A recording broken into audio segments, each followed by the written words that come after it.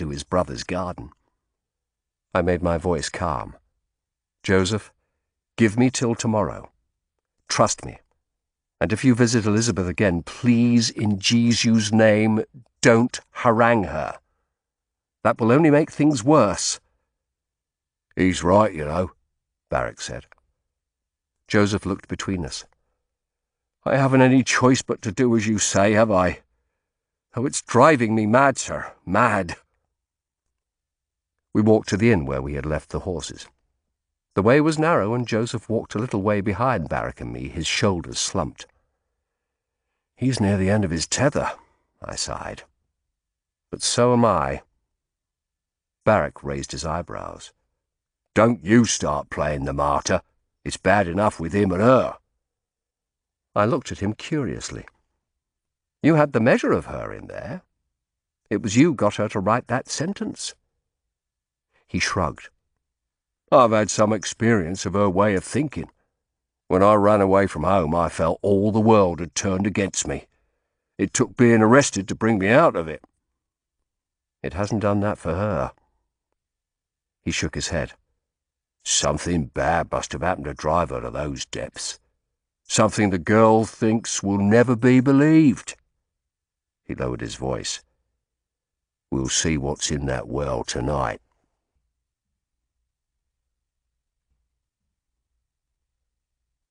Chapter 24. I said farewell to Joseph, promising I should have news for him tomorrow. As I rode down Cheapside to the Guildhall, I wondered again what might be down that well. I had to ride carefully to avoid the small boys playing in the puddles, squelching joyously with their bare feet in the ooze, even as the puddles shrank around them. I thought of the sun's fire turning the water to vapour, drawing it upwards from the earth through the hot air. Earth, air, fire, water. The four elements that, combined in a million ways, made up everything under the moon. But what was the combination that produced Greek fire? Arriving at the Guildhall, I left Chancery in the stables. I went to find Vervey in his shaded office. He was studying a contract with leisurely carefulness, and I found myself envying his peaceful routine. He welcomed me warmly, and I gave him the opinion I had written out the previous evening. He read it, nodding occasionally, then looked up at me. "You are hopeful, then, of a victory in Chancery?" "Aye, though it may be a year before we get there." He looked at me meaningfully. "We may need to take more than the usual fee to the Six Clerks' office up at the Domus." "That may help get the matter listed more quickly. I'm going to look at Belknap's property this morning, by the way. The Chancery judge will want to know all the circumstances of the nuisance." "Good, good. The council places the highest priority on this. Some of these tenements in the old monastic properties are shocking.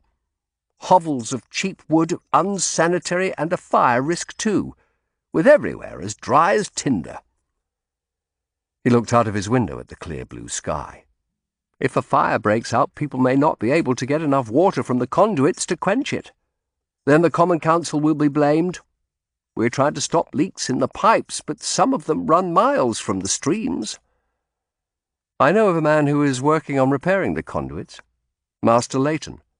"Yes. I have a note to chase him. He was supposed to bring our contractors some new pipes, but he hasn't appeared. Do you know him?" "Only by repute. I hear he's a skilled man." Vervey smiled. "Aye, he's one of the few founders who knows that type of work. A skilled fellow." Probably a dead fellow, but I couldn't tell him. I changed the subject. "I wonder if I might have a look at your library while I'm here. Perhaps borrow one or two books, if you have them?" He laughed. "I can't see that we would have anything Lincoln's Inn doesn't." "It's not legal works I'm after. Some Roman history, Livy and Plutarch, Pliny." "I'll prepare a note for the librarian. I heard about your friend Godfrey Wheelwright and the Duke of Norfolk." It was safe to speak, for Vervey was known as a reformist. Godfrey should be more careful. Aye, the times grow dangerous again. Although we were alone, he lowered his voice. There's a pair of Anabaptists booked for burning at Smithfield next weekend unless they repent. The council has been asked to help with the arrangements, ensure all the apprentices attend." I hadn't heard. He shook his head sadly. "I fear for the future. But come, let me do this note." I had a niggling fear the books might be gone from the Guildhall library too, but they were all there, on the shelf. I grasped them eagerly. The librarian was one of those fellows who believes books should be kept on shelves, not read, but with the aid of Vervy's note I was able to get past him. He watched sourly as I put the volumes in my satchel. As I walked down the Guildhall steps, I felt a little pleased with myself for the first time in days. Then I almost walked straight into Sir Edwin Wentworth. Elizabeth's other uncle seemed to have aged even in the few days since I'd seen him, his face lined and drawn with suffering. He was still dressed in black. Beside him walked his elder daughter, Sabin, while the steward, Needler, followed behind, some large account books under one arm. Sir Edwin pulled up short at the sight of me. For a second he looked as though he had been struck. I touched my cap and made to pass, but he stepped into my path. Needler passed his books to Sabin and stood protectively beside his master. "What are you doing here?" Sir Edwin's face reddened, and his voice trembled with anger. "Making inquiries about my family?"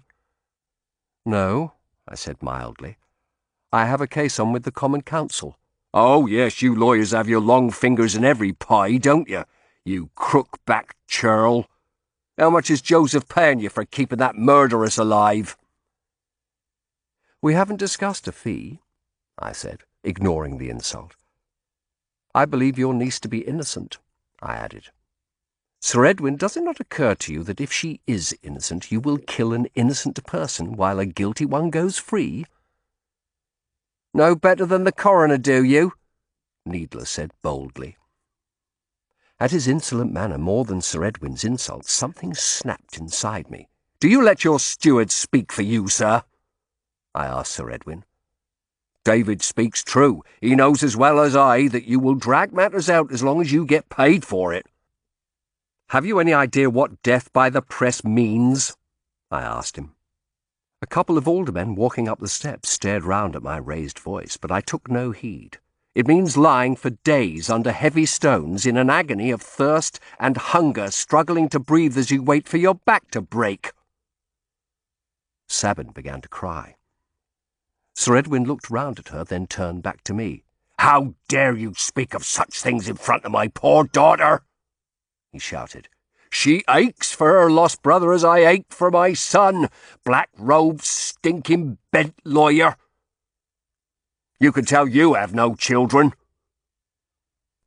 His face was contorted, spittle gathering at the corners of his mouth. People going up and down the steps had stopped to watch. Someone laughed at his tirade of insults. To stop the spectacle making Elizabeth's name a talking point again, I stepped past Sir Edwin. Needler sidestepped too, blocking my path, but I stared at him fiercely, and he gave way. Followed by a host of stairs, I walked down the steps and away to the stables. When I reached Chancery's stall, I found I was trembling. I stroked his head, and he nuzzled my hand, hoping for food. Sir Edwin's fury had been unnerving. There seemed something almost unbalanced in his hatred of Elizabeth. But he had lost his only son, and he was right. I had no children. I could only imagine how he must feel. I slung my bag of books over my shoulder, mounted and rode out. Sir Edwin and his party had disappeared. I rode north, towards the city wall where the former Franciscan priory of St. Michael's lay. It was situated in a street where good houses were mixed in with poor tenements. The street was empty, quiet and shady, St. Michael's halfway along. It was a small place, the church no bigger than a large parish church. The wide door stood open, and, curious, I dismounted and looked in. I blinked with surprise at the interior. Both sides of the nave had been blocked off with tall, flimsy-looking wooden partitions. There was a series of doors at ground floor level, and rickety steps led up to more doors, making a dozen apartments in all. The centre of the nave had become a narrow passage, the old flagstones strewn with dirt.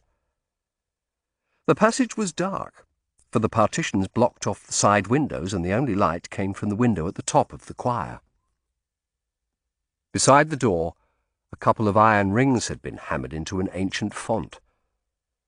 From the piles of dung on the floor, I could see this was where horses were tethered. I slung Chancery's reins round a ring and walked down the central passage. So this was Belknap's conversion. It was so rickety it looked as though the construction could come down at any moment. One of the doors on the upper floor opened. I glimpsed a poorly furnished room where cheap furniture was lit by rich multicoloured light from the stained glass window that now formed the apartment's outside wall. A thin old woman stepped out and stood at the head of the staircase. It wobbled slightly under her weight. She gave my robe a hostile look. "Have you come from the landlord, lawyer?" she asked in a sharp northern accent. I doffed my cap. "No, madam, I represent the city council. I've come to look at the cesspit. There have been complaints." The old woman folded her arms. "That pit's a disgrace. 30 of us share it, those who live here and others round the cloister. The vapours off it would stun a bull. I'm sorry for them living next door to the church, but what can we do? We have to go somewhere." "No one blames you, madam. I'm sorry for your trouble. I hope we may get an order for a proper cesspit to be built, but the landlord is resisting." She spat fiercely. "That pig Belknap!" She nodded at her apartment. "We've refused to pay him rent till he takes these great windows out and boards them up. We bake with the sun coming through them, the wretched papist things." She leaned on the rail, warming to her theme. "I'm here with my son and his family, 5 of us, in this one room, and we're charged £1 a week. Half the floorboards fell out of one of the tenements last week, nearly killed the poor creatures living there." "Your conditions are clearly bad," I agreed. I wonder whether her family was one of the thousands being forced off their land in the north to make way for sheep. "You're a lawyer," she said. "Can he throw us out if we don't pay our rent?" "He could, but I guess if you withhold your rent, Belknap will negotiate." I smiled wryly. "He hates losing money above all." Speaking thus about another lawyer was professional disloyalty, but where Belknap was concerned, I didn't care. The old woman nodded. "How do I get to the cesspit?" I asked. She pointed up the passage. "There's a little door by where the altar was. The pit's in the cloisters. Hold your nose, though." She paused. "Try and help us, sir. This is a hellish place to live." "I'll do what I can." I bowed and walked to the door she had indicated, which hung drunkenly from loose hinges. I felt sorry for the old woman. There was little I could do in the short term with the case going up to Chancery, but if Vervey bribed the 6 clerk's office, that might help. The former cloister yard had been converted too, the roofed walkway filled with more wooden partitions between the pillars to make a quadrangle of the tiny ramshackle dwellings. Rags hung at the windows in place of curtains. These were hovels for the poorest of the poor. I blinked in the sunlight reflected from the white quadrangle stones where once the friars had paced. The smallest of the little dwellings had an open door from which a horrible stink issued. Holding my nose, I looked inside. A hole had been dug in the earth with a plank set on bricks thrown across. It was a whistle and thud cesspit, and should have been 20 feet deep so the flies couldn't reach the top, but from the cloud of them buzzing round the planks I guessed it was no more than 10 feet deep. I held my nose as I looked down the dark, evil-smelling pit. It had not even been lined with wood, let alone the mandatory stone. No wonder it leaked. I remembered what Barrack had said about his father falling down one of these pits, and shuddered. I stepped outside with relief. I must visit the house next door, the one the council owned, then get back to Chancery Lane. The morning was wearing on, the hot sun near its zenith. I paused and rubbed my sleeve across my brow, easing the uncomfortable weight of my satchel. Then I saw them. They stood one on each side of the door to the church, so still that I hadn't immediately noticed them. A tall, thin man with a pale face as pitted with poxmarks as though the devil had scraped his claws across it, and on the other side, an enormous hulking fellow who kept small, frowning eyes fixed on me as he hefted a chopping axe, the shaft cut short to make a fearsome weapon in his big hand. Toki and his mate Wright. I swallowed, feeling my legs begin to tremble. Other than the door to the church, there was no way out of the cloister yard. I glanced along the rows of doors, but all were shut, the inhabitants no doubt out at work or begging in the streets. I felt for my dagger. Toki smiled, a broad smile that showed a perfect set of white teeth as he lifted his own dagger. "Didn't see us following you, did you?" he asked cheerfully in a sharp voice with a country burr. "You've been getting careless without Master Barrack at your side." He nodded at the cesspit. "Fancy going down there? They wouldn't find you till they cleaned it out, wouldn't notice the smell of what's down there already." He grinned at Wright. The big man nodded briefly, never taking his gaze off me. His eyes were focused and still, like a dog stalking its prey. Toki's glittered with the bright, cruel intensity of a cat's. He smiled with pleasure. "Whatever you're being paid," I said, trying to keep my voice steady, "Lord Cromwell will double it in return for the name of your employer. I promise." Toki laughed, then spat on the ground. "That for the tavern keeper's son." "Who is paying you?" I asked. "Belknap? Marchmont? Rich? Norfolk? Lady Honour Bryanston?" I watched their faces for any sign of recognition, but they were both too professional for that. Toki spread his arms and began moving towards me, while the big man stepped to the side, raising his axe.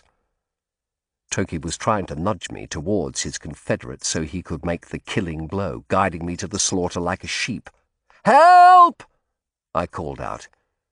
But if anyone was within the wooden hovels, they weren't going to intervene. None of the window curtains stirred. My heart thudded in my breast, and, despite the heat, I felt cold, paralyzed. I was done for this time.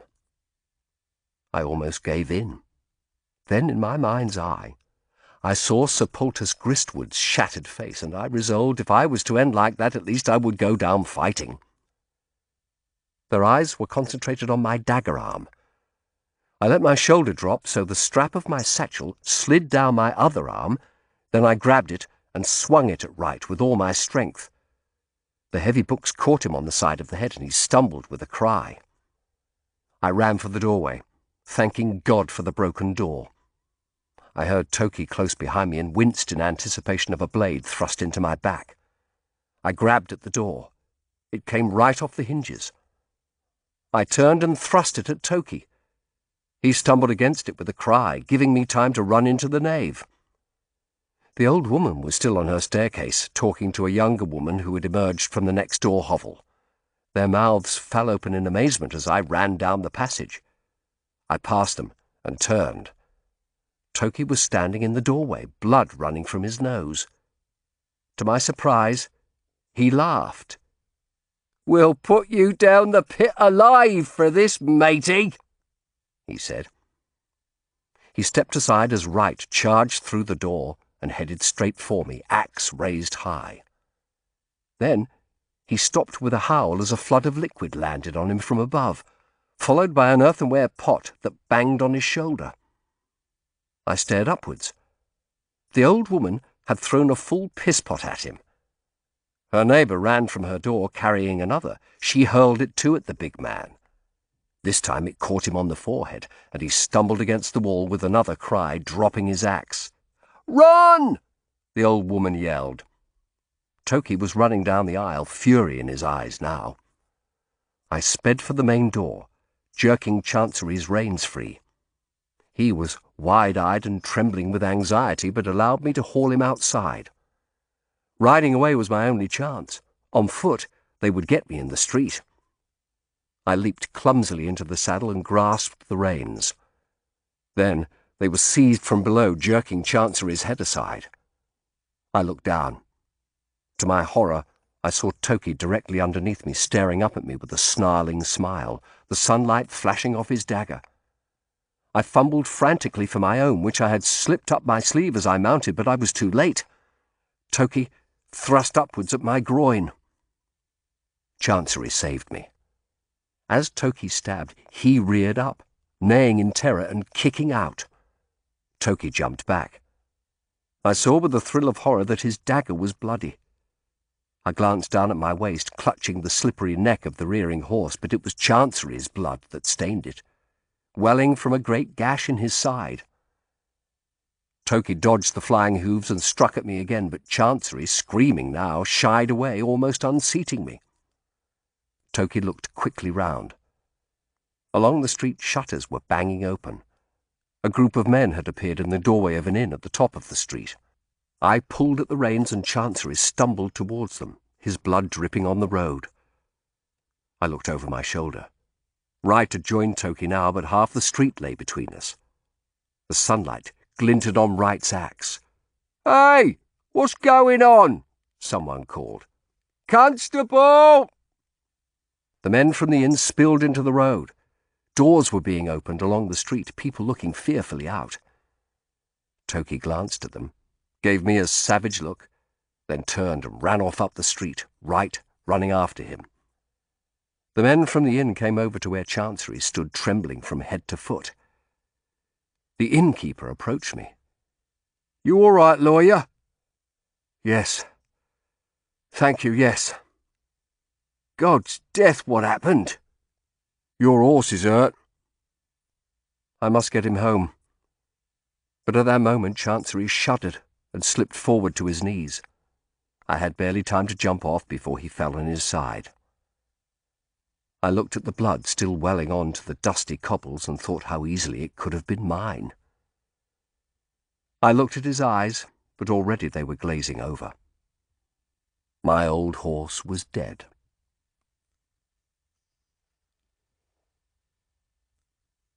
Chapter 25. Some hours later, as the heat of the day began to fade, I sat under the shade of a trellis in my garden. I had told the crowd in the street that I'd been the victim of a robbery, bringing forth mutterings about the type of people living at the old friary. The innkeeper had insisted a cart be sent for to remove the horse which was blocking the narrow street, and that I pay for it. When the cart arrived, I had a ridiculous urge to ask the driver to take Chancery's corpse to my house. But what would I do with it there? As they loaded him on the cart to take him to the shambles, I walked down to the river to catch a boat. I blinked back tears. There was no point in going to Lady Honour's now. I was too dusty to present myself at the House of Glass, and my legs were trembling as I walked. I closed my eyes at the memory of the sudden stillness in Chancery's eyes. He had died of shock as much as loss of blood, and I blamed myself. For days I had ridden him beyond endurance through London in the heat, the poor old horse with his quiet, gentle ways. Young Simon wept when I told him Chancery was dead.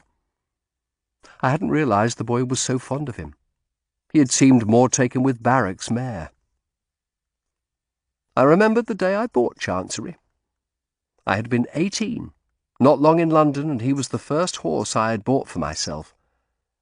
I remembered how proud I had been as I led the pretty white creature with the broad hooves from the stables, how gentle he had been from the start. I had promised myself I would put him out to grass. But now he would never enjoy those last years in the orchard behind my garden. Tears formed at the corners of my eyes again. I wiped them away. There was a cough at my elbow, and I turned to find Barrack, looking hot and dusty. "What's happened? The boy tells me your horse has died." I told Barrack of the attack. He frowned as he sat beside me.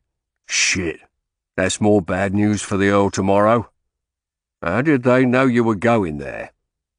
He thought a moment. It was Belknap's property. That points to him. I shook my head. Belknap had no idea I was going there today. No, I think Toki was following me again. I wasn't looking round me as I should. I was careless. I had an encounter with Sir Edwin Wentworth at the Guildhall.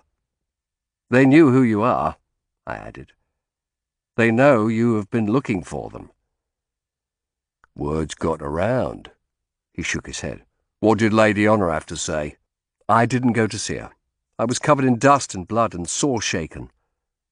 We've only 8 days. He eyed my face. Have you been weeping? For Chancery, I said, my voice gruff with embarrassment. God's death, it was only a horse. Well, I've been working while you've been sitting here. I found a man Belknap used as a compurgator vouching for the good character of people he'd never heard of. I sat up. Where is he? Barrack jerked his head towards the house. In there. He keeps a clothing stall in Cheapside, works for Belknap on the side. I've put him in the kitchen. Want to talk to him? I followed Barrack to the kitchen, trying to pull myself together. A middle-aged man sat at the table. He was plump and respectable-looking, which no doubt was why Belknap had chosen him. He rose to his feet and gave a deep bow. Master Shardlake, sir, a pleasure to meet you. Adam Lehman, sir. I sat down opposite him while Barrack stood looking on. Well, Master Lehman, I hear my brother-in-the-law, Stephen Belknap, has employed you as a compurgator. Lehman nodded. I have assisted him. To swear to the good character of men held in the bishop's jail under benefit of clergy. He hesitated. I noticed his eyes were watery and his nose a mess of broken red veins. A drunk, probably unable to run his stall properly and in need of extra cash for strong beer. Master Belknap is kind enough to pay me a retainer, he said cautiously. Perhaps I don't know all the gentlemen whose character I swear to as well as I might, but I feel I'm doing a Christian service, sir. The conditions in the bishop's jail. I cut through his nonsense. You pretend to know people you have never heard of and pervert the course of justice for money. We both know that. Now have a beer. I nodded at Barrack, who fetched a jug from the cold cupboard. Lehman coughed, then sat up in his chair. Belknap hasn't paid me, sir. I said I'd do no more work for him till he did. He's the meanest man alive. He'd skin a flea for its hide and tallow. Makes a point of never paying anyone if he can get out of it. He nodded self-righteously. Well, now it's caught up with the bastard. I've told your man I'll help you nail him, and I shall. Thank you. He took a cup from Barrack and gulped noisily. That's good in this hot weather. He looked at me sharply. You can give me immunity?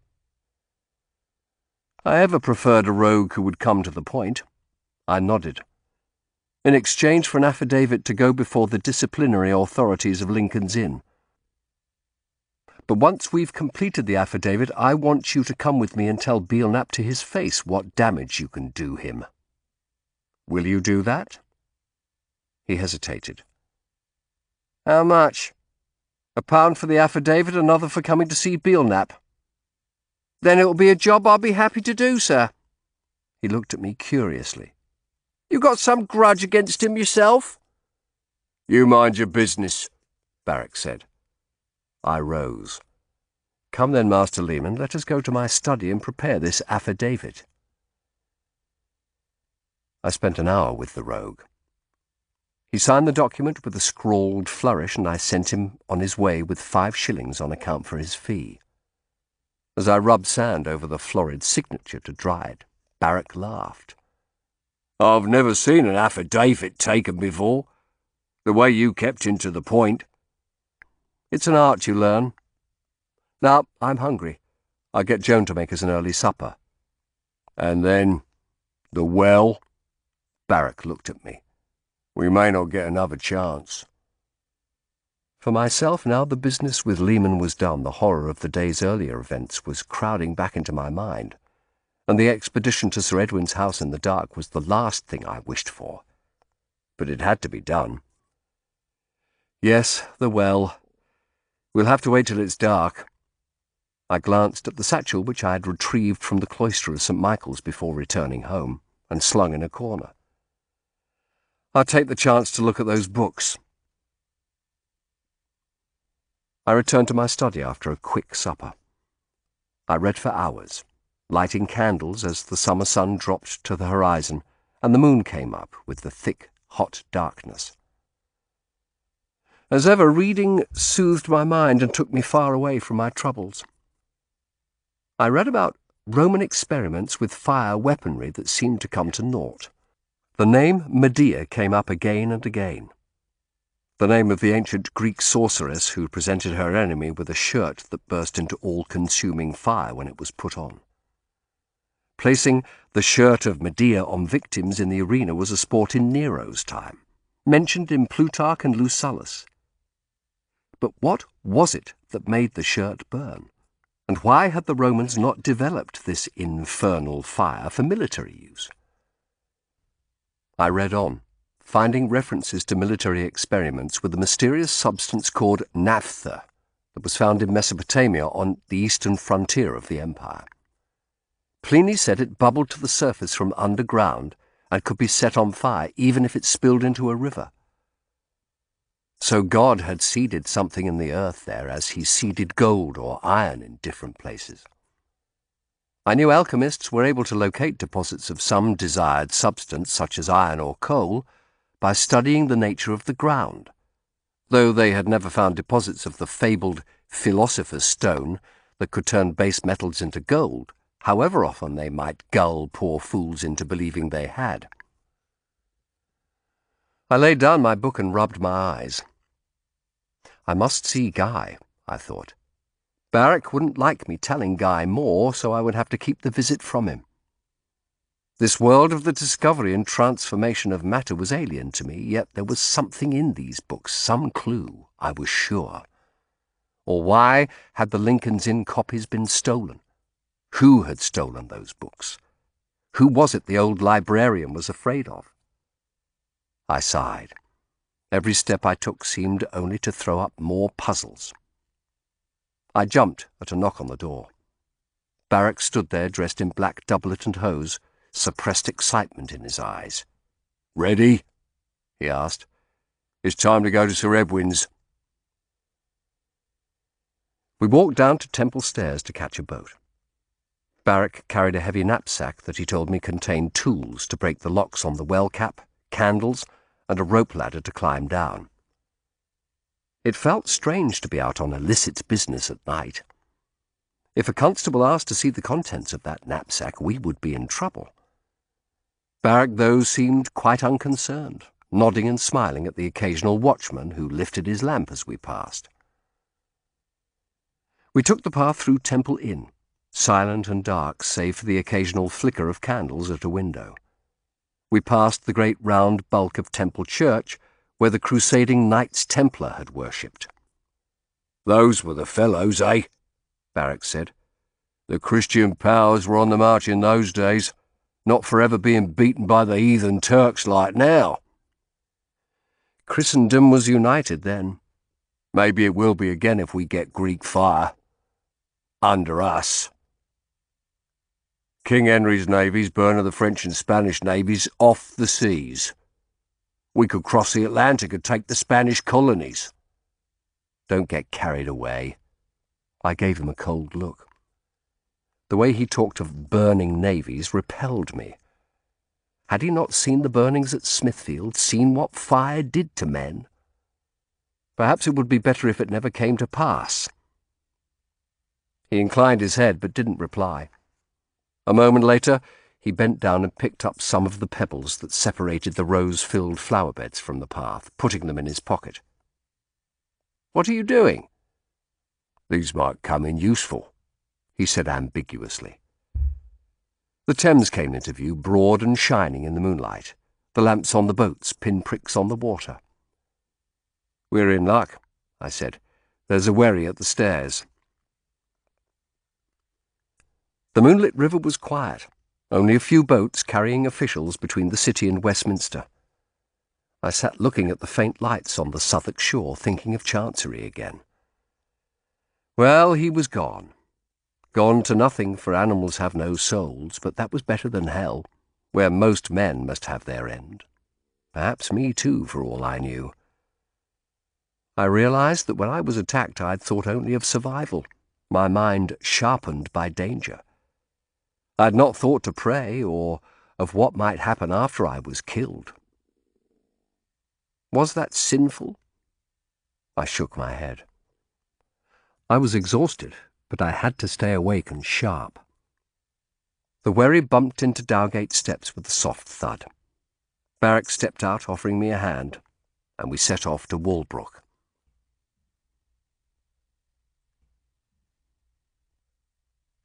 When we reached Threadwin's house, it was dark.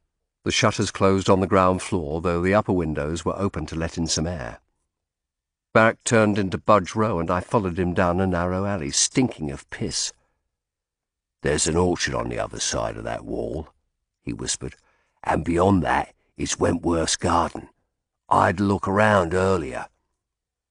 He stopped beside a flimsy wooden door in the wall, then stepped back and put his shoulder to it. It fell open with a crack. He darted inside. I followed, finding myself in a medlar orchard. The white, scentless blossoms of that strange fruit, which must be left to hang on the tree till it decays before it may be eaten, showed luminous in the moonlight. A couple of pale shapes rose up in the long grass, making me jump before I realized they were rooting pigs. They ran off, grunting between the trees. I looked back at the door. There had been a bolt on the inner side that Barrack's shove had ripped from the wood. That was someone's property, I said. "Hush!" he hissed angrily. "Do you want any passers-by to hear?" He closed the door carefully, then gestured at the 10-foot-high wall. "Perhaps you'd have preferred to climb over there," he whispered. "Now come on." I followed him through the orchard, jumping again, as a clutch of hens fled clucking from under our feet. Barrack made for the far wall. This wall was lower, perhaps 7 feet. He gestured to me to stand beside him. His face was alert. He looked as though he was enjoying himself. "The garden's on the far side. If I help you up, can you drop down?" I looked up dubiously. "I think so." "Good. Come on, then." He squatted, making a stirrup of his hands. I reached up, grasped the top of the wall, and placed a foot in his cupped hands. He took a firm grip and hoisted me into the air. I scrabbled at the wall, and a moment later was lying spread-eagled on top, looking down into Sir Edwin's garden. The effort had brought me out in a sweat. I blinked water from my eyes, looking rapidly around. Beyond the lawn and the trellised flower beds, the rear of the house was as dark as the front, all the windows closed. The round structure of the well was only 15 feet away. "Everything quiet?" Barrack whispered from below. "Seems to be. All the lights are out.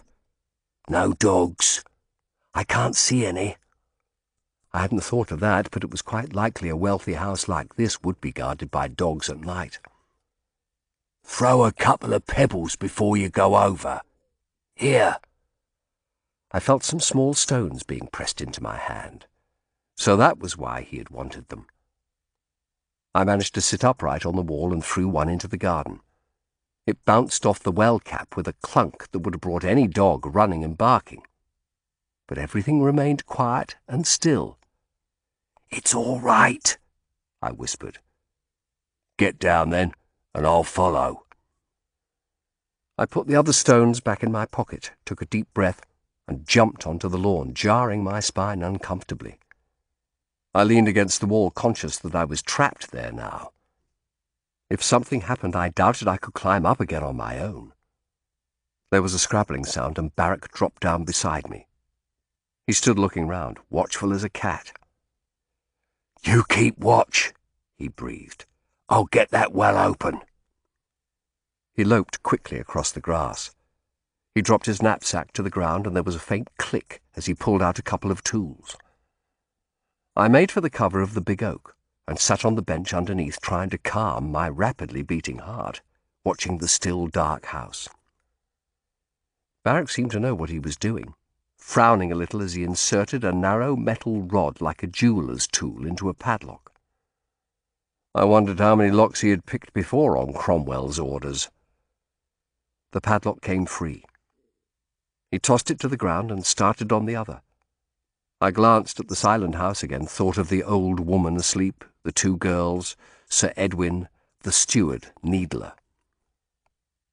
What had happened in the garden that day? This was the bench where Sabin and Avis said Elizabeth had been sitting when they came out after hearing Ralph yell. Elizabeth had told me that if I went to the well, what I saw would shake my faith. I shivered. Barrack grunted as the other padlock came off and gestured me over. "You'll have to help with this. It's heavy." "All right." I felt strangely reluctant to grasp the wooden cap, remembering the dreadful stink I'd smelt before, but I helped him slide it off. We propped it against the side of the well and looked down. A few rows of bricks were visible, and below that, darkness. I felt a draught of cold air and caught again the miasma of decay. "Still smells, then," Barrack whispered beside me. "It seems less strong than before." He leaned over and dropped a pebble down the well. I waited to hear it splash into water or clatter on stone, but there was no sound at all. Barrack looked at me. "Seems to have landed on something soft." He took a deep breath. "I'd hoped to get some idea how deep it was. Well, just have to hope the ladder's long enough." He pulled the rope ladder from his knapsack and quickly secured it to a metal rod in the brickwork where the well bucket must once have hung. He let the ladder go, and it unfurled into the darkness. Barrack took a deep breath, squared his shoulders, and looked at me seriously. I realized he was daunted by the prospect of that descent. "Give me a shout if anyone stirs. I wouldn't want to be caught down there." "I will." "I've candles and a tinderbox for when I get to the bottom," he said. "Wish me luck." "Good luck, and thank you." He lifted a hand to his shirt and, loosening a button, put his hand inside to finger his little Jewish symbol. Then he clambered over the side of the well. He found the ladder with his feet and began climbing down. The top of his head vanished into darkness, giving me the strange feeling the well had swallowed him up. I leaned over. "Are you all right?" I asked in a loud whisper. His voice came back, hollow and echoing. "Aye, that smells stronger." I glanced at the house again. All was silent. "I've touched bottom," Barrack's voice echoed with a ringing hollowness. I guess the well must be deep, perhaps 30 feet. "I'm on something soft," he called. "Cloth, and something else, like fur. Ugh! I'm going to light the candle." I heard a scrape, caught a tiny spark far below in the darkness, and then another. "The arsehole won't catch! Wait, there it is! Oh, hell!" I jumped back as a startled yell echoed from the pit. At the same moment, a sudden flicker of light appeared at a first-floor window in the house.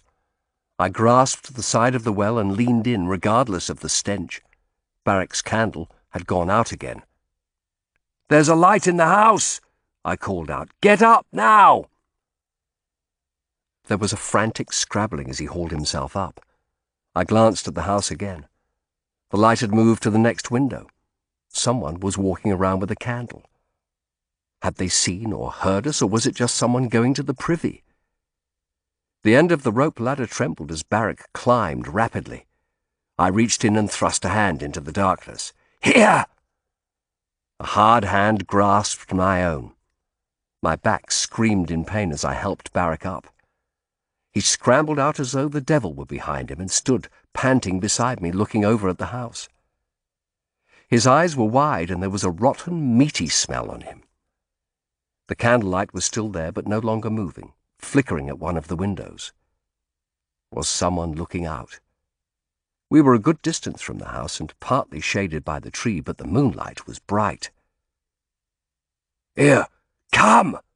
Barrack whispered urgently. He had grasped the well cap. "They may not have seen us. If someone comes out, run!" We slid the cap back into place and Barrack scrabbled for the padlocks he had laid on the lawn. He put them back in place, moving with smooth, practiced speed. "The light's gone out," I whispered. "Right, nearly done."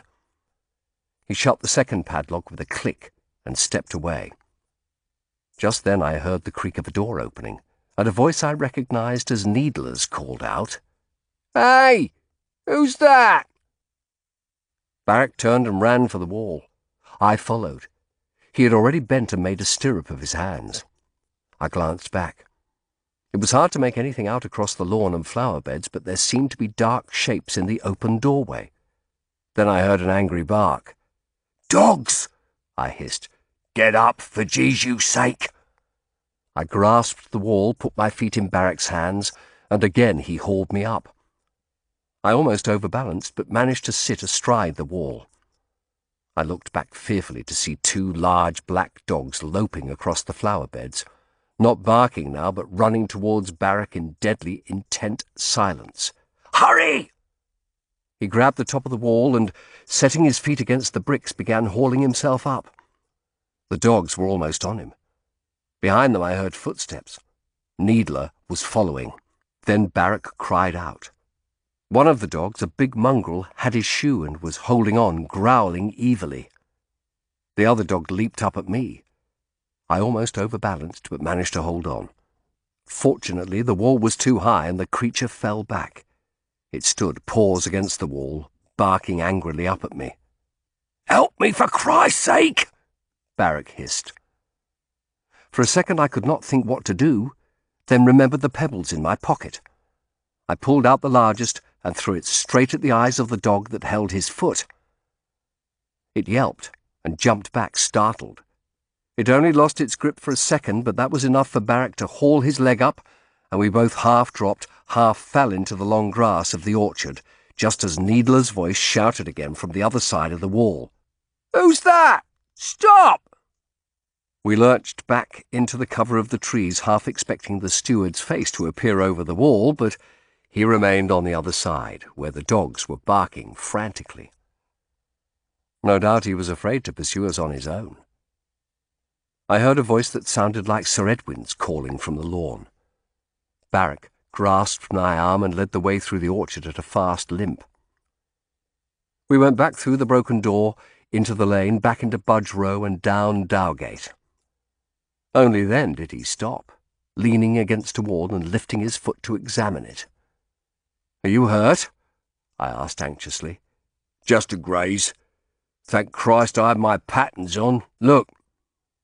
He showed me where the dog's teeth had gouged bite marks in the wooden soles, then looked at me keenly. "Would that steward have recognised you?" "He didn't get close enough to see." "Just as well he's a coward and didn't come after us, or you'd have had some explaining to do." I looked nervously around the deserted street. "Sir Edwin will rouse the constable." "Aye, just give me a minute." What made you cry out in the well?" I asked. "What did you see?" He looked at me grimly. "I'm not sure. There are clothes down there, cloth and fur. And I thought I saw eyes down there." "Eyes?" He swallowed again. "Dead eyes, glinting in the candlelight." "Whose eyes? For God's sake, whose?" "I don't know, do I? Small eyes. 2 pairs at least. It gave me a shock." "There's a body down there? More than one?" "God's death, I'd hardly had a second look before you called to me to get out." Barrack shook his head. "I don't know. I felt bones crunch, though. Little bones. I'm sure that's what it was." He lifted his hand to his shirt again and touched the talisman inside, then stepped away from the wall. "Let's get out of here." Still limping, he led the way back to the river.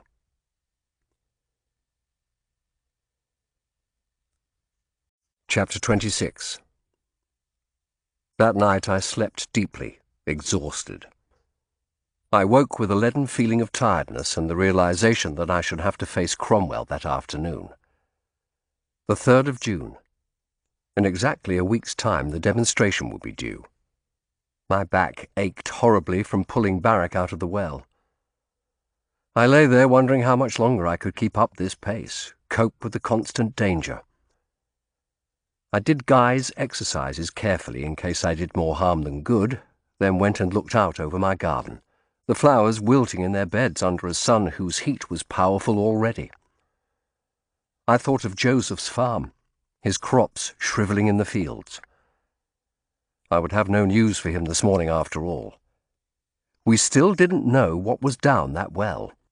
Barrack had manfully offered to try again, but not tonight, for they would certainly be on watch. I wondered if they had guessed at our purpose. Barrack had left no sign the well had been disturbed. Most likely they thought they had surprised a pair of burglars. I scribbled a hasty note to Joseph, saying it would be another day or two before I got back to him and asking him to keep faith with me. Barrack was already at breakfast when I went downstairs. Joan was serving and kept giving us worried glances. These last few days she had noticed how tense I seemed. I had told her that Chancery had simply collapsed and died of heat stroke, but I suspected she didn't believe me. "Well, what now?" Barrack asked after she had left. "I'll go to Lady Honour's first, question her again. If I go early, I'm most likely to catch her in." He was ebullient as ever. "What's it they say? A ship could be rigged in the time it takes a lady of fashion to get ready. I see you've put a new doublet and robe on for her." "Might as well look my best."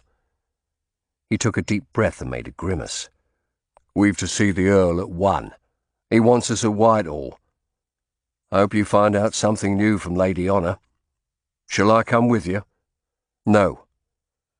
I thought perhaps you might visit Madame Kneller again. See if there's any news of the girl Bathsheba. I'll come back here and meet you at 12. And I'll send Simon to Lehman, asking him to come here at 2. Then we can go to Lincoln's Inn and confront Belknap." I didn't want Barrack to know that after seeing Lady Honour I planned to visit Guy and tell him more about Greek fire. I felt obscurely that the fact the Romans knew of it or something similar but had been unable to develop it went to the heart of the matter. I saw Barrack was giving me one of his keen looks and wondered if he had noticed something unusual in my manner. He was sharp enough for anything. I remembered anew that his loyalty was to Cromwell, not to me. "We have that inn to visit tonight," I said, "where they tried to sell that Polish stuff." "Yes. I suppose it'd do no harm to see old Kneller. Reminder we haven't forgotten her. I'd rather not hang about here thinking about our meeting with the Earl. But are you sure you'll be safe on your own?" I'll be going by public ways and I'll be keeping a careful eye out." We were interrupted by a knock at the door. Joan stood there, a look of surprise on her face. "There's a messenger, sir, from Lord Cromwell's office.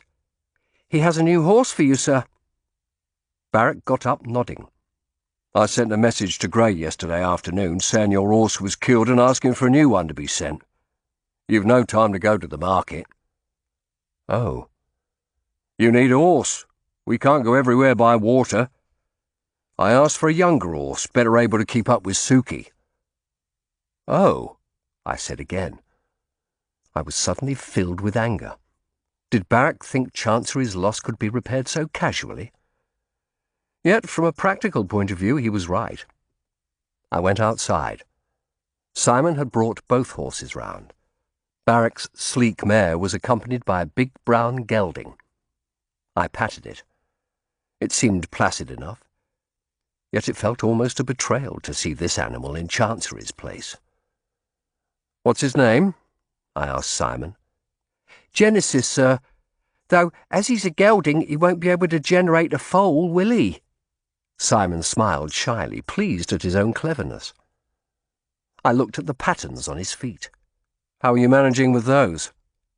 "Very well, thank you, sir. They are easy on the feet after a while.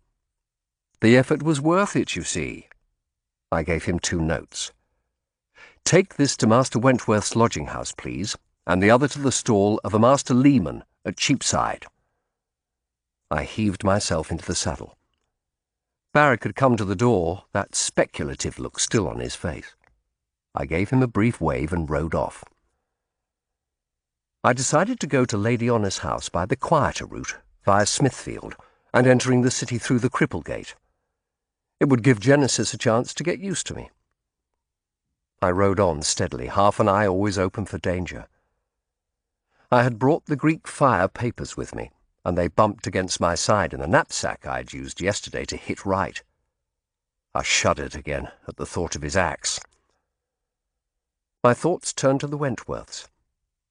What in God's name was going on in that family? I couldn't see any of the family engaged in what now seemed likely to be more than one murder. The old woman was harsh and ruthless, but her interest was only in her family, and her blindness prevented her taking an active role in any devilry. The 2 girls, too, surely had no horizons beyond their family and a good marriage. If Sabin was engaged in some girlish fancy for the steward, that was surely not so unusual. Both were classic little lady favours, well brought up, well-mannered girls as content with their lot as cows in a field. I turned my thoughts to Sir Edwin. He was a man consumed by fury and sorrow, and it was hard to guess what he was like in normal circumstances. From all I had heard, he seemed to be a typical rich merchant, concerned above all to build up his and his family's status. Needler, the steward, was a nasty piece of work, but his main interest seemed to be keeping well in with the family. All normal, really. In fact, the only members of the Wentworth household whose behaviour was abnormal were Elizabeth, whom I believed innocent, and Ralph himself. We had reached Smithfield. I looked around the open space. St. Bartholomew's Friary and the hospital still empty and guarded. By the market I saw men in city liveries stacking temporary seats in tiers. Others were hammering bolts with chains attached into a long wooden pole. I remembered Vervey telling me there was another burning planned for the next week, a pair of Anabaptists who denied the sacraments and would hold all goods in common. I shuddered, praying they might repent and be spared this horror, and turned the horse towards the Priory and Long Lane where my route lay. I noticed a little group of retainers in the red and gold Howard livery standing quietly holding their horses by the gatehouse. Then I saw the Duke of Norfolk himself was by the doorway, his scarlet robe a bright slash of colour against the grey stone. He was talking to another man who stood in the gatehouse doorway with arms folded in a proprietorial gesture. To my surprise, I recognised Sir Richard Rich. They had already seen me and were staring across at me. The Duke raised an arm. "Hey, Master Lawyer! Over here!" Hell, I thought, what now? I turned Genesis's head towards the group, praying the horse would continue to behave. I noticed there was a new doorman on the gate, and wondered what had happened to the fat fellow Barrack had kicked out of the library. As I pulled up, Rich gave me a cold, angry look, though Norfolk for once looked amiable enough. I guessed Rich had been in the act of welcoming Norfolk to the Priory when I turned up, and I had a feeling they were not pleased at having been seen together. So febrile was the atmosphere lately that whenever 2 councillors were seen talking together away from Whitehall, rumours of plots were sparked. And indeed they were an unusual pair to be meeting out here, Cromwell's protégé and his greatest enemy. I dismounted and bowed to them. "Master Shardlake!" Norfolk's lined face cracked into a thin smile. "Lord Rich, this is a clever lawyer I met at a banquet of Lady Honour's the other night. Not one of your Augmentations brood, I think." "No, he's a Lincoln's Inn deviler. Isn't that so, Brother Shardlake? Though he devils in some strange places, I found him wandering about my garden a few days ago. You haven't come to steal my washing, have you?" I laughed uneasily at the jest. I was passing only on my way to Bishopsgate. I have a new horse, so I wanted to avoid taking him through the city crowds. Norfolk turned to Rich. A colleague of Master Shardlake's was impertinent to me at Lincoln's Inn a few days ago, read me a lesson on the new religion. His cold eyes glittered at me. But you tell me you're not a Bible puncher, don't you? I follow the rules our king has laid down, Your Grace. Norfolk grunted. He turned to Genesis, looking the horse over with a professional eye. That's an ordinary-looking nag. But you can't take a horse of spirit to the city, and I suppose you might have difficulty with a hard ride, he added brutally with a glance at my back. He stretched his arms. God's wounds, Richard. I'll be glad when Parliament rises and I can return to the country. Though you're another city urchin, aren't you? I am a Londoner, Your Grace, Rich said stiffly. He turned to me. The Duke has come to discuss a transfer of some monastic lands. There was no need to tell me anything at all. He was providing me with an explanation for the meeting in case I spread rumours of conspiracy. What he said might be true. It was well known that Norfolk, for all his religious conservatism, had taken his full share of the monastic spoils. Aye, Norfolk said. And you've transferred Barties to yourself in all but name, eh, Richard? He laughed. Sir Richard has granted houses round Bartholomew Close to so many of his officials you might as well call this the Smithfield office of the Court of Augmentations. And poor Prior Fuller not yet dead. It's not true you're poisoning him, is it, Richard? Rich smiled thinly. The Prior has a wasting sickness, Your Grace. I guessed the Duke's mockery was intended as further evidence for me that they were not friends. Rich turned aside as a servant appeared at the gate, holding a heavy sack, and murmured something to him. Put them in my study, Rich said sharply. I'll go through them later. Norfolk looked curiously at the sack as the servant went back inside. What's in there? We are digging up the monk's graveyard in the cloister to make a garden. It seems there's an old custom here that when a man died, some personal possession was buried with him. We have found some interesting items.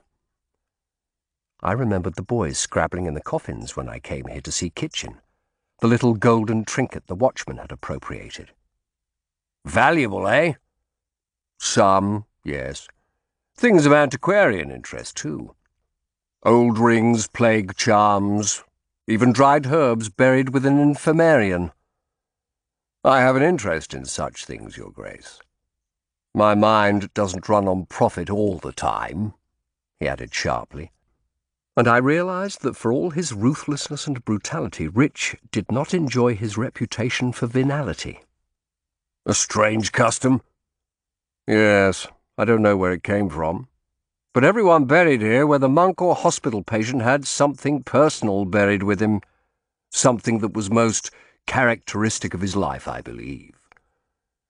We'll be finished with the monks in a couple of days, then we'll start on the hospital graveyard. I might have some houses built there. I drew a sharp breath as I realized what might have been buried with the old soldier St. John. Someone was going to great lengths to conceal all signs of Greek fire. But what if some was still here at Barties, buried under the ground?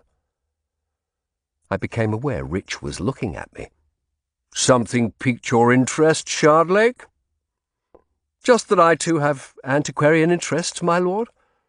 I found some old stones at the Ludgate from an ancient synagogue. We had best get to business, my lord, Norfolk interrupted rudely. It's too hot to be out in the sun all day. Yes, Your Grace. Well, good morning, Brother Shardlake. He looked at me, the grey eyes narrowing. Don't devil too far into others' business. Remember, you might get your fingers burned. And with that they turned and walked away to the gatehouse. The Duke's retainers looked at me curiously as I turned Genesis round and rode away. I found I was sweating, and not just from the heat. What had Norfolk and Rich met to discuss? Sales of monastic property or plots against Cromwell? Or Greek fire? Rich's warning, mentioning fire, sounded like a reference to that. But was it? It was with relief that I turned into Long Lane and rode away to Lady Honour's, my mind running now on opened graves.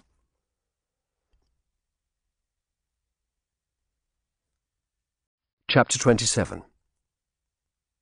The house of glass lay quiet and still in the morning heat. A servant in the Vaughan livery answered the door. I asked if I might see Lady Honour on an urgent matter of business, and he admitted me, asking me to wait in the hall. Looking through a window into the inner courtyard, I saw the banqueting hall was shuttered against the heat. One of the panes had a family motto under the coat of arms. I bent to look closer. Esse quam videre. To be rather than to seem. To be a truly powerful noble family at the heart of the King's court, as the Howards were and the Vaughans had once been. I wondered what price would Lady Honour pay to achieve that end. In a few hours I would see Cromwell. I had to find out. The servant reappeared and said Lady Honour would see me. He led me up to a first-floor parlour. Like the rest of the house, it was richly decorated with tapestries on the walls and an abundance of big embroidered cushions on the floor. There was a fine portrait on one wall, an elderly man in mercer's company livery. The face above the short white beard had a kindly look despite the formal pose. Lady Honour sat in a cushioned armchair, dressed in a light blue dress with a square bodice and a square hood, for once free of attendants. She was reading a book that I saw was Tyndale's Obedience of a Christian Man, the book Anne Boleyn had used to help persuade the king to assume the headship of the church. Lady Honour stood. "Ah, Master Shardlake, you will have read Master Tyndale, no doubt?" I bowed deeply. "Indeed, my lady, in the days when he was frowned upon." Although her tone was friendly, Lady Honour's forehead was drawn in a slight frown even as she smiled. I wondered if she was embarrassed by that sudden kiss 2 nights before, and afraid I might remind her of it. I felt suddenly conscious of my bent back. "How do you like Master Tyndale?" I asked. She shrugged. "He makes his case well. His interpretation of the biblical passages has some force. Have you read the exchanges between Tyndale and Thomas More? 2 great book writers descending to vulgar abuse in refuting each other's views of God." She shook her head. "Yes. More would have had Tyndale burned had he not been safe abroad." "The Germans burned him in the end, and Tyndale would have burned More if he could. I wonder what God thinks of them all, if he thinks anything." An angry weariness entered her tone as she placed the book on the table. "But of course God watches us all, does he not?" Her slight undertone of sarcasm made me wonder for a moment if Lady Honour might be one of those whose heresy was the most dangerous of all, one that people scarcely dared speak of, those who doubted God's very existence. It was a thought that clawed at the minds of many confronted with the violent religious conflicts of these days. Once or twice it had clawed at mine, leaving me feeling as though suspended over a dark chasm. "Will you sit down?" Lady Honour asked, gesturing to some cushions on the floor. I lowered myself to them gratefully. "Some wine?" "Thank you, no, it's rather early." She watched as I unhitched my satchel. "Well," she said softly, "what have you brought for me today?" I hesitated. "The papers about Greek fire, my lady. I know nobody else who has seen them, you see. I would welcome your opinion on 1 or 2 matters." Anger flashed in her eyes, though her tone remained even. "So you would find out how much I read, how much I understood? I told you 2 nights ago, enough to make me wish I had kept my curiosity under control and no more." "Enough to make you think Greek fire might be real?" Enough to make me fear it might be, given what it could do. Master Shardlake, I have nothing to add. I told you the simple truth. I studied her carefully. 2 nights ago she had tried to charm me into believing her. Today she was hostile and angry at my questions. Was that because she had truly told me all? Lady Honour, I said, choosing my words carefully, I have to make a report to Lord Cromwell this afternoon. I have not got as far as I would like in my inquiries, not least because the founder who aided the Gristwoods in their work has disappeared and has probably been killed. Attempts have also been made on my life. She took a deep breath. Then all who were involved in the matter are in danger? Those who helped the Gristwoods in their work. Am I in danger? She tried to keep her composure, but a nerve flickered under her eye. I don't believe so. So long as you have truly told nobody but me that you looked in those papers. Nobody! She took a deep breath. And the Earl? If you tell him I looked in those papers, he may seek to try my testimony with rougher methods than yours. That's partly why I came this morning, so I can make the fullest report to him. Lady Honour, the night I came upon you at that bench at Lincoln's Inn, I saw you talking to Sergeant Marchmont. You both looked as though you were discussing something serious. Are you spying on me, then? She asked angrily.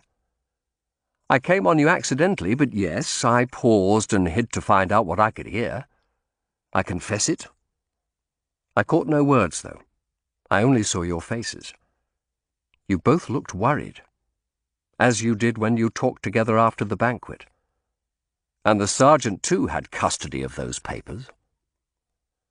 I braced myself for anger, but she only sighed and lowered her head, screening it with an upraised hand. "Jeez, you," she said quietly. "Where have I brought myself with my foolish curiosity?" "Only tell me everything," I said. "I would help you with the Earl if I could." She looked up then and smiled sadly. "Yes, I believe so, for all that you are sent after me like a hunter. I see it in your face. You don't like this work, do you?" "What I like is neither here nor there, Lady Honour. I must ask what you and the sergeant were talking about." She got up and went to the buffet, where a fine gold cup was prominent.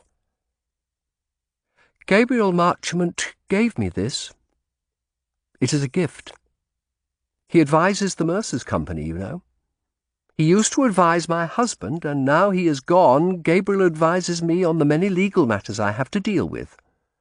She took another deep breath. "He has been, shall we say, attentive." Ah, I felt myself redden. "He has indicated more than once that he would like to take my husband's place." "I see. He loves you." She surprised me with a sudden mocking laugh. "Loves me?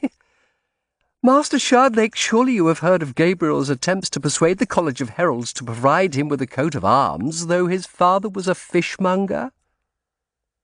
He can bring no proof of noble birth, and isn't sufficiently elevated to get the king to intervene with them. His attempts have failed. But he wants more than anything to have a son who one day can say he is of noble birth. He lusts after nobility as a pig lusts after truffles. So now he is looking for another way to get it. He would like to marry into a noble family." "I see." Her face was red now, too, with embarrassment and anger. I felt ashamed. "But truly, Master Shardlake, there are some who aren't fit to rise above their station, and Marchmont is one." Her voice trembled. "He is an ambitious boor under all his smoothness. I've refused him, but he won't give up his designs. Oh, he is full of plans." She lowered her head a moment, then returned her gaze to me, her eyes bright. "But I have never mentioned looking at the Greek fire papers to him. I wouldn't be such a fool. And he has never mentioned them to me." The nerve in her face trembled again as she turned to the window, looking across the courtyard to the banqueting hall. I half rose, then sat down again. I was ashamed of humiliating her, but there remained another question I must ask. "I overheard something else at the banquet, Lady Honour. The Duke of Norfolk muttered to Marchmont that there was something he would have you do, but that you would not." She didn't turn round. "The Duke of Norfolk covets land, Master Shardlake. He would be the greatest landowner in the realm. My family still has some left, and the Duke would have part of it in return for advancing my cousin at court. But I have advised Henry's father not to give away what little we have left, whatever advance Norfolk might seem to promise. Henry is not cut out for the role of saviour of our family." I stared at her rigid back. "I am truly sorry to expose these private sorrows," I said. She turned round then, and to my relief she was smiling, if ironically making those engaging dimples at the corners of her mouth that showed her age and yet were somehow charming. "Yes, I believe you are. You have done your work well, Master Shardlake. Some charged with the task you have been given might have come here bullying and blustering, and perhaps I wouldn't have told them all I have told you." She thought a moment, then crossed to the little table and picked up a Bible. "Here, take this." Puzzled, I rose and took the heavy book. She laid her hand on it. The long fingers pressed flat against the leather cover and looked me in the face. Close to, I saw she had the lightest of down on her upper lip, making a momentary flash of gold as it caught the light. "I swear by Almighty God," she said, "that I have never discussed the contents of the papers relating to Greek fire with any living soul other than you." "And the Duke has made no request to you to do so?" She met my eyes firmly. "I swear he has not." She took a deep breath. "Will you tell the Earl that I made this oath freely and of my own will?" "I will," I said. "And though you must tell him everything, I ask you to keep these difficulties with Gabriel and the Duke secret." "I will, my lady. I know the reputation lawyers have of gossips, but I promise to tell no one but the Earl." She smiled her old warm smile. "Then we may be friends again?" "I would like nothing better, my lady." "Good. You caught me in an ill humour earlier." She nodded at the gold cup. "That arrived, together with an invitation to the bear-baiting tomorrow. Gabriel is making a party of it, and I feel obliged to go." She paused. "Would you care to come as well? He said to bring whoever I chose." I inclined my head.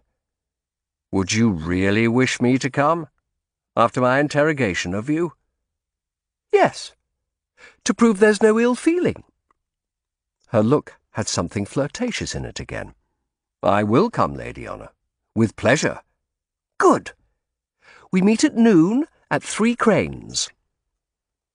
Lady Honour broke off as the door opened and her young nephew came in. His face was red and angry.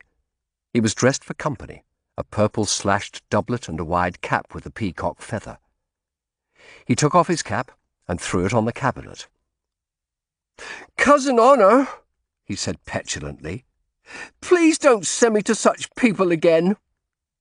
He broke off as he saw me sitting on the cushion. "I'm sorry, sir. I didn't mean to intrude." Lady Honour took the boy by the arm.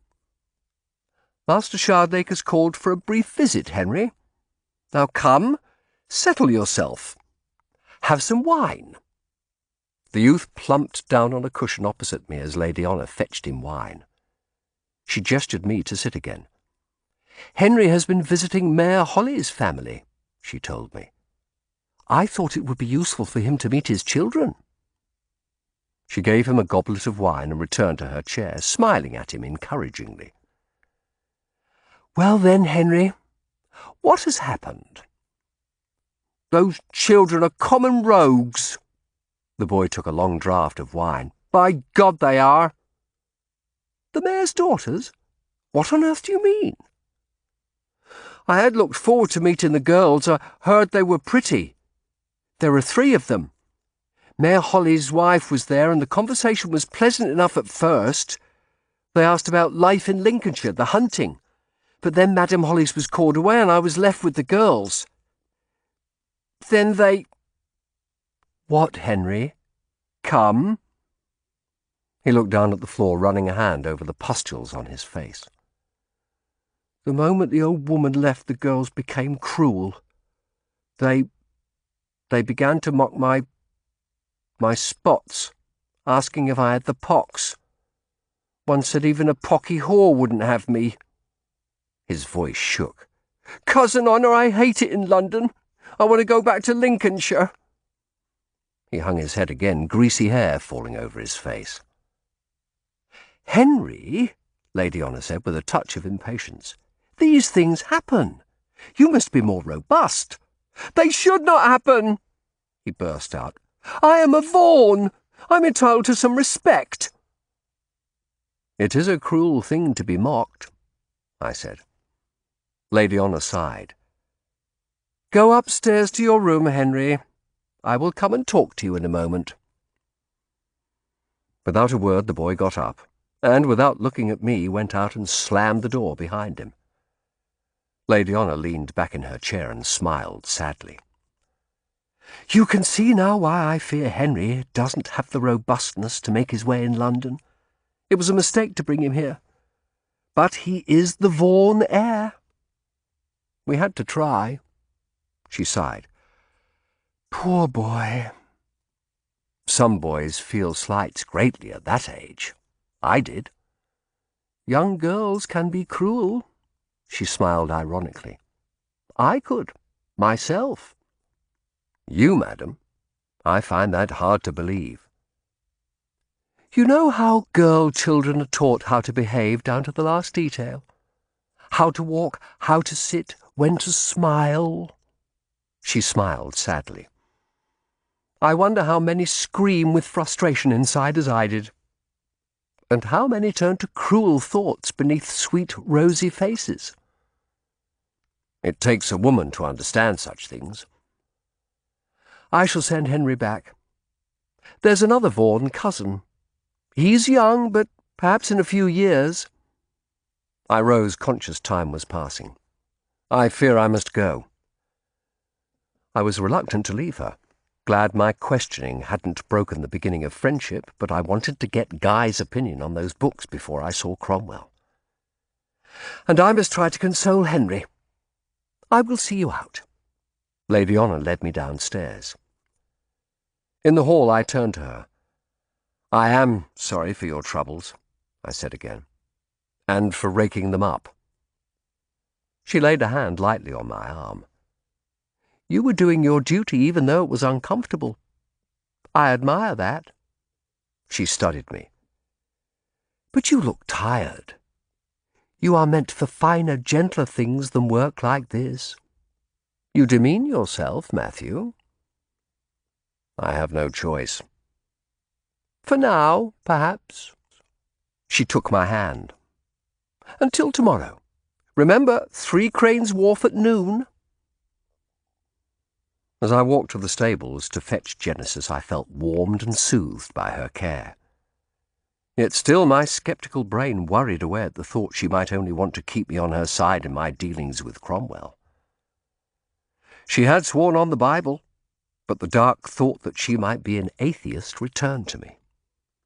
To such a person, a Bible oath would mean nothing.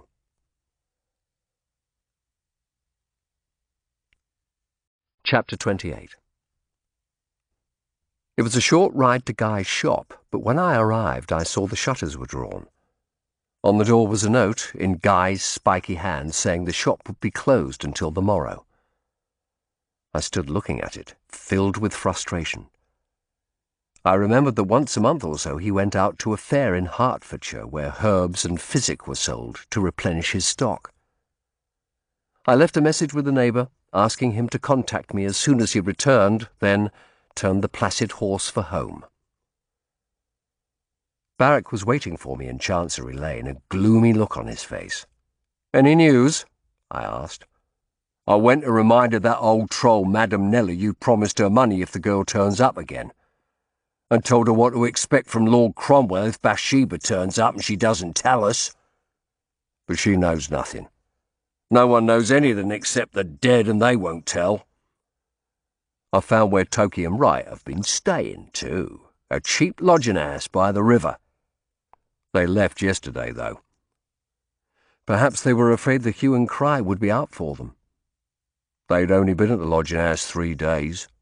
I suspect they're moving from place to place so we can't find their trail." "What did Lady Honour have to say?" "She told me Marchmont is after her hand, and she's refused him." That was what they have been talking about. And the Duke of Norfolk is trying to get some lands from her in exchange for introducing her nephew at court. She says she's told no one else she opened those papers. "Do you believe her?" "She swore it on the Great Bible." I sighed. "She's invited me to the bear-baiting tomorrow. I thought I'd go. Marchmont will be there as well. It'll be a chance to check her story." "Looks like that lead's closed off. You'll be glad to see her in the clear, eh?" "I admit I like her. But I wouldn't let liking for a woman cloud my judgment." "Never knew it not to." I gave him a look. He was worried by the coming interview, I could tell, and diverting himself at my expense. I found something else, too. I told him about my encounter with Norfolk and Rich, the possibility something might have been buried with the old soldier. "It's a long shot," he said. "I know, but what could be more characteristic of that old soldier than Greek fire? And the monks weren't to know a day would come when hallowed monastic ground would be casually dug up. I think I'll have another word with Kitchen. The Earl will know where he is." "All right. Don't say anything about desecrating monastic ground, though." "I know better than that." I got up. "Well, we'd better go. We'll take the wherry. How's the new horse?" "Quiet enough," I said, then added, "He's no personality." Barrack laughed. "I'm sorry. I should have asked at the Royal Stables if they'd a horse that could talk." "When you are in a bad humour, you become oafish," I said sternly. "But we'll do no good sniping at each other, and I'm too tired for it. Come on." We said little on the journey. I felt a growing nervousness as the wherry drew in at Westminster Stairs. We disembarked and walked past Westminster Hall, heading for Whitehall Palace just beyond. As we approached the huge Holbein Gate, colourful with its coats of arms and terracotta roundels of Roman emperors, Barrack turned to me. "Perhaps we should have taken Lima to confront Belknap this morning." It was just as important to see Lady Honour. He gave me one of his keen looks. "You'll threaten to expose Belknap, won't you, unless he gives us full answers? No lawyers sticking together." "Yes. Though if Belknap is hauled up before the Secretary, my name will stink in Lincoln's Inn. Lawyers aren't supposed to report each other. But yes, I'll do it." I gave him a steady look. "What have you said about me, by the way, in your reports to the Earl?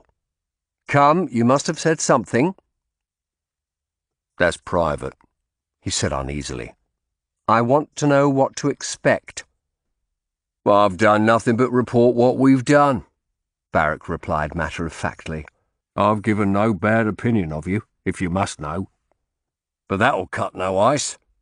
What he needs is progress." He walked ahead under the great gate, which gave us a few moments of welcome shadow. Building was going on everywhere, half-built accommodation blocks rising from the earth, scaffolding and dust everywhere. They said the king meant Whitehall Palace to be the finest in Europe. We turned into the new Privy Gallery building where Lord Cromwell had offices. Barrack exchanged a word with the guard and we passed inside. A long hall stretched away from us, richly decorated with tapestries, large windows giving onto an enormous garden. I knew the king often received visitors here. I caught my breath as I saw, guarded by a halberdier, Holbein's great mural of the Tudor dynasty. The giant painting was as magnificent as I had heard. The king's dead parents, Henry VII, whom Lady Honour's family had fought against at Bodsworth, and his wife Elizabeth of York stood on either side of a stone bier. Below them stood Jane Seymour, the only one of Henry's wives he cared to remember, unexpectedly plain. Opposite her, the king stood with his hands on his hips. He was painted wearing a richly decorated gown with enormous shoulders, a shirt encrusted with jewels and a prominent codpiece. He stared, it seemed, directly at me. His expression was one of cold authority mixed with something else. Weariness? Anger? I shuddered at the thought that behind Cromwell, if Greek fire wasn't found, lay the fury of the king himself. "The Earl is waiting," Barrack whispered urgently at my elbow. "Of course, I'm sorry." Barrack seemed to know his way through the echoing corridors. Courtiers and black-robed officials walked past quietly and sedately, lest the king might be in residence. I looked out at the magnificent garden, which was dominated by a fountain that, despite the drought, still pumped a good head of water. Barrack stopped outside a door guarded by another halberdier, and we were admitted to an outer office where Grey, ubiquitous as ever, sat behind a desk. He rose and greeted us. As on the previous occasion, there was a nervous look on his round, scholarly face. "Master Shardlake, is there any more news? I have seen Barrack's messages. There is so little time left."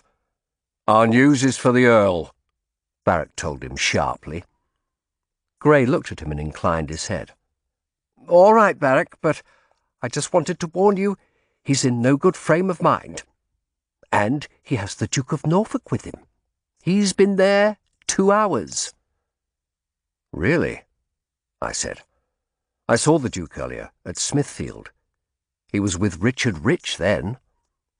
Grey shook his head sorrowfully. "All the Earl's old friends are plotting against him. It's cruel." He shook his head, stared nervously at the inner door, then bent his head towards me. "I heard shouting a little while ago." He bit his lip anxiously, reminding me for a moment of Joseph. "Should we wait?" Barrack asked. Yes, he wants to see you." Grey broke off as the inner door burst open. The Duke strode out. He flung the door casually shut behind him, a breach of manners I could scarcely believe, then turned to us with a wolfish smile on his long face. I bowed deeply. Norfolk laughed harshly. "You again? You seem determined to impress yourself on my mind." His penetrating eyes were full of malice. The politeness he had shown when I met him with Rich gone. He nodded. "The friend of the heretic. Don't worry, Master Shardlake. I have you well marked." He turned to Barrack. "You as well, my young friend with the Jewish name.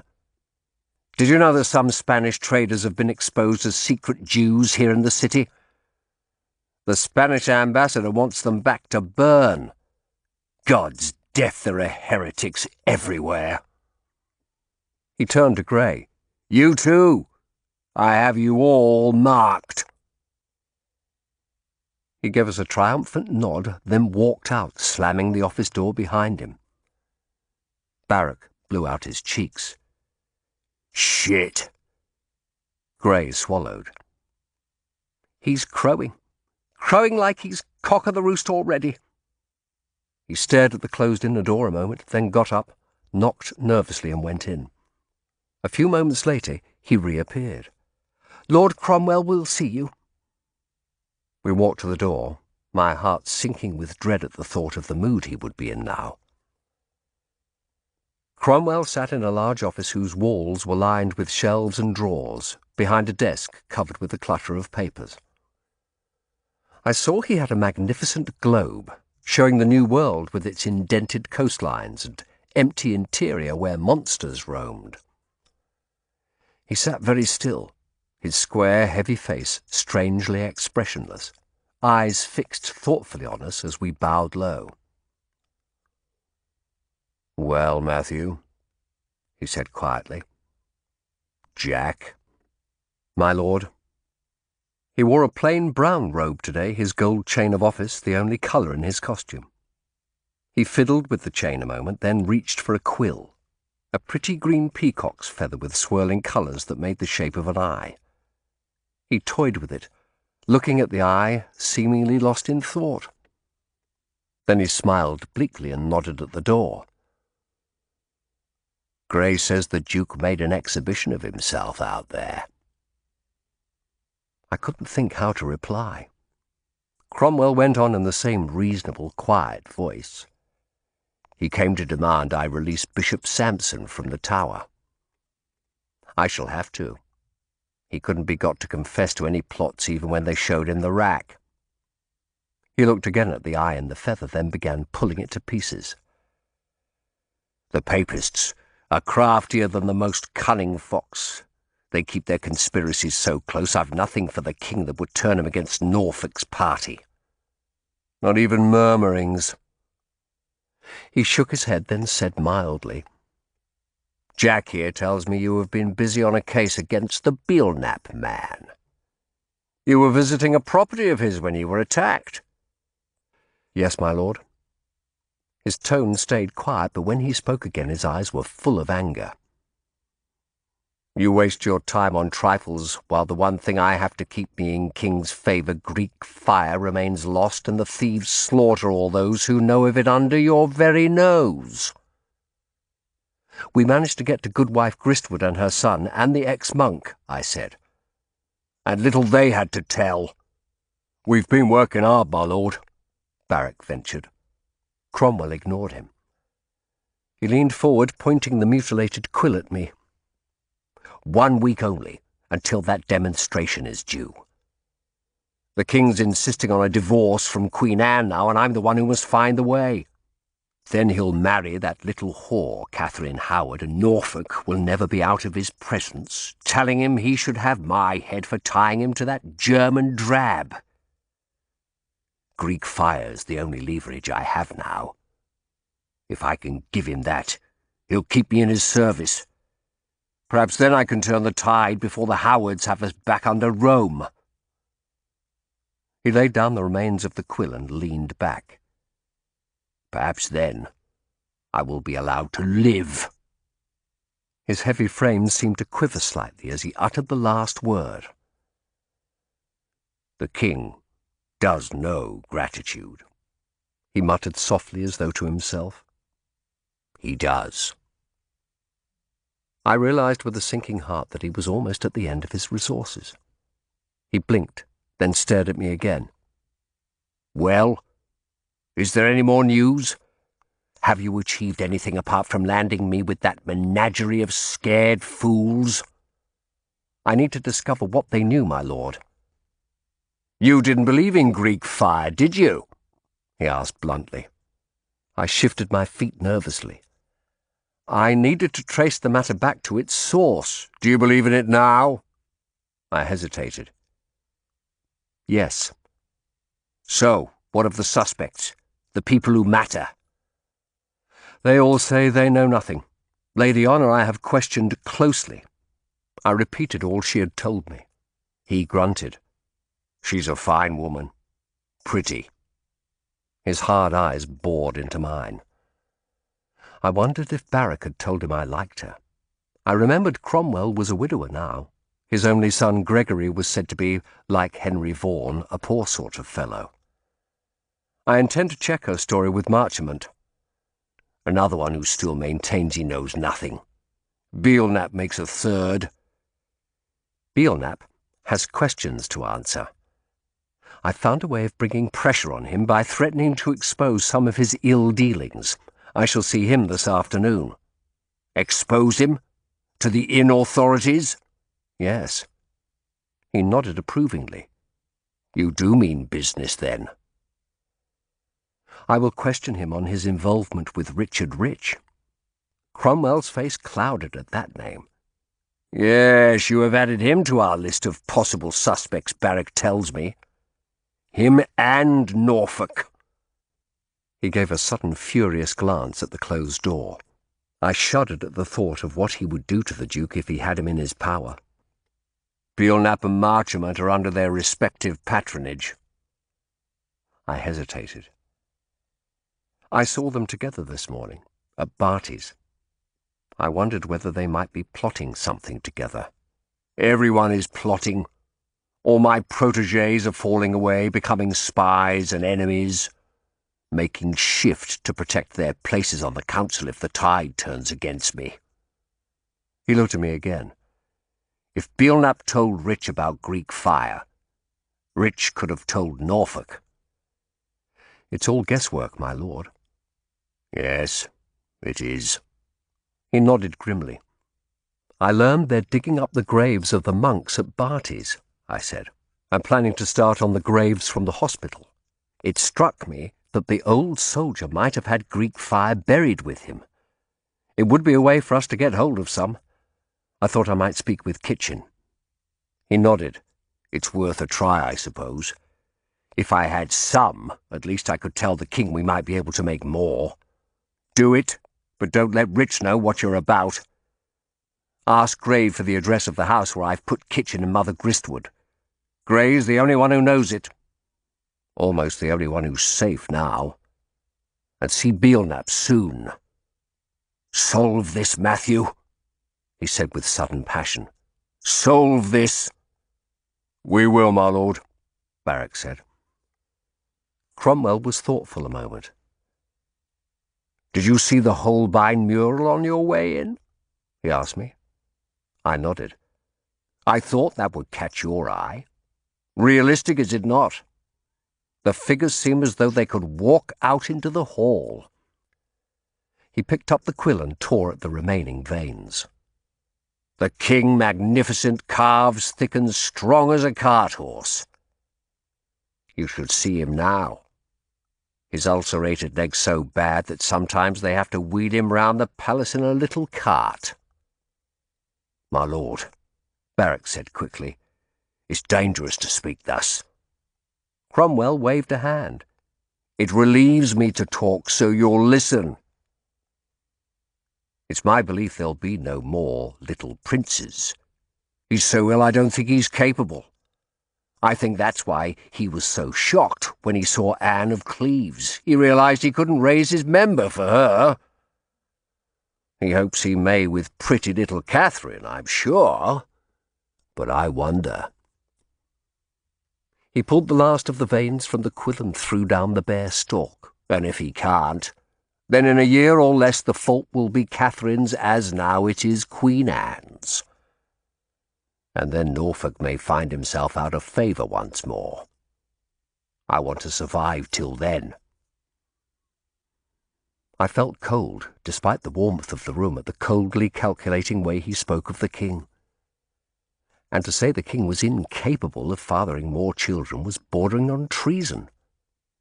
Cromwell looked up, his face grim. There, that's unsettled you, hasn't it? He looked from one to the other of us. If you fail, and that demonstration doesn't take place, you can expect harsh deserts. So don't fail. He sighed deeply. Now leave me. I opened my mouth, but Barrack touched my arm and shook his head quickly. Bowing again, we left. Barrack closed the door behind us very gently. Gray looked at us anxiously. "Are there any instructions?" he asked. "No," I paused. "Only to give me the address where Master Kitchen is kept." "I have it here." He delved in a drawer, wrote it down, and handed it to me. "He and the Gristwoods make strange housemates," he said with an attempt at a smile. "Thank you. Take care, Master Gray." I added softly.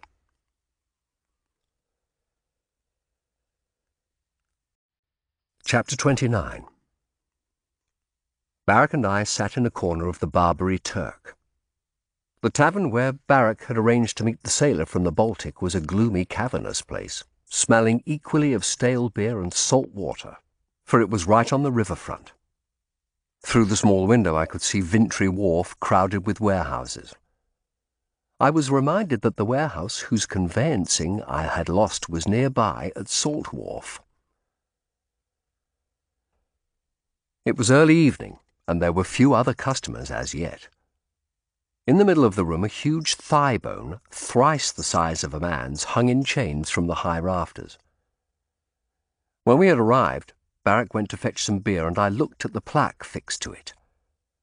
The leg of a giant of old times dug from the Thames silt, anno 1518, the year I came to London. I touched the thing lightly, causing it to swing gently in the embrace of its chains. It felt cold, like stone. I wondered whether it could indeed be from some gigantic man. Certainly humankind took some troubling forms. I thought of my own bent back and the king's diseased leg, which perhaps was the cause of all his marital troubles. A touch at my arm made me jump, as though someone had divined my dangerous thoughts. But it was only Barrack, pointing me to the gloomy corner. We had had an unsuccessful afternoon, all the more frustrating after Cromwell's demand for urgency. We had taken a wherry back to Temple Stairs, then walked up to Chancery Lane. Lehman was waiting there. A little worse for drink, I saw, and we walked him up to Lincoln's Inn.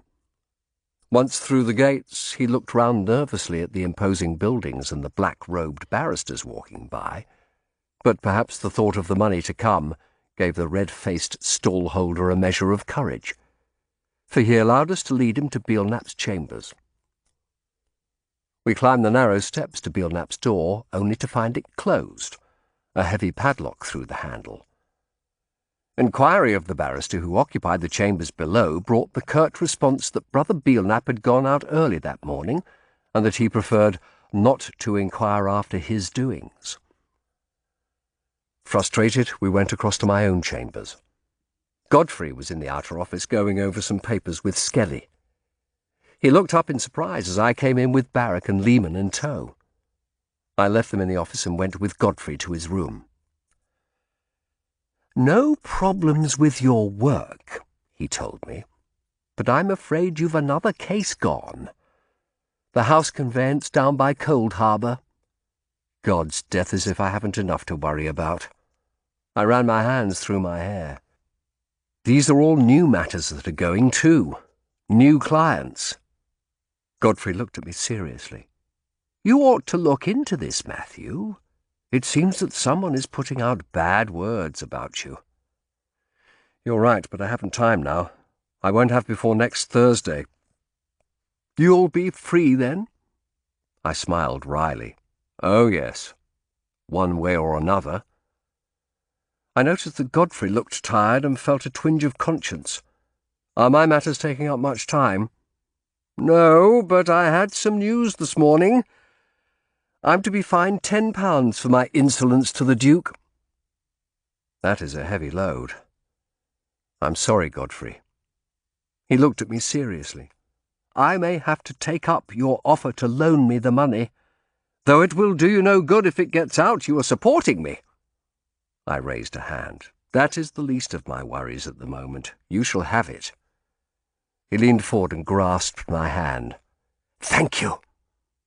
"Let me know what you need." He looked relieved.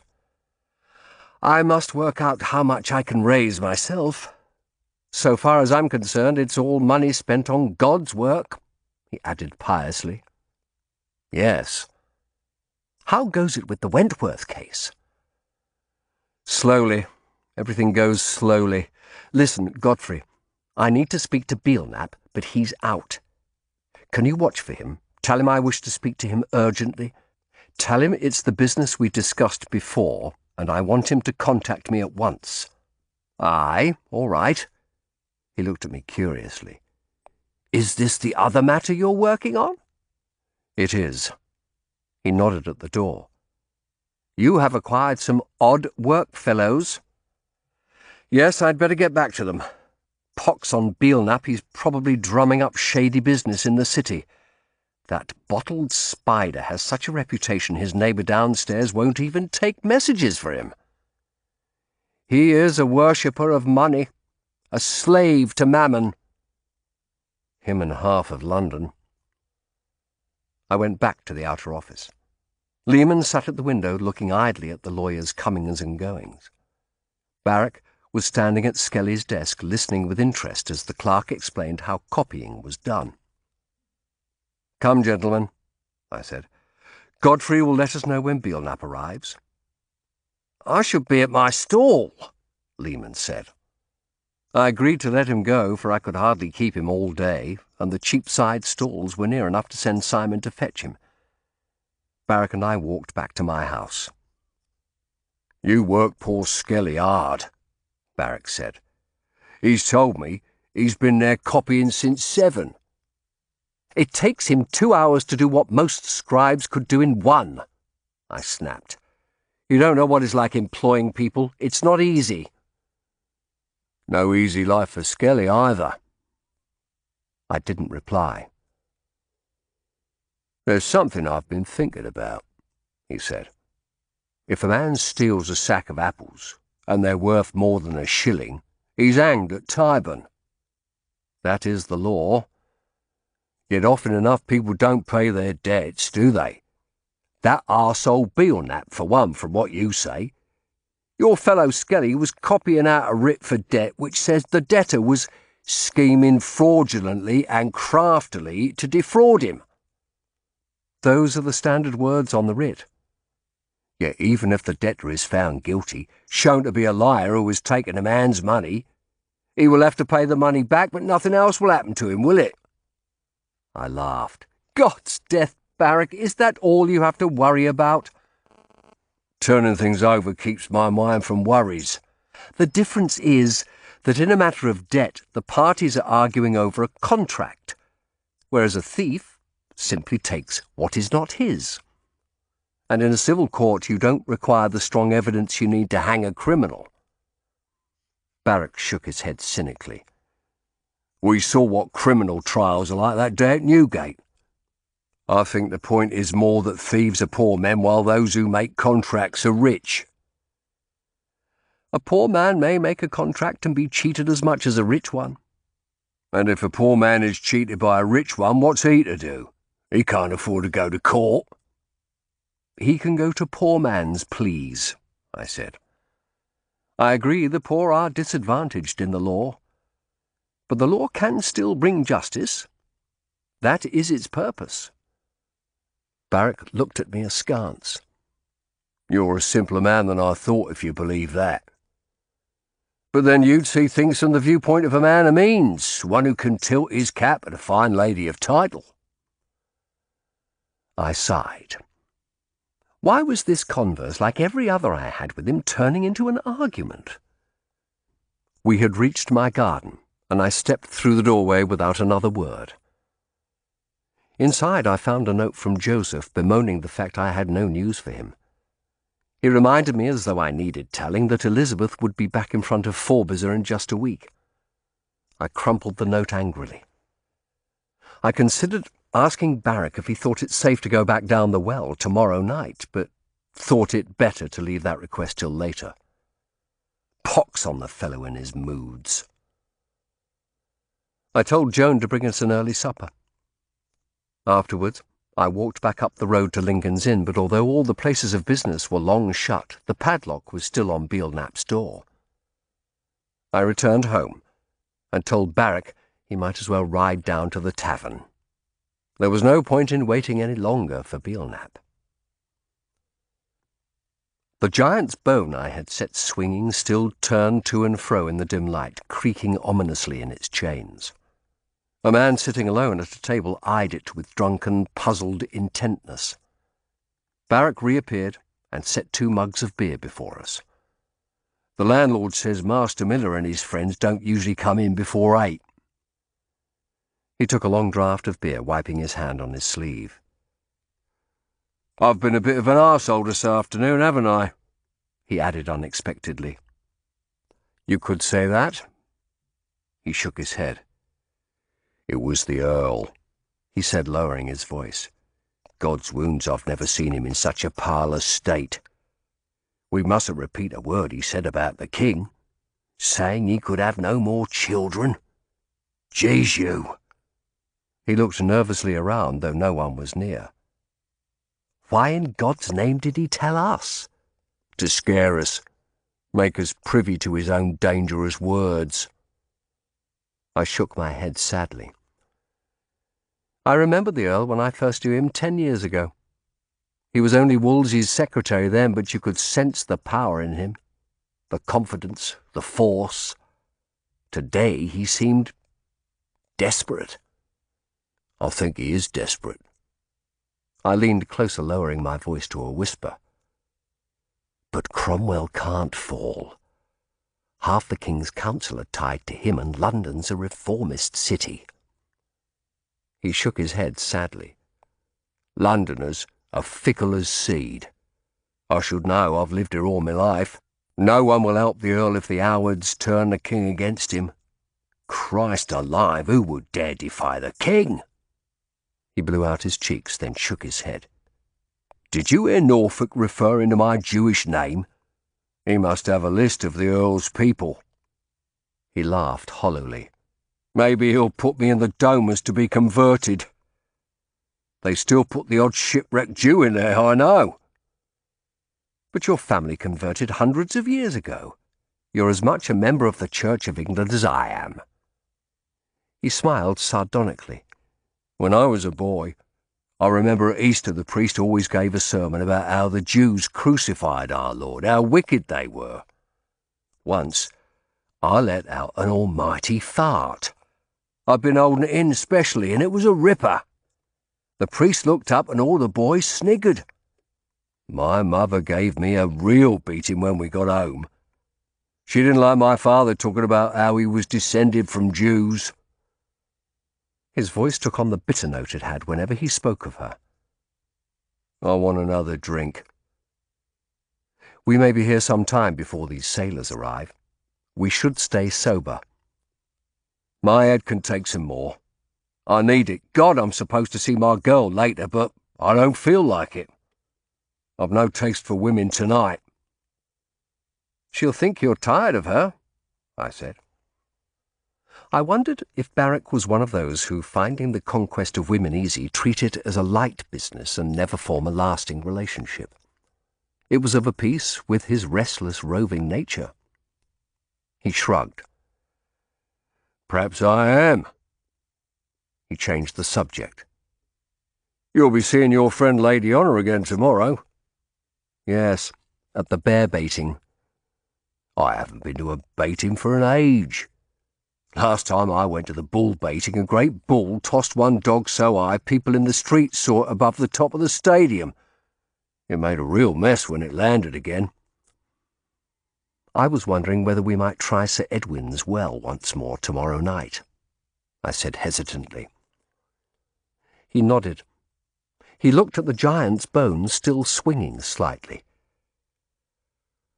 All right. God's death, that gave me a scare last night. I'd swear it was eyes glinting up at me. He got up and crossed to the hatch where the beer was served. I watched him, frowning. I wondered if it might have been jewellery Barrack had seen down the well, the glint of precious stones in the candlelight. But I feared it wasn't. The door opened again and half a dozen big heavy fellows tramped in, sunburnt and tired-looking. Their hands and smocks were black with coal dust. I wondered if this was Miller and his friends. The landlord signalled to them and Barrack joined them at the hatch. The men looked suspicious as they crowded round Barrack, who was talking fast. I wondered whether to go over, but nods from the men indicated the conversation had come to a satisfactory conclusion. Barrack walked back to me, laying 2 more mugs of beer on the table. That's Al Miller and his mates. They arrived in London at lunchtime and they've been unloading coal all afternoon, as you can see from their looks. They didn't want to talk to me at first. They looked quite ugly for a moment. Aye, but I promised them money and showed them the Earl's seal for good measure. Let them get their beer before we join them. The men took their drinks across to a large table in the centre of the room. They looked over at us. Not friendly looks. They seemed worried. But why, if they had wonders to tell, for sailors liked nothing better than tale-telling? I was watchful as I followed Barrack over to them. He introduced me as one of Lord Cromwell's officials, and we sat down. The gritty smell of coal dust made me want to sneeze. Been working hard, bullies? Barrack asked. All day, one said. Coal for the King's bakeries. He had a strange sing-song accent, and I realised that, like many of the collier men, he came from the wild northern counties. Hard work in this heat, I ventured. Aye, and not well rewarded, another said with a meaningful look at Barrack, who nodded and slapped the purse at his belt, making the coins jingle. Which one of you is Hal Miller? I asked, deciding to bring matters to the point. I'm Hal. A burly man in his 40s with a bald head and big gnarled hands spoke up. Keen blue eyes stared at me from his red dirt-streaked face. I wanted to talk to you about a new drink that was brought from the Baltic shores some months ago. I understand you had a part in trying to sell it. I might have done, he said. Why is Lord Cromwell interested? Mere curiosity, I said. He's interested in how it was made. There were others who were interested, others who threatened me. Who? I asked sharply. A man who called himself Toki. Miller spat on the floor. Bold as a savage for all his poxy looks. The Earl can offer you his protection, Barrack said. What was his interest in this stuff? I asked. He wanted to buy it from us. Did he now? Aye. Miller sat silent a moment, then leaned forward, resting his big arms on the table. Last autumn I was offered a place on a ship one of the merchant adventurers was running up to the Baltic Sea. You know they're trying to open trade up there, break the Hanseatic League's monopoly? I nodded. My mates told me to stay on the collier, and I wish I had. We were 3 weeks crossing the North Sea and sailing up the Baltic, and once we were there we daren't stop at the German ports in case the Hanse merchants had us arrested. We were hungry and damn cold by the time we sailed up to the wild parts where the Teutonic Knights rule. By Christ, it's dismal up there. Nothing but pine forest right down to the shore. The whole sea freezes over in winter. You made landfall? I asked. Aye, at a place called Libau. The Polacks there were keen to trade with us. We took on a cargo of furs mainly, and some other curiosities Captain Fenchurch had never seen, like a strange doll that you open up to find other dolls inside. And a barrel of this stuff called wodki the Poles drink. We crewmen tried a little, but the stuff burned like fire. Just a cupful made us sick as dogs. Captain Fenchurch brought half a barrel back with him, though. As the soldier St. John once brought another barrel back from Constantinople, I thought. What happened to it? Captain Fenchurch paid us off in London. With the costs of the voyage he'd made little profit even with the furs, and he'd no plans then for another. So I went back to the colliers. But he gave me a bottle of the Polish stuff as a keepsake, and I brought it here. Remember that night, Robin? I'll not forget it in a hurry. One of the others, a young fair-haired fellow, took up the tale. Hal came in and told us all about the Poles. Their long beards and pointy fur hats in the dark forest. Then he brought out this bottle of pale stuff and passed it round, saying it was what the Poles drank. You warned us it was strong stuff, though, Hal. Told us only to take a sip. You knew better though, Robin, one of the others said, laughing. I thought I did, the fair-haired fellow replied. I took a long swig at the bottle, and by Our Lady, I thought my head was going to burst. I spat the stuff straight out, right across the table. It was winter and dark. There were candles on all the tables. The stuff hit the candle and knocked it over, and then, by Jesu... you... What? The whole table caught light. The stuff should have put the candle out, but the whole top of the table burst into a strange blue flame. You can imagine the effect it had. Everyone jumped up. All over the tavern, people were shouting out and crossing themselves. Then the fire died as quickly as it started, leaving hardly a mark on the table. It was this very one. He laid a hand on the scuffed tabletop, which was indeed unmarked. It was like witchcraft, Hal Miller said. After that, I threw the stuff away. I frowned. You said this was in the winter? Aye, January. I remember we weren't looking forward to the long voyage up the coast in the storms. When did the man Toki approach you? Miller's eyes were watchful again. Later that month, when we got back from Newcastle. The story had got around, see, about a foreign drink that could catch fire. He came here one night with another, a big man, strutted in as though he owned the place and came right up to us. His big mate was carrying an axe. Half the tavern emptied at the sight of it. He said he'd been asked to get some of this stuff, said his master would pay. Did he say who his master was? No, and we didn't ask. He said he'd pay good money, though. He didn't believe me at first when I said I'd chucked the bottle off Queen Ithe Dock. Started to get threatening. But he went away when I gave him Captain Fenchurch's address. I was sorry I did, but I was afraid. I inquired after Fenchurch later from one of his servants. Fenchurch had told the servant he'd managed to sell the barrel on and made handsome profit. Who to? The servant knew no more. The pock-faced man, I assumed. Marchmont? Belknap? Bryanston, do any of those names ring any bells with you? I didn't add Rich or Norfolk's names, for everyone in London knew those. No, sir, I'm sorry. Where does Captain Fenchurch live? On the Bishopsgate Road, but he's abroad again. He's taken a ship to Sweden.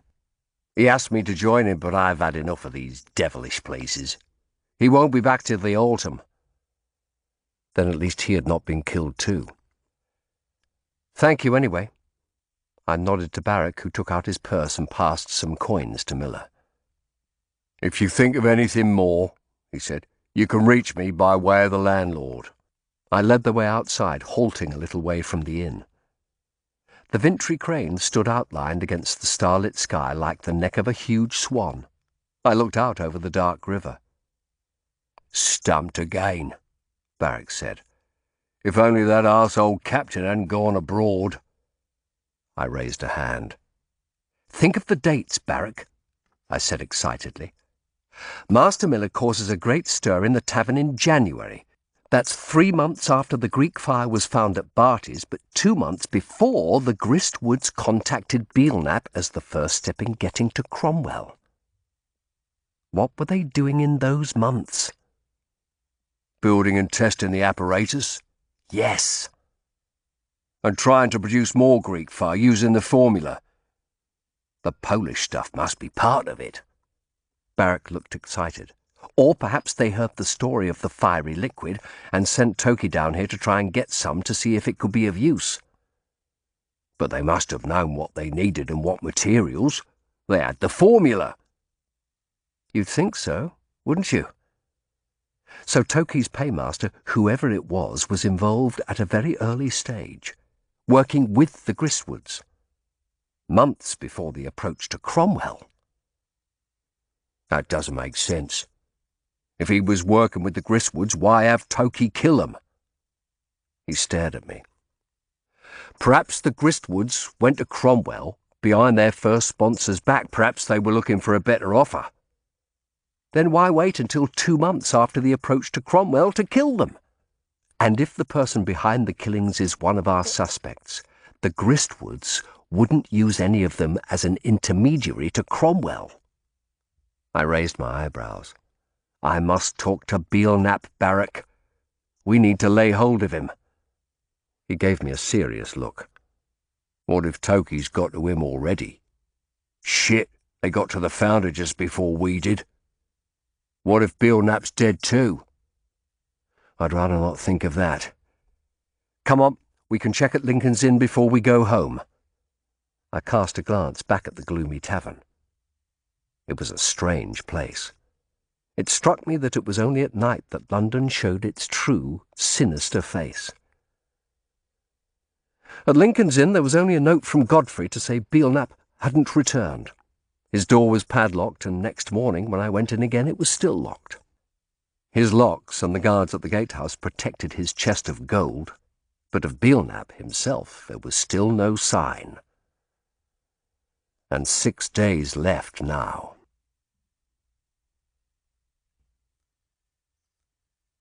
Chapter 30. It was turning into a frustrating morning.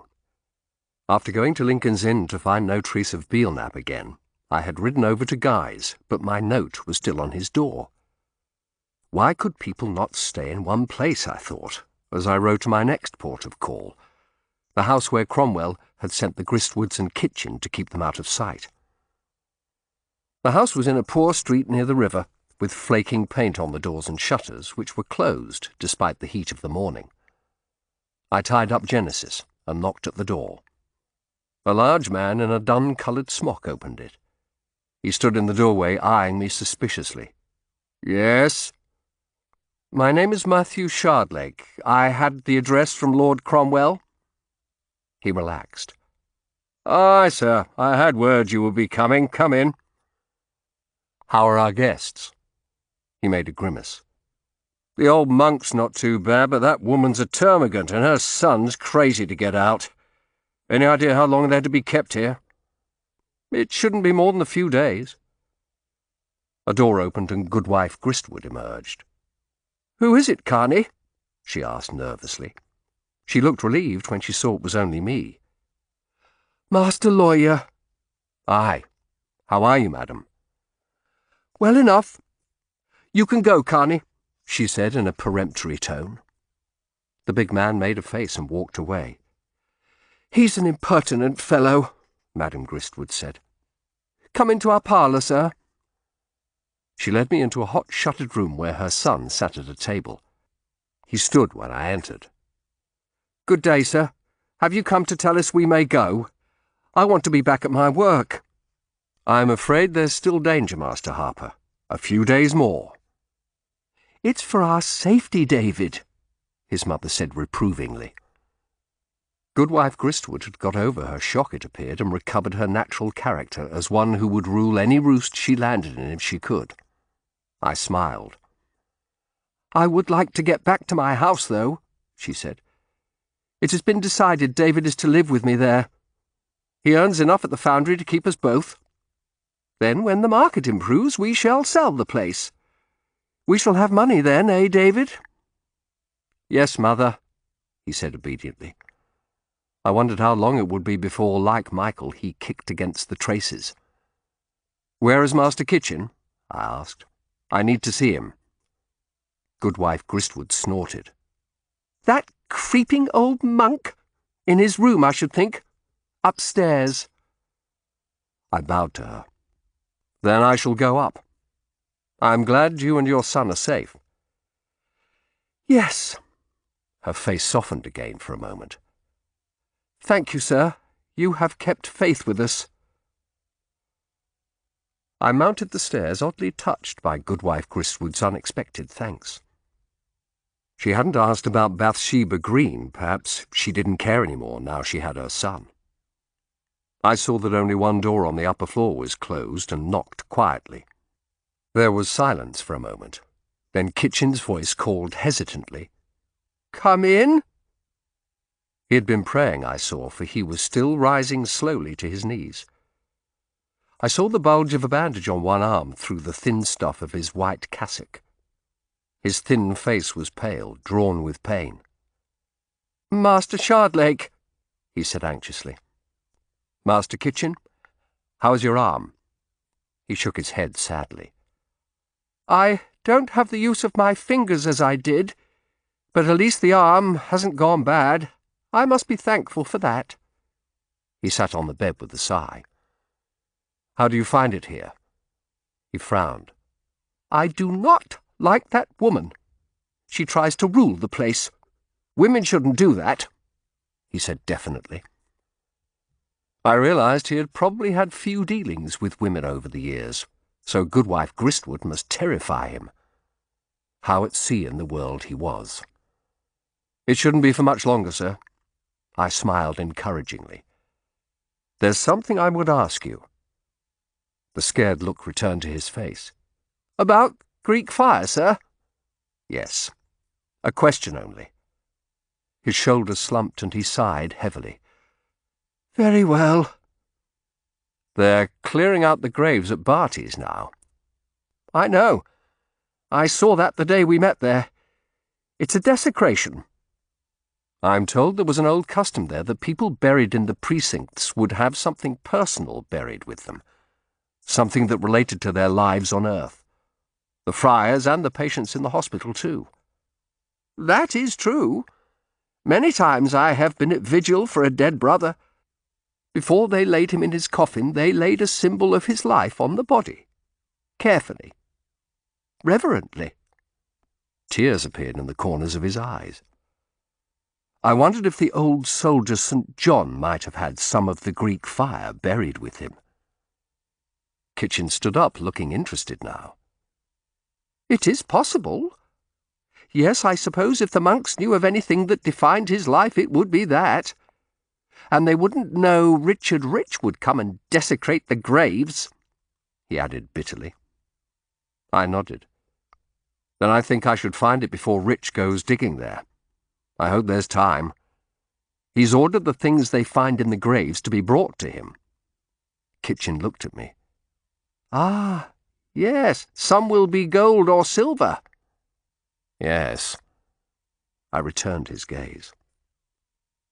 "Master Kitchen, something has troubled me. The monks hid that barrel and the formula. They knew what Greek fire could do." Kitchen nodded seriously. "Aye, they did. That motto, Lupus est homo homini, man is wolf to man. But if they knew that, why did they keep the damned stuff? Why not destroy it? If they had, none of this trouble would have come on any of us." A sad flicker of a smile crossed Kitchen's face. "Struggles between church and state didn't begin with the king's lust for the bull and whore, sir. There have often been differences." "That's true." "St. John was at Barty's in the days of the wars between York and Lancaster. Unstable, warlike times. I imagine the monks kept Greek fire in case they should find themselves under threat and could use it as a bargaining tool.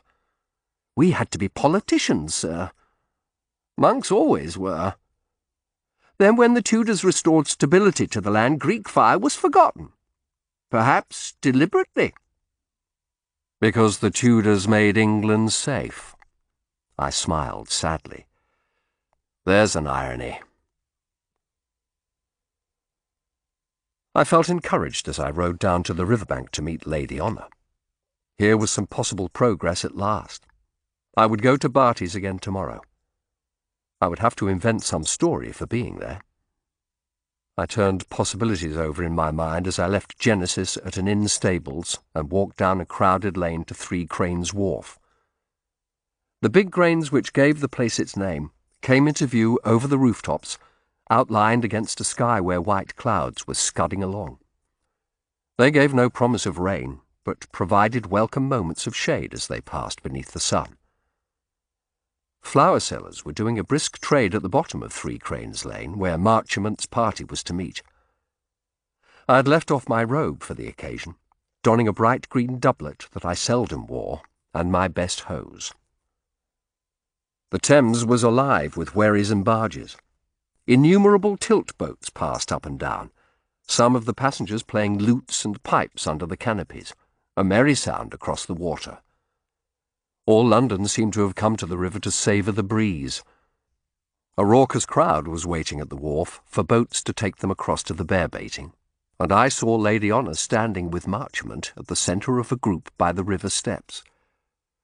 Today she wore a black hood and a wide yellow farthingale. She smiled at some remark of Marchmont's, making those engaging dimples round her mouth.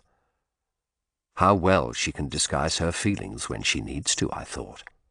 One would think him her best friend. I recognized some of the other guests as mercers who had attended the banquet. A couple had brought their wives. Lady Honour's 2 attendant ladies and a pair of servants stood beside her, together with young Henry, who was looking nervously around at the crowds. Armed men kept the throng waiting to cross to the bearing at a distance, watchful for cut-purses. Lady Honour saw me and called out, "Master Shardlake! Quick! The boat is here!" I hurried across and bowed. "I'm sorry, I hope I've not kept you waiting." "Only a few minutes." Her smile was warm. Marchmont bowed briefly to me, then began ushering people officiously towards the river steps. "Come along, everyone, before the tide turns." A large tilt boat with 4 oarsmen was waiting, its bright blue sail flapping gently in the breeze. The party was in good spirits, all chattering merrily as they stepped aboard. "Tired of your robe, Shardlake?" Marchmont asked as I settled myself opposite him. He was wearing his sergeant's robe and sweating mightily. "A concession to the heat. I've never seen you dress so brightly," he smiled. "It looks quite extraordinary." I turned to Lady Honour's cousin, who was sitting beside me. "Are you enjoying London better, Master Henry?" The boy reddened. "It's hard to get used to after Lincolnshire. So many people crowded together. They give me a headache." His face brightened. "But I have been to dine with the Duke of Norfolk. His house is very splendid. I hear Mistress Howard is often there, that they say may be queen soon." I coughed. "I'd be careful what you say about that in public." Marchmont laughed. "Come, Shardlake, it's as certain as can be. Cromwell's days are numbered." "I hear Lord Cromwell is a great rogue of no breeding," Henry said. "You really should be careful where you say that," I warned him. He gave me an uncertain look. Lady Honour was right. This boy hadn't the wit to make a path for his family at court. I glanced at the head of the boat where Lady Honour sat looking out over the river, her face thoughtful. Ahead, on the Southwark side, the high circular arena of the bear-baiting ring loomed up. I sighed inwardly, for I had ever disliked watching the huge terrified animals torn apart to the roars of the crowd.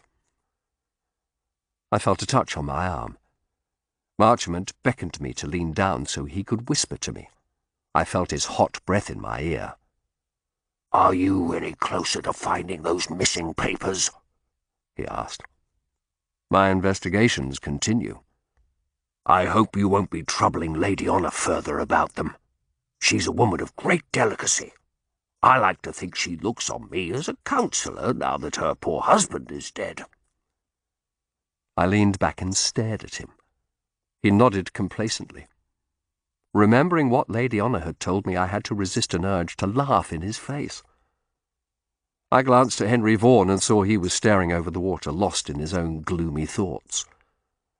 I leaned into Marchmont's large, hairy ear. "I have had my eye on you, Sergeant, by the authority of Lord Cromwell.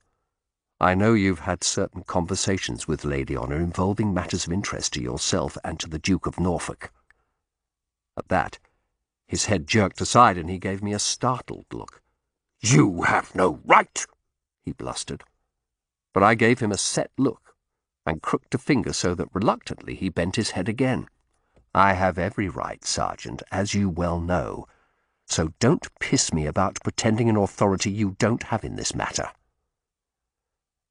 I was surprised at my own crudity. I was picking up Barrack's ways. "That's a private matter," he whispered. "Nothing to do with the missing papers, I swear." Your interest is of a romantic nature, I believe. His face reddened. "Please say nothing about that. Please. For her sake as well as mine. It's embarrassing." His look was suddenly pleading. She didn't tell me willingly, Marchmont, if that is any consolation. But be assured I will say nothing, nor about the Duke being after her lands. His eyes widened briefly for a moment in surprise. "Ah, yes, the lands," he said a little too quickly. "A privy matter." I had to lean back then because the boat hit the bankside steps, making us all jerk slightly. The ladies laughed. The boatman began helping them out. Looking at Marchmont's broad back as he clambered ahead of me, I thought, he was surprised when I spoke of the Duke being after Lady Honour's lands. Was it something different that Norfolk really wanted of her? I remembered her hand on the Bible as she swore the Duke had never asked her to discuss Greek fire, and my doubts about her faith. The bank was crowded with people, mostly of the common sort, heading for the baiting. A man in a jerkin brushed against Lady Honour's broad skirts. One of her attendants gave a yelp, and a servant shoved him away. Lady Honour sighed. "Really, one wonders if coming here is worth it, with all this crush and noise." I saw there was a sheen of perspiration on her lip. "It will be, Lady Honour," Marchmont said.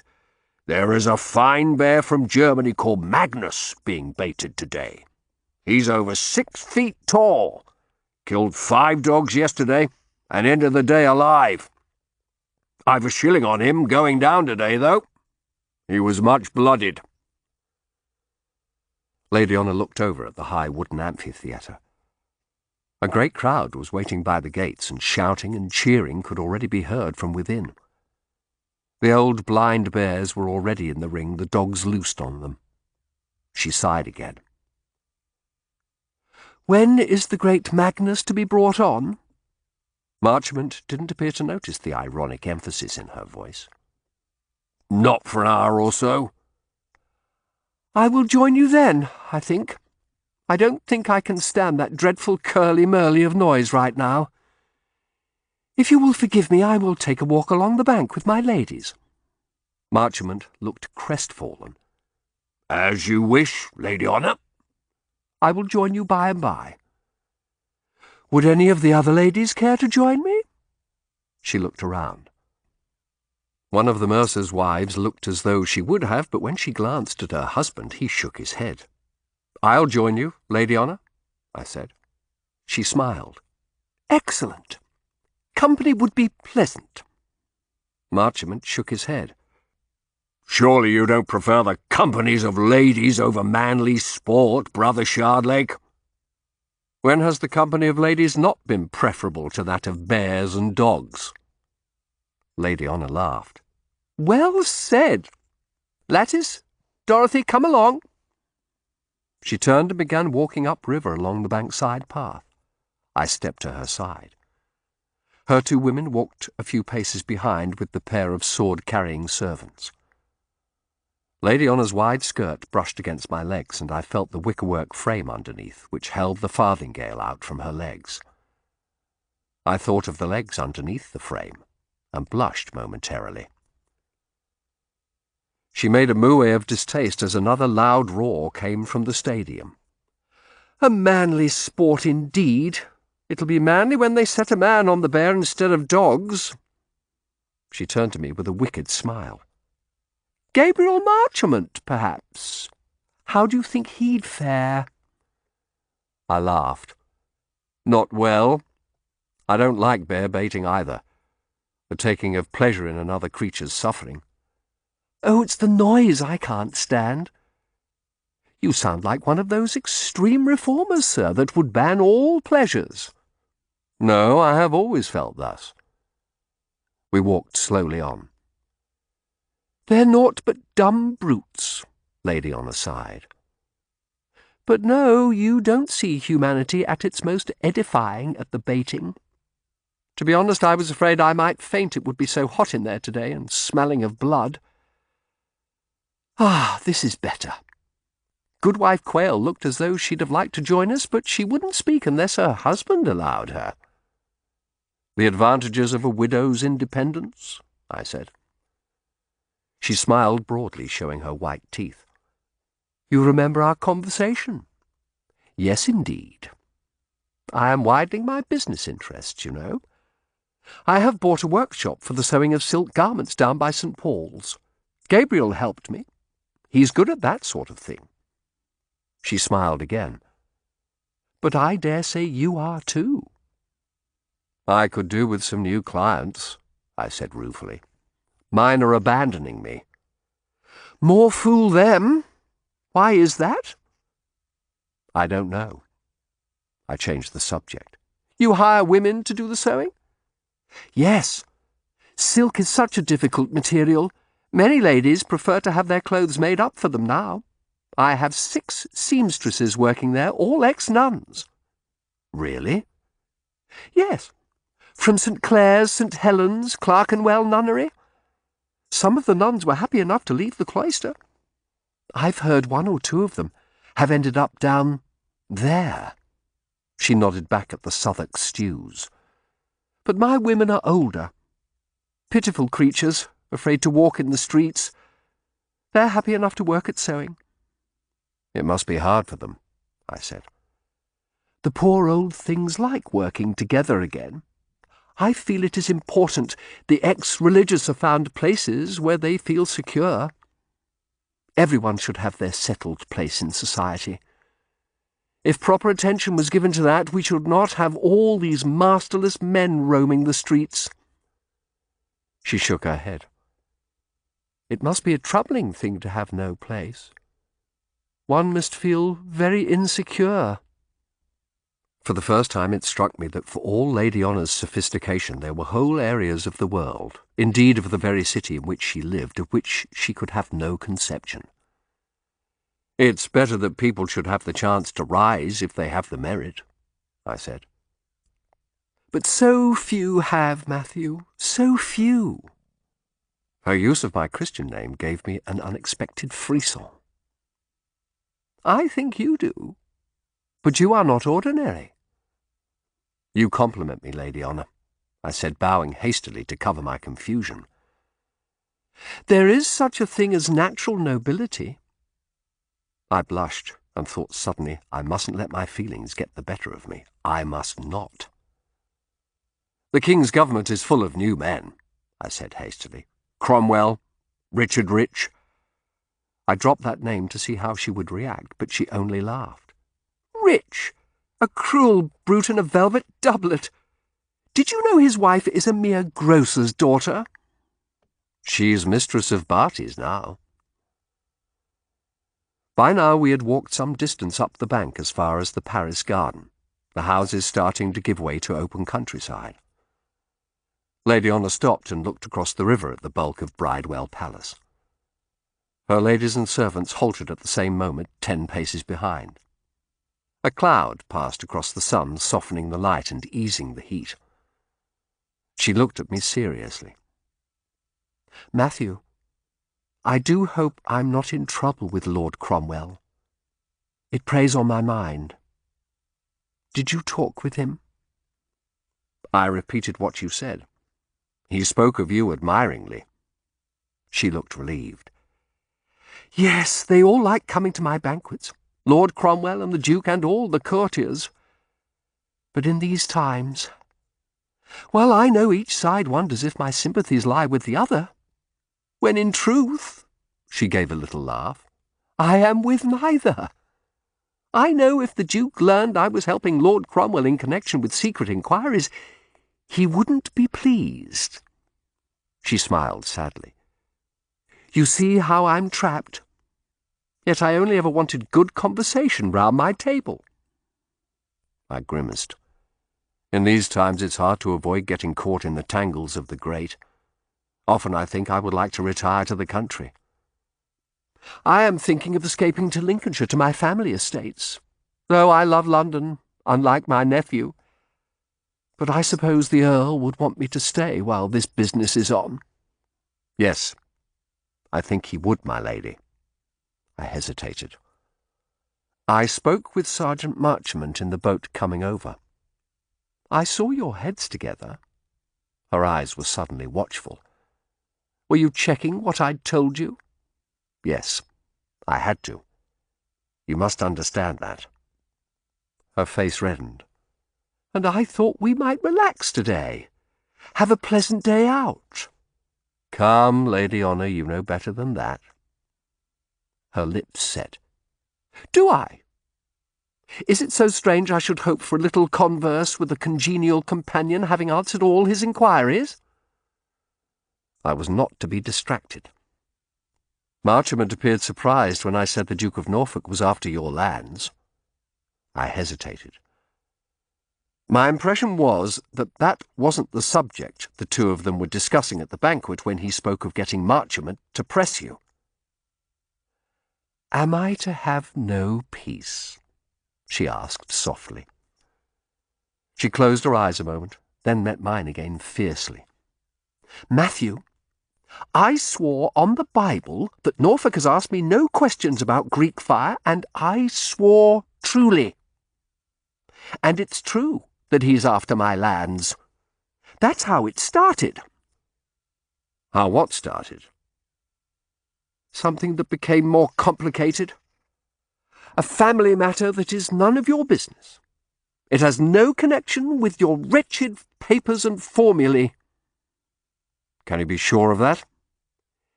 Yes, she sighed wearily. I'm going to say no more, Matthew. She raised a hand. If you want, you can tell Cromwell, and he can have me brought before him. He will get the same answer. Some matters are private. The days of private matters among aristocratic families are gone, my lady. Such matters led to the wars of Lancaster and York. She turned a face to me that was utterly weary. Yes, all power is with the House of Tudor now. Yet is it not hard to take seriously the king as head of the church deciding how his people should relate to God when his policy is ruled by his fickle passions? She spoke softly, but none the less I glanced back nervously at her servants. She smiled ruefully. I have been accompanied everywhere by servants since I was a baby. I know how to pitch my voice so they can't hear. That is still dangerous talk, Lady Honour. It's the talk of the streets. But you're right. These days we have to be careful what we say. We walked on for a little in silence. It's not easy always having servants around one, she said suddenly. Often I wish them far away. I remember once when I was a little girl, my mother took me to the roof of our house. She showed me all the fields and woods stretching away in every direction. She said, "They are ours, Honour, as far as you can see." And once our family owned the country all the way to Nottingham. It was a windy spring day. She held my hand as we stood on the flat leads. Her ladies and my governess were there with their dresses billowing in the wind, and all at once I wished I could fly away over those woods and fields alone, like a bird. She shook her head sadly. But we are bound to the earth, are we not? We're not birds. We have responsibilities. Mine is my family. I'm sorry I pressed you again, but no more, Matthew. I'm weary. Perhaps we should return to the baiting. She shook her head. No, I can't face it. Would you walk with me a little further, to the next river stairs? I will send a servant back to say I've been taken faint. She screwed up her eyes as the cloud passed and the hot sun appeared again, bringing sparkling waves of silver to the brown Thames water.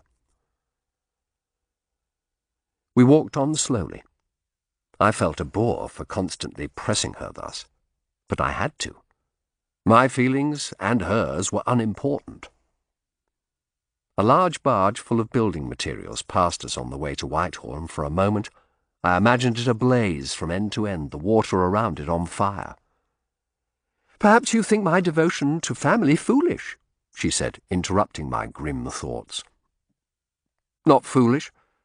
Single-minded, perhaps. Were not things better when aristocracy owned the lands rather than it being turned over to these new men who put it to pasture and throw the peasantry on the road? Sheep eat men, they say." "Aye, and it's a great abuse. But I wouldn't have learning and the chance to rise denied the common people." She shook her head, though she smiled. "I think you consider me innocent in some ways." Jesu, I thought, how sharp she is. "But I venture to say you are the innocent one. For every man who comes to town and manages to rise from the common herd, there are 100, 1,000 who starve in the gutters. Then measures should be taken for their welfare. That will never happen. The lawyers and merchants in Parliament will never allow it. Is that not so? They've put down all the reforms Cromwell had brought before them." I hesitated. "Yes. So much for your new man." I shook my head. "Lady Honour, I think you are the cleverest woman I have met for a long time." "You're not used to bright converse from women, that's all." She smiled at me. "I think, Matthew, we disagree about the right ordering of society. Well, that's good. Disagreement adds flavour to discourse. And I'm glad you have known other women who were not content to drop their eyes and talk of cooking and embroidery." "I knew one." I paused, fingering my mourning ring. "I wished to marry her, but she died." "I am sorry," she said. "I know what it's like to lose a loved one. Is that ring for her?" Katie was engaged to another by then. How Lady Honour could make me speak from the heart of things I told few others. "That is doubly sad. Did you not press your suit then?" Again her directness was hardly good manners, but I didn't mind. "I did not. I was afraid she wouldn't have me." "Because of your condition?" Even Lady Honour struggled for a moment to find the appropriate word. "Aye." I looked away across the river. "You're a fool to worry about that. You will waste your opportunities." "Perhaps." I stepped aside to let a young couple pass, their pet dog gambolling at their heels. Even as her words warmed me, I told myself, be careful. "Perhaps you think all women seek in a man is a tall carriage and a fine calf," she said. "Those don't harm a man's prospects." "They're no help if he has coarse features or a poor wit. My husband was near 20 years older than me when we married, yet we were happy. Happy." "Perhaps I should leave off this ring," I said. "I confess I think of Katie seldom now." "Mourning can become a fetter." She gave me a direct look. "When Harcourt died, I decided I wouldn't let it blind me. He would not have wanted that." I saw we had reached Barge House stairs. A wherry stood there waiting for business. "Shall we cross here?" I asked. "My horse is down by Three Cranes Wharf.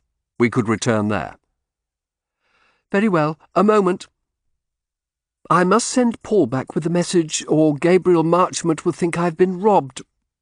She walked over to where her servants and ladies stood and spoke to the men.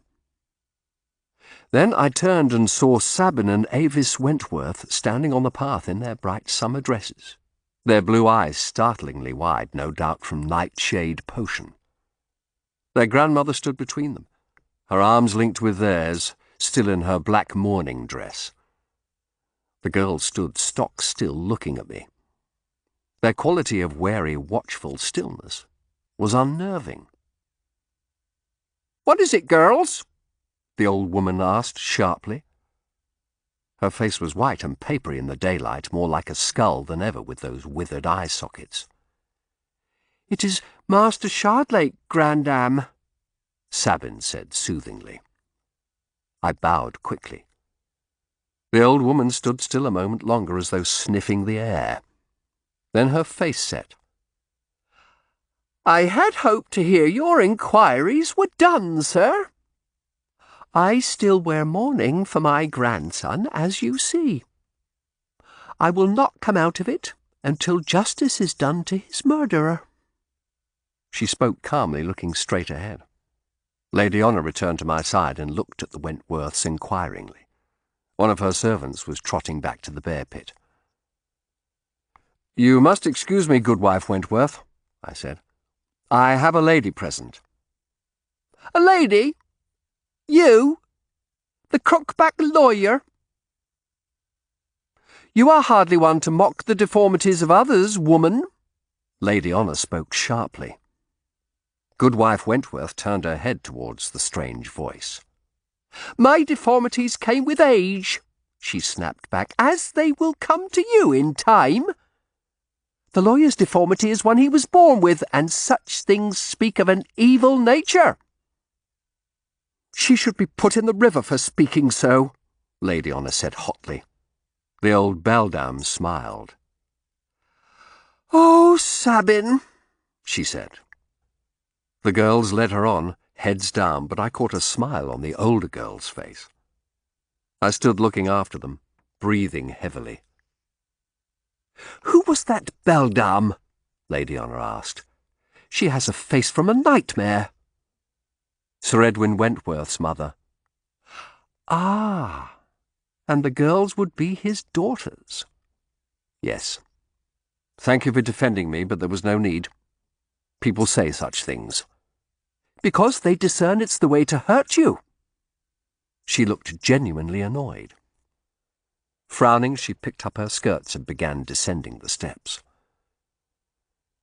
In the boat, the attendant ladies, one on either side of Lady Honour, cast curious glances at me from under lowered eyelids. They had seen everything. I avoided their gaze. The tide was going out, and there was an unpleasant smell now from the rubbish-strewn mud at the river's edge. Lady Honour turned to one of her ladies who was trailing a hand in the water. "Mind out, Lettuce, there's a great turd there." The girl pulled out her hand with a squeal. Lady Honour shook her head slightly at her foolishness. For all she had said she would like to be free of servants, it struck me that to be attended everywhere, all your life, by retainers and servants, must make one feel a sort of earthly divinity. No wonder she had such family pride. The boat bumped into the mud at Three Cranes Wharf. Lady Honour raised her eyebrows and smiled wryly. "Well, here we are. I think I shall take the boat on to Queenhithe, then go home." She paused. "Visit me again soon.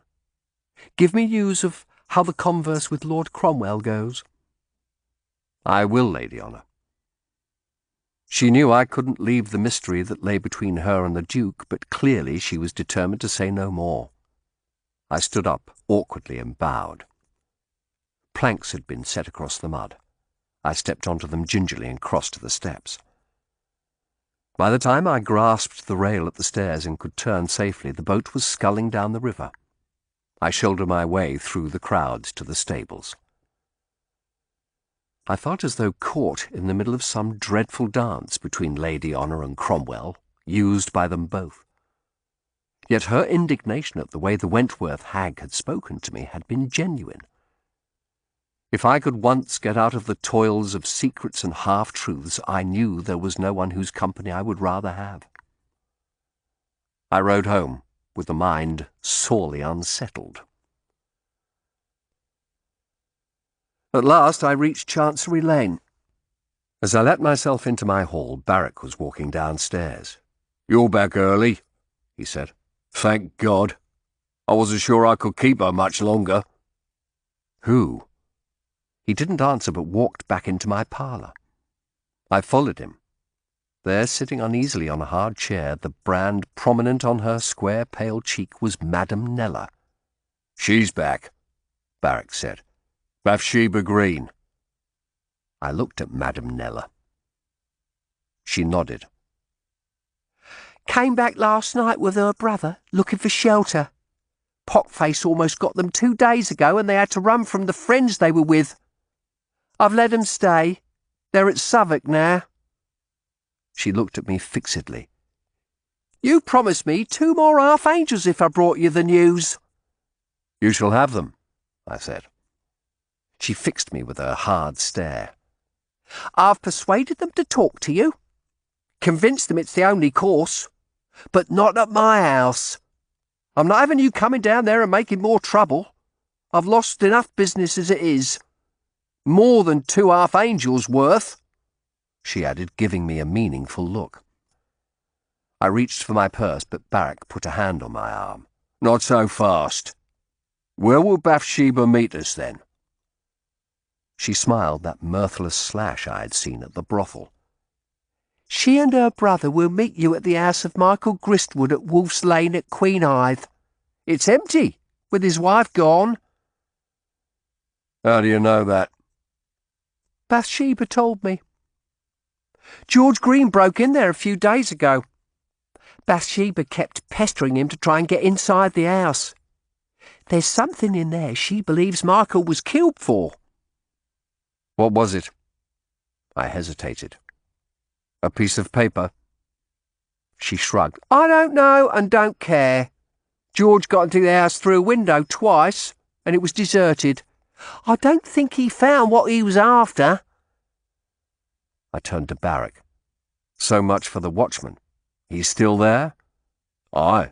Lord Cromwell wanted an eye kept on the place. He'll make the man's arse smart for this. Listen, if Green was looking for a piece of paper, that would mean Michael had told Bathsheba about the formula. Yes, it would. Madame Nella straightened her red wig. They'll meet you there tonight after dark. They'll be in the house watching. If they see anyone other than you two, they'll be off. Barrack grunted. They're an insolent pair. Madame Nella shrugged and looked at me again. I passed her 2 half-angels. She bit the coins and slipped them into her dress. Tell them we'll be there, I said. She nodded, heaved her stocky form out of the chair and left the room without another word. She left the door to the hall open, and I watched as she went to the front door. Joan, who was putting down fresh rushes, gave the brothel keeper a scandalized look as the woman let herself out. Barrack smiled. Poor Joan. She doesn't know what to make of all these goings-on. You'll lose her if this continues much longer. I'll lose more than her, I said sourly. We both will. Chapter 31. Barrack and I sat in an alehouse on the corner of Wolf's Lane, almost opposite the Gristwood house. It was a dingy place, where men of the poorer sort sat at battered tables playing cards or talking. A slatternly girl passed wooden tankards of beer through a hatch in the wall. Opposite me, Barrack was looking through the open door at the darkening streets. Should we not go now? I asked. It's too early. She said they'd not be there till after dark. We don't want to startle them. I sat back. Despite my tiredness and aching back, I found myself seized with a new excitement. It was clear Bathsheba knew more than she'd indicated at the whorehouse. Now, perhaps, we could find out how much. I took another drink of the watery beer as Barrack studied a group of 4 men playing dice by the opposite wall. He leaned across to me. Those dice are loaded. See the gloomy-looking young fellow in the dull clothes? He's new to town. Those others have invited him here to cheat him. The city knows countless ways to cheat people. It's nothing to be proud of. The country has more honest ways. Does it? He looked at me with frank curiosity. I've never been there. All the country folk I meet seem dozy clowns. My father has a farm near Lichfield. Country folk aren't stupid. Innocent in some ways, perhaps. Look, he's having to get his purse out now, silly arsehole. Barrack shook his head, then leaned closer. Will you see Marchmont again tomorrow? Try to find out what's going on with Lady Honour? Yes, I will. I'll go to Lincoln's Inn first thing. I had told him reluctantly of the new mystery my conversation on the river had raised, but I realized that where Lady Honour was concerned I needed to sound the opinion of someone whose mind was unclouded by feeling. He had said I must ask Marchmont for the whole story of what was going on between him, Lady Honour, and the Duke of Norfolk. I agreed, though with a sinking heart, for I hated the idea of picking her affairs apart with Marchmont again. Maybe there'll be some news of Belknap too at last, I added, for there was still no word of him. At least on my return from the river I had found a note from Guy saying he was back and I could call on him on the morrow. At the far table, I saw the young man had been persuaded to start another game. I caught a country accent. He was from Essex, like Joseph. I thought of Elizabeth languishing in the hole, a distracted Joseph wondering what I was doing. "We must go down that well again," I whispered. I know, but it's risky with the dogs, he frowned. I'll put my mind to how it might be done. Thank you. I'm grateful. I see those Anabaptists have repented. It's the talk of the streets. Are people disappointed that there won't be a big burning? Some are, but it's a thing many prefer not to see. I have always feared it, I said. When I was first in London as a student, it was fashionable to support reform in the church. Even Thomas More supported it. But then forbidden Lutheran books started to appear, and when More was made Chancellor, the burning started in earnest. He was a great believer in burning as a purge for sin and to create fear. And it did. The time came when there were few who hadn't been to a burning, if only because it might be noticed if they didn't go. I don't remember much about the days before Lutheranism. I was just a child. Barrack laughed sadly. Only the smell of shit my dad brought everywhere with him, making me escape to my schoolwork in the attic. Poor old arsehole. He only wanted to stroke my head. Homework for St. Paul's School? Aye. The old monks were all right, but by God they lived well. I know. I went to a monk's school too. He shook his head. I saw one of my old teachers begging in the gutter a couple of years ago. He looked half crazed. One of those who couldn't cope with being put out in the world. It was a terrible thing to see. He looked at me interrogatively. And where's it all going now? Can you tell me that? No. I fear the endless changes of the last 10 years can only have undermined the faith of many. I was thinking of Lady Honour.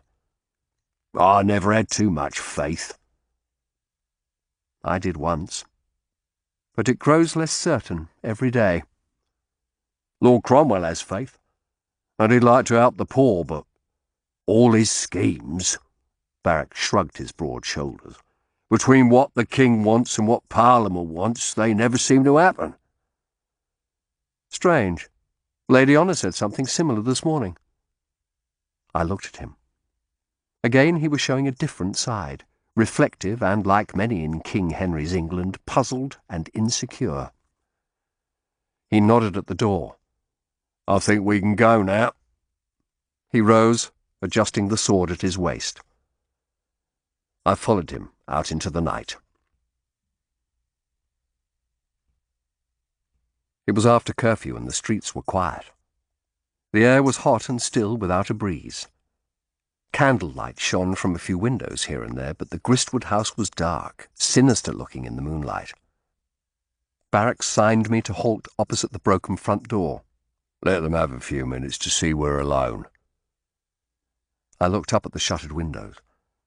The thought of Bathsheba and her brother peering through the slats at us made me uneasy. "Where's the watchman?" I asked.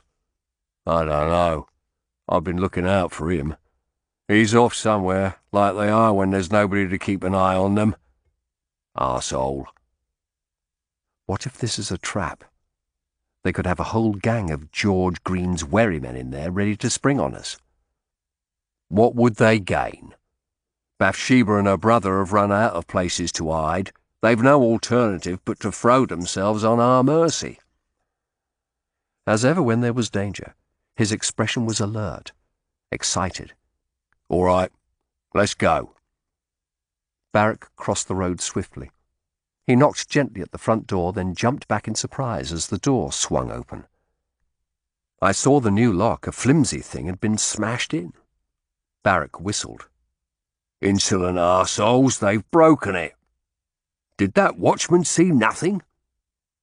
I looked uneasily at the strip of deep blackness beyond the half-open door. Madame Nella said George Green got in through a window.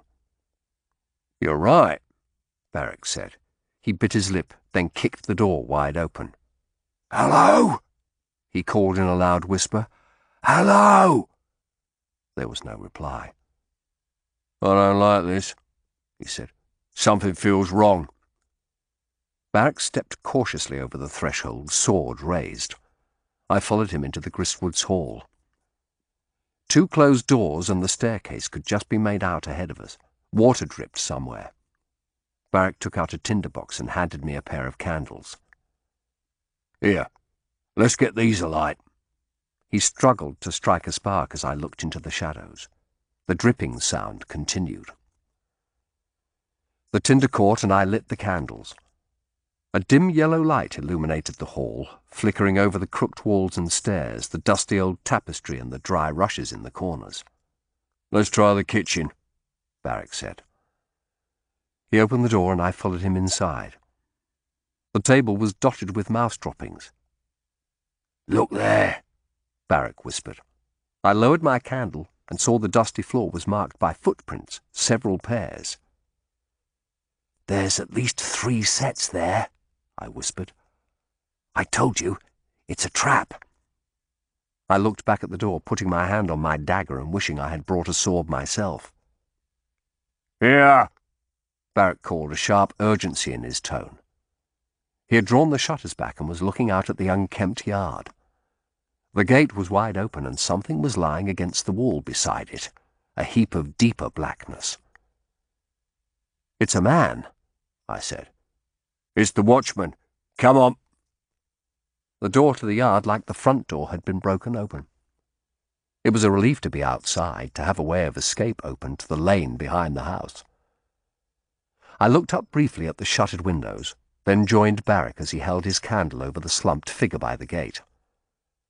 For a moment I hoped that the man was asleep in some drunken stupor, but then I saw the great wound in his head, the pale shimmer of brains. Barrack stood up, fingering the talisman inside his shirt. For the first time since I had known him, he looked afraid. You were right, he breathed. It's a trap. Let's get out of here. Then we heard the sound. I hoped never to hear anything like it again. It came from inside the house, starting as a moan and rising to a keening wail filled with sorrow and pain. That's a woman, I said. Barrack nodded. His eyes roved around the yard. What shall we do? I was torn between the desire to run and the thought there was a woman in dreadful pain inside. Is it Bathsheba? It must be. Barrack squinted up at the shutters. She might be pretending to be hurt to draw us in. That sound is no pretense, I said. We have to go to her. He took a deep breath, then raised his sword once more. I followed him back through the kitchen into the hall. The broken-down old house was silent again except for that slow drip, drip from somewhere. The sound came from upstairs, I whispered. God's death, what's that? I jumped back in alarm as 4 black shapes scurried along the side of the wall, then shot out of the door. Rats! Barrack gave a bark of nervous laughter. Why should they be running away? The awful moaning began again, a keening wail that broke into choking sobs. I looked up the dark staircase. That came from Sir Poultices's workshop. Barrack set his jaw and, sword held ready, began mounting the stairs. I followed slowly. Barrack held the candle high. It cast our shadows into monstrous forms on the wall. The workshop door was open. Barrack banged it wide lest anyone was hiding behind it. But the room was silent, although the slow drip-drip was louder. He stepped inside. I followed him, nearly gagging at the awful stench. "Oh, Jesus," Barrack whispered. "Oh, our Saviour." The room was still bare except for Sir Poultices's large table. Young George Green was lying sprawled across it. His eyes, wide and still in death, glimmered in the candlelight. His throat had been cut horribly. The table was covered with dark blood that still dripped slowly, one thick drop at a time, to the floor. Sprawled over him, weeping, her arms flung round his body, was Bathsheba, her dress torn and cut and soaked with blood. Barrack was the first to move. He crossed to Bathsheba, who gave a little cry and flinched. He leant over her. "It's all right," he said. "We won't harm you. Who did this?" I stood beside him as Bathsheba tried to speak. To my horror, when she opened her mouth, a foamy trickle of blood spilled out. She, too, was badly hurt. She tried to speak, but managed only to moan again. I laid a hand on her shoulder, trying not to shudder at the sticky wetness. I tried to see where she was injured, but it was too dark, and she wouldn't let go of her brother's body. "It's all right," I whispered. "Don't speak. We'll help you." She lifted wild eyes to me, pale and frantic in her bloody face. "Get—" She tried to speak, blood-soaked spittle running down her chin. "Get out while you can." Barrack turned swiftly to the doorway, but there was nothing there. The house was utterly silent. We looked at each other. Bathsheba's voice had sunk to that keening moan again. Then we heard a door open downstairs. The parlour, I was sure. A sudden harsh smell stung my nostrils, making me cough. Barrack caught it too. His eyes widened. "Shit!" he shouted. "No!" An extraordinary noise came from downstairs, a loud whump. It was followed by a crash as someone threw shutters open. Barrack and I dashed to the window. I made out the shapes of two men running down the street, Toki and Wright. Toki paused and looked back at us, and I caught an evil grin on his pale face. He looked at me and drew a finger across his throat. Then he turned again and ran after his confederate. "Oh, jeez, you... shit!" I turned at Barrack's voice. He was standing in the doorway looking out. I could see the staircase was brightly lit with a red dancing light. There was a blast of heat, a crackling noise. I ran to the door and stood beside him, hardly able to believe what I saw. The door to the parlour was wide open and the room was alive with fire, brighter than 1,000 candles, the entire floor and walls covered in red flames that were already roaring through the open door and licking at the hall. The old tapestry outside caught fire immediately. A heavy, evil-smelling black smoke began rolling across the hall. "Jeez, you," Barrack breathed. "It's Greek fire. They mean to kill us with Greek fire. Come on." He turned to Bathsheba. "We've got to get out of here. Help me with her." I helped him lift Bathsheba from her brother's body. Desperately weak as she was, she tried to resist. She looked at me, and I caught a throaty bubbling. "No." "Your brother is dead," I said gently. "You can't help him." Barrack and I heaved her up. As we lifted her, I saw fresh blood run down her dress from a great wound in her stomach. The poor creature had been stabbed. "Hold her," Barrack said. He ran back to the door. The fire was spreading with preternatural speed. The walls of the hallway had caught now, and the flames were almost at the bottom of the staircase. The roaring, cracking noise was much louder. I caught a whiff of the thick black smoke and gagged. Barrack paused a second, then unbuckled his sword and threw it to the floor. He grasped the workshop door and, with a tremendous heave, pulled it free of its remaining hinge.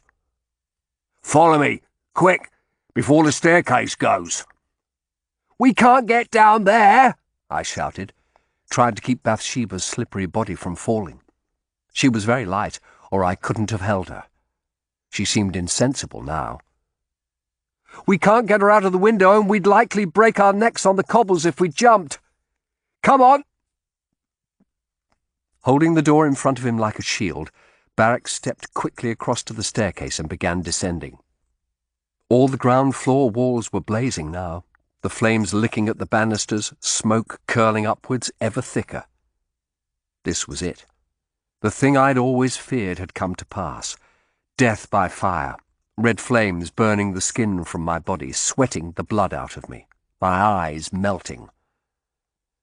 The words of a pamphlet reporting a burning returned to me. The kiss of fire so light and agonizing. I stood, paralyzed. Barrack turned round and screamed at me. "Come on, you arsehole! We've only seconds! See, there's the front door!" His words brought me to my senses. Across the burning hallway, I could see the half-open door to the street, a black shape in a red house of fire. The sight spurred me to follow him, dragging the girl with me. I made myself count the steps as I descended. 1, 2, 3. From somewhere outside I heard a cry of, "Fire! Dear God, fire!" The smoke made my eyes sting, and I had to keep blinking, trying desperately to breathe, the air so hot it felt as though it too was burning. Barrack and I were both coughing now. I had a terror the staircase would collapse and bury us in burning wood.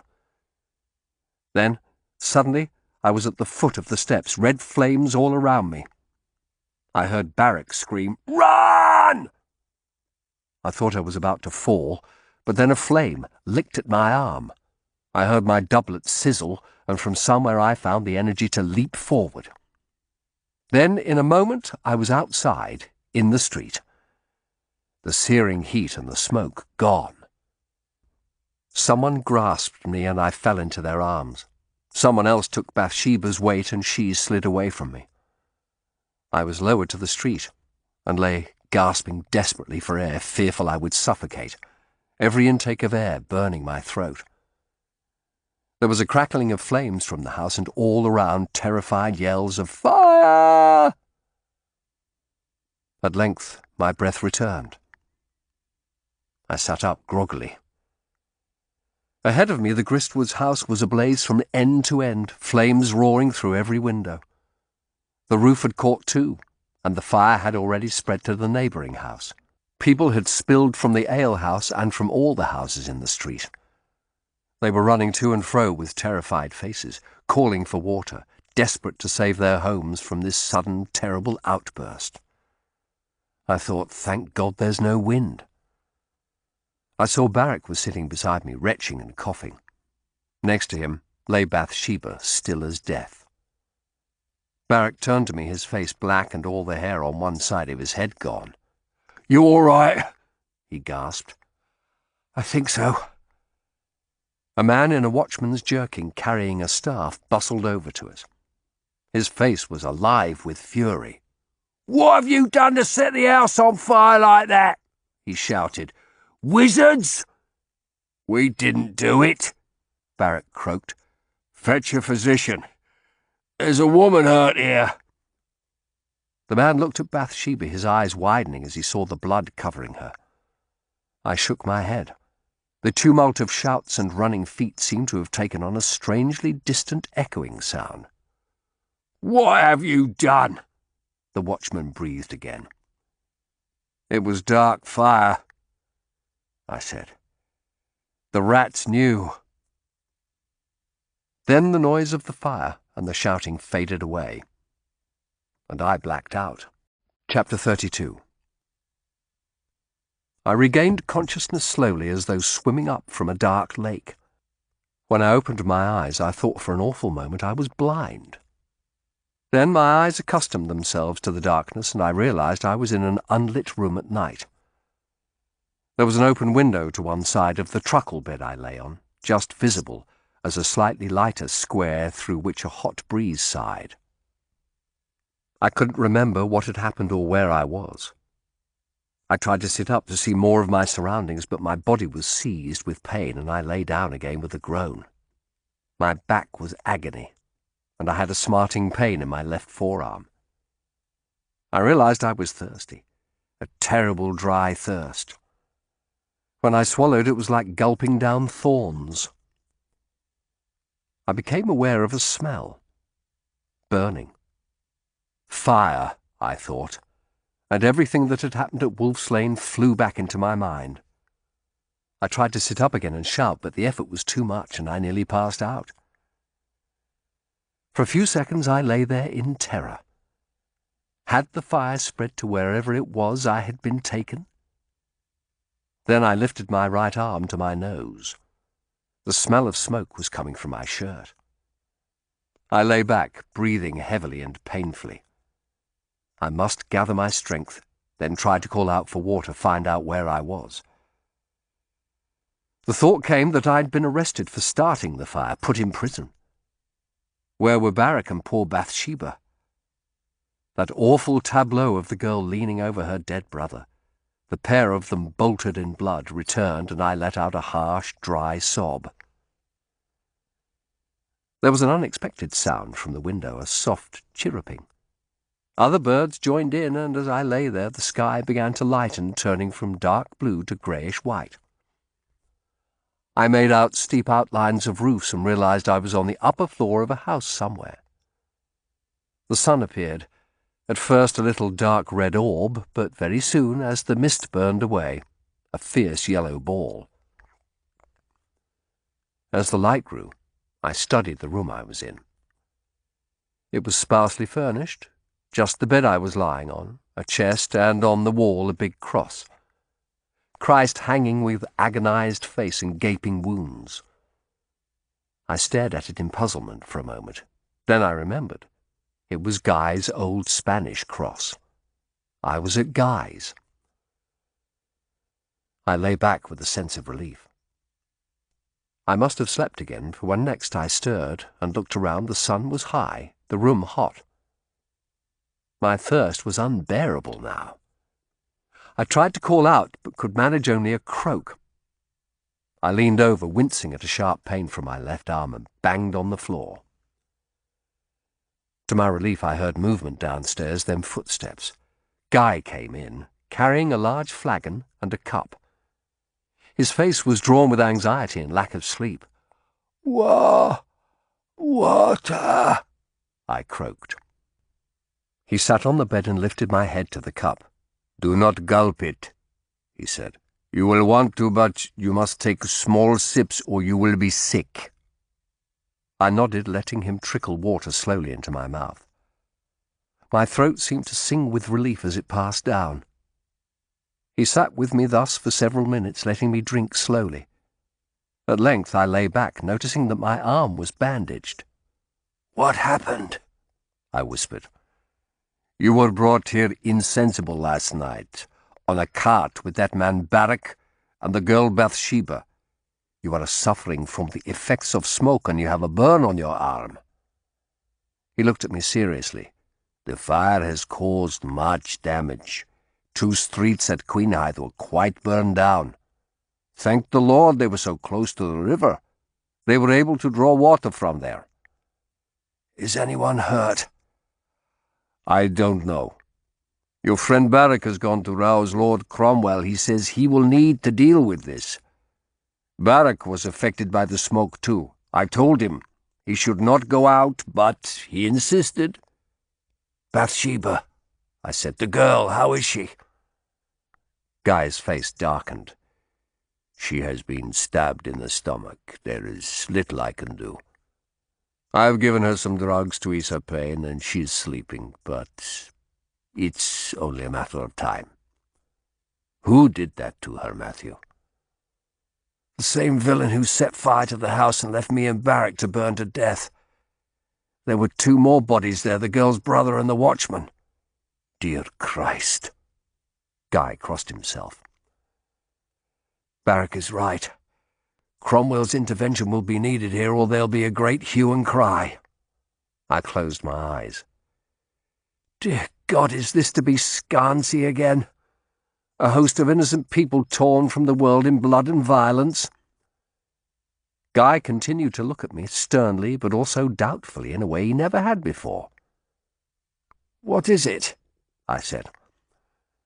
I went out to buy some things I needed while you were sleeping. There are rumors abroad that the fire was started by supernatural means, that there is magic involved. Apparently, it was not a normal fire. It roared up suddenly and consumed the ground floor of the house in a moment. It did, I said. I was there. But there's no magic, Guy, I promise you. Did you think I could ever become involved in the dark arts? No, but no forbidden knowledge, I swear. An ancient way of making fire rediscovered, that's all. It's what I've been working on for Cromwell. I couldn't tell you. He continued to look at me questioningly. I see. Your friend distrusts me. Perhaps you did too, if this matter affects Cromwell, whom, yes, I see as an enemy. I wondered why you wouldn't tell me more. I don't distrust you, Guy. God's wounds, I think you're the only one left I do trust. Guy looked at the cross. There is the only one you need to trust and follow. I shook my head sadly. Where was Christ when that poor girl and her brother were being cut to pieces last night? Watching? In the sorrow you see there in his face, as men use the free will God gave them to do terrible evil. He sighed. Here, take this flagon. Keep taking water, but remember, drink slowly. When Barrack returned an hour later, Guy brought him to my room and left us together. Barrack's eyes were red and smarting, and his voice was a strangled croak. His shirt was smoke-stained, and the hair on the right side of his head was quite singed away, leaving only stubble. The contrast with the untidy brown locks on the other side was so bizarre, I couldn't help letting out a bark of nervous laughter. He grunted. You should see your own face. It's black as soot. And Lord Cromwell's not laughing.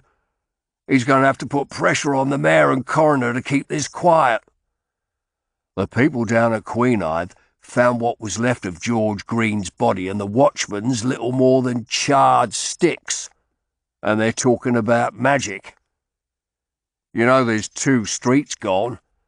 It's lucky there was no wind or the fire could have spread across the city. Was anyone else hurt? A few have burns and plenty more homeless. The Gristwood's house is a pile of ashes. Goodwife Gristwood will have no home to come back to. No, poor old creature. I paused.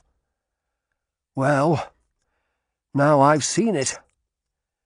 That was Greek fire, wasn't it? Yes, I recognised the smell as the fire started. Those bastards must have been waiting in the parlour till we were trapped upstairs. They must have coated the walls with the stuff, set light to it, then got out the window. He sat down on the bed. Jesu, the terror when I saw it. It was just like at the wharf, the whole place alive with red fire in a second. The same thick black smoke. He frowned. Why try to kill us in that way? They could have surprised us and struck us down as they did Bathsheba and her brother. To show Lord Cromwell they had Greek fire. That they could make and use it at will. Yes, that was what they wanted him to think. I looked at him again. Thank you, Barrack. I would not have got out of that house without you. For a moment there, I couldn't move from fear. I know, he grinned. "I thought I might have to kick your ass downstairs." "How did you get us here?" "I grabbed a horse and cart that has been used to bring water and got you and the girl on it, God knows how. I was afraid we'd be arrested or slain on the spot. I couldn't think where to go. Then I remembered your apothecary lived nearby. It was only a few minutes' drive." I nodded. His quick thinking had saved us from arrest. He stood smiling, pleased with his success. "How was the girl?" he asked.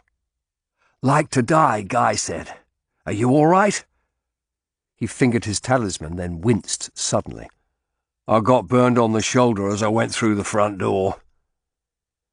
There was a knock and Guy entered. He looked between us. "The girl is awake," he said quietly. "She wants to speak to you." He took a deep breath. "I don't think she can last long." "Can you get up?" Barrack asked me. I nodded and rose painfully from the bed, coughing again. Every muscle seemed to howl in protest. Guy led us into a little room where Bathsheba lay on a bed, her eyes closed. Her breathing was shallow and she was deathly pale. The colour leached from her face. The whiteness of her skin contrasted with the vivid red spots on the bandage swathing her lower body. Guy had washed her face, but her hair was still matted with blood. For a moment I felt giddy. "I've given her something to ease the pain," Guy said. "She is very sleepy." He touched Bathsheba gently on the shoulder and her eyes flickered open. "Mistress Green, I have brought them as you asked." Bathsheba stared at us. She said something, her voice so faint I couldn't hear. I took a stool and sat beside her. She turned painfully and looked at me.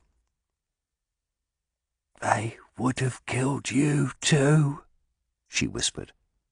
"Yes, they would."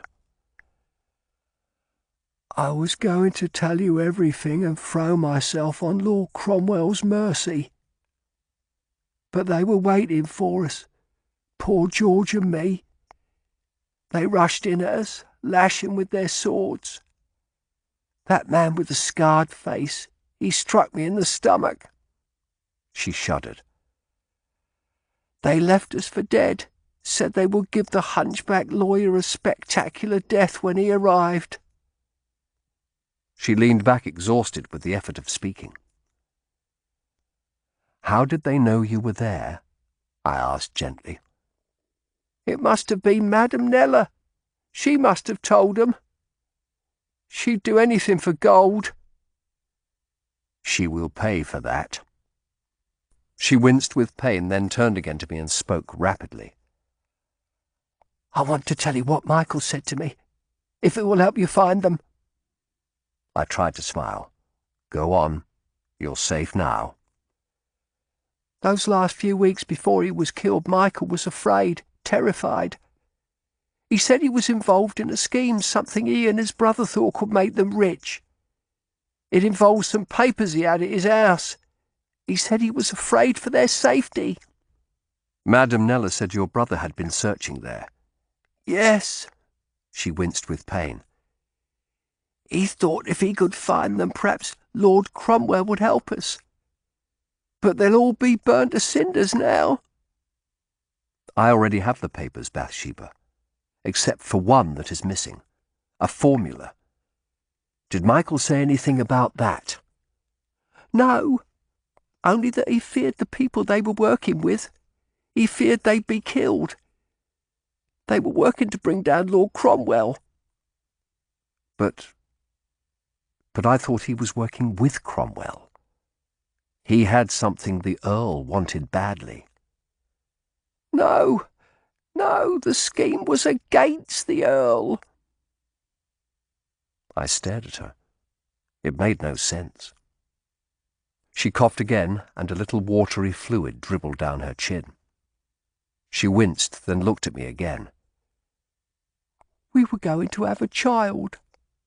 Michael talked of us escaping the country with his brother, going to Scotland or France and starting afresh. But then he was killed. That man last night, he killed my baby when he stabbed me." I reached out and took her hand. It was as light and thin as a bird's foot. "I am sorry." "What do our lives matter?" she asked bitterly. "What are any of us but pawns in the schemes of the great?" She shook her head in despair, then coughed again and closed her eyes. Guy stepped forward and took her other hand gently.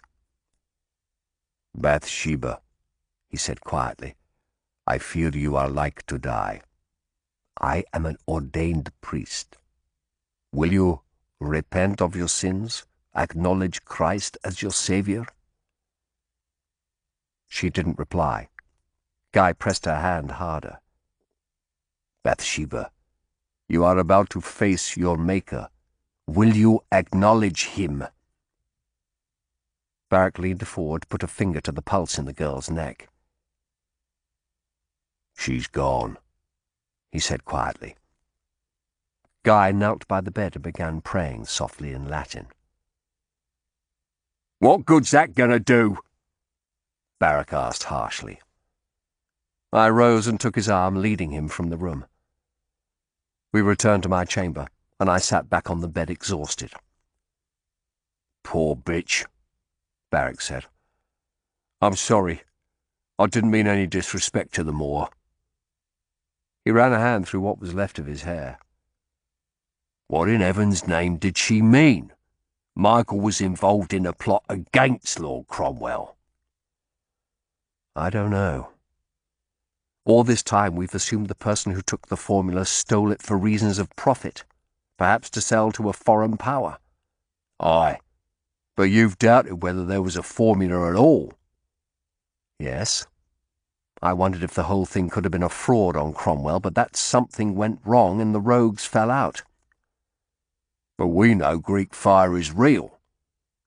I clenched my fists. There are still things that don't add up. Toki's involvement from the beginning, investigating that Polish stuff months before the Gristwoods went to Cromwell. Why the delay? And there are other things. I broke off as Guy entered, carrying a bowl of water and some cloths. There was an awkward silence for a moment. "I must dress your arm, Matthew," he said. "You should rest here at least a day before you go abroad again." I remembered Marchement and Belknap. "I can't." We had lost half a day, and there were only 5 days left now. "I must go to Lincoln's Inn." He shook his head. "You will make yourself ill." I sat up painfully. "Will you dress my arm? Then I must go." "I have a burn on my shoulder," Barrack said. "It stings horribly. Could you look at that too?" Guy nodded. Barrack took off his shirt, revealing a muscular torso boasting a number of scars from old knife thrusts. One shoulder was red and raw, the skin peeling. As Guy examined it, he noticed the golden symbol hanging from its chain. "What's that?" he asked. "It's called a mezza, an old Jewish symbol. You were right before when you said my name was Jewish." Guy nodded. Mezuzah is the full name. The Jews used to fix them on their doors with a scroll from the Torah inside, to welcome visitors. I remembered them from my boyhood in Granada." Barrack looked impressed. "All these years I've wondered what it was for. You're a knowledgeable man, apothecary. Oh, that stings." Guy dressed his burn, coating it with a harsh, smelling oil, then sent him back to his room while he dressed my arm. I winced as he lifted my sleeve to expose the livid red mark, the puckered skin. He applied some of his oil, and I felt the smarting ease a little. "What is that stuff?" "Oil of lavender. It has cold and wet properties. It draws the dry heat from the fire that has stung your flesh. I remember you using it on the young founder who burned himself." I looked at him seriously. "There is a fire I think no amount of lavender could quench." Guy, I was going to talk to you anyway, ask you some questions about the matter that has caused all this death and ruin. It involves alchemy, as I told you, and there are aspects that have me sore puzzled. I would tell you all, if you will listen. Is it safe for me to know? If you keep it close, there should be no danger from those that pursue us, but I won't tell you, if you would rather not know. Cromwell would not be pleased, I think. I note you have waited till friend Barrack was gone. I'll take the risk if you will.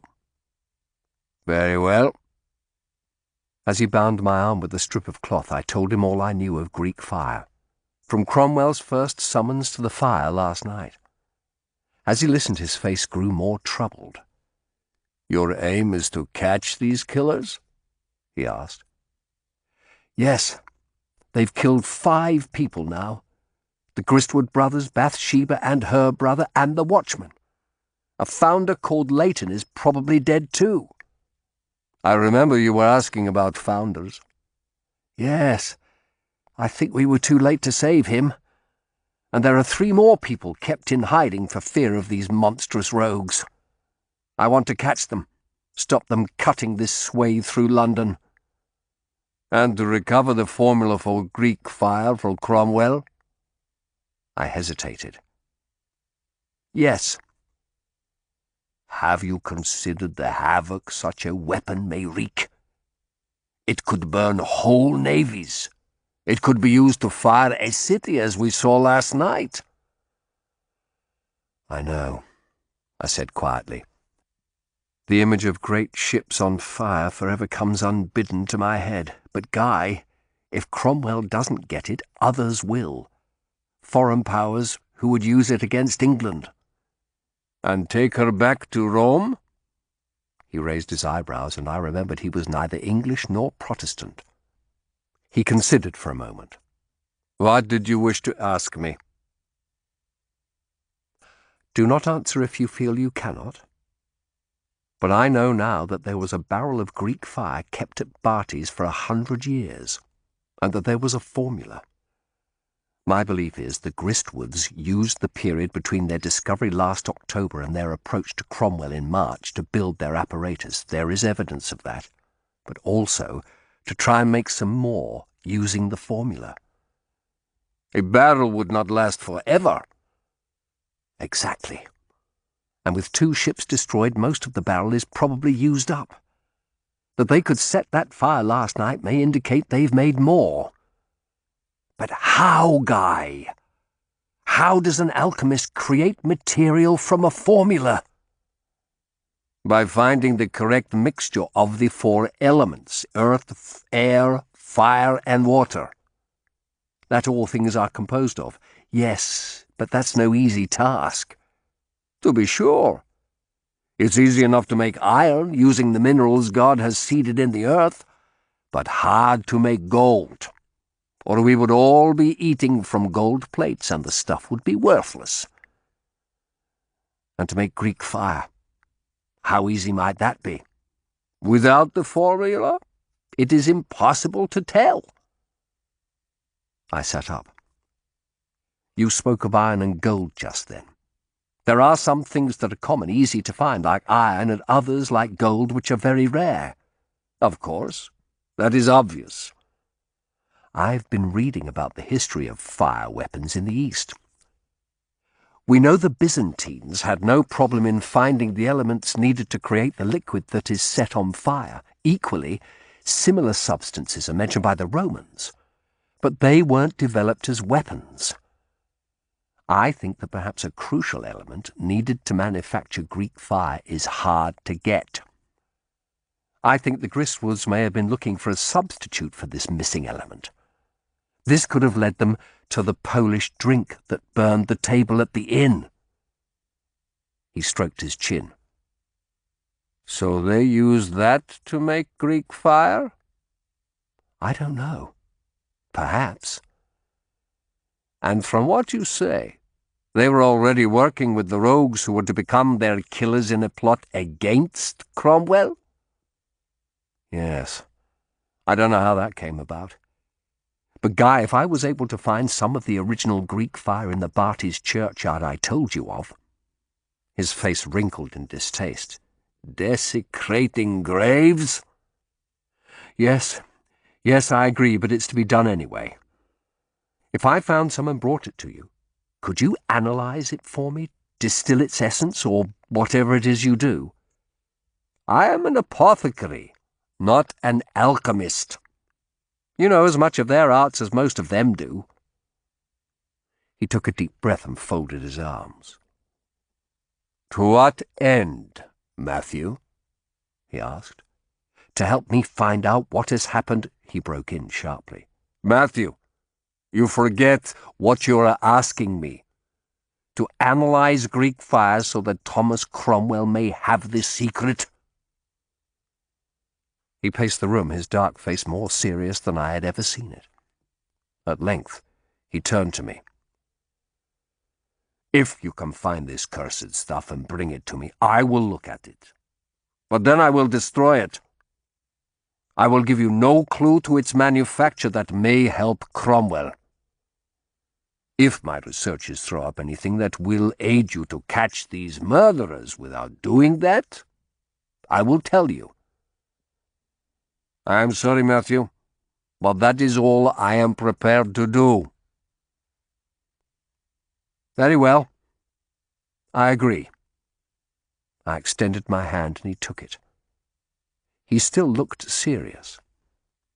"St. Gregory of Nyssa once said all the arts and sciences have their roots in the struggle against death.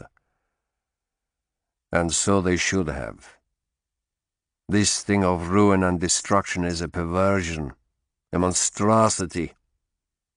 If you find that formula, you should destroy it, and all the world will be safer." I sighed. I am bound to Cromwell, and to help my country. And how do you think Cromwell and King Henry would use Greek fire, ruthless men of blood that they are? For murder and mayhem. That is how." He was angry. "This is far worse than scancy, Matthew. Cromwell has used you again, not just to hunt a murderer, but to aid him in a brutal, cruel blasphemy." I bit my lip. "And Berwick," he continued, "how does he see things?" "He is utterly loyal to his master." I looked at Guy. I will tell him nothing of this conversation. I leaned back on the bed with a sigh. "You do well to upbraid me," I said quietly. "I have worried about what Greek fire may do, but yes, I have been driven on by a passion to catch these murderers, recover what was stolen, and to save Elizabeth Wentworth at any cost." "That cost may be too high. You must decide when the time comes, Matthew. It will be between you and God."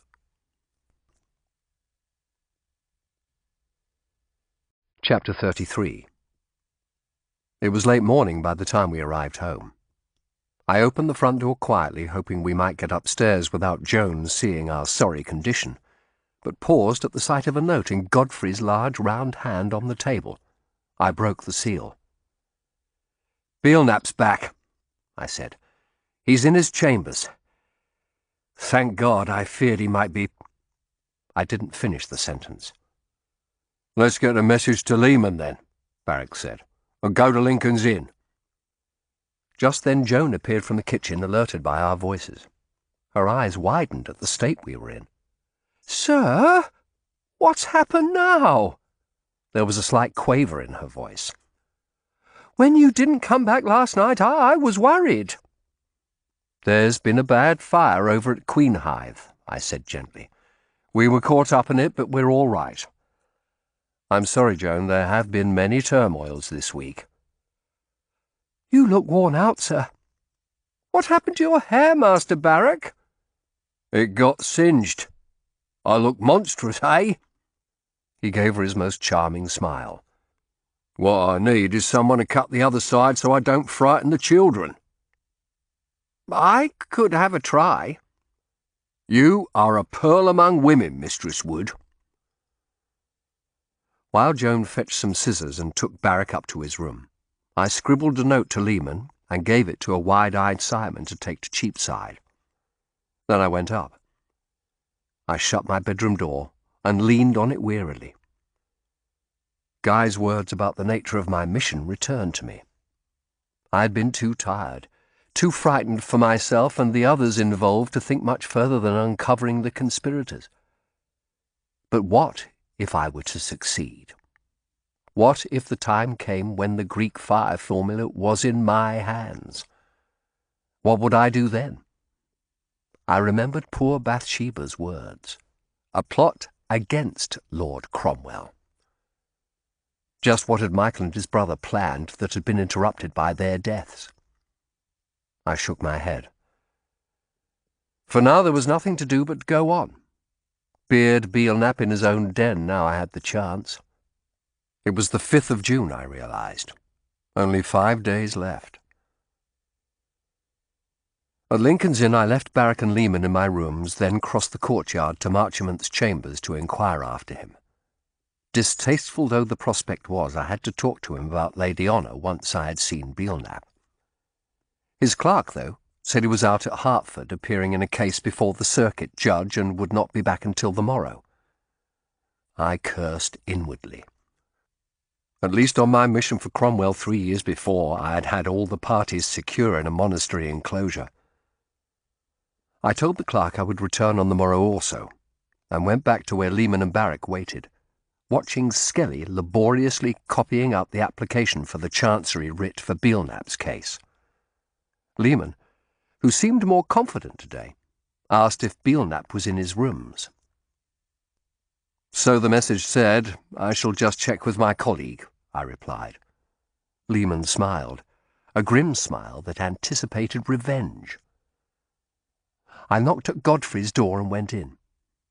He was standing looking from the window, a troubled expression on his thin face. He gave me a watery smile. "Come to see Brother Belknap, Matthew. I saw him go to his chambers earlier." "Good. Are you all right, Godfrey?" He fingered the hem of his robe. "I have had a letter from the secretary. It seems the Duke of Norfolk is not satisfied with my fine. He wants a public apology in hall." I sighed. "Well, Godfrey, you did break all the rules of courtesy." "You know it is not about that," he snapped out, his eyes flashing. "However it's worded, it will be taken as an apology for my religious beliefs."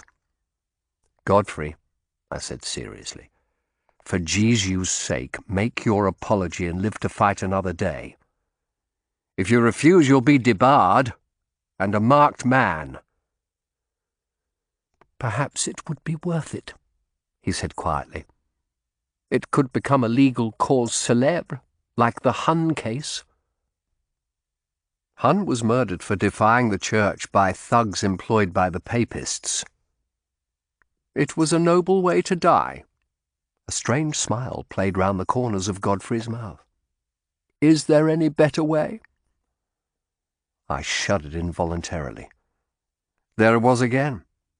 That strange urge some had to be martyred to exult in the righteousness of their suffering. I stared at him. He gave a little laugh. "That's a strange look, Matthew."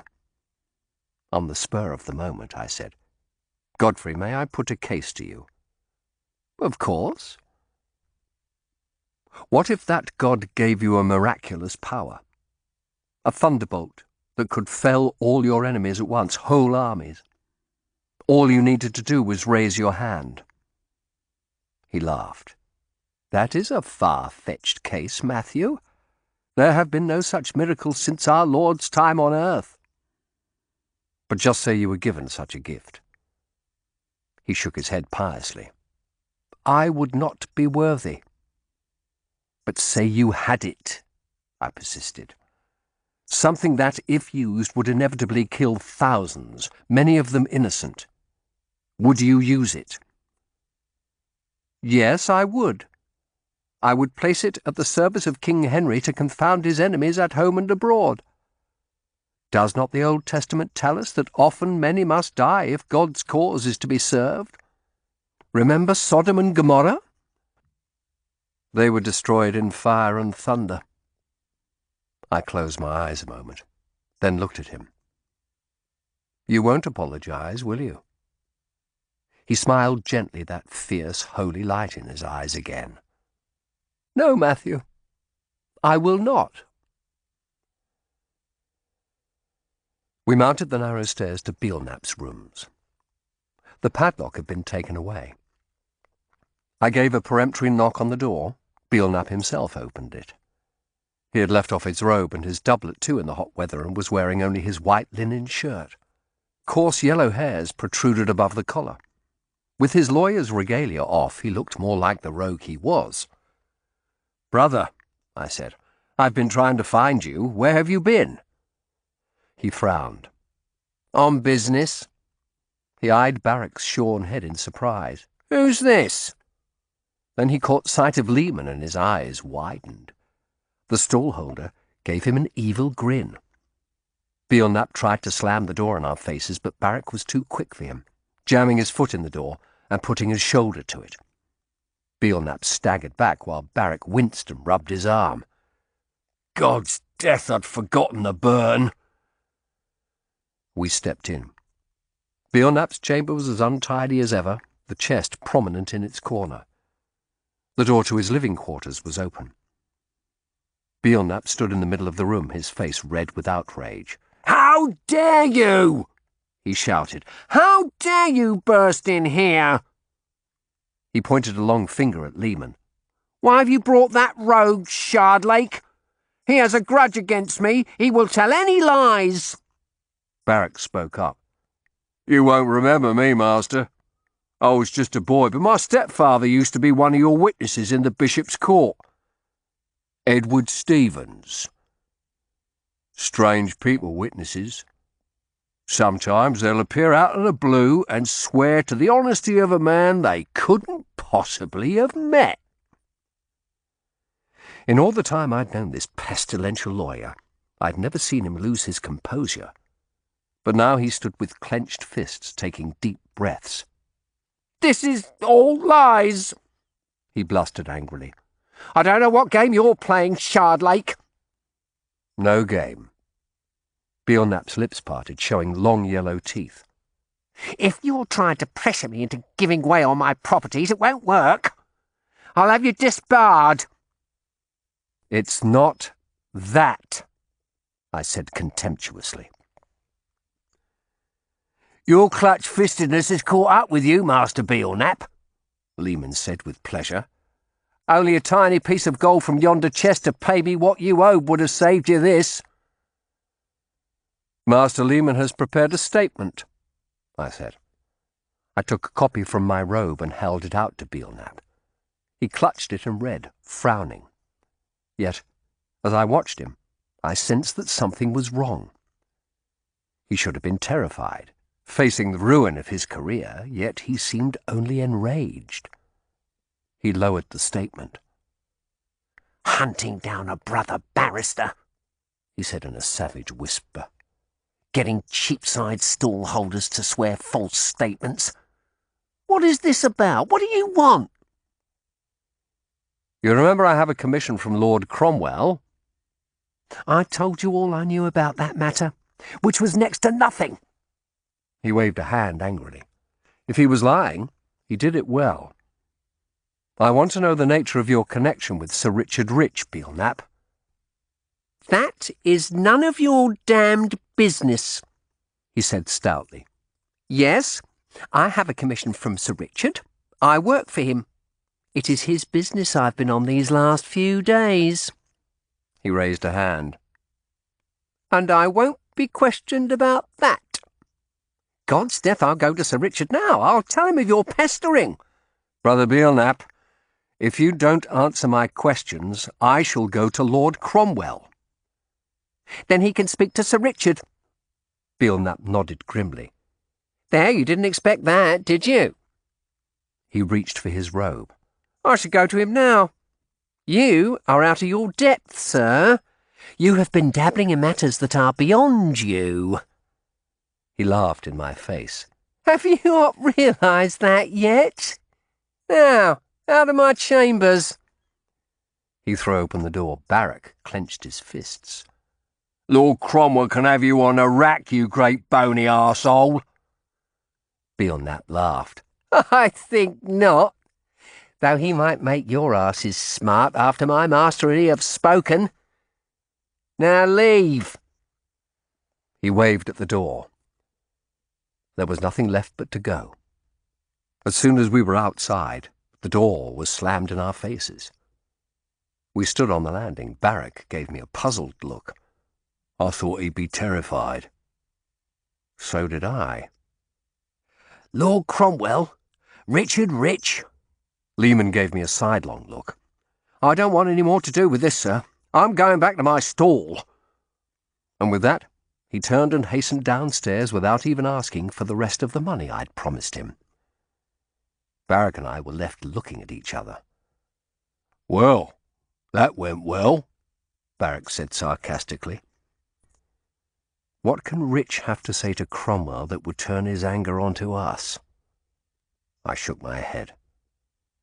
Cromwell is the chief secretary. Rich is a big fish, but nowhere near that big. And what does he know about Greek fire? Barrack took a deep breath. I'm going to have a word to the Earl about this. He began descending the stairs. I followed him. Do you know where Cromwell is today? Whitehall again. I'll ride there now. You go home and rest. You look like you need it. Do nothing till I return. I wondered if he and Cromwell might have things to say he didn't want me to hear. But if he did, there was nothing I could do about that.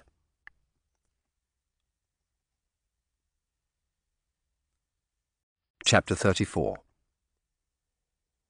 It was more than 2 hours before Barrack returned. I waited for him in my parlour, looking out over the garden as the afternoon shadows began to lengthen. I was still exhausted after my terrifying experience of the night before, but though my eyes smarted with tiredness, I couldn't rest. Thoughts chased each other round my head. What had Belknap meant? What was it I should have realised? And what was I to do if my planned trip to St. Bartholomew's proved successful and we actually found some traces of Greek fire? My conversation with Guy nagged at me. I couldn't keep the broader implications of what I was doing from my mind. It would be better, surely, if nobody had Greek fire. But Toki's master, whoever that was, had it already. At length, tired of prowling round the room, I decided to go to the stables. As I stepped outside, I winced at the heat. It was hotter than ever, and became conscious that everything ached. My burned arm, my back, my eyes, my head. Barrack had collected Suki, but Genesis stood quietly in his stall. He gave a whicker of recognition when he saw me. Young Simon was mucking out the stables. "How's Genesis settling in?" I asked. "Well enough, sir. He's a good horse. Though I miss old Chancery." "So do I. Genesis seems a placid beast." "He wasn't at first, sir. He was anxious in his stall, couldn't settle. I feared he might kick me." "Really?" I was surprised. "He was no trouble to ride." "He's probably been well trained in Lord Cromwell's stables, sir, but I think he was used to larger quarters there." Simon flushed as he mentioned the Earl's name. It was a source of wonder to the boy that I was associated with so great a man. "Maybe." "Master Barrack told me he had his hair burned off last night in a fire." The boy's eyes were wide with curiosity. "Is he a soldier, sir? I sometimes think he looks like one." "No, just a minor servant of the Earl like me." "I would like to be a soldier one day." "Would you, Simon?" "When I'm older, I should train for the muster, fight the king's enemies who would invade our realm." From his words, I guessed someone had been reading an official proclamation to him. I smiled sadly as I stroked Genesis's neck. "Soldiering is a bloody trade. But one has to fight the papists, sir. Oh, yes, I'd like to be a soldier or a sailor one day. I prepared to argue, but turned at the sound of hooves. Barrack, looking tired and dusty, had come to a halt outside the stable. Simon ran out and took the reins. "What news?" I asked. "Let's go inside." I followed him back to the parlour. He ran a hand over his stubbly head, wrinkling the skin on his pate, then blew out his cheeks. "The Earl was fierce with me," he said bluntly. "Told me he'd had to waste half the morning persuading the coroner to keep the bodies they found at Queen Hithe quiet for a few days. He was furious to hear your efforts to make Belknap talk had sent him off to Rich. I wasn't to know Rich could be a shield against Cromwell. He can't. The Earl was outraged at the very idea. He thinks Rich has been exaggerating his powers to Belknap, and Belknap believed him. He's sending men out now to find Rich, find out what Belknap meant. He says if Rich knows about Greek fire, he'll sweat it out of him one way or another. I don't envy friend Belknap afterwards." I frowned. That doesn't sound right. Belknap's every sort of rogue, but he's no fool where his own interests are concerned. He wouldn't have said what he did unless he knew he was safe. There's something we're not seeing. Another thing the Earl said. He knows how you like to find all the facts and lay them flat on the table before coming to a conclusion. He says there isn't time for that. You'll have to cut corners. I laughed bitterly. In dealing with an enemy as clever as ours and in a matter as complex and secret as this? Does he think I'm a miracle worker? Maybe you'd like to ask him that. He was prowling around his office at Whitehall like a bear in the pit, ready to lash out. And he's scared. He says to go to Barty's now, today. It's a good time, with Rich taking him to be questioned. He wants that coffin opened. Barrack slumped down on the cushions. His face had a grey tinge under his tan. The events of last night were catching up with even his powerful constitution. "How's your shoulder?" I asked. "Sore, but better than it was." "What about your arm?" "The same, bearable." I pondered a moment. If I was to go to St. Bartholomew's, I wanted to go alone. If there was Greek fire buried with the soldier, I would take it to Guy. Barrack, I knew, would take it straight to Cromwell. "I'll go over to Barty's on my own," I said, my heart suddenly pounding fast. "You're tired, you stay here." He looked at me in surprise. "You look worse than I do." "I've had a chance to rest upstairs," I lied, "while you've been facing the Earl in a bad temper. Let me go alone." "What if Toki's about?" "I'll be all right." He hesitated, but to my relief relaxed deeper into the cushions. "All right. Jeez, I don't think I've ever been so tired. The Earl says Madame Nellie will suffer for her betrayal once this matter's over." "Good. I'll get Simon to bring you in some beer. I'll be back before dark." "All right." He laughed. "I think the boy believes I'm a soldier of fortune. He's always asking me what I do for Lord Cromwell, whether he sends me to battles." "He sent us both to one this time. Don't let Simon bother you." "He's no trouble." He looked at me. "Good luck." I left the room and stood in the corridor. I felt relieved at Barrack's ready acquiescence, but also guilty. Evidently he trusted me now. I doubted he would have let me go alone on such a mission a week before. I shuddered at the thought that in deceiving Barrack I was deceiving Cromwell too. The streets were quiet in the late afternoon heat as I rode up to Smithfield. As I turned into the open area, a cart passed, driven by an old man with a rag covering his face.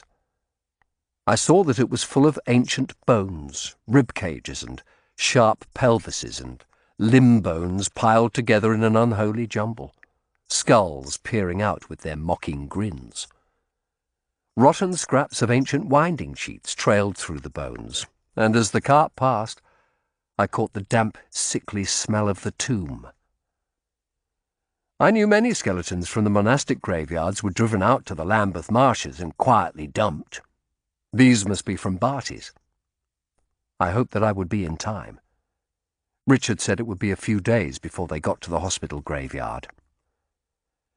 As I spurred Genesis on across Smithfield, feeling a welcome breeze in my face, I noticed that though the Anabaptists might have recanted, the stake stood already planted in the ground, the iron fetters hanging from it a grim reminder of its purpose. A new watchman from Augmentations stood by the Priory gatehouse, a keen young fellow who demanded to know my business. I cursed when I remembered Barrack had Cromwell's seal, but my lawyer's robe and mention of the Earl's name were enough to gain me entrance. I inquired after progress in excavating the graveyards. Looking surprised, the man said the work on the hospital graveyard had just begun. He called to another watchman, a lantern-jawed old fellow with a limp, to escort me there. The old man led me through a maze of buildings, some destroyed and others awaiting conversion to residences, across Little Britain Street to the grounds behind the Priory Hospital. The high crenellated city wall loomed in the distance. "Is the work far advanced?" I asked. "They started yesterday," he grunted. "There's hundreds of graves to dig up. Filthy business. It's a known fact corpse odours can bring plague." I saw a cart full of bones on my way. "The labourers have no respect for the dead. Reminds me of my time fighting in France. Corpses everywhere given no proper burial." He crossed himself. I smiled sadly. "My stable boy wants to be a soldier." "More fool him." The old man lowered his voice as we turned a corner. "It's round here. Watch these men, sir. They're a rough lot." The spectacle that met our eyes was like something from an old painting of the Last Judgment. A wide graveyard sown thickly with tombstones was being dug up. The sun was starting to set behind the hospital, casting a fiery ochre light over the scene. The work was organised methodically. As each coffin was dug up, 2 men carried it to a trestle table where an augmentations official in a long robe sat with a clerk. I watched as a coffin was opened under the clerk's eye. He rose and delved inside, then nodded.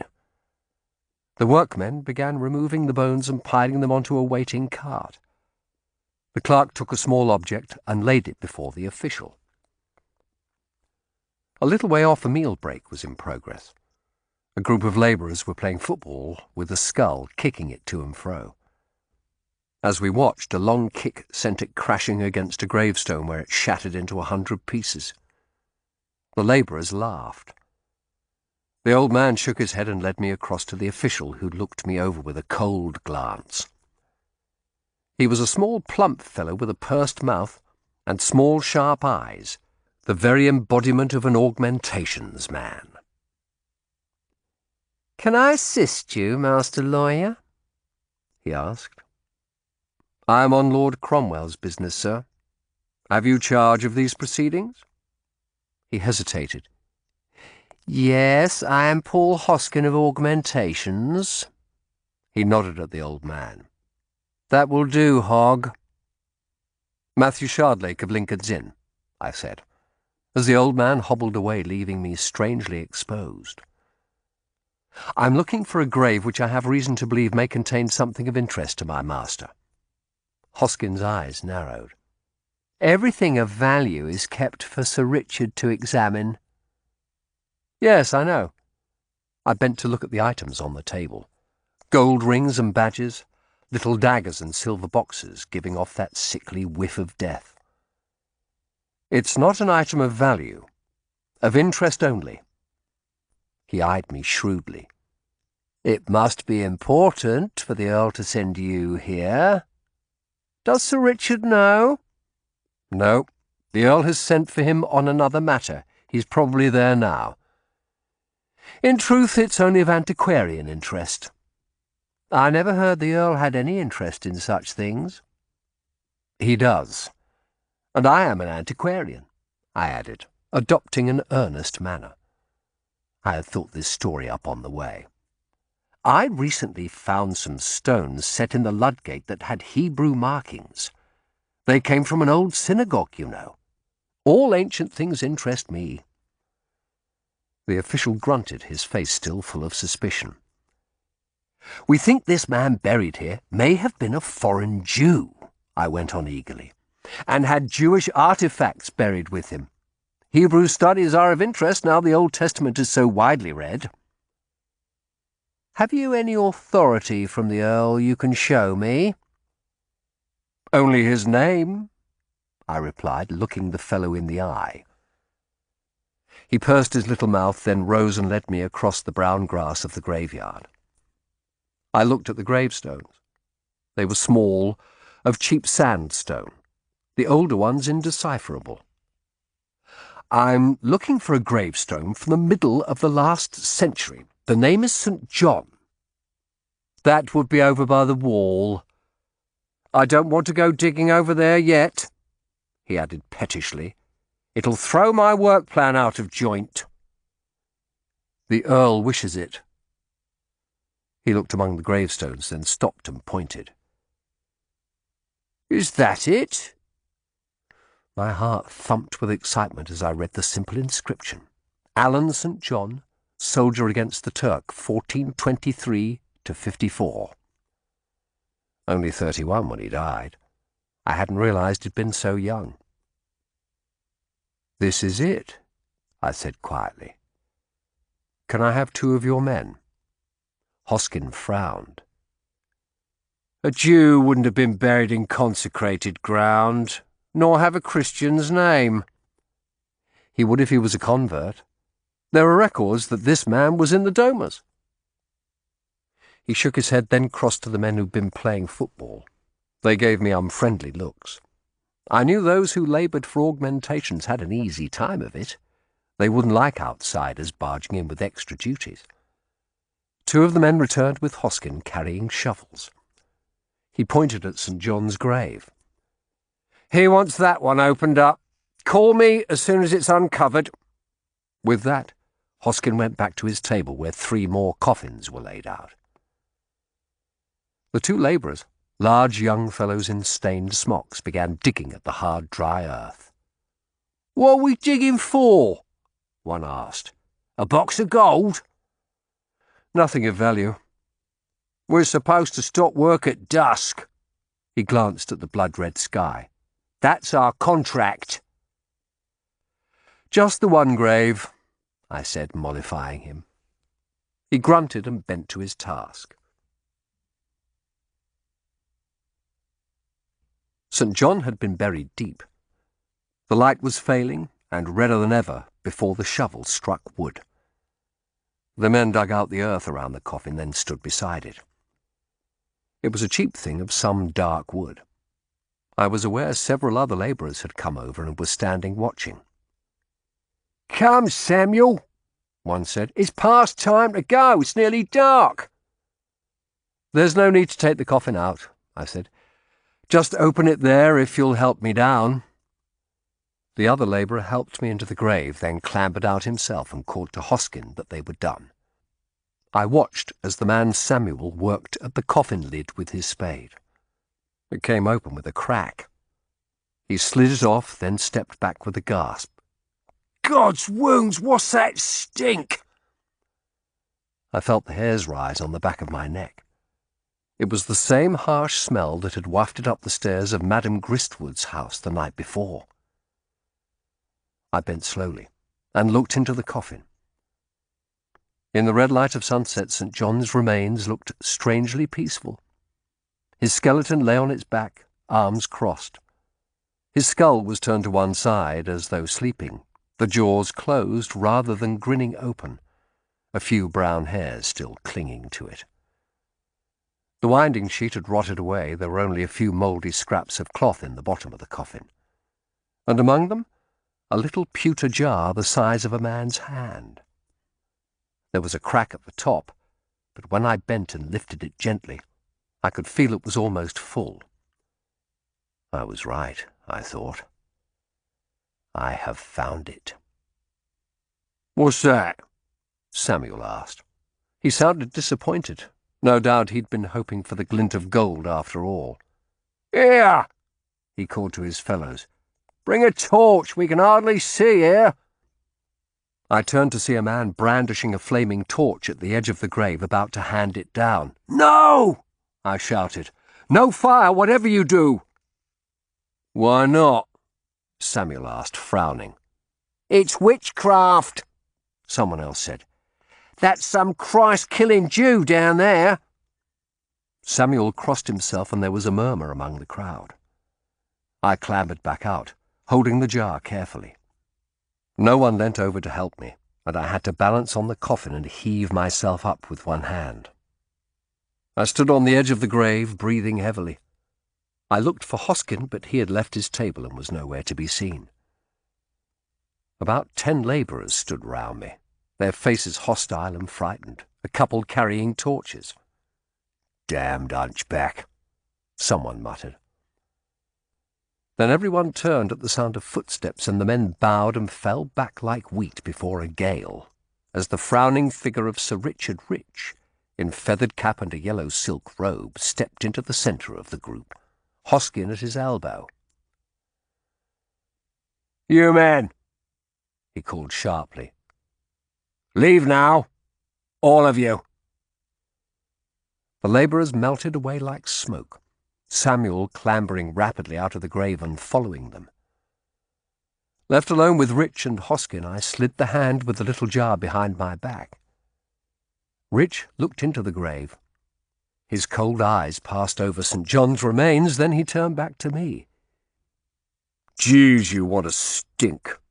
Christ's blood, Master Shardlake, it seems you can't stay away from Barty's. First you're in my garden among the washing, and now you're digging up graves looking for trinkets." I took a deep breath. "I am here on Lord Cromwell's authority." He waved a hand dismissively. "Hoskin told me. Sounds like a cock and bull story to me. The Earl doesn't collect monastic relics. He burns them."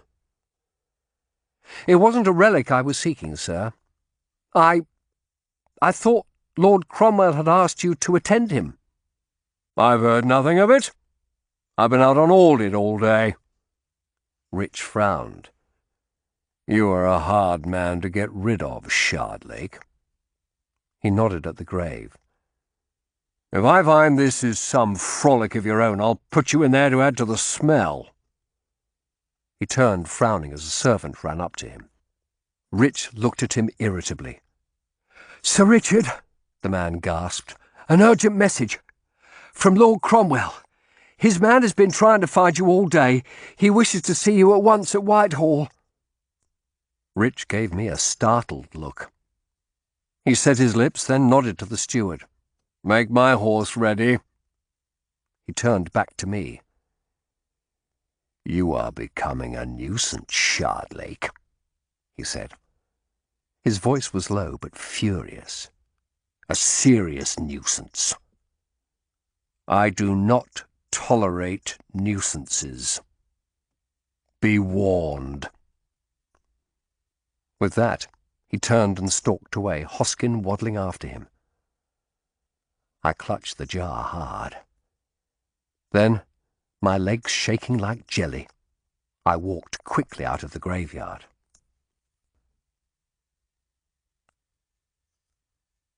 Chapter 35.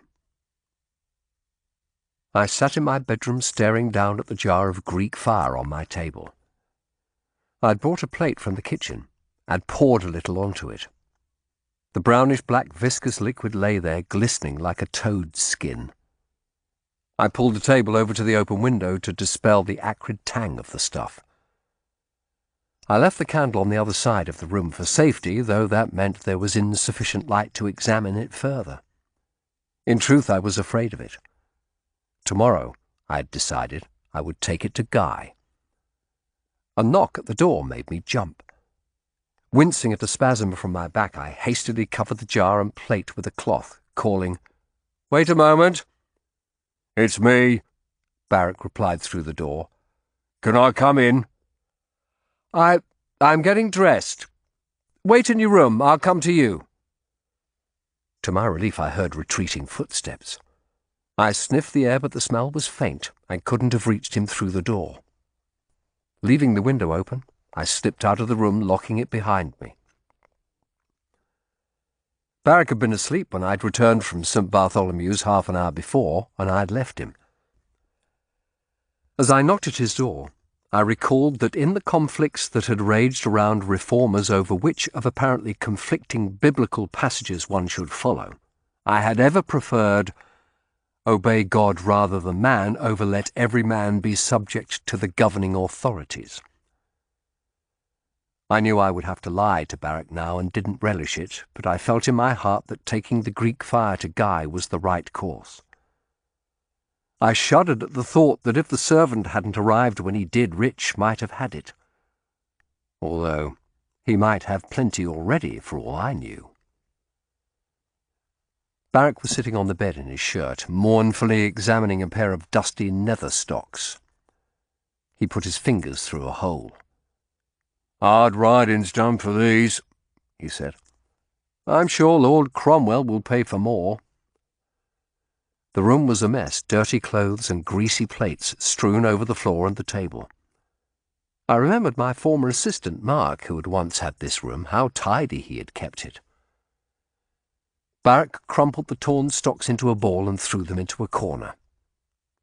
"Any luck at Barty's?"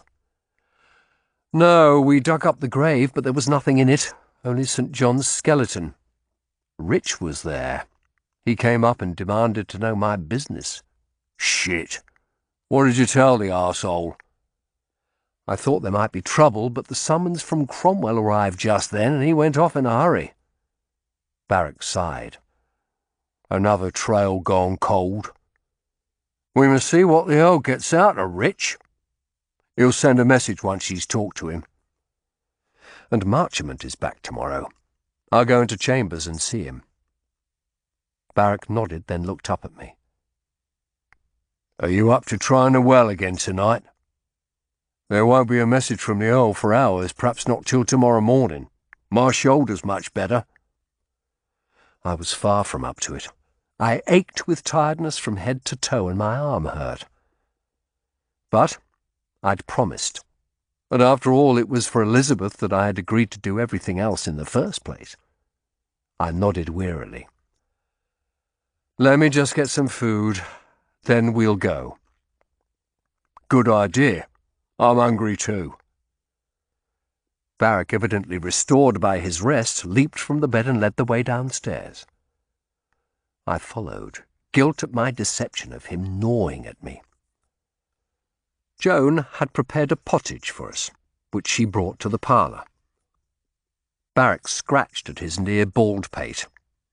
"Shit, this itches, damn it. I'll have to wear a cap when I go out from now on.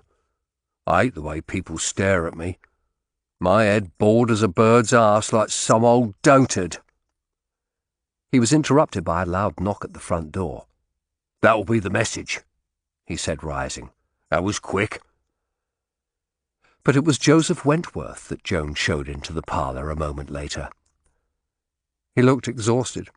His clothes were dusty and his hair glinted with sweat. Haggard eyes stared from a dirty face. "Joseph," I said, "what has happened?" "I've come from Newgate," he said. "She's dying, sir. Elizabeth is dying." And then the big man burst into tears, covering his face with his hands. I made him sit down and tried to calm him. He wiped his face with a dirty rag of handkerchief, the same one he had brought the day he first came to the house, which Elizabeth had embroidered. He looked up at me, helpless and distraught, his earlier anger at my lack of progress apparently forgotten. "What has happened?" I asked again gently. "These last 2 days Elizabeth has had another cellmate. A child A mad beggar girl who's been running round the wards accusing all she meets of abducting her little brother. She made trouble at a baker's shop in Cheapside. We saw her the other day. The baker complained. She was picked up by the constable and taken to the hole. Elizabeth wouldn't talk to her any more than she would to the old woman who was hanged. He paused. She went wild when the old woman was taken out, though. Has that happened again? Joseph shook his head wearily. No. When I went to visit Lizzie this morning, the turnkey told me the child had been examined by a doctor and removed to the Bedlam. He reckoned her mad. But he said when he went to take 'em food last night, he heard Lizzie and the girl talking. He couldn't hear what they was saying, but he remarked it. It was the first time he had heard Elizabeth speak, and the girl had been sullen and quiet too since she was put in the hole. What was her name? Sarah, I believe. She and her brothers were orphans kicked out of St. Helen's Foundling Hospital when the nunnery closed. He sighed. This morning, Elizabeth just sat hollow-eyed, wouldn't even look at me or at the food I'd brought, though her last meal was lying there untouched. Then, when I went this evening—" He broke off and put his head in his hands again.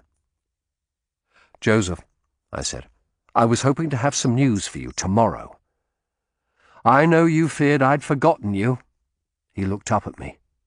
"You're all I have, Master Shardlake. You were my only hope. But now I fear it's too late. This evening Lizzie was lying insensible on the straw, her face burning hot to the touch.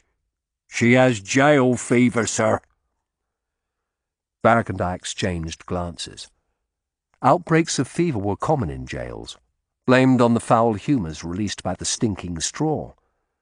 Whole prisons had sometimes died of it, and it had been known to penetrate the Old Bailey, felling witnesses and even judges. If Elizabeth had it, her chances were slim.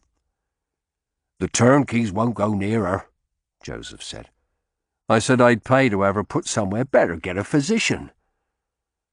Though God knows how. I hear my crops are ruined by the heat." A note of hysteria entered his voice. I rose wearily. "Then I shall have to take a hand. I have assumed a responsibility for Elizabeth, and it's time I met it. I'll come to the jail.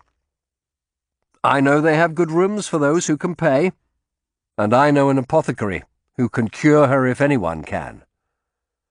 "She needs a physician." "This man is a physician, though as a foreigner he's not allowed to practice here." "But the cost?" "I'll deal with that. You can repay me later." "God knows," I muttered. "At least this is something clean and clear to do." "I'll come if you like," Barrack said. "You will?" Joseph looked at him, staring a little as he noticed his shaven head for the first time. "Thank you, Barrack. Then come. I'll get Simon to run to Guy with a note. Ask him to come to Newgate." I stood up. From somewhere, God knew where, I had found a last reserve of energy. Joseph might have thought me self-sacrificing, but I felt that if Elizabeth died now before our time was up, after all my decision to act for her had led me into, the irony would be so dark as to be beyond bearing.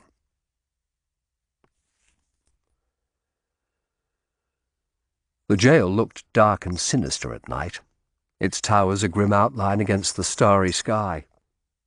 The jailer was sleepy, angry at being woken until I pressed a shilling into his hand. He summoned the fat turnkey.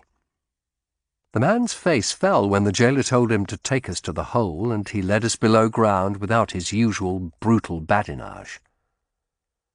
Quickly unlocking the door, he retreated fast and stood against the opposite wall. The stink of urine and bad food that hit us in the hot cell was appalling. It stung the throat and brought tears to the eyes. We held our sleeves to our noses as we went in. Elizabeth lay insensible on the straw, her limbs askew. Even unconscious, her face was troubled, the eyes working beneath the closed lids in some fevered dream. Her colour was high, her obscenely bald head shining bright pink. I put my hand to her brow. Joseph was right, she was burning. I motioned to the others to go back outside and went over to the turnkey. "Listen," I said. "I know you have comfortable rooms upstairs." Only for those that can pay.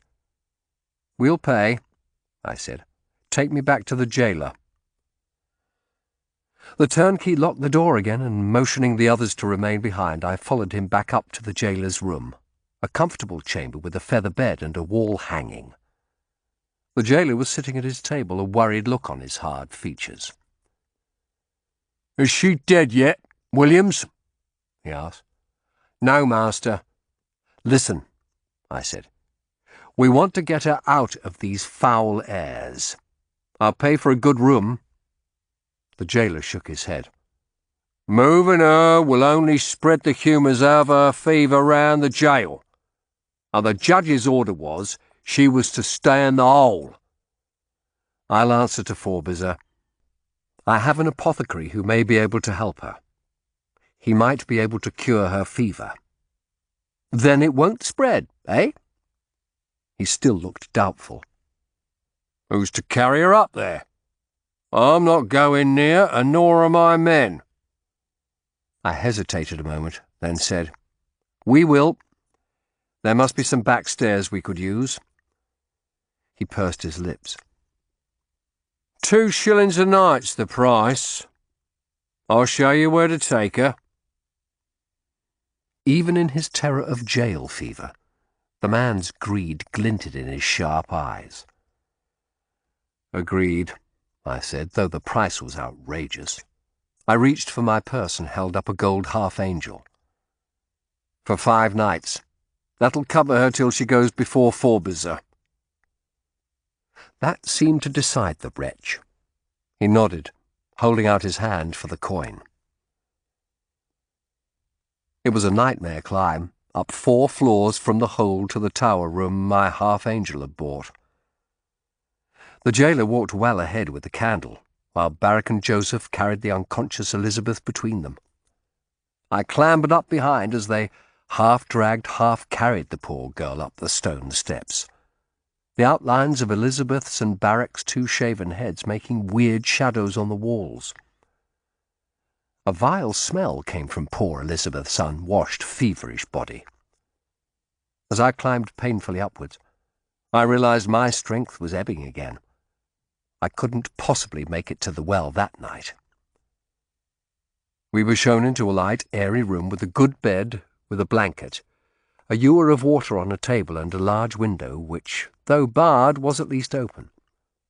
A gentleman prisoner's room. Joseph and Barrack laid Elizabeth on the bed. She seemed unaware of her removal, only stirring slightly and moaning. Then she muttered a name. "Sarah," she muttered. "Oh, Sarah." Joseph bit his lip. "The girl who went to Bedlam," he whispered. I nodded. Maybe if she recovers she will speak at last. Tell us why the girl upset her so. Tell us everything she has chosen to keep to herself while we are distracted with worry, I added with sudden bitterness. Joseph looked at me, then said softly, "I become angered with her too." I sighed. "My apothecary should be here soon." "You are generous, sir," Joseph said. "How much—" I raised a hand. "No, Joseph, we can discuss that later. Barrack, you look exhausted. You should go home." "I can stay," he said. "I'd like to see whether the old Moor can help her." It was strange, even touching, to see how absorbed he had become in Elizabeth's fate. Yet I didn't want him here when Guy came. I had secreted the pewter jar of Greek fire in a pocket of my robe. "No, go," I said sharply. "I don't want you risking jail fever. I need you fit." He nodded reluctantly and went out. I clutched at the jar of Greek fire as Joseph and I stood in silence, listening to Elizabeth's fevered breathing. Guy arrived an hour later. The jailer himself fetched him up, goggling at his brown face till I bade him sharply to be gone. I introduced Guy to Joseph, who likewise stared at him in surprise, although Guy affected not to notice. "So this is the poor girl whose travails have worried you so?" he said to me. Yes. I told him of the onset of her fever. He looked at her for a long moment. "I don't think it's jail fever," he said at length. "The fever would be higher. I'm not sure what it is. It would help to see her urine. Does she have a piss pot?" She was left to piss on the straw in the hole. He shook his head. "Then I will give her something to try and stop her burning up, and it would be good if she were to be washed, and that filthy dress taken off her." Joseph blushed. "Sir, it would hardly be proper for me to see her unclothed." "I will do it, if you like. In my trade, a naked body is hardly a new sight. Could you buy her a shift tomorrow and bring it here?" Yes, I will." As we watched, Elizabeth stirred and made a little moan, then lay back again. Guy shook his head. "What pain and anger there are in that face, even while her mind sleeps." "Is there any hope, sir?" Joseph asked. "I do not know," Guy said frankly. "This may be one of those cases where much depends on the sufferer's will to live." "Then she will surely die," he said. "Come, we do not know that." Guy smiled gently. "And now, if you will leave me, I will wash her." Joseph and I waited outside while Guy carried out his task. "I cannot help being angered, sir," he said. "But I love her. For all she has put me through, I still love her." I touched his shoulder. "That is very plain, Joseph." At length Guy called us back. He had laid Elizabeth under the blanket and lit some sort of oil in a lamp which made a sweet smell in the room. A cloth black with dirt floated in the ewer. Elizabeth's face was clean, the first time I'd seen it so. "She is pretty," I said. "How sad she should come to this." "Sad whether she is pretty or ugly," Guy said. "What is that smell?" Joseph asked. "An infusion of lemons?" Guy smiled. "Sometimes when a soul is in pain, a foul or cruel environment can drive it deeper into darkness. Thus light and cleanliness and soft airs may help lift her spirit. Perhaps even reach it while she lies unconscious." He shrugged self-deprecatingly. "So I think, at least." He looked at us. "You both look exhausted. You should sleep. I will stay with her till morning, if you wish." "I could not ask that," Joseph protested. "Please, I would be happy to." "I would stay a little too," I said.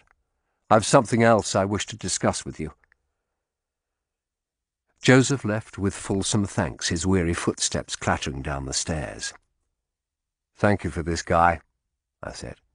"It is all right. I confess I am intrigued. This is a strange condition."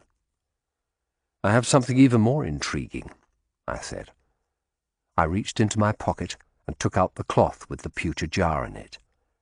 "This, I believe, is Greek fire. No one else knows I have it." I unwrapped the jar and laid it on the table, first putting the oil lamp on the floor. "Don't bring the candle near, Guy. I fear it may take light." He examined the stuff as best he could in the weak light, rubbing the dark liquid between his fingers, sniffing it with a look of distaste. "So, this is it," he said. "Dark fire." I had never seen his face more serious. "Aye, I wondered how fire could be dark. I see now they meant the liquid was black. Perhaps they also meant the darkness it could bring to men's lives. Perhaps.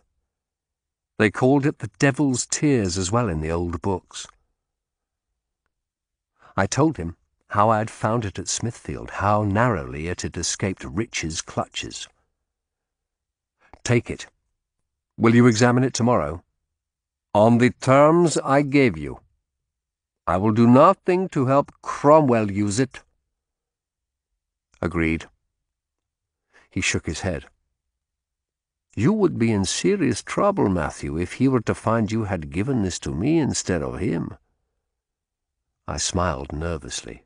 Then we must be sure he doesn't find out. I shook my head.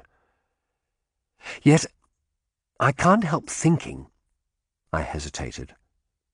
Cromwell has done many evil things, but at least he has a vision of a Christian commonwealth, while Norfolk would take England back to superstition and darkness. A Christian commonwealth? Is such a thing even possible in this fallen world? Surely the annals of the last 1,000 years show it is not. That is why many like me chose to escape to the cloister before that was forbidden. Yes, the old church always believed the sinful world was heading towards a final cataclysm. Nothing man did could make any difference. And that excused much oppression. You would need fierce measures to make a perfect commonwealth. If you were to end poverty and beggary, you'd need to squeeze their wealth from the rich, for example. Sometimes I think that would be a good thing. Now you sound like an Anabaptist. I laughed. No, just a puzzled old lawyer. He looked at me seriously. But ending social injustice is not Cromwell's first priority. You know that. What matters to him is the Protestant faith, and he would use Greek fire to cut a terrible swathe to achieve that if he could. I nodded sadly. Yes, you're right. He can't be trusted with it. No one can. Guy looked relieved. Thank Christ you see that. He looked at the pewter pot, then carefully put it in his pocket. I will let you know as soon as I have something to tell you. Thank you. Tomorrow, if you can. There are only 5 days now till the demonstration before the king. I sighed. On the day Elizabeth goes back to court. As though in response to her name, Elizabeth stirred, her legs moving beneath the blanket. We turned to her. Sarah, she muttered again. Then, that evil boy. The evil boy. And then her eyes fluttered open and she looked at us uncomprehendingly. Guy leant over her. Miss Wentworth, you are in a clean room in the prison. You have a fever. I am Guy Malton, an apothecary. Your good uncle and Master Shardlake have brought you here. I leant over her. Her eyes were heavy with fever, but she seemed fully conscious. Knowing this was a chance that might never come again, I said slowly, We are still trying to find the truth, Elizabeth. We're trying to save you. I know there's something in the well at your uncle's house. She seemed to shrink back. The death of God, she whispered. The death of God. What? I asked, but her eyes closed again. I made to shake her, but Guy held my arm. Do not distress her further. But what did she mean? The death of God. God's death is a common curse, but... He looked at me seriously. The death of God is despair. When I was a monk, sometimes one of my brethren would lose his faith, succumb to despair. Usually, they came back to faith. But until they did, He shook his head. It felt as though God was dead. "The well," Elizabeth muttered. "The well." And then she fell back to her pillows, sinking once more into unconsciousness. Chapter 36. I left soon after. I was so exhausted that the short ride home through the darkness felt as though it lasted forever, and once I had to pinch myself to stop myself from falling asleep in the saddle. I wondered whether Guy would be able to fathom how Greek fire was made up. So many had died to keep that secret. When I arrived home, it was past 2 in the morning, and Barrack had already gone to his room. I hauled myself upstairs and fell fully clothed onto the bed. I fell asleep at once, but found myself troubled by a nightmare. I dreamed I was back in Forbes's court, sitting watching as the judge coldly sentenced a succession of prisoners to death. Yet their faces were those of people already dead. Sepultus and Michael Gristwood, Bathsheba and her brother, the watchman, and a strange man in a leather apron whom I knew must be the founder. All their faces were sad, yet whole, not shattered and bloody as I had seen them. In my dream I took the pewter jar of Greek fire from my robe, lifted it and let it fall on the floor. At once a roaring tide of flame shot from it, engulfing everyone, prisoners, spectators, judge. I saw Forbes raise his arms with a scream as his beard flared and crackled. I sat in the centre of the flames, untouched for a moment. But then the fire seemed to gather itself and rushed at me, engulfing me. I felt its searing heat on my face and screamed, then jolted awake to the bright light of morning, the sun hot on my face and the bells of London's 100 churches clamouring in the distance, calling the city to prayer. It was Sunday, the 6th of June. I was stiff and aching, and as I dressed slowly I told myself that when this matter was done I would leave London. It seemed my clients had had enough of me, and I had just enough money for a quiet life in the countryside if I was careful. Still frightened by my dream, I stumbled downstairs to find Barrack sitting at the parlour table, staring gloomily at a letter. "From Cromwell?" I asked, taking a seat. "Aye, it's from Hampton Court. He must be there on some business for the king. You might as well see it." He tossed the sheet of paper over to me. It was in Cromwell's own hand. "I have spoken to Rich. You have both been worrying at the wrong hare. His schemes with that churl Belknap have nothing to do with Greek fire. Continue your investigations, for what they are worth, and I will see you at Whitehall tomorrow when I return to London." I laid the letter on the table. "He's not pleased with us." "No. What in God's name were Belknap and Rich up to?" "Jesu knows. We'll find out tomorrow. Today there's Marchmont to deal with." "We'd better get on. I left you to sleep, or I thought you'd be fit for nothing, but half the morning's gone." "We've only 4 days left." "Do you think I'd forgotten that?" I snapped, then raised a hand. "We do no good sniping at each other, I've told you before." "No." He scratched his stubbly head. "The tone of that letter worries me, that's all." I ate a hasty breakfast, and then we walked along the dusty lane to the inn.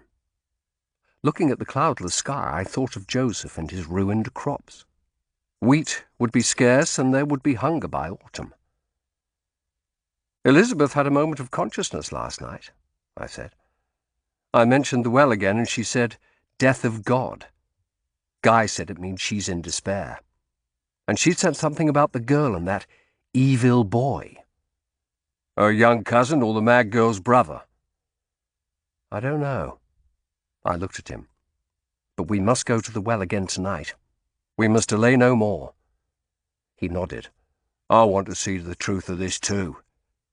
That poor creature reminds me of when I was in the gutter, consumed with fury at my mother for marrying that confederate of Belknap's." He laughed bitterly. I may end up back in the gutter if I lose the Earl's favour. There's still time, I said. I hoped Marchmont would be in. I hoped desperately that whatever secret Lady Honour was still keeping, it was not incriminating. As we entered the courtyard, I saw the service had ended in the chapel and the lawyers were filing out. I saw Marchmont among the throng, walking back to his chambers, his robe billowing around his portly form. "All right if I come with you?" Barrack asked. I hesitated. What if Marchmont told me something that led the way to the Gristwood stock of Greek fire? But I couldn't exclude Barrack again.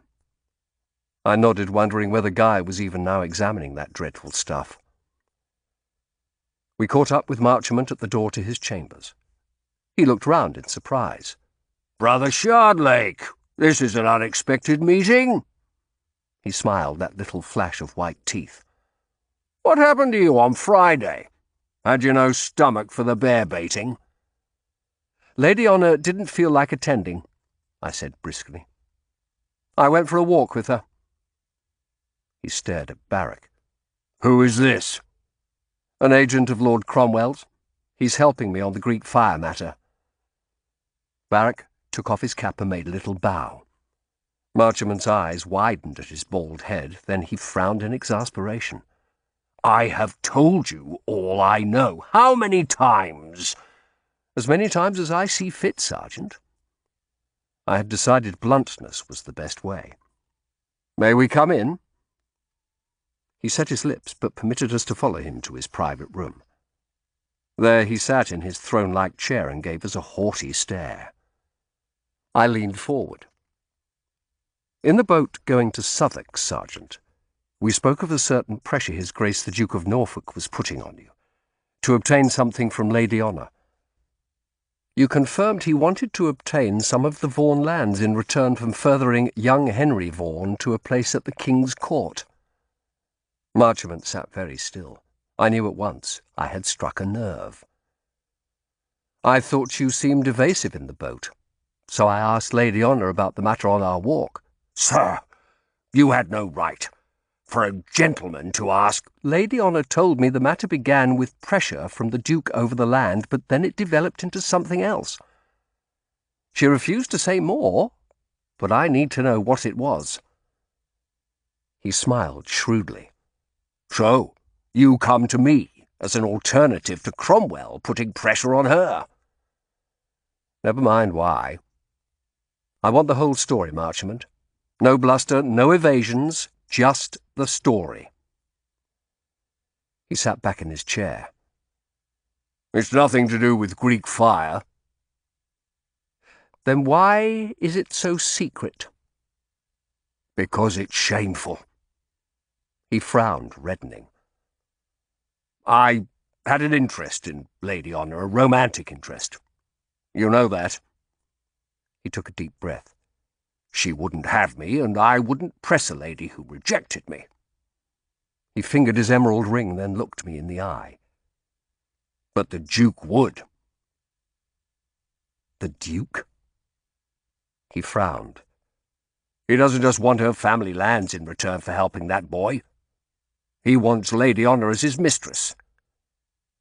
"But, dear God, he's in his 60s. Marchmont shrugged. "In some men the sap still runs into old age. The Duke is one, though you wouldn't think it to look at him. He wouldn't approach her directly." He laughed bitterly. "He's too proud for that. He made me act as intermediary." Poor Lady Honour. Marchmont shifted uncomfortably. "It was a job I disliked, sir, but I couldn't gainsay the Duke of Norfolk. He said the Vaughan boy's a fool and a weakling, which is true enough, and he'd have to exert a mighty effort to get him accepted at court. He wanted a high price in return. Lady Honour knows his reputation for cruel ways with women. She's refused him time and again, but he's one of those that's only excited further by refusal." He shifted uneasily again. "I've had to try and persuade her. I told you, the Duke is not one to be gainsaid." What has Norfolk promised you in return? Help towards a knighthood, perhaps? Marchmont set his lips. I want something for my family's future, too. To advance one's family, that is no dishonourable thing. 30 pieces of silver would be the right reward for what you have done, I said. Barrack laughed harshly, and Marchmont gave him a furious look. He glared at me, his face reddening further. How dare you talk to me like that? And you are no impartial witness. You lust after her yourself. Come, Sergeant, you're losing control of yourself. So that is the whole story, is it? I asked. No connection at all to Greek fire? That is what I need to know, Marchmont. I have told you before, I know nothing of that. Nothing. Are you quite sure? The merest hesitation. Of course. He ran a hand through his red hair, then began to bluster. You've troubled me enough with this. No gentleman. I stood. Come, Barrack. I think I have an apology to make to Lady Honour. Barrack got up and made another bow to Marchmont, a mocking, exaggerated one. The sergeant glared at me. You have embarrassed me, Shardlake, in front of this churl, he said. I will not forget it. Outside in the courtyard, I turned to Barrack. He's still keeping something back. I'd swear he is. But what? I'll have to talk to Lady Honour. She won't be pleased you know this story, nor at being questioned further. There's no help for it. She knows my position. I'll go there now. I suppose there's nothing else we can do today, but— What? I asked impatiently. You should have squeezed what else he's hiding out of him. You shy at every fence, he said in sudden irritation. I glared at him. I do not shy. If I feel someone will say no more and I've no evidence to use as a lever, I go and find the evidence. That's what I've always done, and it's what I'm going to do now with Lady Honour. He grunted. What else could I do? I raised my voice in exasperation. I pushed him as far as he'd go. How could I make him tell me more? How, eh? Threaten him with the Earl, as you did with Belknap. And look where that led. No, I'll leave him to stew in his own juice. See if Lady Honour can tell me more, then come back later, unless you've a better idea. He shrugged. No, I haven't. I'm going into chambers for a minute. I entered the office to find Skelly working by the light of a candle he hardly needed in the full daylight. Here again on Sunday, John? I asked, hiding my irritation. He gave me a shifty look. I'm behind, sir. I couldn't face looking over his scribbles. I turned to Godfrey's door. Master Wheelwright in? Yes, sir. Godfrey was working quietly at his desk. Here on the Sabbath? I asked. He looked at me seriously. God will forgive me. I want to get my cases in order.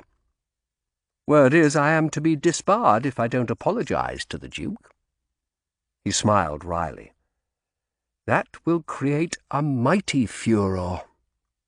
Perhaps it will make our brothers consider who it is we lawyers serve, God and the Commonwealth, or the Duke of Norfolk.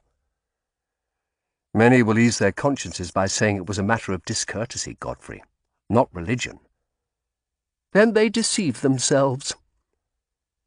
Well, what will you do if you leave chambers? Become a preacher. He smiled. I believe that is what God is calling me to do. Dangerous times may be coming. If Cromwell falls, I thought. If I fail. If he doesn't get Greek fire. The hideous tangle of loyalties I was caught in made me feel faint for a moment, and I clutched at the edge of a chair. Are you all right, Matthew? I nodded. I've been working hard. At least no more of your cases have gone, he said. Good. I decided to make one last attempt to make him see reason. Godfrey, would it not be a dreadful thing to throw over your position? The talent you have used these many years. And yet I thought, even as I spoke the words, was that not what I too had been thinking of doing? Sometimes God calls us to a new life. And to great tribulations. I gave up. I may not be in for a few days now. I stepped back into the office where Barrack was talking to Skelly in a low voice. Getting gossip about me, I supposed. I'm going to Lady Honour's, I said. I'll ride with you, he said. Then I can call in at the old barge. We walked back down Chancery Lane in silence. I cursed inwardly. I had hoped Barrack would leave me to go to Lady Honour's alone, for afterwards I planned to go to Guy's. But he seemed to be sticking to me today.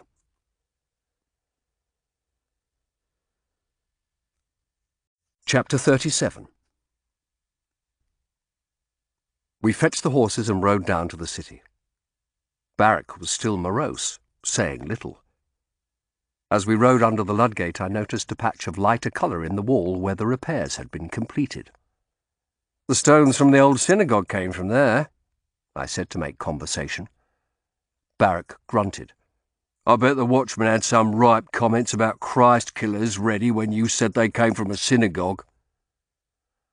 I don't remember, I said, though I well recalled that he had. We rode on past St. Paul's, the huge spire casting a welcome patch of shade. As we came into the sun again, Barrack pulled his horse in close. Look round slowly, he said. Don't stop the horse. By the bookstalls, near St. Paul's Cross. I turned and saw Toki leaning against a rail, ignoring the crowds and scanning the passers-by with that pale, ravaged face of his.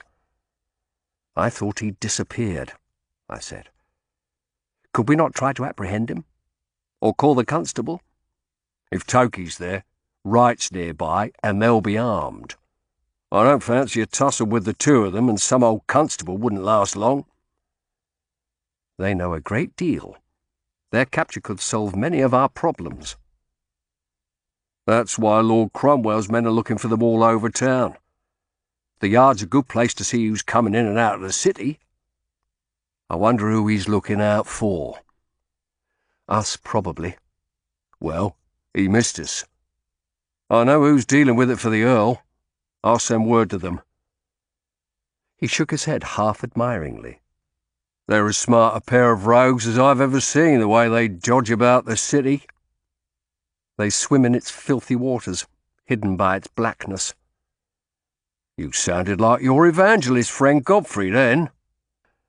He rode on into the crowds of Cheapside, and I followed, keeping a wary eye out, even though Toki was far behind us. We parted company at the Walbrook.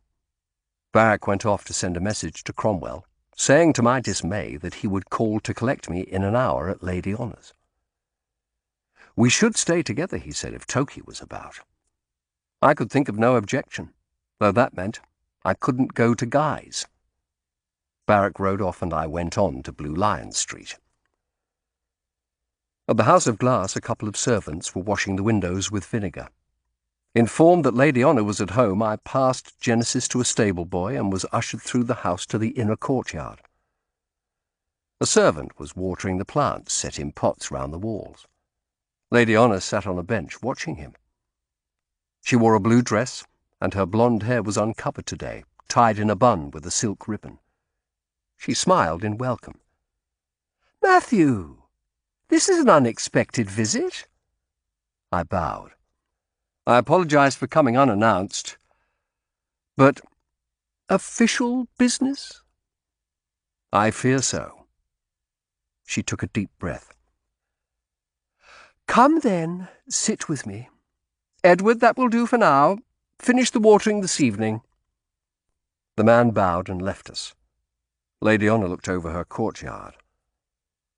"I fear my little bushes are dying in the heat. See there, I have been trying to grow pomegranates, but my foolish servants know nothing about the care of plants. They water them at the wrong times, too much or too little. Everything is dying in this fierce weather. The crops will be bad. Will they? She asked indifferently. But you have not come to talk of planting, I think. No. Lady Honour, I have a confession. I cursed my awkwardness. I shouldn't be apologizing for questioning her. It was my duty. I know about the Duke of Norfolk's pursuit of you, I said bluntly. I needed to follow up the question you left me with on the river bank. I spoke to Marchmont. I half expected anger, but she only turned away and stared ahead for a moment. When she turned back to me, her face wore a tired smile. After we spoke on the river, I feared you would report me to Cromwell, and I should be in trouble. Did you ask Marchmont first to save me from the Earl's rough ways? Perhaps. You are gentle with me, more than I deserve. I felt that if the Duke's insulting demands were forced out of me by Cromwell, my honour would be less besmirched. A foolish notion, perhaps. I'm sorry I couldn't save you from my knowing. At least you won't gossip like most would. She looked at me seriously. Will you? It's a tasty morsel, I realise. You know I think too much of you for that, Lady Honour. She laid a hand on mine for a second, then lifted it, although I had the odd sensation it was still there. You are a natural gentleman, she sighed. I've sent Henry back to the country. He could never make his way at court. So I've been able to reject the crude advances of that old brute with a clear conscience. I didn't realise you disliked the Duke so. He's unfit for the position he occupies. He may be the senior peer of the realm, but his lineage isn't old, you know. She smiled. Unlike the Vaughans. I took a deep breath. Lady Honour, I must ask, for the last time I promise. Is there anything you haven't told me that could be of any possible relevance, however remote, to my search for the Gristwoods murderers? She looked at me impatiently. Matthew, I swore that already on the Bible. If you recall, I made oath the Duke had put no pressure on me about Greek fire, and I swore true. He has never mentioned it to me, and Marchmont did so only to warn me against you. As I've said, I wish my foolish curiosity had never led me to look at those papers. I looked into her eyes. I felt when Marchmont spoke about the Duke and you this morning, he was still keeping something back. She smiled again. If he did, it's nothing to do with me, I swear. Shall I fetch the Bible again? I shook my head. No, that is not necessary. Forgive me. She looked at me indulgently. By Our Lady, you are a courteous inquisitor. Marchmont wouldn't agree. That puffed-up creature. She looked over her wilting plants again. He's a rogue, despite his smoothness, and he would do anything to advance himself. She gave a shudder. I told you I'm thinking of escaping to the country, to my Lincolnshire estates. I've had enough of the city, of Marchmont and the Duke and everyone. She smiled quickly. Almost everyone. I would miss you, though I have also been thinking of taking a quiet house in the country. She looked at me in surprise. Would not the country bore you? I come from Lichfield. My father has the freehold of a farm there. Though he's old now, even his steward isn't getting any younger. The farm is hard for them to manage. I smiled sadly. But I've never been fitted to be a farmer, nor wanted to be one. But he would like to have his son by him in his old age? I don't know. I shrugged. I always felt he was ashamed of me. Yet he seems pleased to see me when I visit, which I don't do enough. She was silent a moment, then asked quietly, "The Wentworth girl comes back before the judge this week, does she not?" "On Thursday the 10th. She's very ill, and may not last till then." "Poor Matthew! How you take the sufferings of others on yourself." She laid her hand on mine again, and this time didn't move it. I turned to her, and she inclined her head towards me. Then she jerked away as footsteps sounded in the yard. I turned to see Barrack standing with the steward, cap in hand. The steward's face was impassive, but Barrack was grinning broadly. "Come at a bad time, have I?" he asked. Lady Honour stood, her face dark with anger. "Matthew, do you know this fellow?" I rose too. "This is Jack Barrack," I said hastily. "He is assisting me. He works for Lord Cromwell." "Then the Earl should teach him some manners." She rounded on him. "How dare you burst in on us like this? Do you not know how to comport yourself in a lady's house?"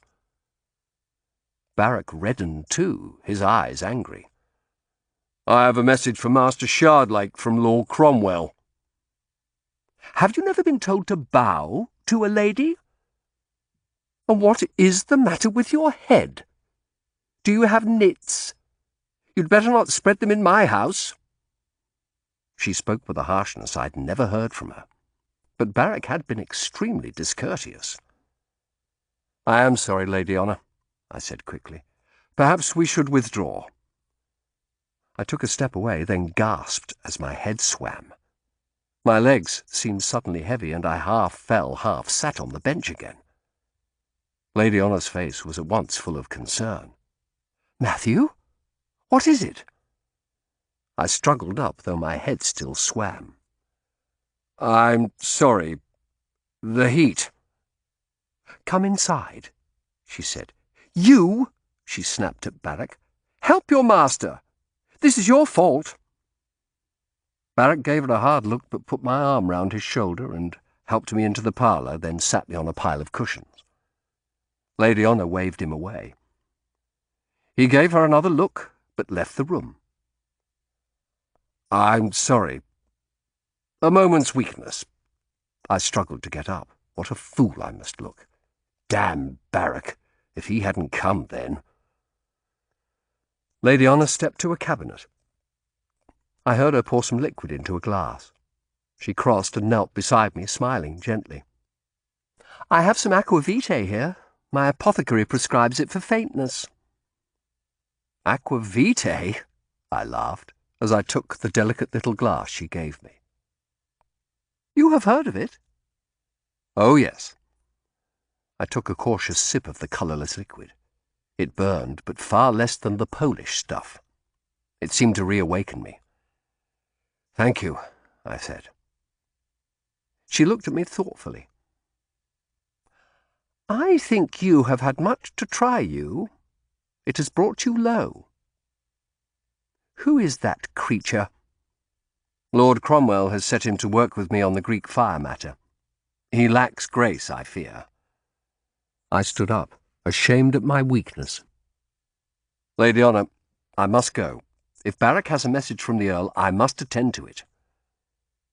"Come again soon," she said, "to dinner. Just the two of us. No Marchmont, no Duke, no Barrack." She smiled.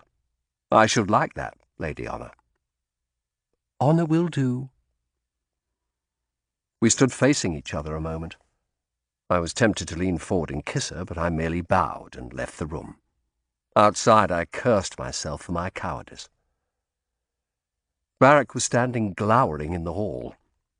I led the way out, and we stood waiting while the horses were brought round. "What was the message?" I asked curtly. "He's brought the meeting forward to 11 o'clock. "Was that all? It could have waited." "A message from the Earl could have waited? I think not." "What did Lady Honour tell you, by the way?" She confirmed the Duke of Norfolk had sought her for his mistress. She didn't want to talk about it, felt it would have been less dishonourable to her if the information was forced from her by Cromwell.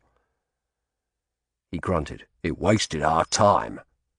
It was fealty to her family. You're sure she knows no more? She knows nothing more than what she's told me before.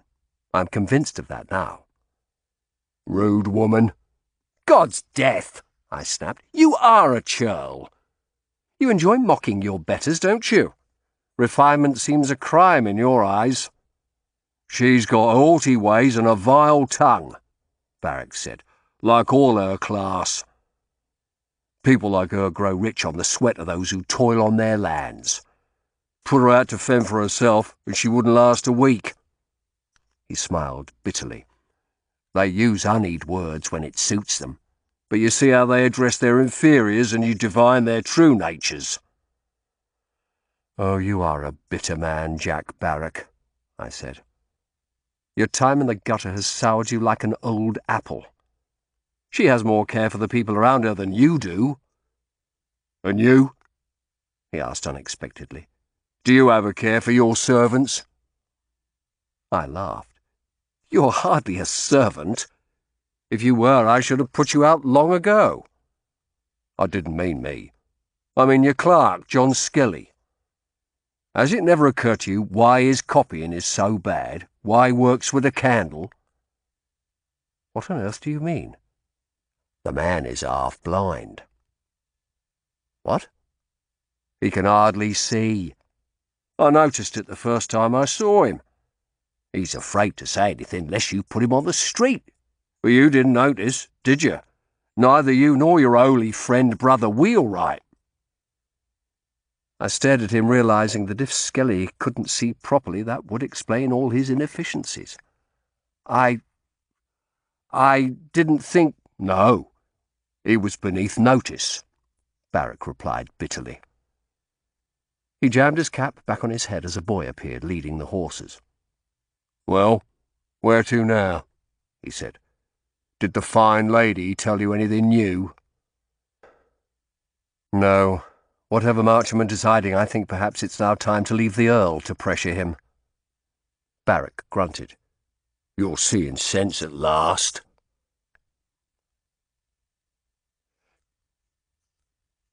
Chapter 38. When we reached home, I felt faint again as I dismounted. I almost fell down in the yard. I leaned against the horse, taking deep breaths. Barrack looked at me. You all right? Yes, I replied curtly. But I think I'll lie down for a while. What about Marchmont? Shall I send word to the Earl? Get him brought in for questioning? Yes. But to Cromwell's house, not the Tower. Being ordered there should be enough to make him talk, and it will keep the matter privy. He nodded. I'll ride on to Whitehall, then. I'll be back later. Don't go out till I return. It may not be safe.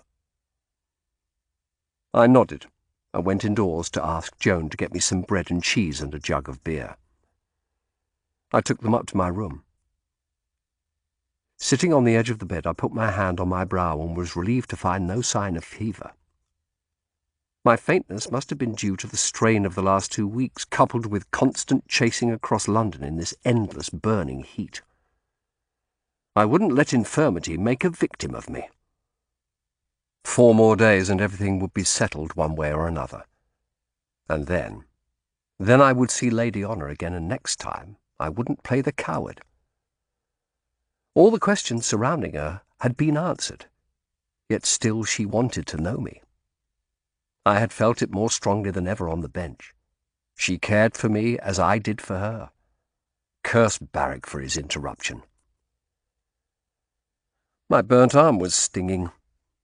I removed the bandage and applied some of Guy's oil to the red puckered skin, shuddering as I remembered the flame licking at it. The kiss of fire so light and agonizing. I bound my arm up again and lay back on the bed. I fell asleep at once, and again slept for several hours, this time without dreams. I woke to find the air mercifully cooler, long shadows stealing across the garden, My head felt clearer, and I lay thinking about what Barrack had said about John Skelly, how it made sense.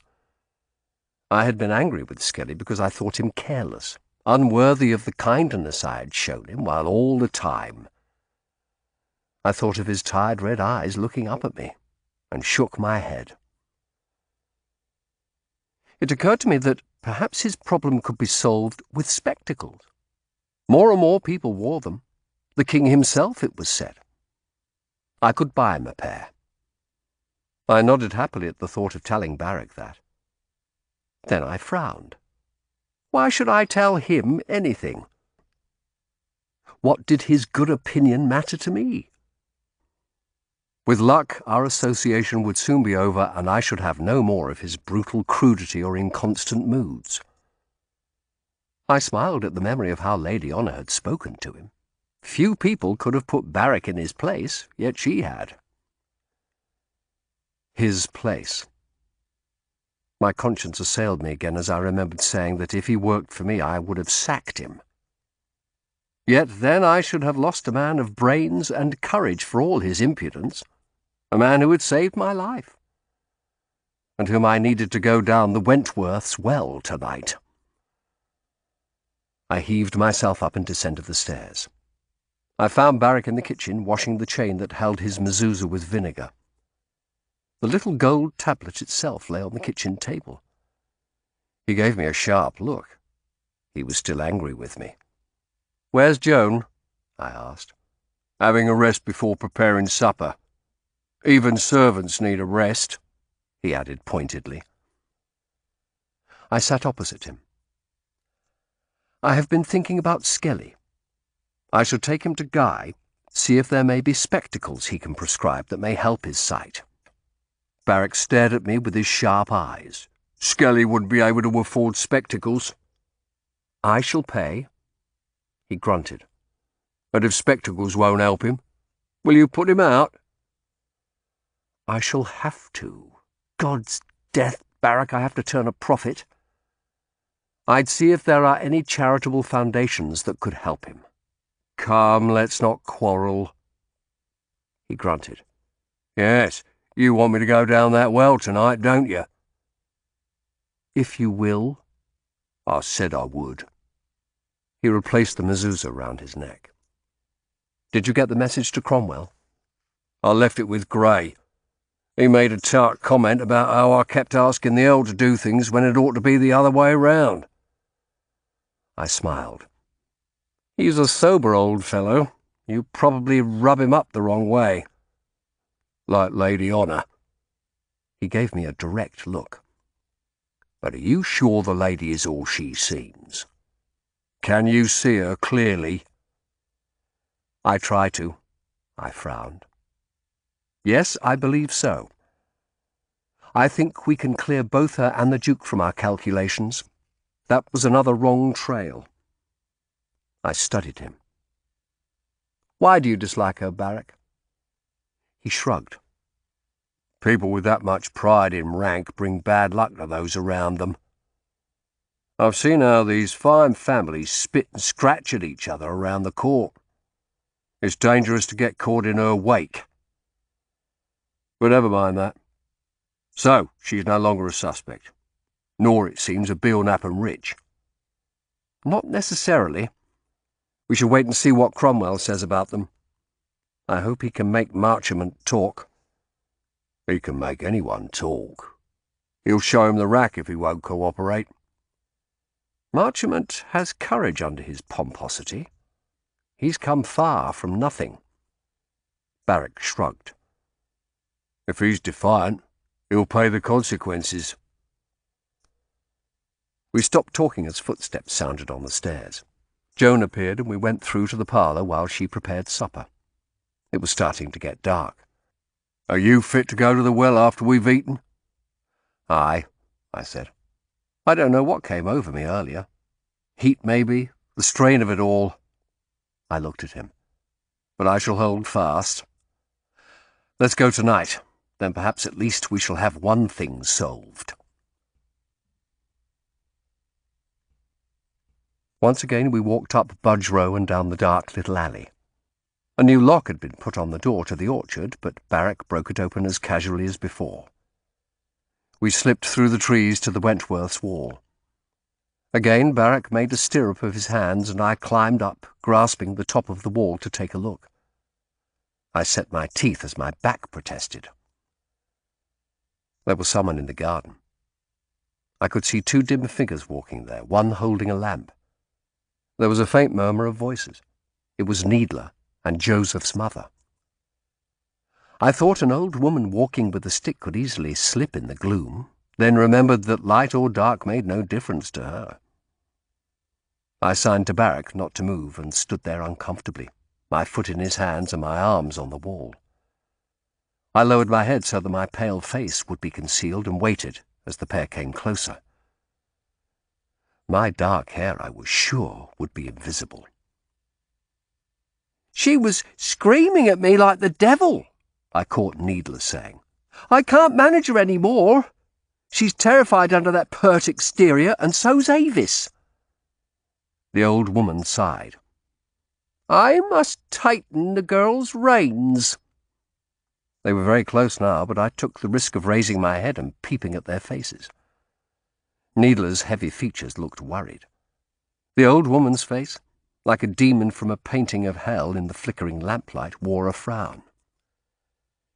"We must help them, David," she said, then stopped suddenly. She seemed to cock her head. I remembered the blind often have remarkable hearing. "What is it?" Needler asked sharply. "Nothing. A fox, perhaps." To my relief, they turned and walked back to the house. I heard no more of what they said. A door shut in the distance, and shortly afterwards lights were extinguished all over the house. I stumbled down again. Barrack stood rubbing his hands. "God's death," he whispered. "You've nearly dislocated my wrists." I'm sorry, but I couldn't move. The old beldam heard something as it was. What in God's name was she doing in the garden in the dark? She was with the steward. They wanted to talk alone, I think. I only caught a snatch of what they said, something to do with the 2 girls being frightened. He waited for a while. An owl swooped down from a tree in the orchard, a white, ghostly shape, and some small creature in the long grass screamed as it was carried off. At length I climbed the wall again. The lights were out, the garden silent, the well a dim shape in the moonlight. "There's no sign of the dogs," I said. Barrack hauled himself up beside me. "That's strange. Surely if you had people trying to break in, you'd loose the dogs at night." I agree, but it seems they haven't. Barrack sat astride the wall and pulled a couple of greasy pieces of meat wrapped in paper from his satchel. He threw them on the lawn, then tossed a stone he had found somewhere at the tree. It bounced off with a clack. "The Moor said, if a dog ate that, it'd be asleep in minutes," he whispered. "You got that from Guy?" "Aye. I told him the story yesterday while you were asleep. I thought he'd know of something." He grinned. "I found I got on well with the Moor on better acquaintance." I looked out over the silent lawn. Still no dogs. He scratched his chin. "What say we risk it?" I looked at the blank windows of the house. "So long as we keep an eye out." He looked at me. "You all right?" "Yes, yes." "Right then. Down we go." Barrack leapt easily onto the lawn, and I followed, wincing at the jarring my spine took as I landed. I watched the house as Barrack fetched his hunks of meat and replaced them in his knapsack. "Best not to leave these, or they'll know someone's been here." He removed the padlocks from the well, then I helped him off with the lid. The smell was fainter now, but the sight of that black opening still made my stomach clench. Barrack unfurled his rope ladder and climbed quickly down. I kept glancing over at the house. For a moment I thought I saw a movement, a deeper blackness at one of the upper windows. But when I looked again, I saw nothing. This time Barrack managed to light his candle the first time. I turned from the house as a faint white glow lit the well and leaned carefully over the side. It was shallower than I had expected, no more than 20 feet. It was weird to see Barrack standing at the bottom of that long circular hollow. He was crouching, looking at a huddle of dark shapes. He explored them with his hands. This time he was quite silent. I couldn't see his face. "What is it?" I whispered. He looked up at me, shadows from the candle making eerie shapes on his face. "Animals. There's a cat here, a couple of dogs." He bent down again. "Shit. There's horrible things been done to them. The cat's had its eyes put out. This is where that neighbour's retriever went. Jeez, you. It's been hanged." He half turned and examined a larger shape. This time he did cry out, an abrupt shout that echoed off the bricks. "What? What is it?" "I'm coming up," he said abruptly. "For God's sake, keep watch on the house." He snuffed out the candle and clambered up again. I peered at the house, my heart beating so fast it made my vision judder. All remained dark and silent. Barrack clambered over the top of the well. His eyes were wide. "Help me get the well cap back on," he breathed. "We have to get out of here." We slid the cap back and Barrack replaced the locks. With a last look at the silent house, we ran back to the wall and clambered over. Back in the orchard, Barrack leaned against a tree. He stared at me, then gulped. "Someone in that house has been torturing animals. But not just animals. There's a little boy down there. A ragged boy of about 7. He's been—" He broke off. "You don't want to know, but he's dead, and he didn't die quick." "The mad girl's brother," I breathed. "The girl that was put in Elizabeth's cell." "Perhaps. Whoever took him probably thought a beggar boy wouldn't be missed. Didn't matter." He blew out his cheeks. "It scared me, I'll admit. I thought if whoever did that came, I'd be helpless down there. I had to get out." His voice trembled. "I don't blame you." He stared at me aghast as a thought struck him. Could it have been Elizabeth Wentworth who killed the boy? Was that why she lost the will to live after the girl was put in with her? If that's a girl's brother down there— I thought a moment. "No. Joseph said Elizabeth had a cat she was devoted to. Needler said it ran away, but I think it's her cat down there. No, it wasn't her. I think young Ralph did this. First the animals, then the child." "But then, don't you see, this gives Elizabeth a motive to put the boy down the well. You could say it was apt justice for the wretch. Perhaps she found out what he was doing." "But why? When Needler pulled Ralph from the well, did he say nothing about the animals or the dead child?" I shook my head. "He must have seen what was down there." "I have to see Elizabeth again. I have to get her to talk. If she's still alive. I'll go first thing tomorrow. Thank you for what you did," I added awkwardly. Barrack gave me a sombre look. "You think me hard, but I'd never hurt a defenceless creature." "I believe you," I said. "Come, let's get back to Chancery Lane." He nodded. "All right. Geez, you, I'll be having nightmares tonight."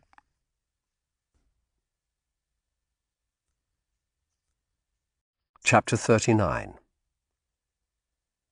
Neither Barrack nor I slept well that night. There had been a message from Guy when we returned, saying Elizabeth was a little better, her fever lower. He also asked me to call on him to discuss the other matter. Barrack had ridden out again to Joseph's lodging-house with a message for him to meet us at the jail at 9. As I dressed on that 7th of June, I thought how much I had to do that day. Visit Elizabeth, see Guy, then answer Cromwell's summons. My heart sank at the thought of that last. There were only 3 days left. But by now, hopefully, Cromwell would have questioned Marchmont. If Lady Honour knew nothing and Rich and Belknap were out of the picture, that left only him. I hoped he would lead the way to the Gristwood's killers. But what if, under pressure, he gave Cromwell the Greek fire formula? Well, I thought as I dressed, if he did, that was out of my hands. Barrack wanted to come with me to Newgate. He couldn't find his riding shoes and asked me to wait for him. I stood outside the house. The morning was hot again, but a wind had risen, a hot breeze that sent little white clouds racing across the sky. Simon appeared, leading the horses. "Out again early, sir?" he asked. "Aye, to Newgate Jail." The boy squinted at me from under his blonde mop, his narrow face full of interest. "Has Master Barrack been fighting robbers, sir? Is that how he lost his hair?" I laughed. "No, Simon. Don't be so nosy." I looked at the sturdy little shoes he wore. "Are you used to these now?" "Yes, thank you, sir. I can run faster, which is well with all the messages I've run lately." He smiled at me hopefully. "I suppose it is. Here's sixpence, then, towards new shoes when those wear out." I smiled as the boy ran back into the house. It struck me I knew nothing of the poor lad's background, only that he had come to the door, and Joan, liking his looks, had given him a job. Another of London's innumerable orphans, no doubt. Barrack appeared and we set off. As we rode down Fleet Street, I told Barrack my burn was giving me pain and I intended to consult Guy after we'd seen Cromwell. I was worried he might want to come too, but he only nodded. His face was still marked with the shock of what he'd found down the well. I was surprised how deeply it had affected him. But then, of course, he too had once been a beggar boy. Joseph was waiting outside the jail. He looked tired and unshaven, his cheeks sunken. He couldn't go on like this much longer. I told him I had had word Elizabeth was a little better, and that seemed to cheer him. The jailer answered our knock. "William!" he called out. The fat turnkey appeared. "We would see Mistress Wentworth," I said. "How is she this morning?" Joseph asked at the same moment. "I don't know," the turnkey answered. "No one's been up there. We don't want her fever. Apart from that black apothecary. He came again yesterday, but maybe jail fever doesn't affect such as him." "Will you take us to her?" The turnkey grunted, but led us away to the stairs. It was a relief not to have to see the hole again. I turned to Joseph as he followed me up the winding stair. "I have some news," I said. "Some fresh evidence at last. I want to try again to get Elizabeth to speak." A desperate hope lit Joseph's features. I looked at him seriously. "I must tax her with some hard things, sir. Things that won't be good to hear. About Sir Edwin's family." He took a deep breath, then nodded. "Very well." The turnkey let us into Elizabeth's room. The breeze blew through the barred windows, stirring the cloth on the little table. Elizabeth was lying on her back, very still, but at least she wasn't twitching and muttering now. Her face was pale. I took a stool and sat down, bending forward so my face was close to hers. Joseph and Barrack stood behind me, looking on. I saw the cut on her lip was unhealed. There was a nasty black scab all round it. She must have been awake, for as I leaned close, she opened her eyes. They were dull and heavy. I took a deep breath. "Elizabeth," I said, "Jack Barrack here has been down your Uncle Edwin's well." Her eyes widened slightly, but she didn't speak. "We broke in last night and took off the cap that had been put over it. Barrack climbed down and saw what was there." Joseph's mouth fell open. "You broke in?" "It was the only way, Joseph." I turned back to the silent girl. We placed ourselves in danger, Elizabeth, to find the truth. For your sake. I paused. We saw them. All the poor animals. Your cat. And the boy. What boy? Joseph's voice was sharp with fear. There is the corpse of a little boy down the well. Oh, Jesu! Joseph sat down heavily on the bed. I saw tears well up in Elizabeth's eyes. I'm sure you didn't do those terrible things, Elizabeth. Never, Joseph said hotly. Never. Was it Ralph? She coughed and then finally spoke in a low, sighing voice. Yes. Yes, it was. Joseph brought his hands up to his mouth, his expression horrified. I could see the thought had come to him, as it had to Barrack, that here was a clear motive for Elizabeth to kill her cousin. I continued quickly. When I visited your Uncle Edwin, I noticed a bad odour coming from that well, and remembered Joseph telling me Ralph's body had a terrible smell in it when it was laid out at the coroner's. Elizabeth, when the steward Needler went to fetch up your cousin's body, he must have seen what was down there. Yet he said nothing, and the family sealed off the well. I paused, but though tears trickled down Elizabeth's cheeks, her state remained dull and hopeless. I went on. That must have been because the discovery of the boy down there would have resulted in a separate investigation. Needler said nothing in order to protect someone else. Who was it, Elizabeth? Speak, girl, for Jesu's sake, Barrack said with sudden anger. You're putting your uncle through the torments of the damned. You return to Judge Forbizer in 3 days, I said quietly.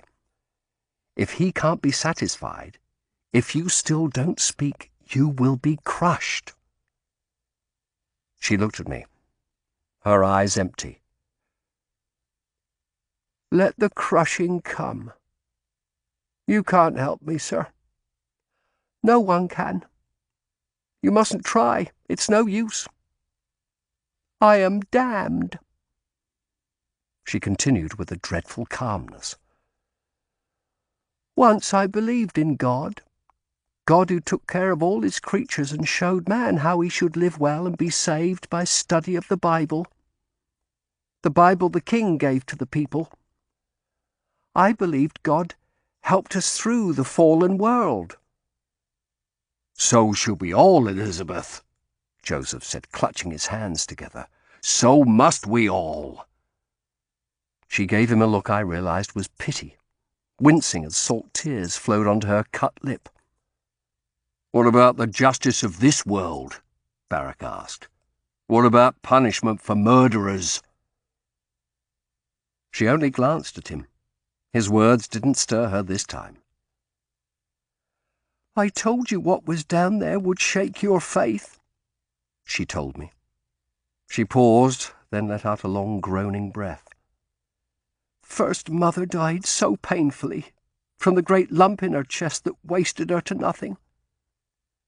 Then Father died too. She coughed again. I offered her a bowl of water, but she waved it away, looking at me fixedly. I sought consolation in books of prayer, sir.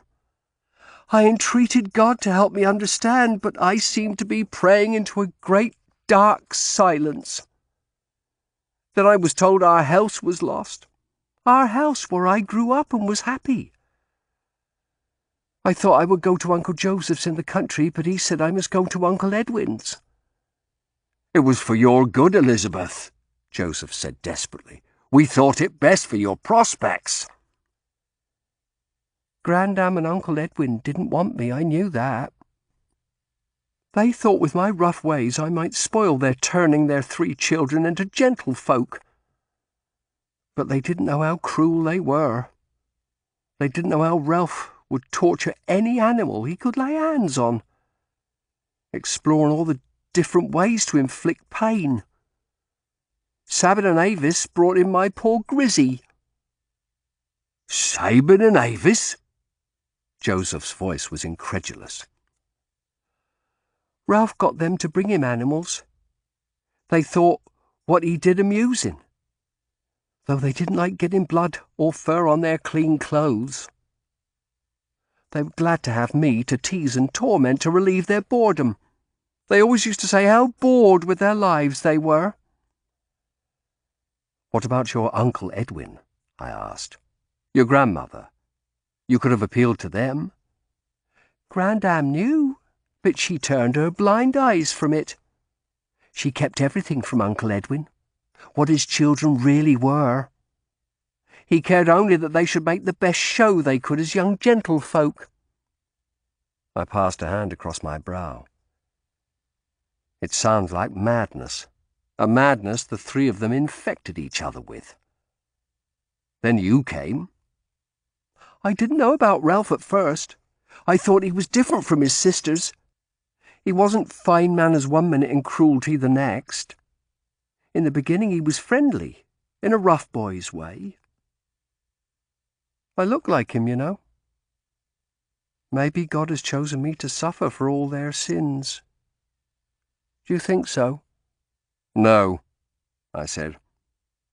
It's you that are choosing to suffer now. She shook her head. Ralph took me for a walk and showed me a fox he had caught in a trap and left it until it was weakened. He had come with a needle to put its eyes out. I freed it and told him it was a wicked thing he did. That turned him against me. After that, he joined with his sisters in finding ways to torment me. You should have told Edwin, Joseph said. Elizabeth smiled then, a smile so despairing it chilled me.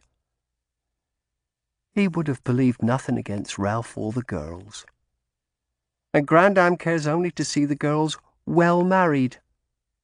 Sabin has a fancy for the steward needler, and Grandam used him to try and keep the girls under control. She needs them to behave well on the surface until they've found rich young men. She looked away. Pity any such gentleman, not to know what he's married until it's too late. What about the other servants? How much do they know? There must have been terrible cries from the animals. All at once I felt sick, black bile curdling in my stomach. Ralph did his vile deeds down the well. He had a little ladder. It was his torture cell as well as his hiding place. I think the servants heard things, but they said nothing. They wanted to keep their positions. Uncle Edwin pays well even if he makes them all go to church twice on Sundays.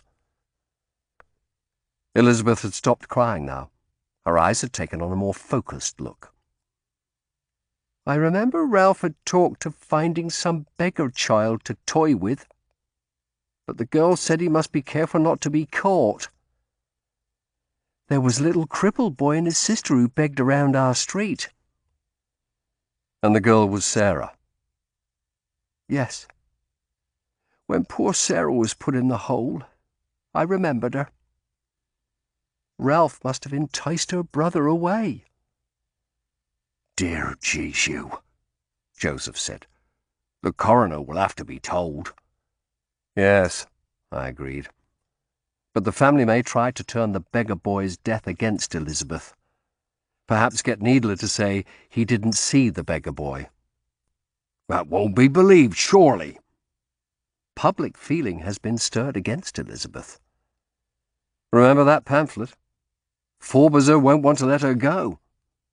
And who did kill Ralph? Or was it an accident, Elizabeth? Did he fall? She turned her face away. I wondered for an awful moment, had she done it after all? But then why had Needler said nothing when he saw the well? Ralph must have been possessed, Joseph said. Possessed by some demon. Yes. Elizabeth spoke to her uncle directly for the first time. By the devil, or perhaps by God, who is one and the same. He looked aghast. Elizabeth, that is blasphemy. She lifted herself on her elbows, coughing painfully. Don't you see? That's what I've come to understand. I know now that God is cruel and evil. He favours the wicked, as anyone who looks around the world can see. I have read the book of Job, read the torments God inflicted on his faithful servant. I have asked God to tell me how he can do such evil, but he doesn't reply. Doesn't Luther say God chooses who will be damned and who's saved before one is even born? He has chosen me to be damned, and for my damnation to start in this life. Rubbish! I turned with surprise to Barrack. He glared at her. You should listen to your self-pity. Then she lost control. Who else has pitied me? My faith is gone. I wait for my death so I may spit in God's face for his cruelty. She glared at Barrack, then leaned back exhausted. The words rang around the room. Joseph waved his hands anxiously as though he could bat them away. Lizzie, that is blasphemy. Do you want to be burned as a witch? He put his hands together and began praying aloud. Oh, merciful Jesu, help your daughter. Strike the beam from her eye. Turn her to obedience. They'll do no good. Barrack shouldered past Joseph and leaned over Elizabeth. Listen, girl. I've seen that little boy. His death should be avenged. Ralph may be gone, but there are others who covered up his killing that beggar child as though it was a thing that mattered not at all. And his sister, Sarah. Maybe they'll release her from Bedlam when they find her brother was taken and killed. Release her to what? Elizabeth asked despairingly. To beg again, or go for a whore? I put my head in my hands, full of the horror of it all. A cheerful, innocent girl visited with calamity after calamity, and then the appalling, relentless cruelty of Sir Edwin's monstrous family, finally turning her fury on the God who had seemed to desert her. She had been pious once, no doubt, but the terrible blows she had suffered had turned her faith inside out. And was there not an awful logic in her belief that God had deserted her? Surely he had. I thought of the thousands of children who lay abandoned, begging in the streets. Joseph was in a terrible state, wringing his hands. She could be charged with blasphemy, he moaned. Atheism!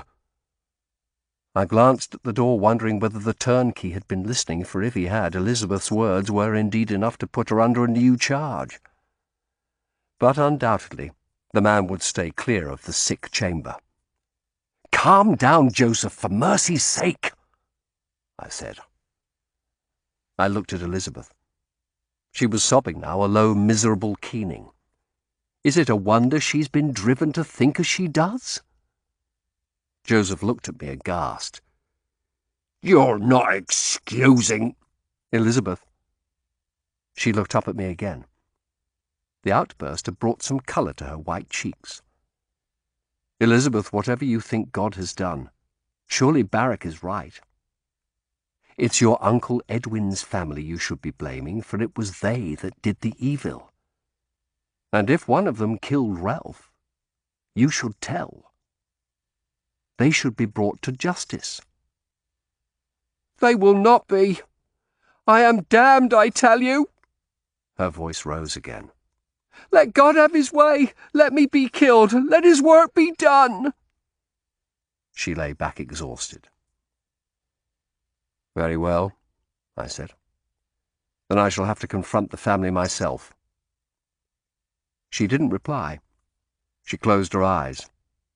She seemed to have retreated back into that dark place where she lived now.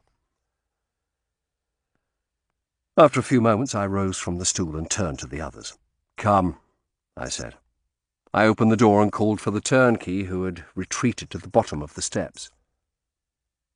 We left the cell, Joseph stumbling and almost falling. Outside the jail he shivered despite the heat. "I thought it could get no worse," he said quietly.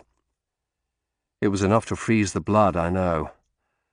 But I beg you, Joseph, remember Elizabeth's mind is distracted. Remember what she's been through. He looked at me and I saw stark terror in his face. So you believe her?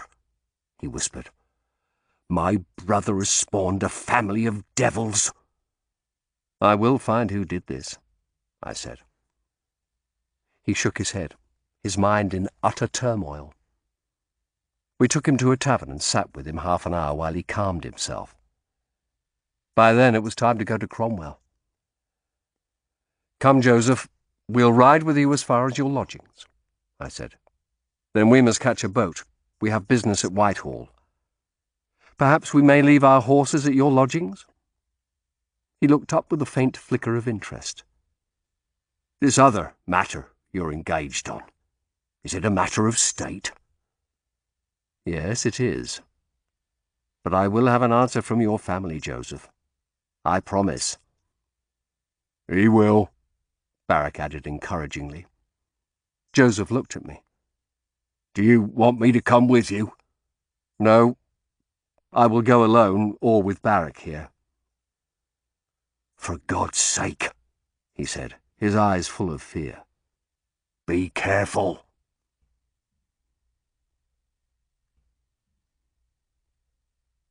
Chapter 40. The Thames was busy and we had difficulty finding a wherry at the river stairs. Barrack cursed roundly, fearing we would be late. At length the boat arrived and we sailed upriver, a strong southerly wind plucking at my robe and driving the craft briskly through the water. I thought of Elizabeth. How terrible her state of mind must be, her whole being dominated by her hatred of the savage god before whom she meant to martyr herself. I shuddered at the darkness that overlay her mind, even as I felt I understood it. I glanced at Barrack. He sat hunched and gloomy in the stern of the boat. I thought perhaps he understood too, but we dared not talk of such things before the boatman. At last the wherry bumped into Westminster steps. Barrack jumped out and we scrambled up the stairs, half running across to the Privy Gallery. We stopped a moment to catch our breath under the mural, the King frowning down on us, then walked through to Cromwell's office. Grey was at his desk working on a bill to be presented to Parliament, running a rule down the long sheet of parchment. He looked up sharply. "Master Shardlake, I was beginning to fear you would be late. The Earl is not in a patient mood today." "I'm sorry, the river was busy." "I'll take you in." He got up with a sigh. "My master is sending so many bills to this Parliament that his work lacks its usual level of care." He shook his head. "He is very preoccupied." He knocked on Cromwell's door and ushered us inside. The Earl was standing by the window looking out at Whitehall. He turned a dark, frowning face towards us. He was dressed magnificently today in a robe of red silk, such as the rules allowed only barons to wear, edged with sable fur. The star of the Order of the Garter hung from a colourful ribbon round his neck. "Well," he said grimly, "you've come." He strode to his desk, which was heaped high with papers. He must recently have thrown down his quill in anger, for it lay in the middle in a pool of ink. He sat down heavily in his chair and stared at us, his face set hard. "Well, Matthew, it seems you have sent me on a fool's errand." "My lord?" "Sir Richard Rich," he snapped. "I called him in here on Saturday night." He linked his hands together and banged them down on the table. "The reason Rich has been making threatening remarks to you and the reason Belknap thought he was safe from me have nothing to do with Greek fire." "Then what?" "You have been acting for the Common Council, have you not, on a case involving whether a monastic property may be exempt from the city's statutes?" "Indeed. It's going up to Chancery." "No," he said heavily. "It's not." He took a long breath. Many influential people have bought monastic properties in London, Matthew. The city was full of the pestilential places before we dissolved them. Unfortunately, there are so many on the market now that the value of land has fallen. I've had complaints from several people that they were induced to make bad investments. When the case over that damned cesspit of Belknap's arose, Rich came to me and said it was important that Belknap won. Otherwise, the council would use the case as a precedent and make life difficult for the new owners, some of whom can only turn a profit by converting their properties into housing of the cheapest type. Do you see now? He raised his eyebrows. Many of these are men whose loyalty I am trying to keep in these days when all are ready to turn against me. Oh. Rich didn't tell me you were the lawyer acting for the council, or I would have guessed what all this was about long ago. I agreed to his bribing Judge Heslop to get the right judgment which owners of monastic properties could then use as a precedent in any future cases. Rich tells me he put pressure on some men who were his clients to take cases they had with you to other lawyers as a warning. A chancery judgment against Belknap could upset the whole apple cart. Do you see? He spoke coldly, distinctly, as though to a foolish man. That's what his threats were about, and that's what Belknap thought you were pressuring him about. And you didn't realize. I closed my eyes. It's a dog's breakfast, isn't it? He gave a hollow laugh. Weren't you worried, Matthew, that cases were being taken from you? Didn't you investigate? You would soon have seen all the clients were Sir Richard's men. I have been too busy, my lord, I said. I have thought of nothing but Greek fire and the Wentworth case. I've had to leave my work with my Chambers fellow. He gave me a sharp look. Oh, yes, Master Wheelwright. His Holiness will carry him into the fire one day. He closed his jaw hard. Once Cromwell could have protected radical reformers, but no more. He stood up abruptly and walked over to the window, looking at the courtiers and clerks milling outside. Then he turned back to me. It seems clear to me, from their reactions, that neither Belknap nor Rich is holding anything back about Greek fire. Rich didn't even know about it. I managed to elicit that without alerting him to its existence. Just. I see. I am sorry, my lord. I felt a fool, a dolt. That leaves Lady Honour and Marchmont. He began pacing the room, his head bent. So, next, what about Lady Honour? I gather you and she have been having a merry time together. I glanced at Barrack, who gave a shrug. There was something she was holding back, I said. Something between her and Marchmont and the Duke of Norfolk.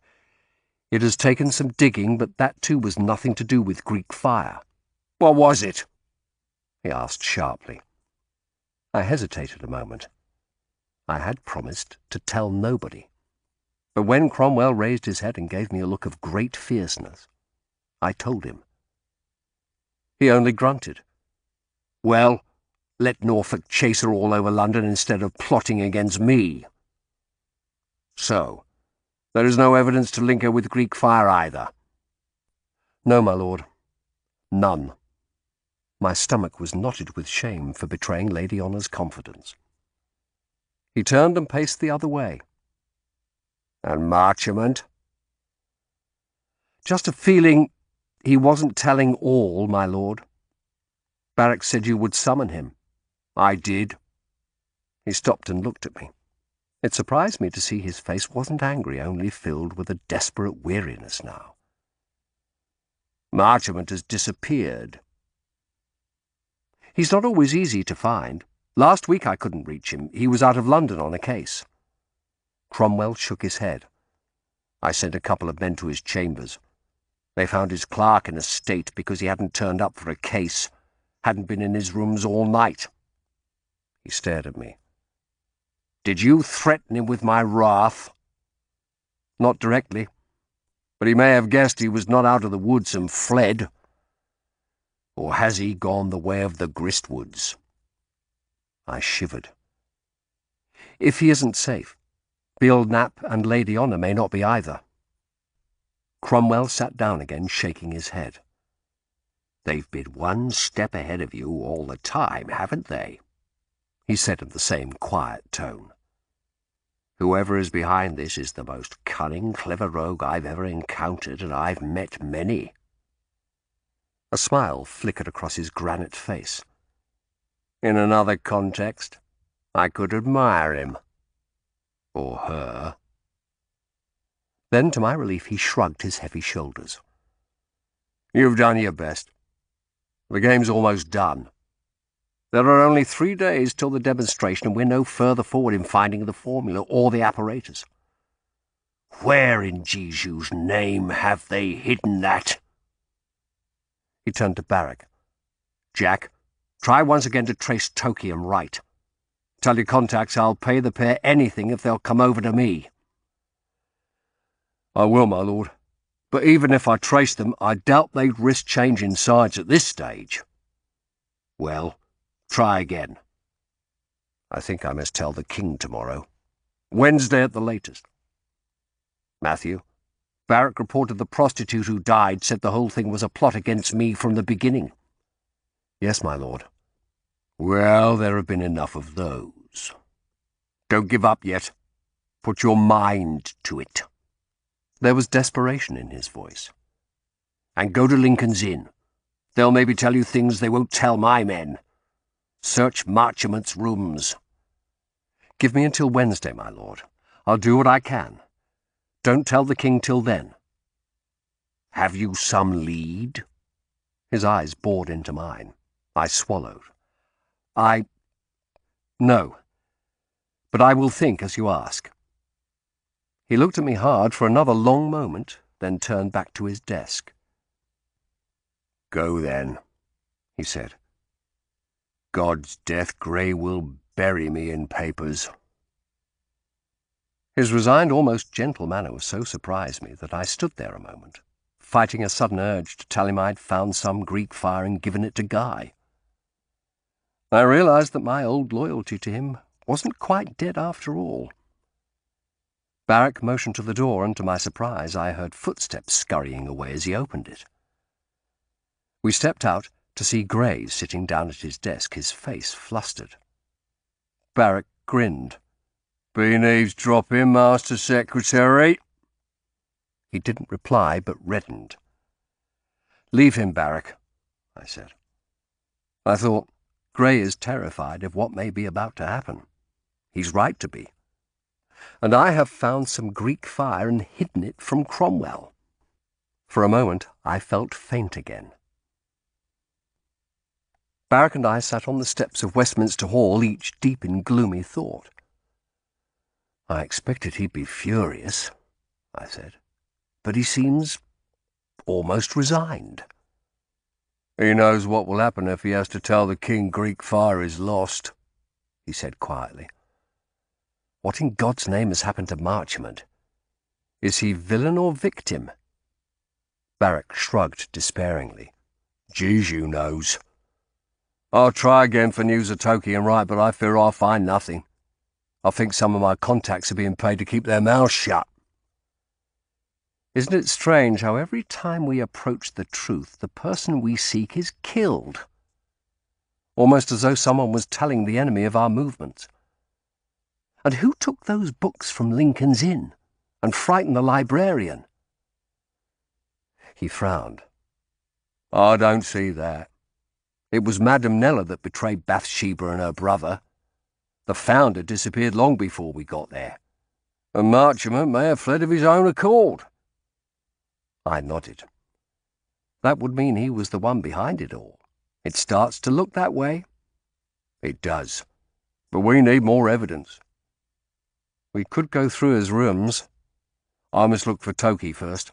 I'll come with you later. I stood up. Very well. I looked at him. Be careful. It could be dangerous for you. I can look after myself. He stood and dusted himself down.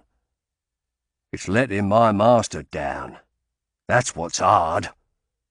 There's still time, I said. I'll meet you at home later.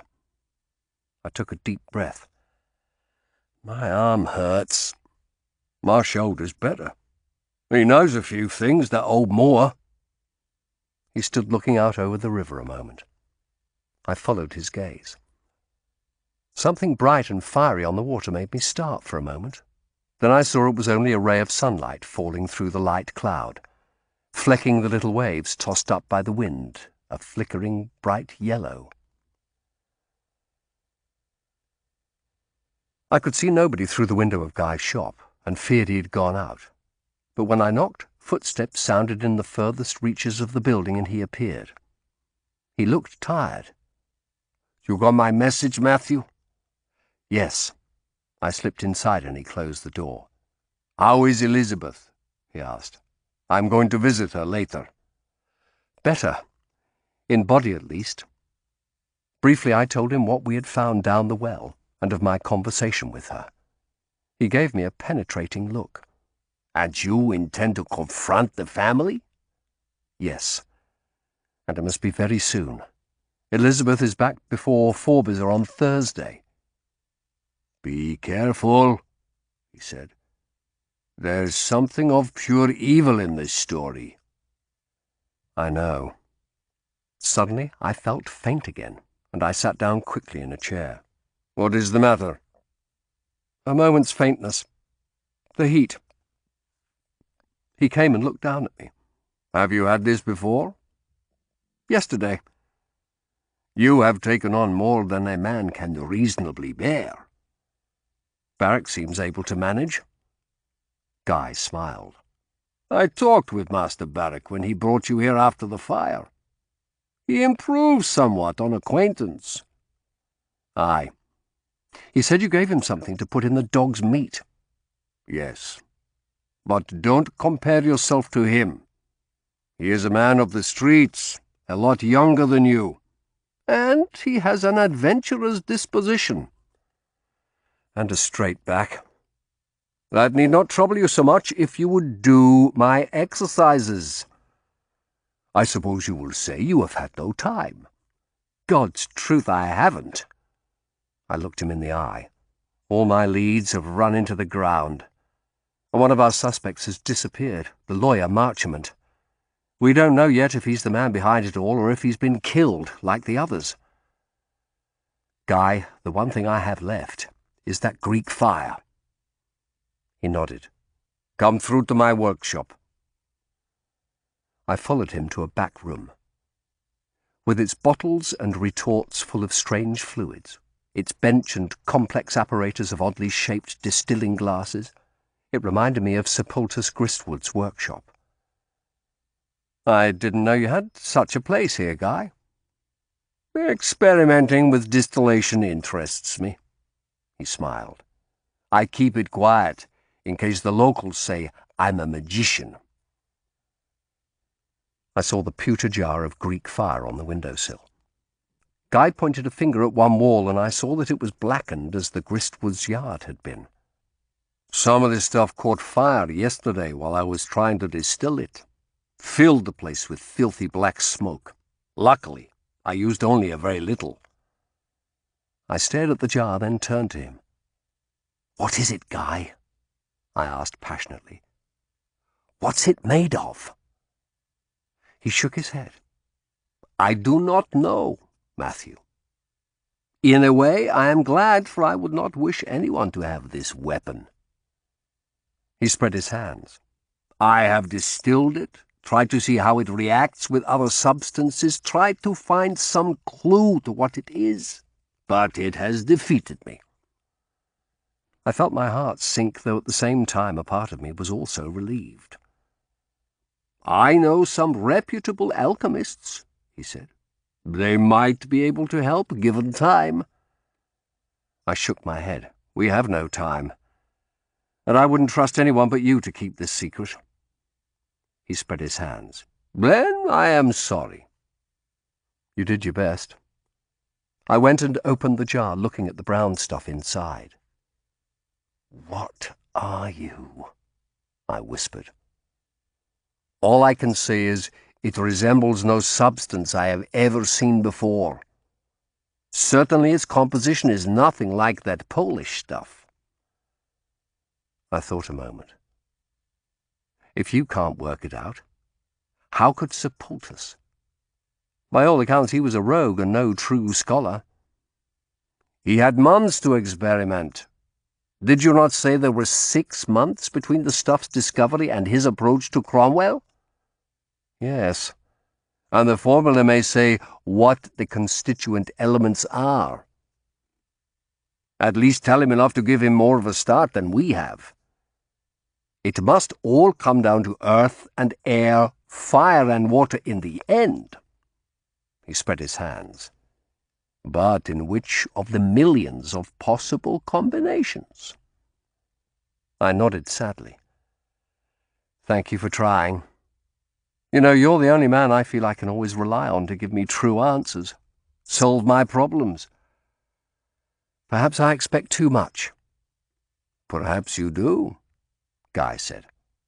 I am only frail human clay, for all people think I have strange powers to go with my strange looks. Perhaps I shouldn't have asked you to deal with something so devilish.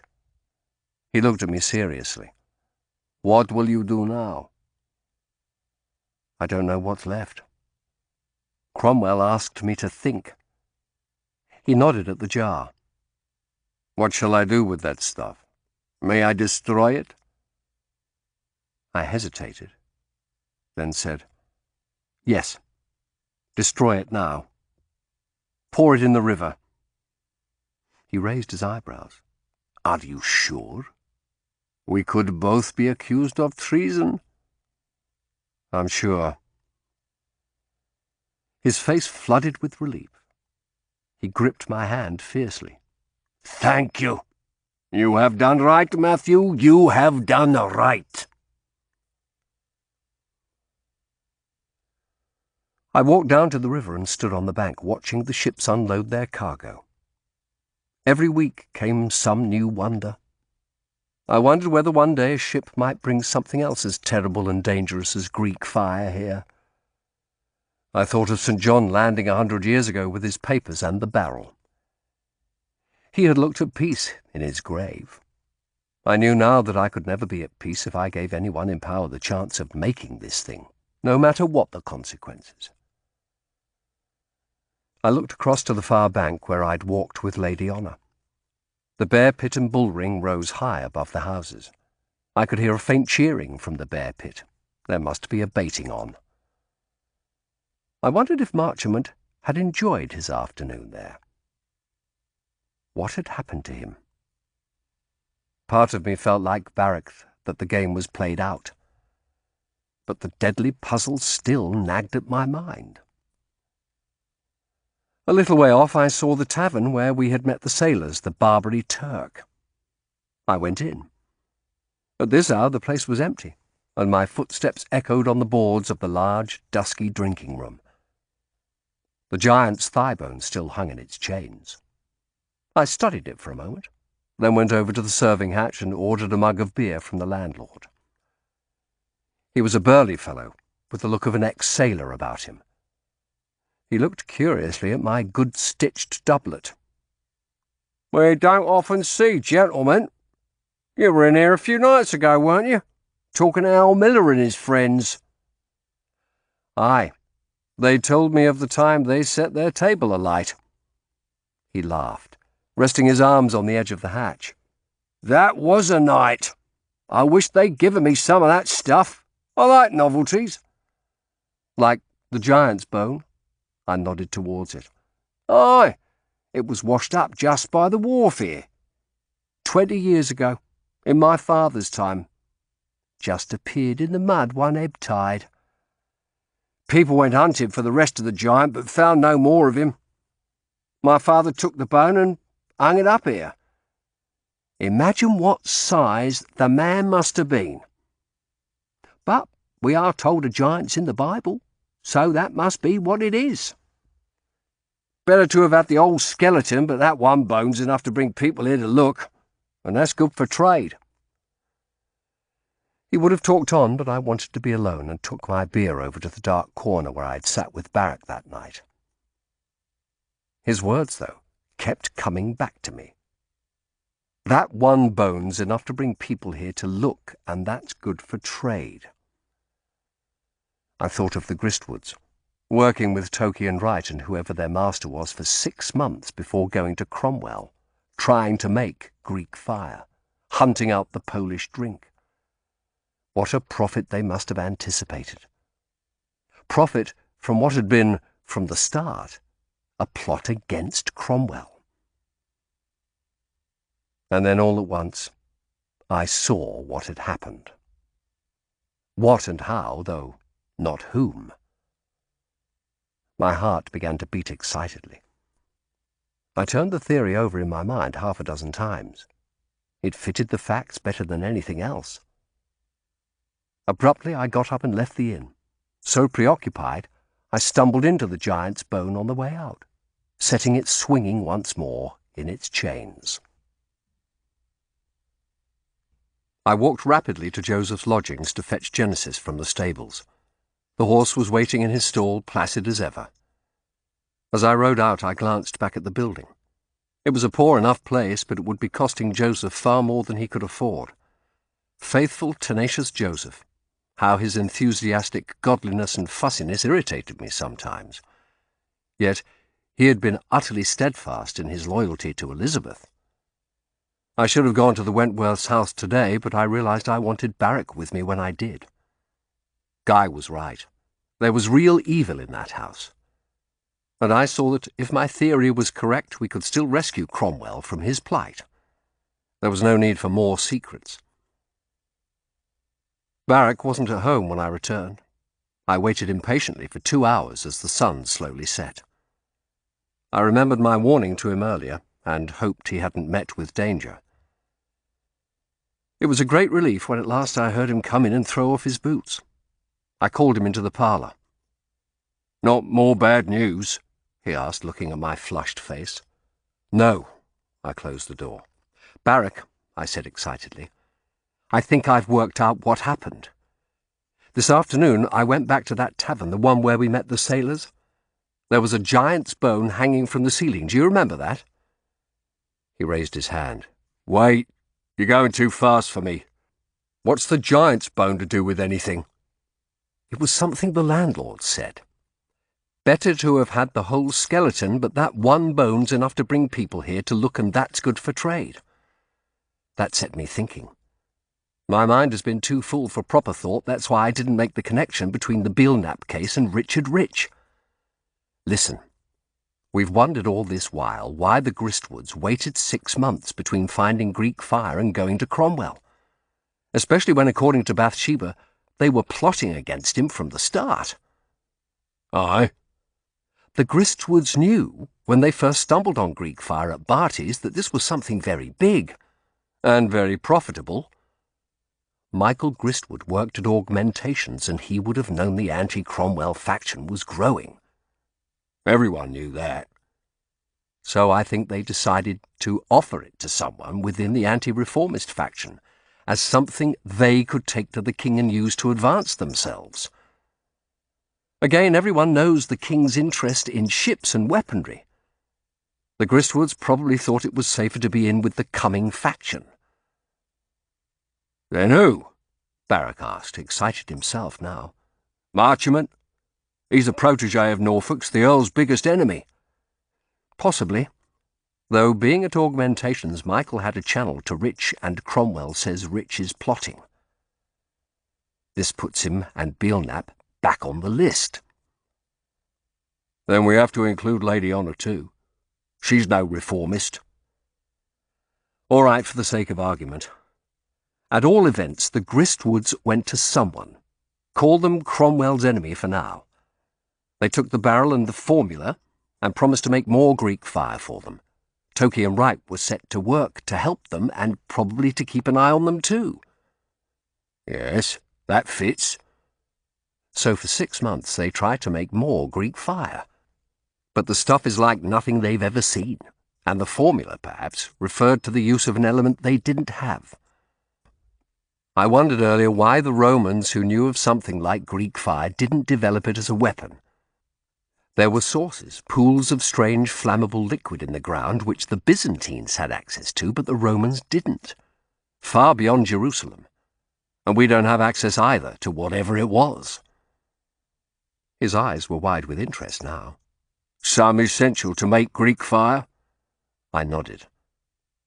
I see Michael and Sepultus following all sorts of trails like the Polish drink, trying different experiments, increasingly desperate.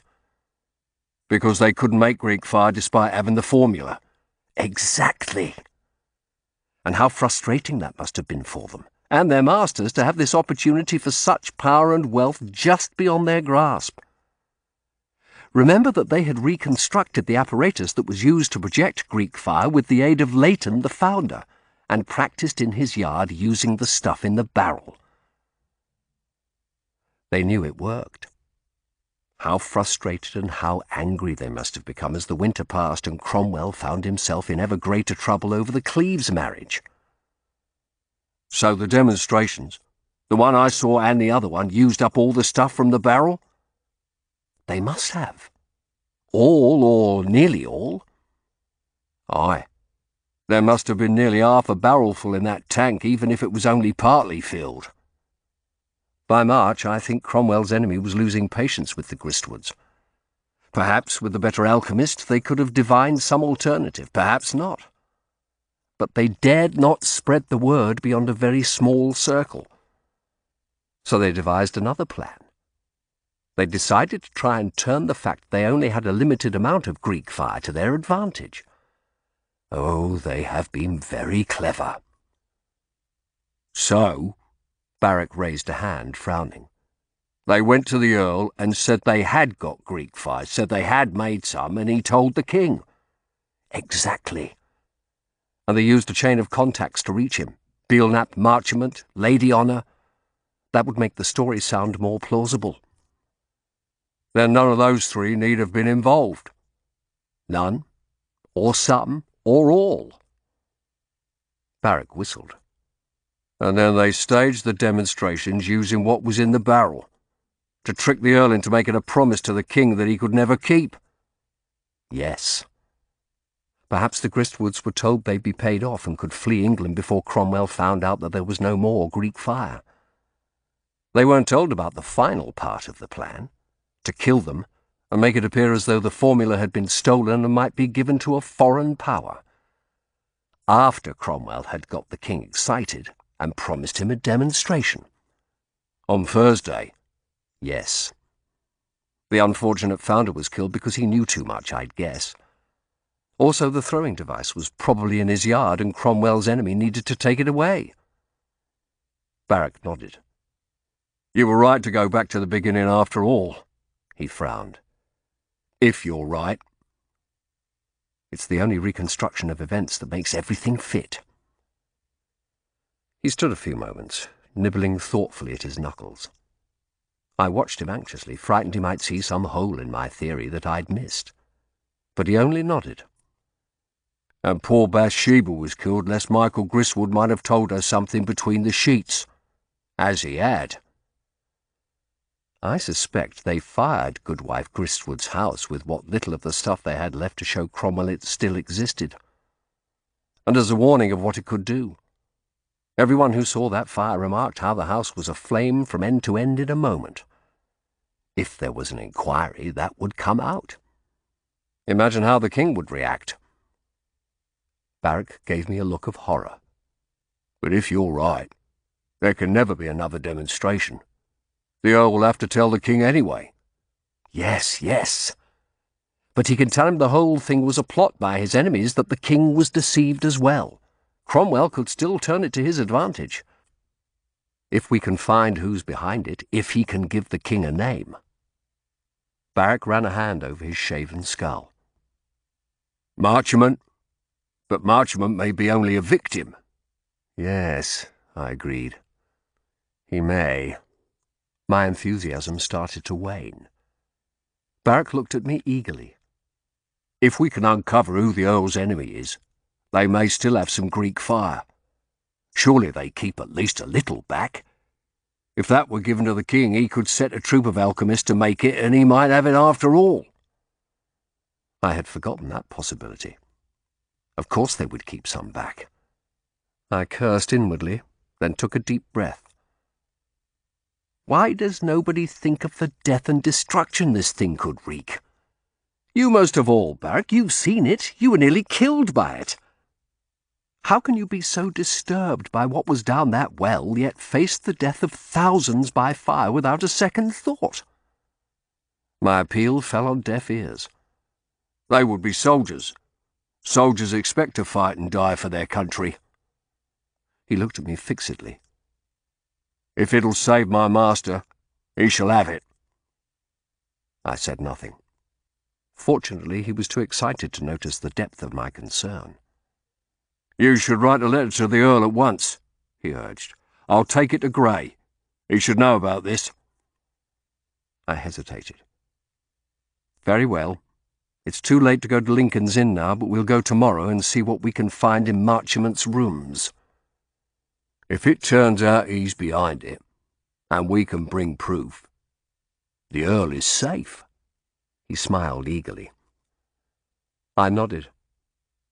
But if we find more Greek fire, I said to myself, Cromwell shall not have it. If I have to, I'll prevent Barrack from giving it to him.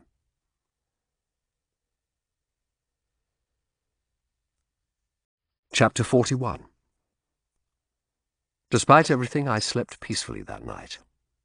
I woke towards 6, refreshed, although my back ached when I got up. I changed the bandage on my arm, pleased to see it had almost healed. Then, for the first time in days, I did Guy's exercises, carefully, lest I do more harm than good.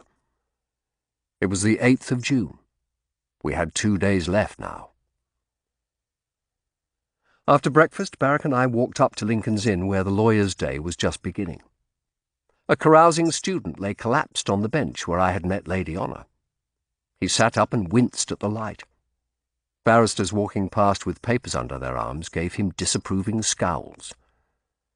We passed my rooms and headed for Marchmont's chambers. The 2 clerks in his outer office were agitated. One was anxiously explaining a case where Marchmont was due to appear that morning to another sergeant. The other clerk was leafing frantically through a pile of papers. He gave a groan and sped across to Marchmont's room, the door of which was open. We followed him in. He glanced up from searching through another pile of papers and gave us a harassed look. "This room is private. If you're here about one of Sergeant Marchmont's cases, please wait. We have to find the papers for this morning." "We're here on Lord Cromwell's orders," I said, "to investigate his disappearance and make a search." Barrack produced his seal. The man looked at it, hesitated, then shook his head in despair. "The sergeant will be angry. He has private things in here." The clerk found the paper he was looking for, grasped it, and hurried out. Barrack shut the door behind him. "What are we looking for?" he asked. "I don't know. Anything. We'll search his living quarters after." "If he's gone of his own will, he won't have left anything incriminating behind." "If he has. Look in those drawers.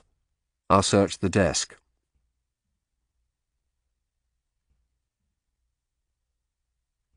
It felt strange to be rifling through Marchmont's possessions. A locked drawer roused our hopes, but when Barrack prized it open, we found nothing inside but a genealogical chart. It traced Marchmont's family back 200 years. Occupations were scribbled under the names: fishmonger, bell founder, and worst of all, villain. Under one name from 100 years back, Marchmont had scrawled, "This man was of Norman descent." Barrack laughed. "Oh, he lusted after that title." "Aye, he was always a vain man. Come, let's try his living quarters." But there was nothing there either, only clothes, more legal papers, and some money which we left. We quizzed the clerks, but all they could tell us was that they had come into work the day before to find Marchment gone with no message and 100 jobs waiting. Defeated, we left and crossed the courtyard to my chambers. "I'd hope there would be something," Barrack said. I shook my head. The people involved in this wouldn't leave evidence of Greek fire in their homes. Even the Gristwoods kept that apparatus out at Lothbury.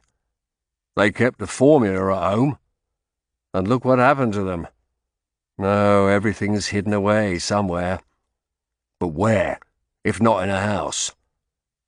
I stopped dead. What about a warehouse? That's possible. But there are dozens along the river bank.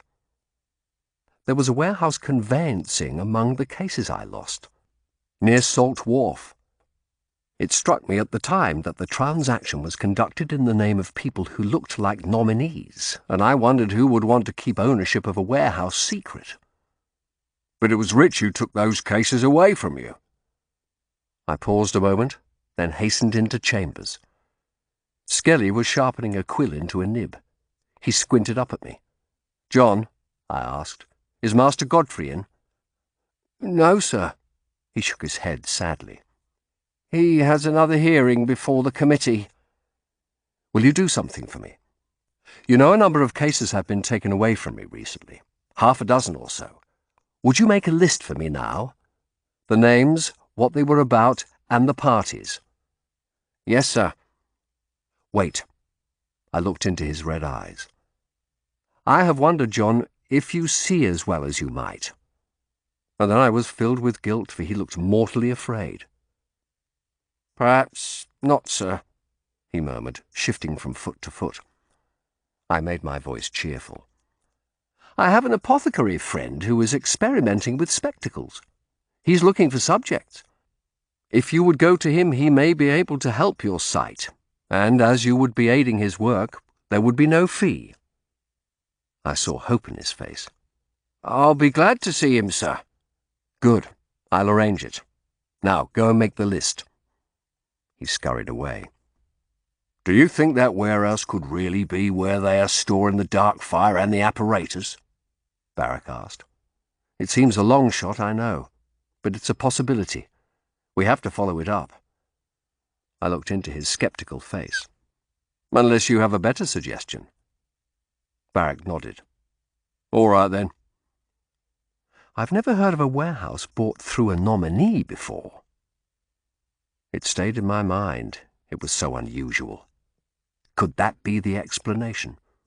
It was the last of my cases to go, just after I took Cromwell's assignment. "Anything's worth a try." Barrack had crossed to the open window. "What's going on out there?" he asked suddenly. I joined him. A small crowd of people, servants and barristers and clerks, had gathered round one of the students, a stocky young fellow with fair hair. He stood gesticulating wildly in the middle of the crowd, his eyes wide with shock. "It's murder!" I heard him say. Exchanging a look, Barrack and I hurried outside. We shouldered our way through the crowd, and I grasped the young fellow by the arm. "What's going on?" I asked. "Who's murdered?" "I don't know, sir. I was going rabbit hunting up by Coney Garth, and in the orchard I found a foot. A foot in a shoe, cut off, and blood everywhere." "Take us there," I said. He hesitated a moment, then turned and led us towards the gate to the orchard on the north side of Gatehouse Court. Part of the crowd followed us, nosy as sparrows. "Stay back," I said. "This is official." People grumbled, but they remained outside as we passed through to the orchard. The apple and pear trees were in full leaf, and a carpet of long fallen blossom lay all around. The student led the way through the trees. "What's your name, fellow?" I asked. "Francis Gregory, sir. I wanted some rabbits for the pot. I came out early, but I ran back when I saw that thing." I studied his face. He seemed none too bright and very frightened. "All right, Francis. There's nothing to fear. But a man is missing, and we have been ordered to find him." Reluctantly, young Gregory led us on into the trees. In the middle of the orchard, on the blossom-covered ground, we found a gruesome chaos. A wide patch of ground was covered with blood, black and sticky-looking. One tree had had a branch hacked off, and a great gouge cut in its side. The mark of an axe, Wright's weapon of choice. And lying at the bottom of the tree was a shoe with an inch of white leg visible above. I stepped onto the bloody ground to look at the severed foot, my stomach churning a little at the sight. It had been shorn off like a pig's trotter. Flies were buzzing around it. "That's a gentleman's shoe," Barrack observed. Aye. I saw something else among the blossom, and, taking my dagger, brushed the delicate petals aside.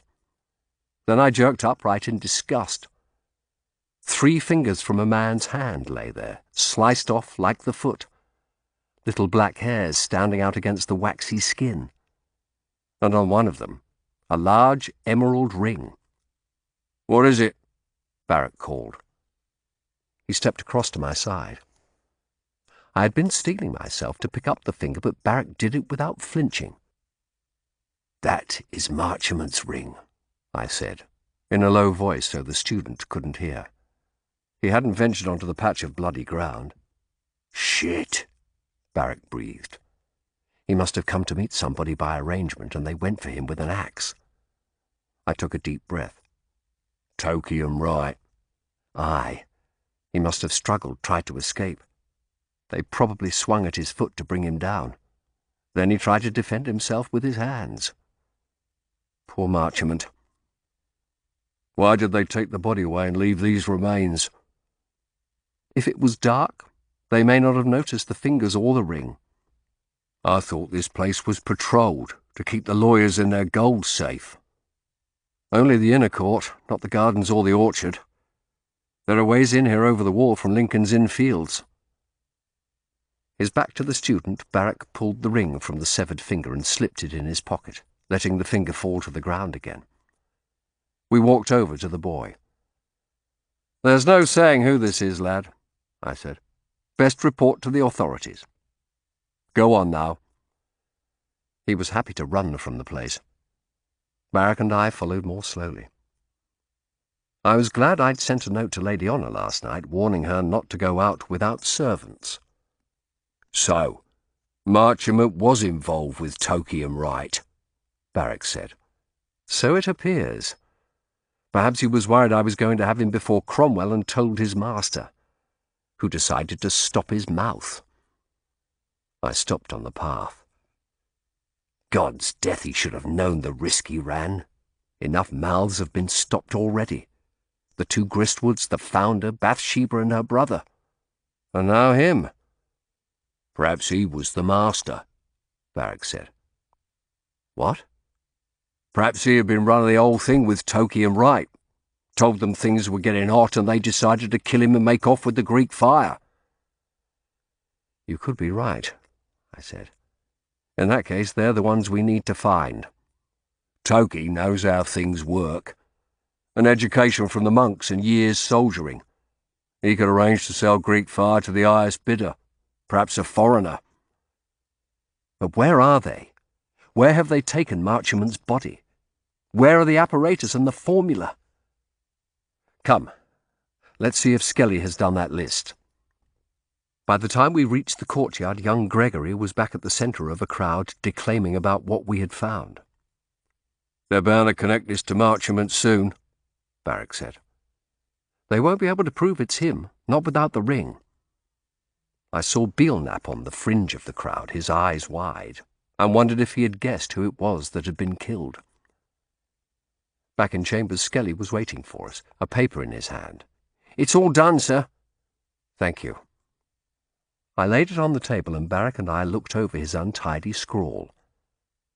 4 pieces of litigation over land, 1 over a will, and the warehouse conveyancing. Pelican Warehouse, off Salt Wharf. "What's a pelican?" Barrack asked. "A bird from the Indies. It has a huge pouch in its beak to hold fish. Or secrets." I looked out of the window. "Ask Belknap to step in here, would you? Tell him quietly that we believe the dead man is Marchmont. A thought occurred to me. John, would you add a couple of cases to the bottom of this list? Any cases of mine, choose them at random, then bring it to me. Skelly, who had been standing open-mouthed, nodded and went into my office. A minute later Barrack returned, Belknap beside him. The rogue's eyes were full of fear. "Is this true? Sergeant Marchmont is murdered? I feared it when I heard—" "It is, Belknap, though you'll say nothing. I order you by Lord Cromwell's authority. But I think no one who has any association with Greek fire is safe any more." He waved his hands in angry desperation. "But I've told you a dozen times, Shardlake, I've had nothing to do with it. It's over the Priory matter that Sir Richard's been putting pressure on your cases. It's not about Greek fire. I had nothing to do with the pestilential stuff beyond being a messenger." Between fear and anger he was almost dancing. I had him worried now. "You told Rich nothing about Greek fire, I hope." "And get on the wrong side of the Earl? Of course not." I handed him a list. "Here, these are the cases I've lost recently. Can you confirm these are the ones Rich took from me?" Belknap ran his eye down the paper, then shook his head. "I don't know. Sir Richard only told me he was going to damage your trade as a warning. He didn't say which cases he'd take." He paused, running a hand through his wiry blonde hair. "Listen, if I'm in danger, I need protection," he said fiercely. "I won't be struck down like Marchmont." "Why not?" Barrack asked. "Who'd miss you?" "Belknap," I said quietly. "I need to see Sir Richard Rich with this list. I need to know which cases he took away. It has a bearing on the other matter. Do you know where he is?" "He should be at St. Paul's at noon to hear Archbishop Cranmer preach. The Archbishop is giving the lunchtime sermons this week as Bishop Sampson's in the Tower. Half the King's Council will be there."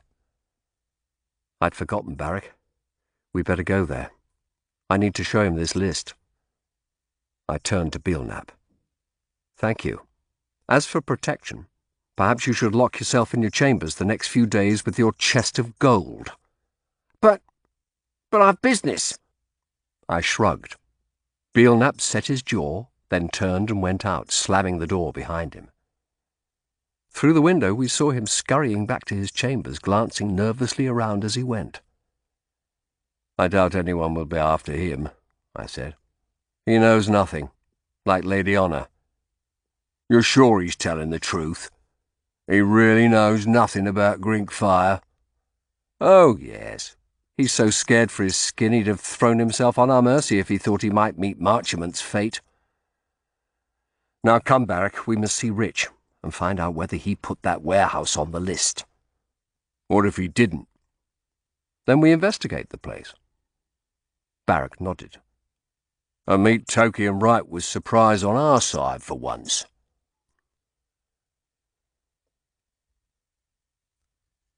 Chapter 42. As we rode down Fleet Street and into the city, I noticed the bank of cloud was spreading, filling the whole western sky. "Probably the heavens will just tease us with a half-hour's rain like last time," Barrack said. I remembered the night of the banquet. Returning home to fetch the horses, I had found a short note from Lady Honour. "Thank you for your care for my safety. I am always watchful." I'd smiled and folded it into my pocket. I sighed, wondering if my idea about the warehouse had anything in it. It had fired Barrack up, and me too, but that was only for lack of any other leads. We rode up Warwick Street, the great Norman cathedral looming above us. I could see little dots moving on the flat roof under the giant wooden spire. Londoners often went for a stroll up there to enjoy the views of the city, and it had been crowded in the hot weather. Like the river, the roof was a place to catch a little breeze and escape the city's smells. "Let's hope we get somewhere with Rich," Barrack said. "Only 2 days left. My master's enemies circling everywhere." "That warehouse was taken out of my hands at the end of May," I said. just after Cromwell instructed me. The conveyance was almost complete. But who would have known, then, that you were acting in this? Toki and Wright could have been watching us from the first day we went to the Gristwoods, and told their master I had been set on to the matter. Yet... What? As I said yesterday, so many times they've been just ahead of us, as though someone close by was telling them our every move. But who? He laughed wryly. Joan Wood? Hardly. But who else has been near from the start? He frowned. Only Joseph. About as likely as Joan, I'd say, even if Joseph wasn't a supporter of Cromwell. And the Earl has told nobody but Grey. He's been with the Earl longer than Joan has with you. And he's as reformist as they come. I nodded. Then perhaps I'm imagining it after all. I wiped my brow. The air was distinctly clammy. I turned to Barrack. I must visit the Wentworths' home today, confront the family with what we've found. Will you come with me?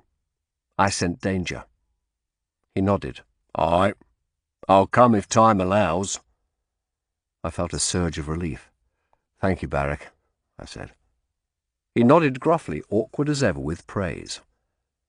If we find Rich, he said, you shouldn't let him know you're concerned particularly with the warehouse. He could have added it to his list to keep you clear of the place.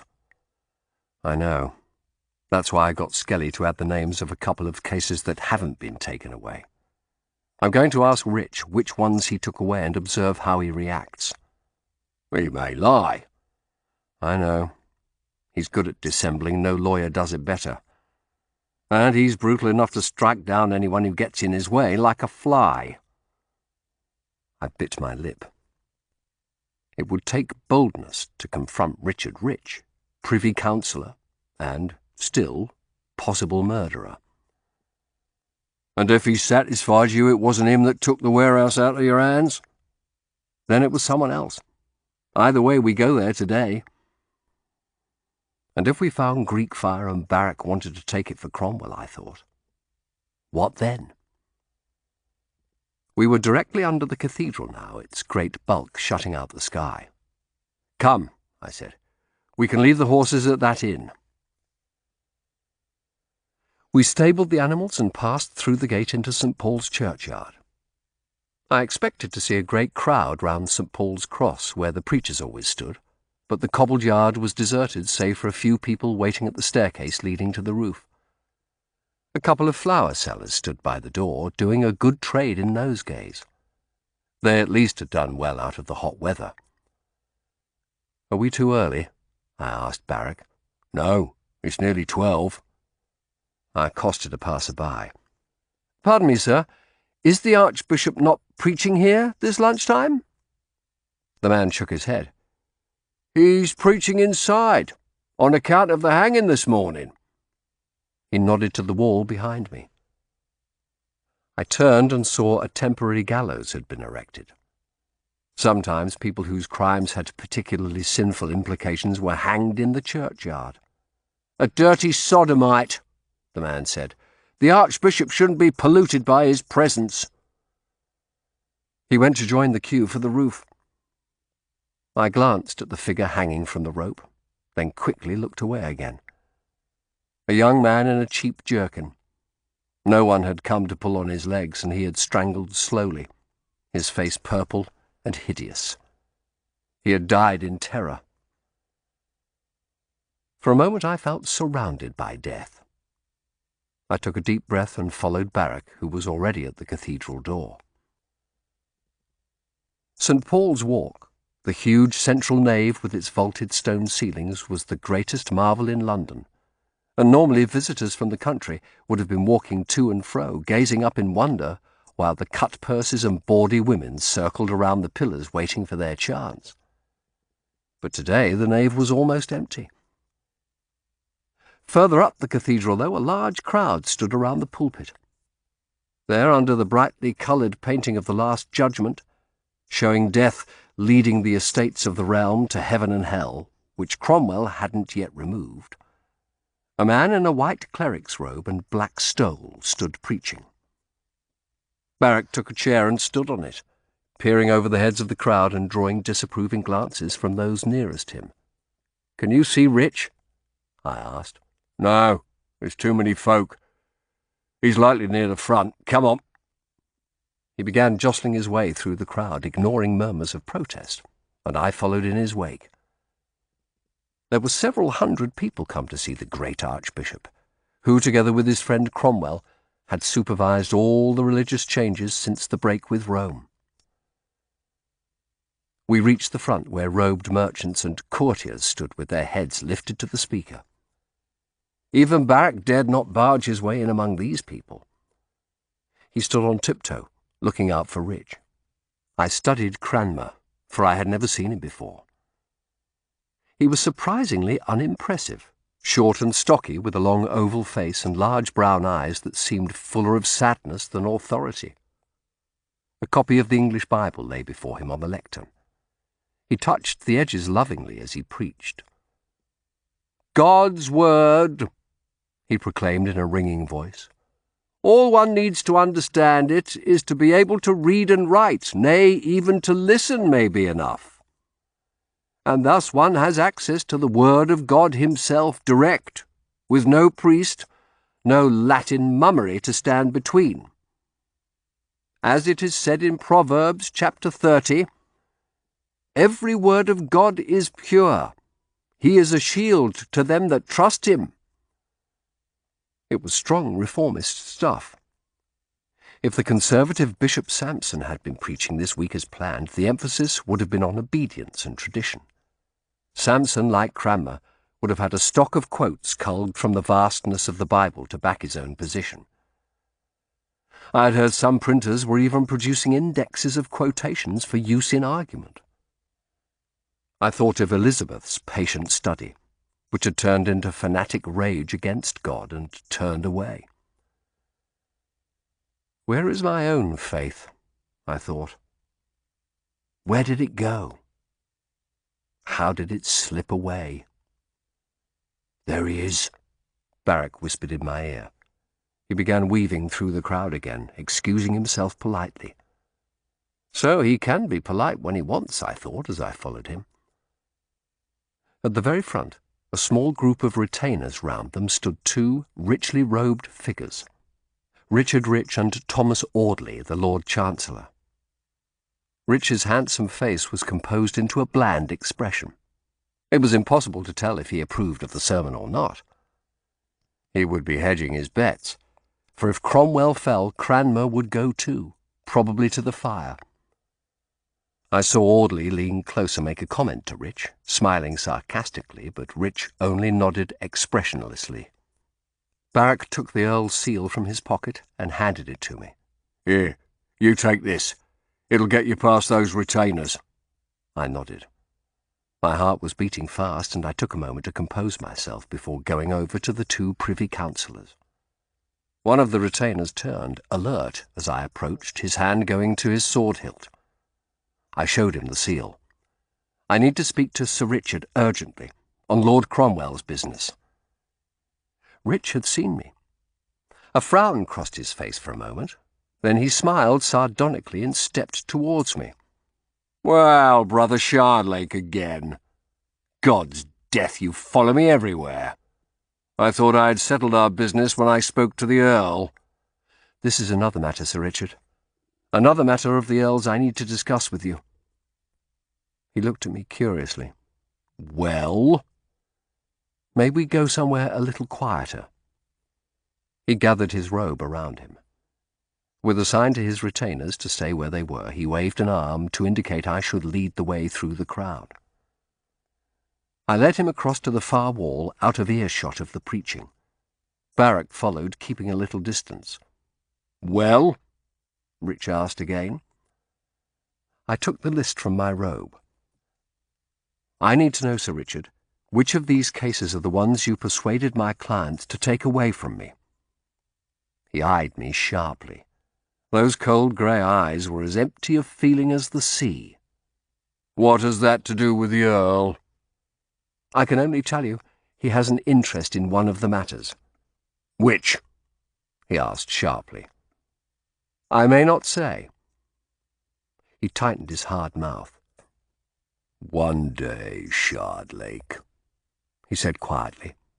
He snatched the list and ran his eyes down it. The 1st, 2nd, 4th, and 5th, he said. Not the 3rd, 6th, or 7th. The 3rd was the warehouse. I studied his face intently but could read nothing. Surely he would have paused or blinked if he had recognized Salt Wharf. He thrust the list back at me. Well, is that all? It is. Thank you, Sir Richard. God's death, he said with a mocking laugh.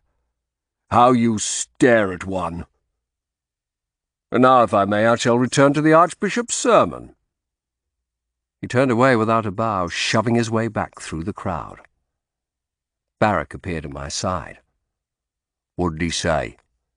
He said the warehouse wasn't one of the ones he had taken. Do you believe him? He didn't pause for a second as he read the list. But he's so clever. I was seized by uncertainty. I don't know. But Barrack didn't reply. He was looking down the hall. Then he turned slowly and said to me quietly, Wright's here. I saw him. He's dodged behind that pillar. I don't think he saw me looking. He's watching us. Instinctively, I backed against the wall. What's he doing here? I don't know. Maybe he's after us again. Maybe he's here with Rich. Can you see Toki? No. Barrack's face set. This is our chance to catch him. Have you your dagger? I put a hand to my belt. These days, always. Then will you help me? I nodded, though my heart raced at the thought of facing that monstrous creature again. It was only hours ago that he had struck Marchement down. I tried not to look at the pillars. Is he armed? He's a sword at his belt. Even he wouldn't bring an axe into St. Paul's. Barrack spoke quickly and quietly, a casual smile on his face. We'll walk down the nave as though nothing is the matter. When we reach that pillar, I'll rush round to one side. You go the other way and cut him off. He looked at me intently. Can you do it? I nodded again. Barrack began to move down St. Paul's Walk, his stance casual. On the far side of the cathedral, Cranmer's voice could be heard still rising and falling, a distant noise. We reached the pillar. Then, fast as a cat, Barrack unsheathed his sword and leaped round the side. I heard a sharp ring of metal on metal. Wright must have had his own sword drawn already. He had been waiting there to kill us. I ran round the other side of the pillar to see him and Barrack with swords raised against each other circling. Wright moving quickly and fluidly for such a big man. All around, people stopped and flattened themselves against the wall. A woman screamed. I drew my dagger. Wright hadn't seen me yet. If I could stab him in the arm or leg, disable him, we should have him. I had never attacked a man in cold blood before, but my brain was clear, every nerve alert, my fear gone. I stepped forward. Wright heard me and turned, even as he parried a thrust from Barrack. His expression was as it had been at the Priory, brutish, inhuman, though intent on escape now, not murder. He bounded to one side and ran down the nave, his sword flashing in the light from the stained glass windows. "Shit!" Barrack said.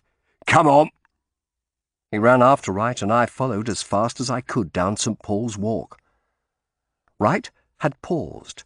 His way was blocked by a large family party heading for the door to the roof. Even if he slashed his way through them, Barrack would have time to reach him and strike him down. Wright turned and ran for the door. An elderly couple had just reached the bottom of the stairs. The woman yelled as Wright thrust her aside and began running up, Barrack at his heels. I ran after them, my robe billowing around me. By the time I neared the top of the staircase, I could scarcely breathe. My throat was burning as it had after the fire, and for a second I tasted smoke. I saw the open door to the roof ahead, a rectangle of sky. I raced up the last few steps. The breeze, colder and stronger here, struck my burning face. Ahead of me was the broad, flat roof, the great wooden spire thrusting 500 feet into the sky. Over the low parapet, I saw all London laid out before me, the river curling like a snake, dark grey clouds looming right overhead now. Frightened strollers stood crouched against the parapet, staring at Barrack. He had Wright at bay, his back against the steeple, sword held up as Barrack circled. Wright was big and fast, but Barrack was younger and faster. I ran over to join him, standing between Wright and the door to the stairs, holding my dagger just beyond reach of Wright's sword. Behind me, people began running for the door. A mocking smile appeared on Barrack's face. He waved a beckoning hand at Wright. "Come on, bully. It's all up now. You shouldn't have left your mate Toki at home. Drop the sword and come quietly. We don't want you dead, just got some questions Lord Cromwell wants answered. Answer him nicely, and he'll make you rich." "No, he won't." Wright's voice was deep and heavy. "He'll make me dead." His eyes darted between Barrack and me. I could see he was calculating whether he could rush me and get to the door. My stomach clenched with fear at that thought. But I wouldn't let him escape. Not now, no matter what the cost. I took a firm stance. Wright saw my resolution, and his eyes roved between us wildly. He knew he was trapped. "Come on," Barrack said. "If you tell Lord Cromwell all, you may be spared the rack, eh?" Then Wright jumped away from the steeple, not at me, but away from us both, further out on the roof. The move took us by surprise. Barrack jumped after him, and I followed, helping him edge the big man towards the parapet to trap him again. Wright looked over his shoulder at the dizzying drop. He ran his tongue over his lips, swallowed, then spoke again, his voice suddenly high-pitched with fear. "I always vowed I'd never hang. I vowed it again when I saw that man in the yard." "What?" Barrack paused, his sword held in mid-air. I guessed what Wright meant before Barrack and made a grab for his arm, but he had already leapt onto the parapet. I believe he would have jumped anyway, but in glancing round at me he lost his balance and fell over. He vanished into the great void without even a cry. We ran to the parapet, but by then Wright had already hit the ground. He lay there, 100 feet below, his face a white blob, blood from his smashed body spreading slowly out across the yard.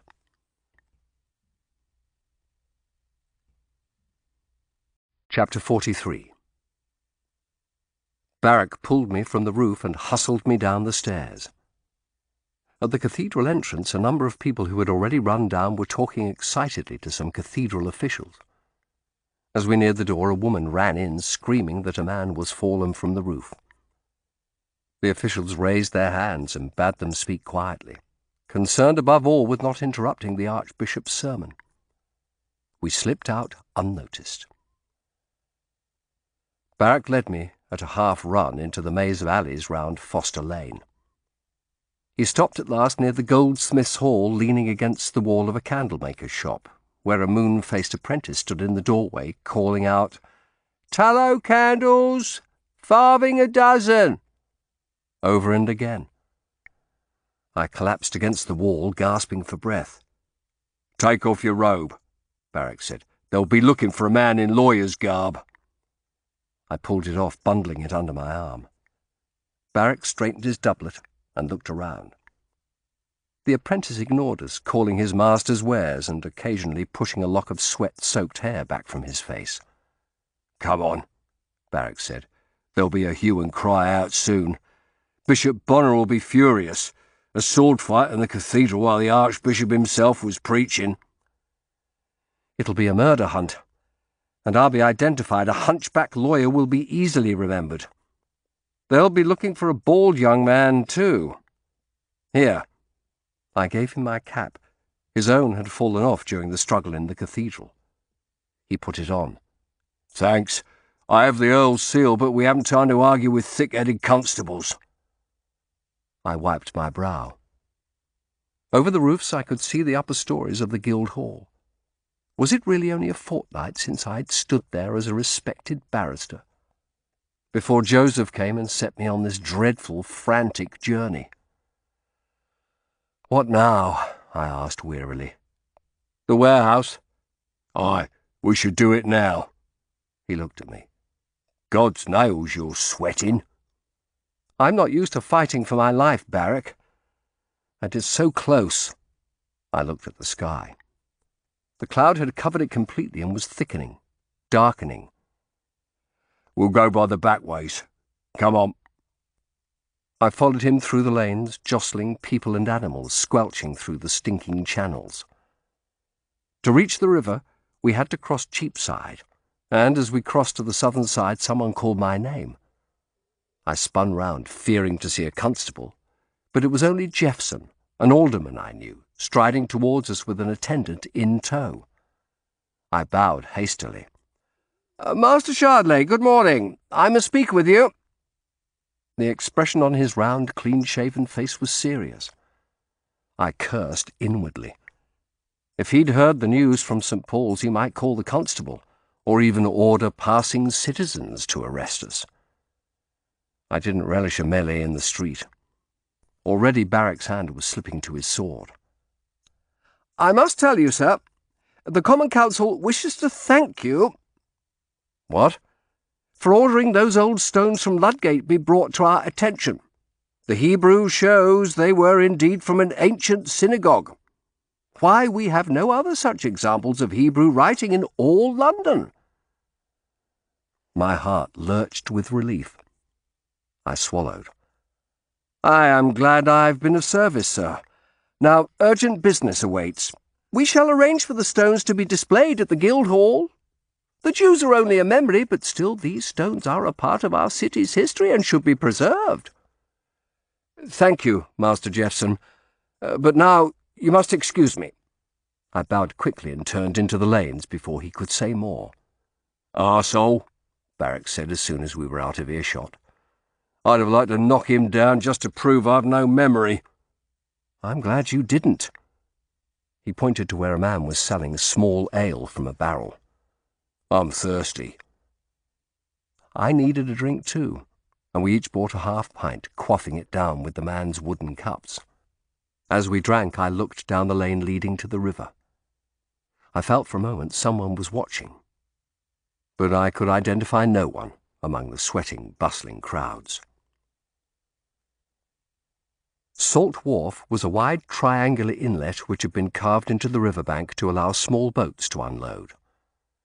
There was a street of warehouses running along one side of the Queen Hithe dock.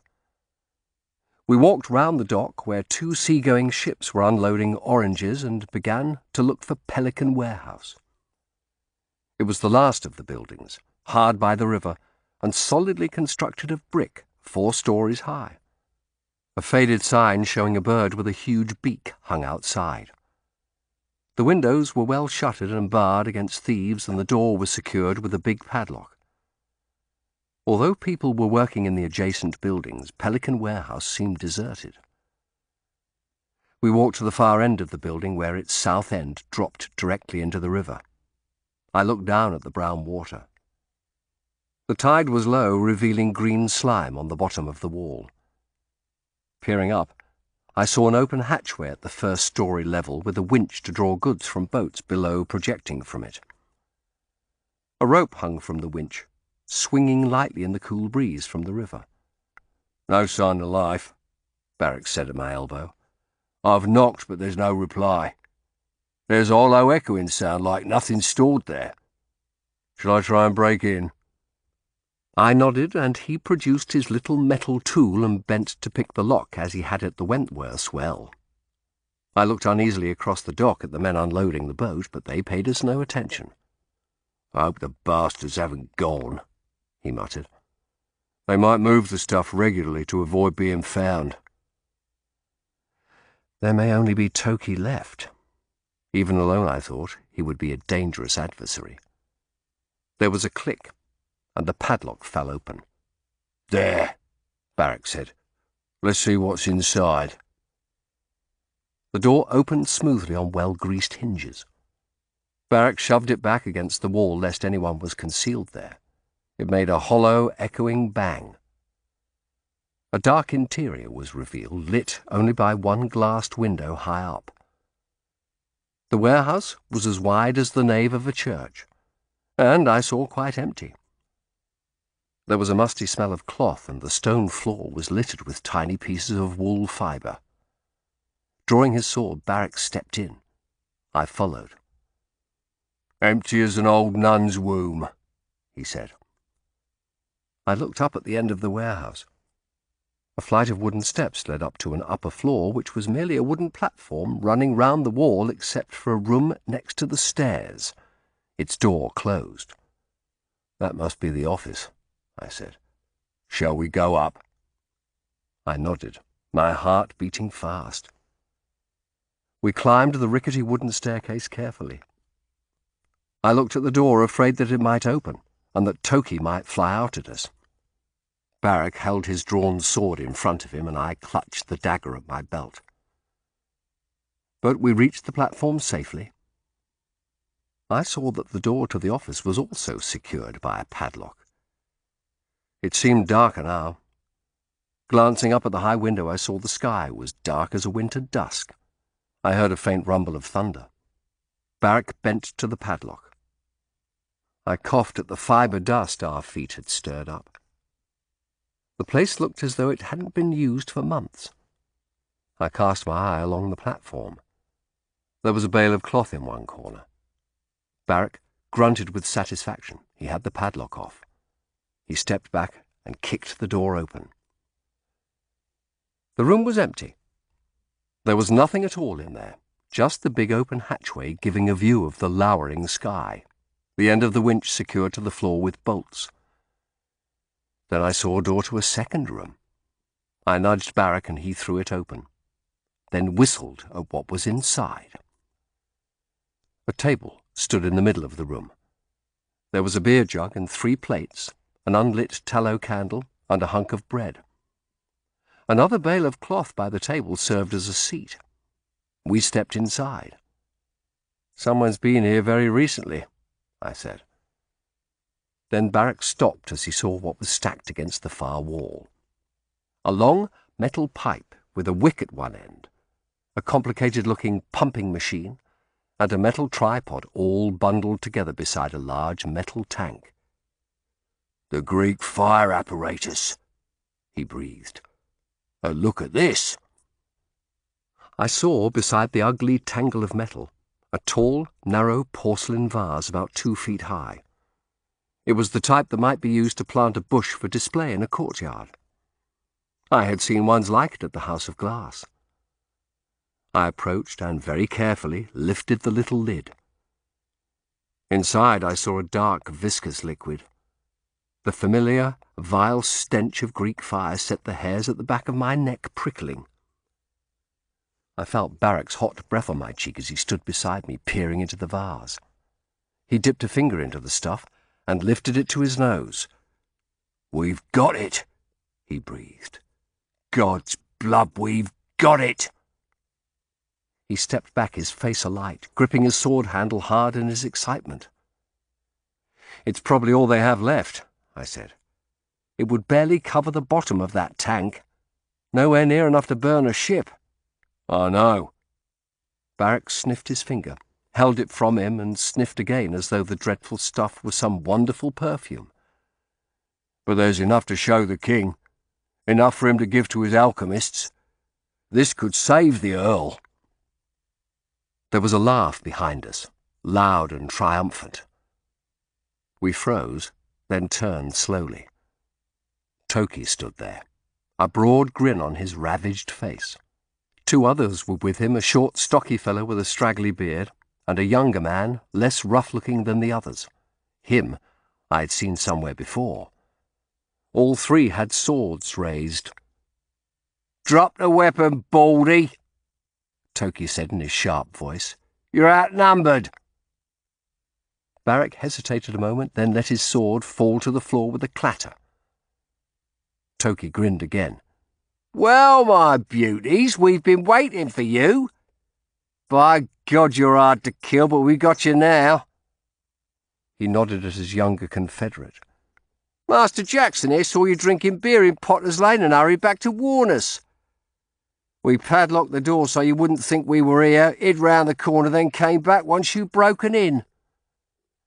The bright cat-like eyes fairly danced with delight. We thought you'd come up here, and we guessed what you've been looking for. You were so intent on the dark fire you never heard us creep across the boards. Dark fire, I repeated. So you know that old name? Aye, it's a better one than Greek fire, for this is English fire now, and it will bring a mighty darkness to our enemies. And gold to us. His smile broadened. I wondered if he knew Wright was dead. Barrack said they'd worked together for years. Perhaps he didn't care.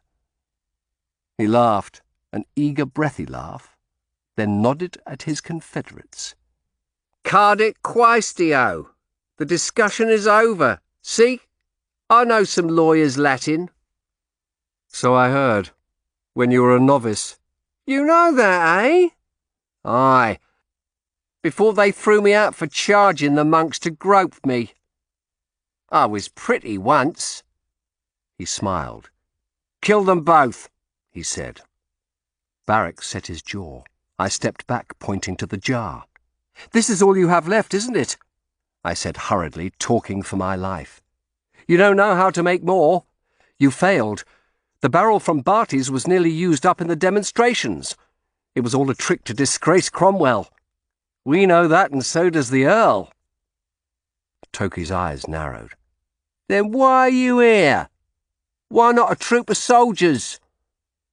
It was only a guess brought us. We didn't know where the stuff was, but others will follow soon. You'd do best to turn yourself over to the Earl's mercy now. Oh, shit, the bearded man said, but Toki silenced him with a glare. Toki was frowning now, his ebullience gone. He ran a hand over his pock-marked face, eyes glittering between me and Barrack. Do you know who our masters are? He asked. Yes, they'll be under arrest soon. So there was more than one. Name them, Toki snapped. I hesitated. Richard Rich, I said. Toki smiled slowly. Rich? My arse. You don't know. This is bluff. Kill them, young Jackson said nervously. Get them out of the way while there's still time. Not yet, don't be a fool, Toki rasped. Our masters will need to hear how much they know. Fetch them here. They will have to decide what's to be done. Both? The young man's accent had some effort at cultivation, the accent of someone who served a rich master. Where had I seen him before? Aye, tie them up first. He nodded at some coils of rope in the corner. Use what we tied the founder with. Our hands were grasped roughly and pinned behind us. I felt a damp, greasy rope passed round them. We were manhandled into a corner and shoved down roughly onto the boards. Hurry, Jackson, Toki urged. With a last worried look at us, the young man left the room. I heard his footsteps descending the stairs. Toki sat on the bale of cloth, looking at us thoughtfully. The bearded fellow sat on the table, bit off a hunk of bread and washed it down with a swig of beer. He smiled at us, yellow teeth like a rat's dimly visible in the gloom. You're a scarecrow-looking pair to have caused so much trouble, ain't they, Toki? Toki grunted. His ebullience had evaporated. Who are you, anyway? Barrack asked. I know who Toki is, but not you. Jed Fletcher, out of Essex at your service. Old friend of Master Toki's. He gave a mocking bow and turned to Toki. Can we have the candle lit? It's getting black as night.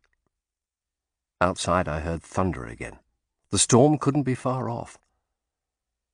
Toki nodded at the vase of Greek fire. No. You know it's not safe, not with that stuff here. Who are they, then? I asked. These masters of yours? Toki smiled evilly. You'll know them. You that's gone dining with the aristocracy. I felt suddenly cold. The only aristocrat I knew was Lady Honour. And now I remembered where I had seen the young man who was trying to improve his accent. He had been serving at Lady Honour's banquet. I stared at Toki. "The House of Glass," I whispered. Toki looked at me through the deepening gloom. You'll see, he said. Have patience. He reached for the bread. There was silence for a minute. Then I heard a loud hissing sound from outside. I couldn't work out what it was at first. Then drips began falling from the ceiling, and I realized it was raining. Thunder sounded again, a mighty crack right overhead. It's come, then, Fletcher said. Aye, Toki agreed. God's bones, it is dark. We'll have that candle lit after all, but keep it on the far side of the table. Fletcher set the candle on a plate. There was a struggle with the tinderbox, and a yellow glow spread over the room. Our captors sat back, waiting. Listen, Barrack said. You know we work for Lord Cromwell. If we're killed, there'll be hunt up for you like you've never seen. Toki smiled sardonically. Piss the tavern keeper's son, he's finished. If you let us go, you'll be richly rewarded. Too late for any of that, matey. Toki sat looking at Barrack, his eyes twin glinting points in the candlelight. I don't like the way you've led me such a dance, he said. More of a dance than you think, Barrack said. Your mate Wright was killed this morning. Took a dive off the roof of St. Paul's. What? Toki leaned forward. Join us, bully, before you join him. You've killed Sam? Toki's voice was a horrified croak. You've killed Sam? Fletcher looked at him uneasily. Barrack had made a bad mistake. Toki half rose, then sat down again. By God, he said. I'll see you two die slowly for this. You'll learn the tricks I know with my knife. The look in his eyes chilled me. Barrack leaned back, brushing against me as he did so. He still stared at Toki, but I felt fingers brushing against my belt and realized he was trying to reach my dagger with his bound hands. They hadn't thought I might be carrying a weapon too. Taking care not to look at Barrack, I edged slightly towards him. I felt the dagger withdrawn. Toki had put his head in his hands. Wright's death had affected him badly. Fletcher was still watching him anxiously. Barrack began sawing at my bonds, then lay still again as Fletcher rose and opened the door. Through the hatchway I could see rain sheeting down from the dark sky, a million tiny waterspouts dancing on the brown river. He closed the door again and returned to the table. Toki sat up. His face was paler than ever, a white oval, the candlelight making tiny pinpoint shadows in the pits of his face. Any sign of them? His voice was composed, but I could sense the pain and fury behind it. No, it'll be hard riding this weather.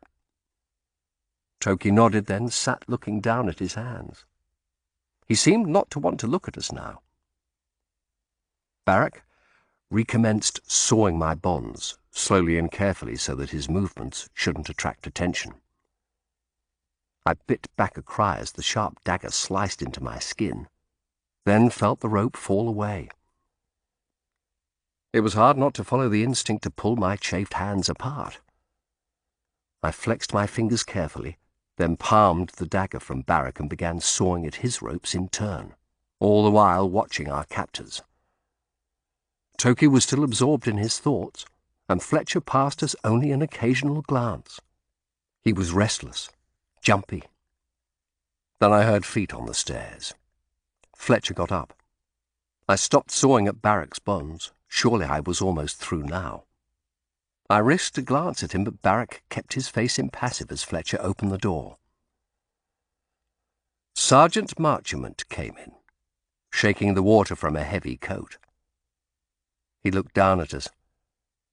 There was a cold brutality I had never seen before in his face, the urbane mask quite fallen away. "You did get out of your depth, didn't you?" We stared at him open-mouthed. Barrack was the first to recover his wits. "You're supposed to be dead," he said. Marchement smiled. "You were getting too close, so I decided I'd better disappear. Just as well we'd kept that founder alive here. Toki and Wright took him to Lincoln's Inn orchard and hacked the life out of the fool. Then they put my ring on his finger and took the body away on a cart. That hatch is useful for throwing things into the Thames. You'll be leaving that way." "Wright's dead," Toki said with a grim look at me. "They threw him off the roof of St. Paul's. I want my revenge with them." "So it's him they're all talking about all over the city," Marchement answered casually. He took off his coat, revealing a fine doublet embroidered with little diamonds. "People were talking of some plot to kill Cranmer." He looked at Toki. "All right," he said quietly. "Do what you like with them later. I've sent Jackson on, by the way. We'll have to wait a little for a full house. This rain is turning the streets into rivers." He sat on the edge of the table, folding his plump hands together. He looked thoughtful. "So, Cromwell knows we haven't been able to make any more dark fire, does he? But not our names." "No," I said. There was no point in denying that now. "Was the alchemy too hard for you?" Barrack asked scoffingly. For answer, Marchement crossed and struck him savagely across the face. "I'm a sergeant, churl. You'll take a respectful tone when you talk to me." Barrack stared boldly back at him. "That didn't stop you conjuring up a common fraud. That's all this is." "No, it is not," an aristocratic voice said from the doorway.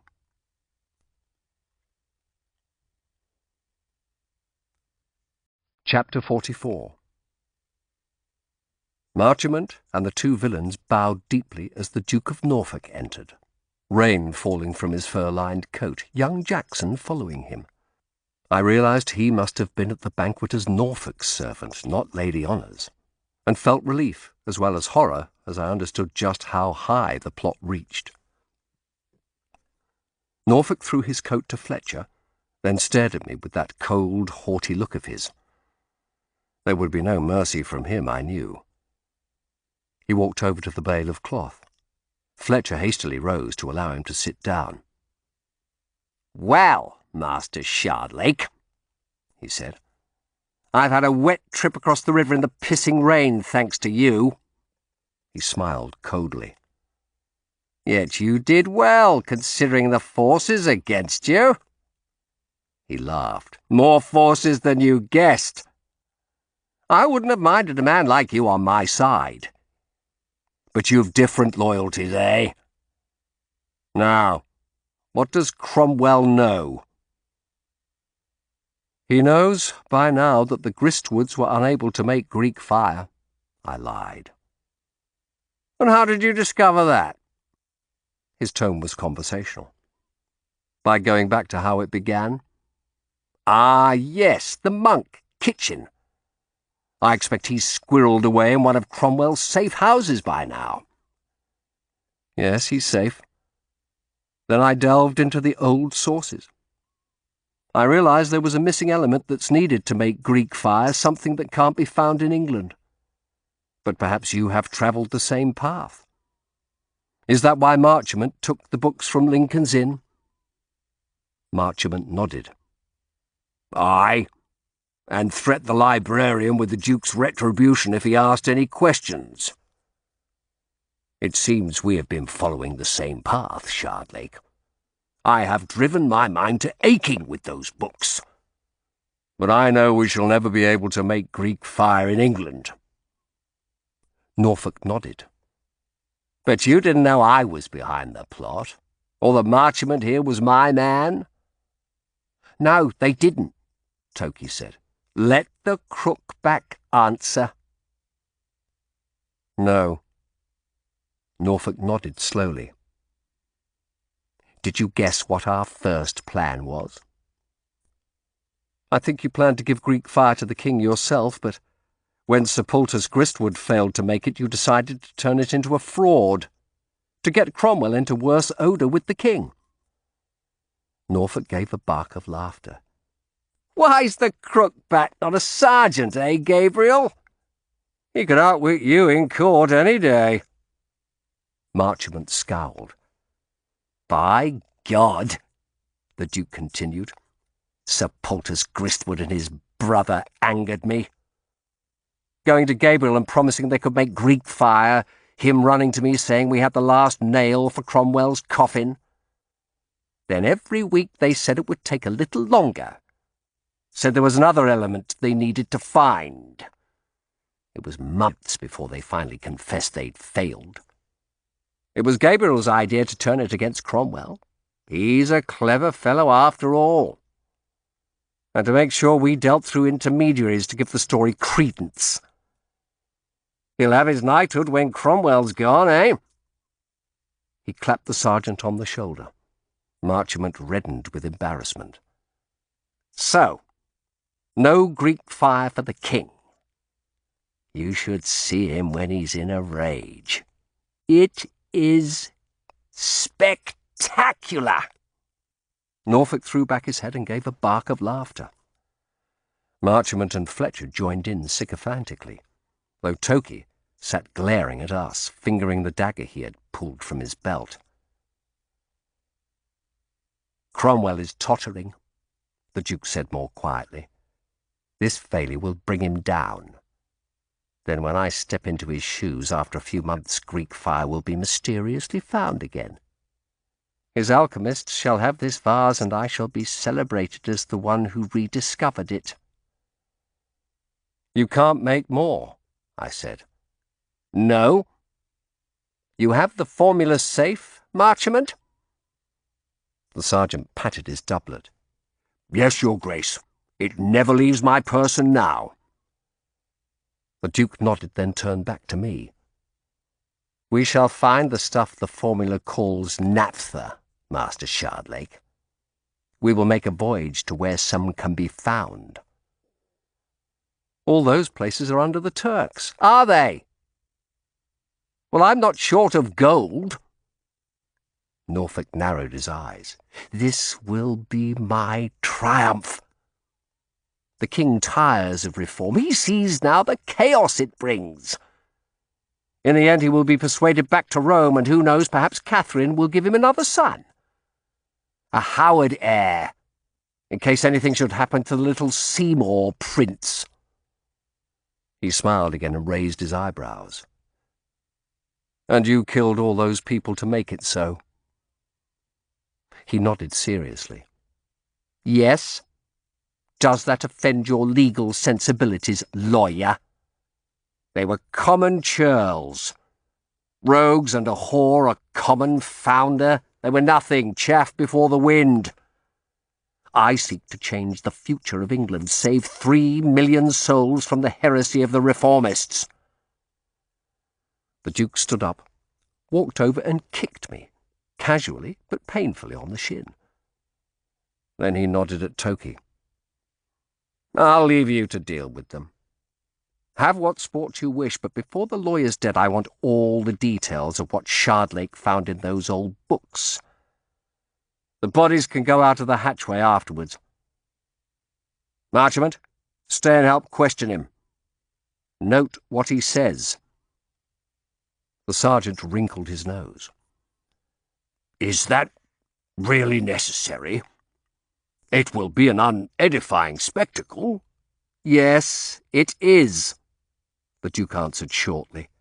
You're a bookish lawyer like the Crookback. These fellows will know no more of old Roman writers than I do. Marchment sighed. Very well. And now I'm going back to Bishop Gardiner's house to dine with Catherine. Inform me when it's done. The Duke inclined his head to me. You'll find there are more painful things than burning, lawyer, if I know Master Toki. He snapped his fingers at young Jackson, and the boy helped him back into his coat, then opened the door to the outer room. Through the hatchway I saw the sheeting rain and the rivers surging by, the tide nearly high now. Fletcher and Toki bowed as the Duke swept through the doorway, followed by Jackson.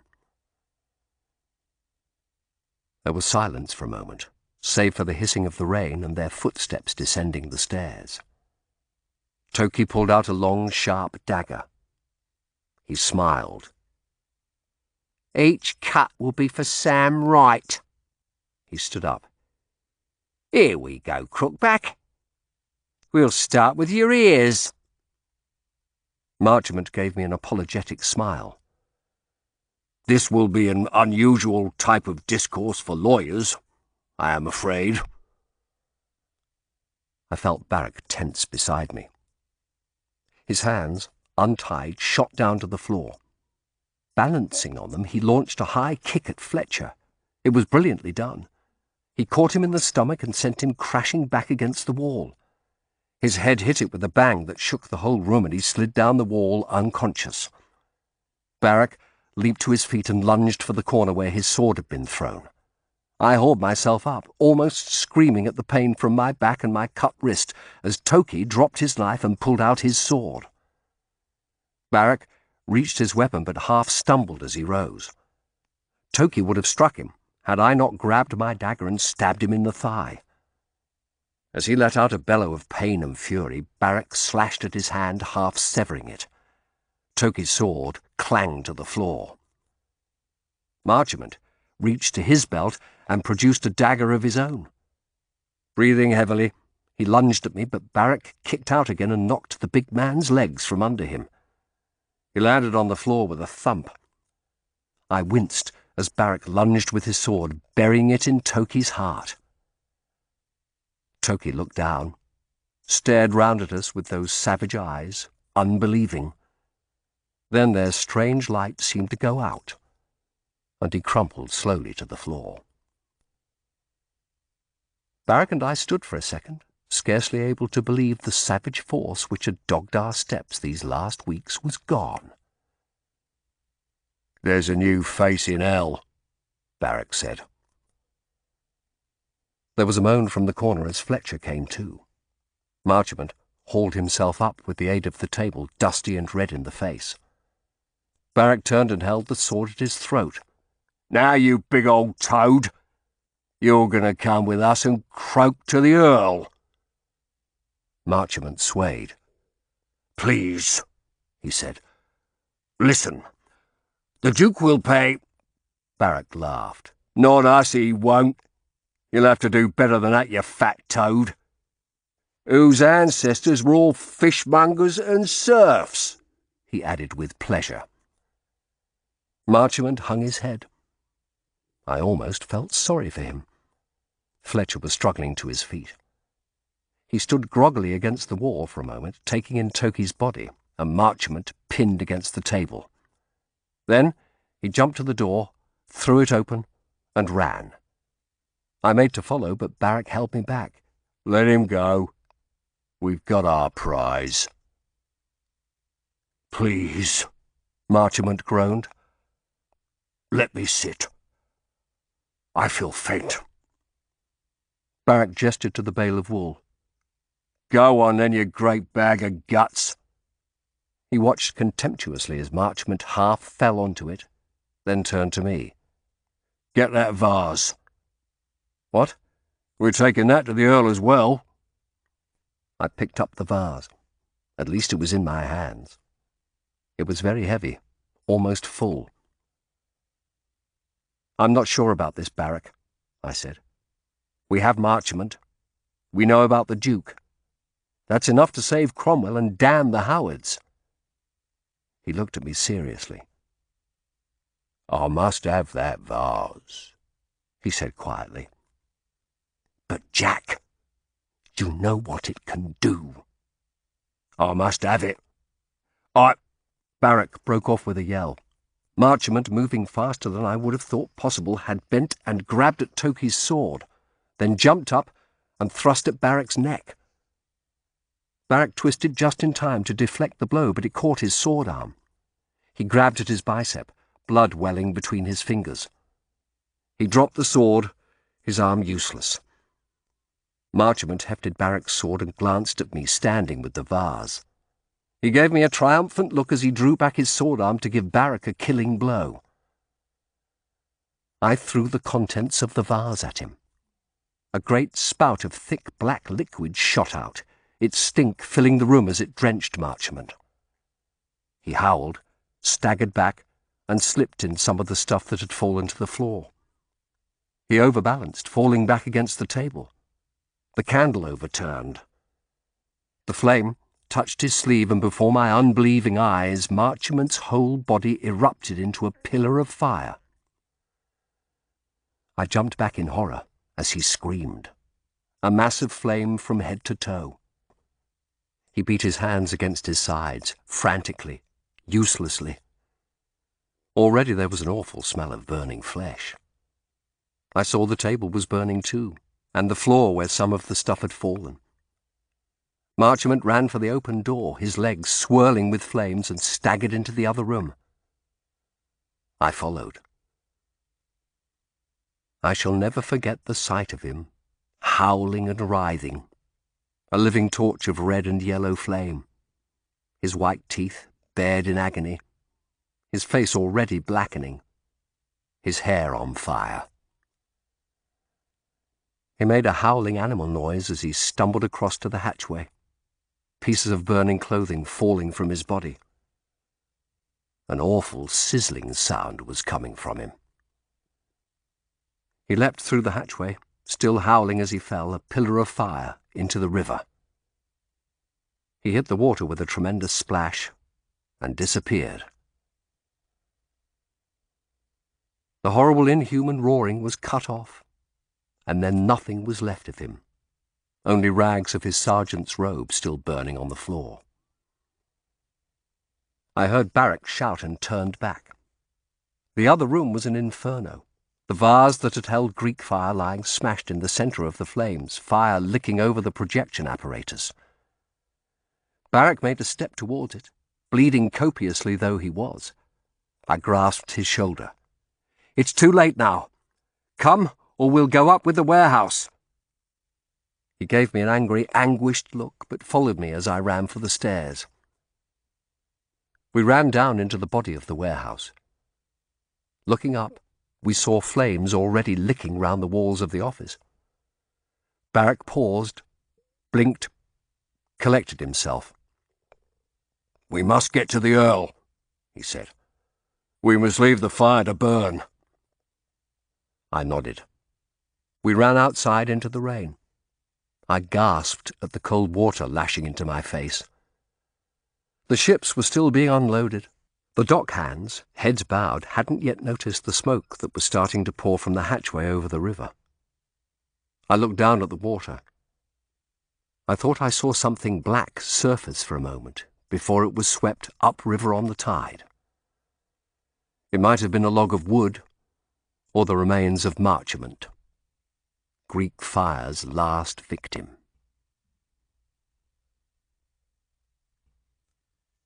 Chapter 45. We walked slowly back along Cheapside, then down to the river, through lanes that the rain had already turned into trails of filthy, clinging mud. There can be something pitiless about rain when it pounds hard on exhausted heads, as though cast from heaven by an angry hand. This was a real storm, no half-hour cloudburst as before. Everywhere drenched Londoners, their thin summer clothes clinging to them, ran to get out of the rain. Barrack paused and leaned against a wall. He clasped his wounded arm, and I saw a trickle of blood welling between his fingers. "You need that seen to," I said. "We can walk to Guy's, it's not far."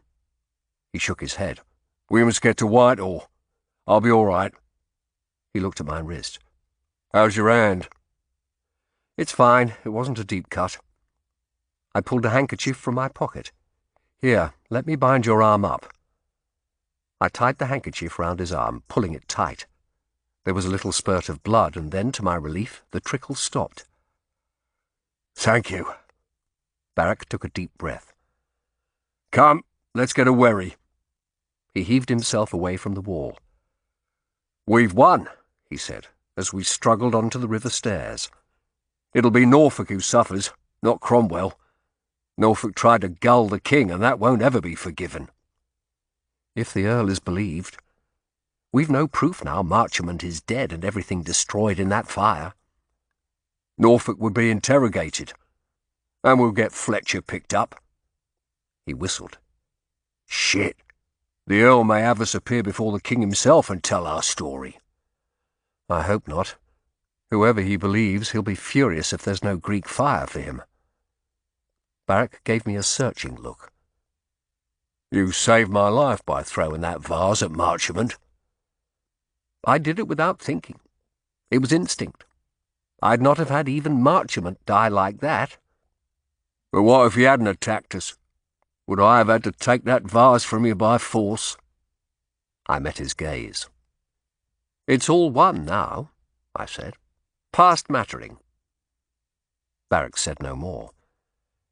There was a wherry waiting at the stairs, and soon a surging tide was carrying us rapidly upriver to Whitehall. The rain lashed down, churning up the river, rumbles of thunder still sounding overhead. A world of fire turned to a world of water, I thought. I couldn't help glancing into the river, fearing Marchmont's blackened corpse might reappear.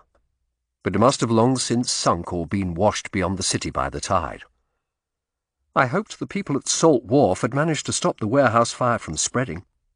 Thank God the building was brick.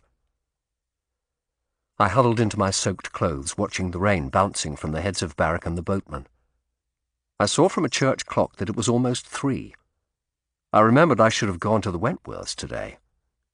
I had only tomorrow left now. Joseph would be fretting and worrying. "What did Norfolk mean when he said he's had more help than we guessed?" Barrack asked suddenly. I frowned. It sounds as though I was right earlier. Someone close to us has been acting as a spy. "But who? The man I used to send messages is someone I trust." He frowned. "That old Moore knows much of what's been going on." I shook my head impatiently. Guy would never have any truck with murder. He grunted. "Not even for the papist cause." "Believe me, I know him." "Or Joseph?" "Come, Barrack, can you see Joseph Wentworth acting as anyone's spy? Besides, he's a reformer." "Then who? Grey?" "He's been at Cromwell's side these 15 years. "Well, who then?" "I don't know." The boat bumped into Whitehall steps. While I paid the boatman, Barrack showed his seal to one of the guards, and we waved on into the palace. Climbing the stairs, I found it hard to get my breath. Little white flashes danced in front of my eyes, and I had to pause at the top. Barrack was breathing hard too. I looked through the veil of tumbling water at the grand buildings, shivering, for a sudden cold had come with the rain. Barrack blew out his cheeks and plodded on, and I followed him wearily. Once again we made our way to the Privy Gallery and on to Cromwell's quarters. The guard admitted us to the outer office, where Grey sat over his papers. He was checking some documents with the clerk and looked up in surprise at our drenched, muddy forms. "Master Grey," I said, "we have a message for Lord Cromwell. It's of the greatest urgency." He looked at us a moment, then bade the clerk leave. He came round his desk, fluttering his arms anxiously. "What has happened, Master Shardlake? Barrack, your arm!" "We have the answer to Greek fire," I said. "It was all a fraud, planned by Norfolk to discredit Cromwell." I quickly told him what had happened at the warehouse, my words tumbling over each other. He sat with his mouth open. "Please," I concluded urgently, "we must tell the Earl at once." He glanced at Cromwell's closed door. "He's not here. He had a message to go to Hampton Court. Queen Anne is there and sent for him. He left by boat an hour ago. He's due back at Westminster this evening, some parliamentary business." "Where is the king?" "At Greenwich." "Then we'll go to Hampton Court." Barrack stepped away from the table, then groaned. He staggered, and would have fallen had I not caught him and sat him on a chair. Grey's eyes widened. "What ails him? Look, his arm is bleeding." I saw the tourniquet had loosened and Barrack was bleeding again. He was deathly pale, and there was sweat on his face. "God's teeth, I'm cold." He shivered, plucking at his soaked doublet. "You're in no state to go to Hampton Court," I said. I turned to Grey.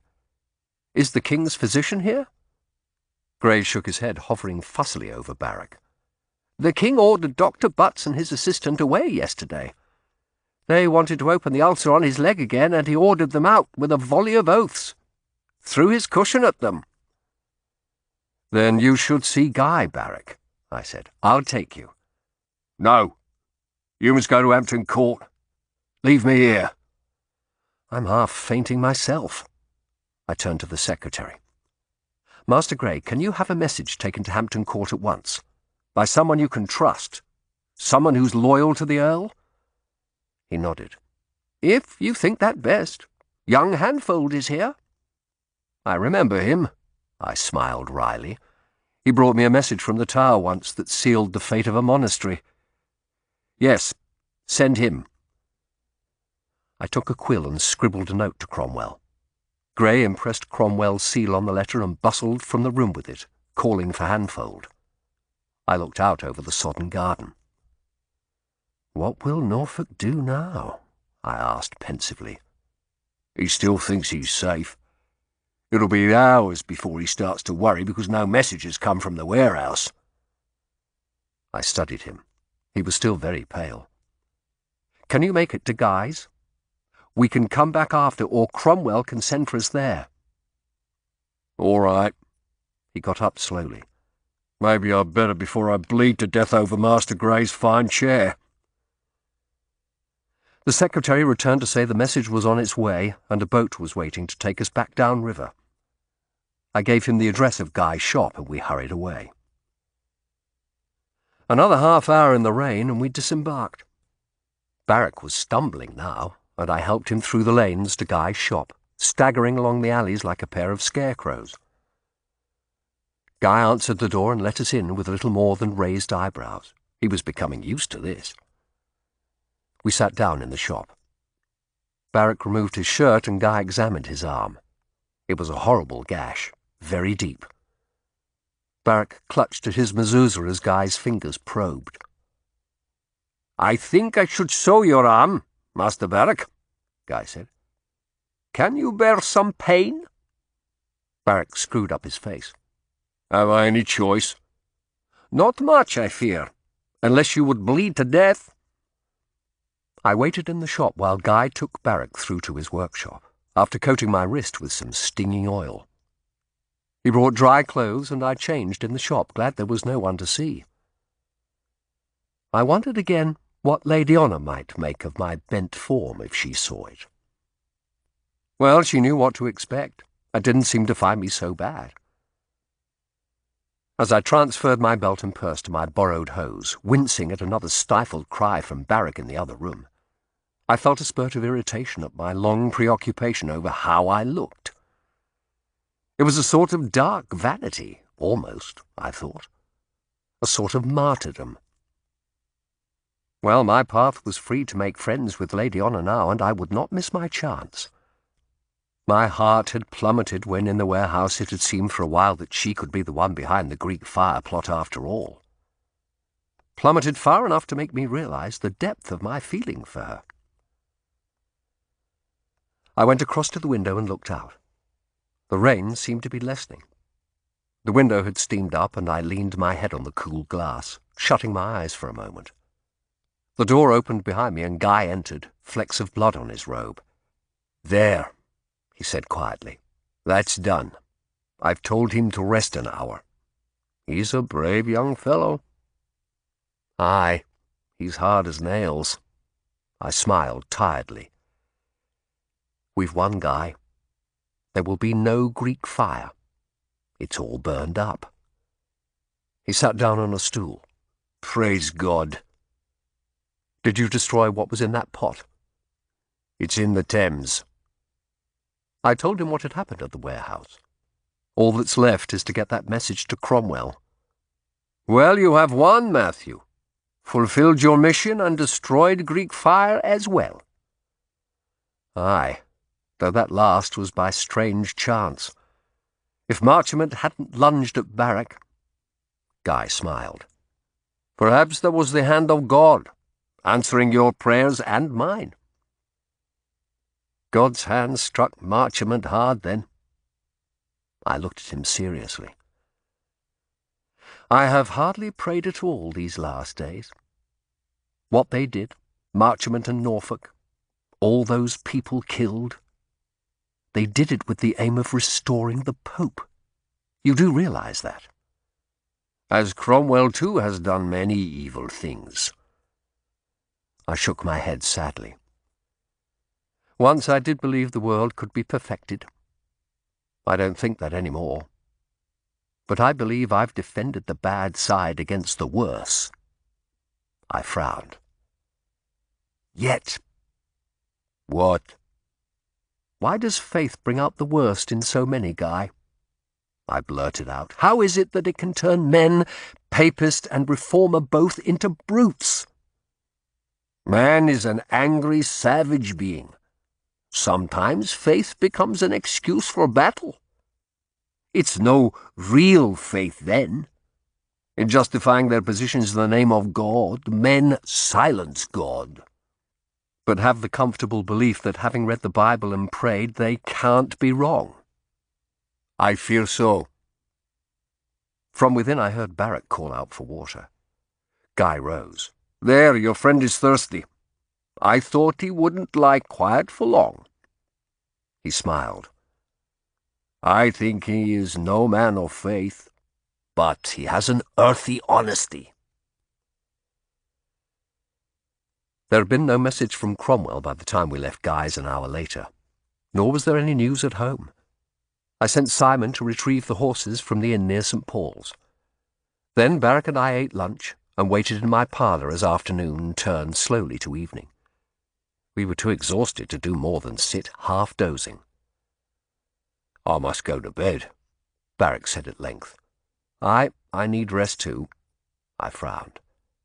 "Why hasn't Cromwell contacted us?" "He's probably waiting for a chance to see the king," Barrack said. "Likely he'll do that first, then fetch us later if we're needed. We'll hear something in the morning." I heaved myself upright. "Barrack, do you think you're fit enough to come to the Wentworths tomorrow? It'll be our last chance." He nodded, getting to his feet. "Aye. It takes more than a sword thrust to lay me low. And what's to fear from a greasy steward, a fat old merchant, and a brood of women? I'll come. The business started there after all, didn't it?" "Aye, and it must end there, before Elizabeth comes back before Forbizer." Normally Joan would have woken us for breakfast, but after seeing the state in which Barrack and I returned home, the good woman must have decided to let us sleep. Neither of us woke until nearly midday. I felt much better, though my wrist still hurt, and Barrack seemed almost restored to his usual self, though still a trifle pale. It had stopped raining, but the sky was dark and heavy. To my surprise, there was no word from Cromwell, only a plaintive note from Joseph begging for news. He must have seen the king by now, I said.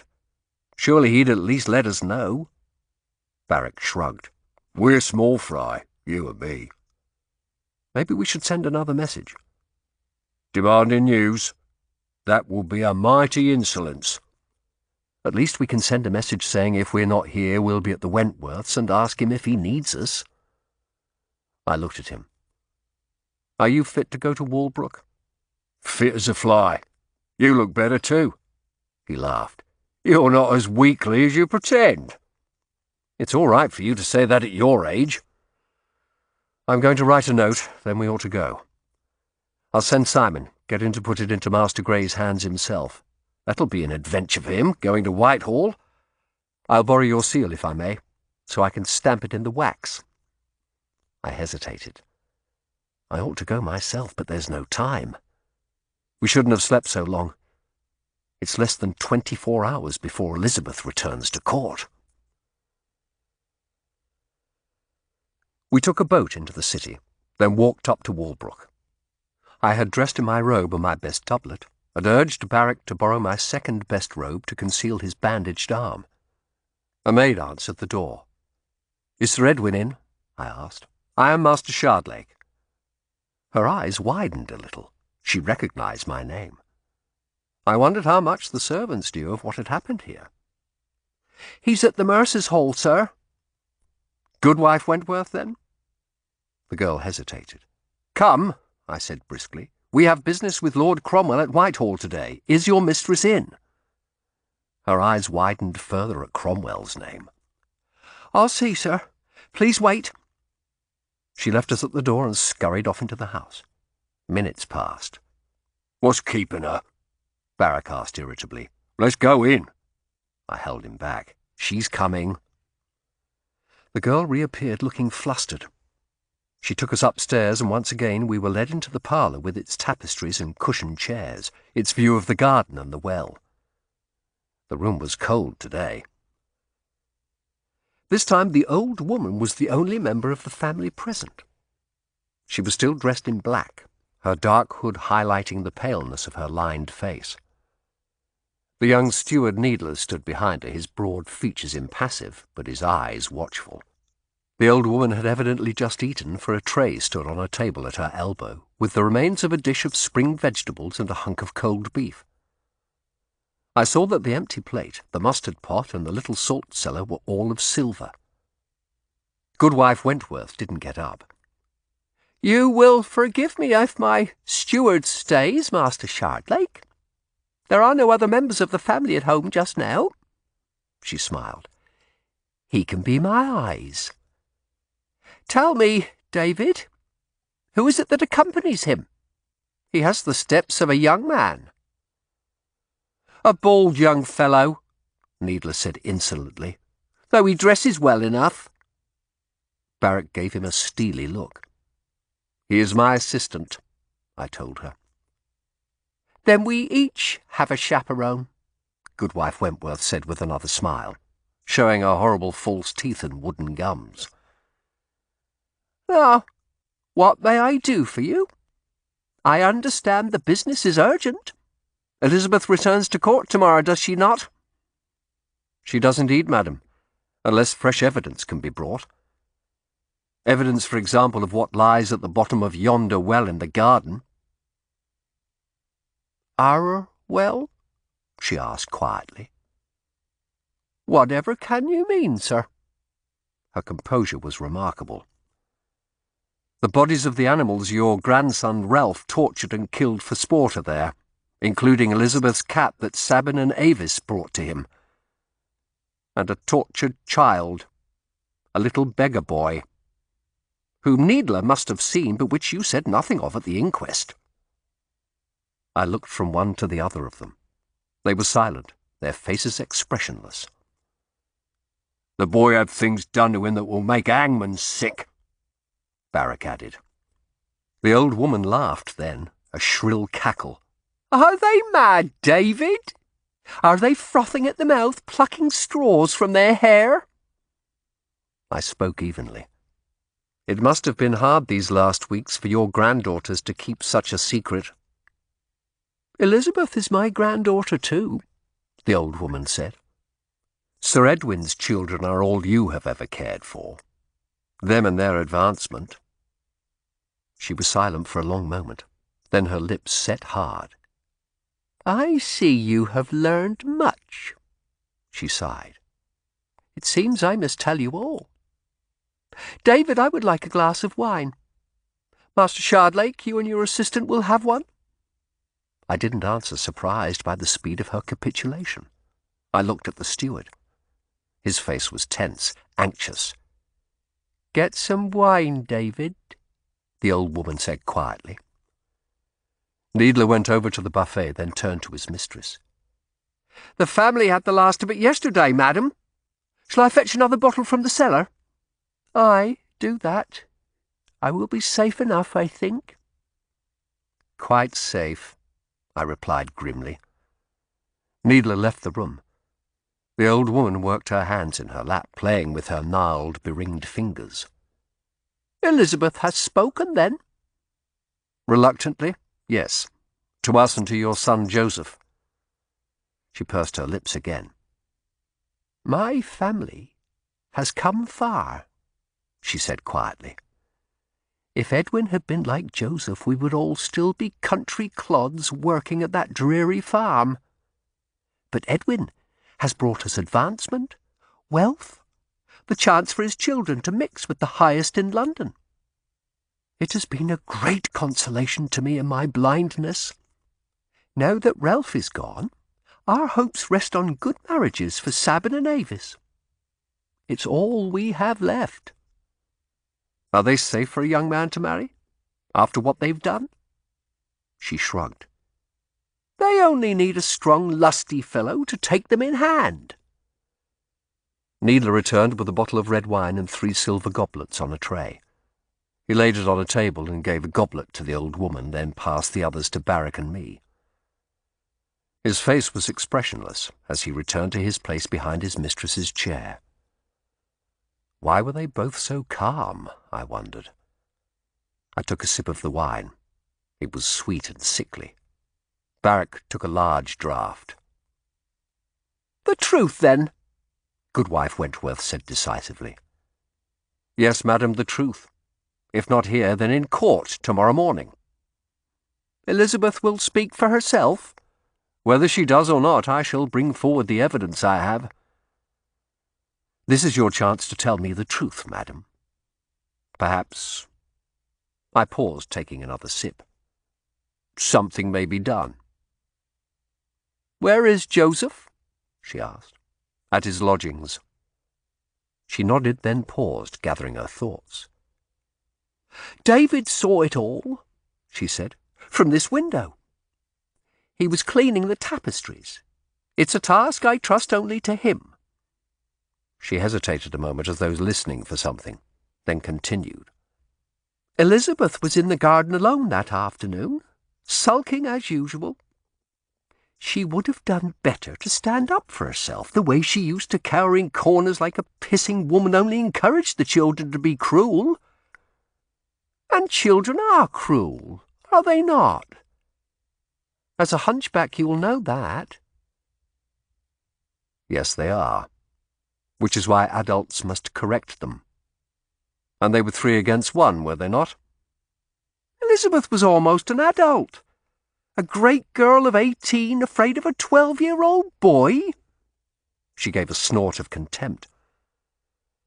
The day Ralph died, he had gone down to the garden to Elizabeth. He sat on the edge of the well and spoke to her. You couldn't hear what he said, could you, David, through the window? No, madam. He looked at us and shrugged. He was probably tormenting her, perhaps talking about that cat of hers he killed. She just sat under a tree and took it as usual, her head bowed. The old woman nodded. If she'd any courage, she would have gone up and boxed his ears. The favoured son, I said. Sir Edwin wouldn't have been pleased. Goodwife Wentworth inclined her head. Perhaps not. Did you know your grandson had killed a little boy, madam? I asked. The steward, laid a warning hand on her arm, but she shrugged it off. We heard the boy had disappeared. I wondered. I knew the things Ralph did, and I was waiting for a chance to speak to him about it. I feared he was placing himself in danger. My son Edwin knows nothing, she added. He believed Ralph could do no wrong, and I thought it better he kept that belief. He has enough to worry about with his business.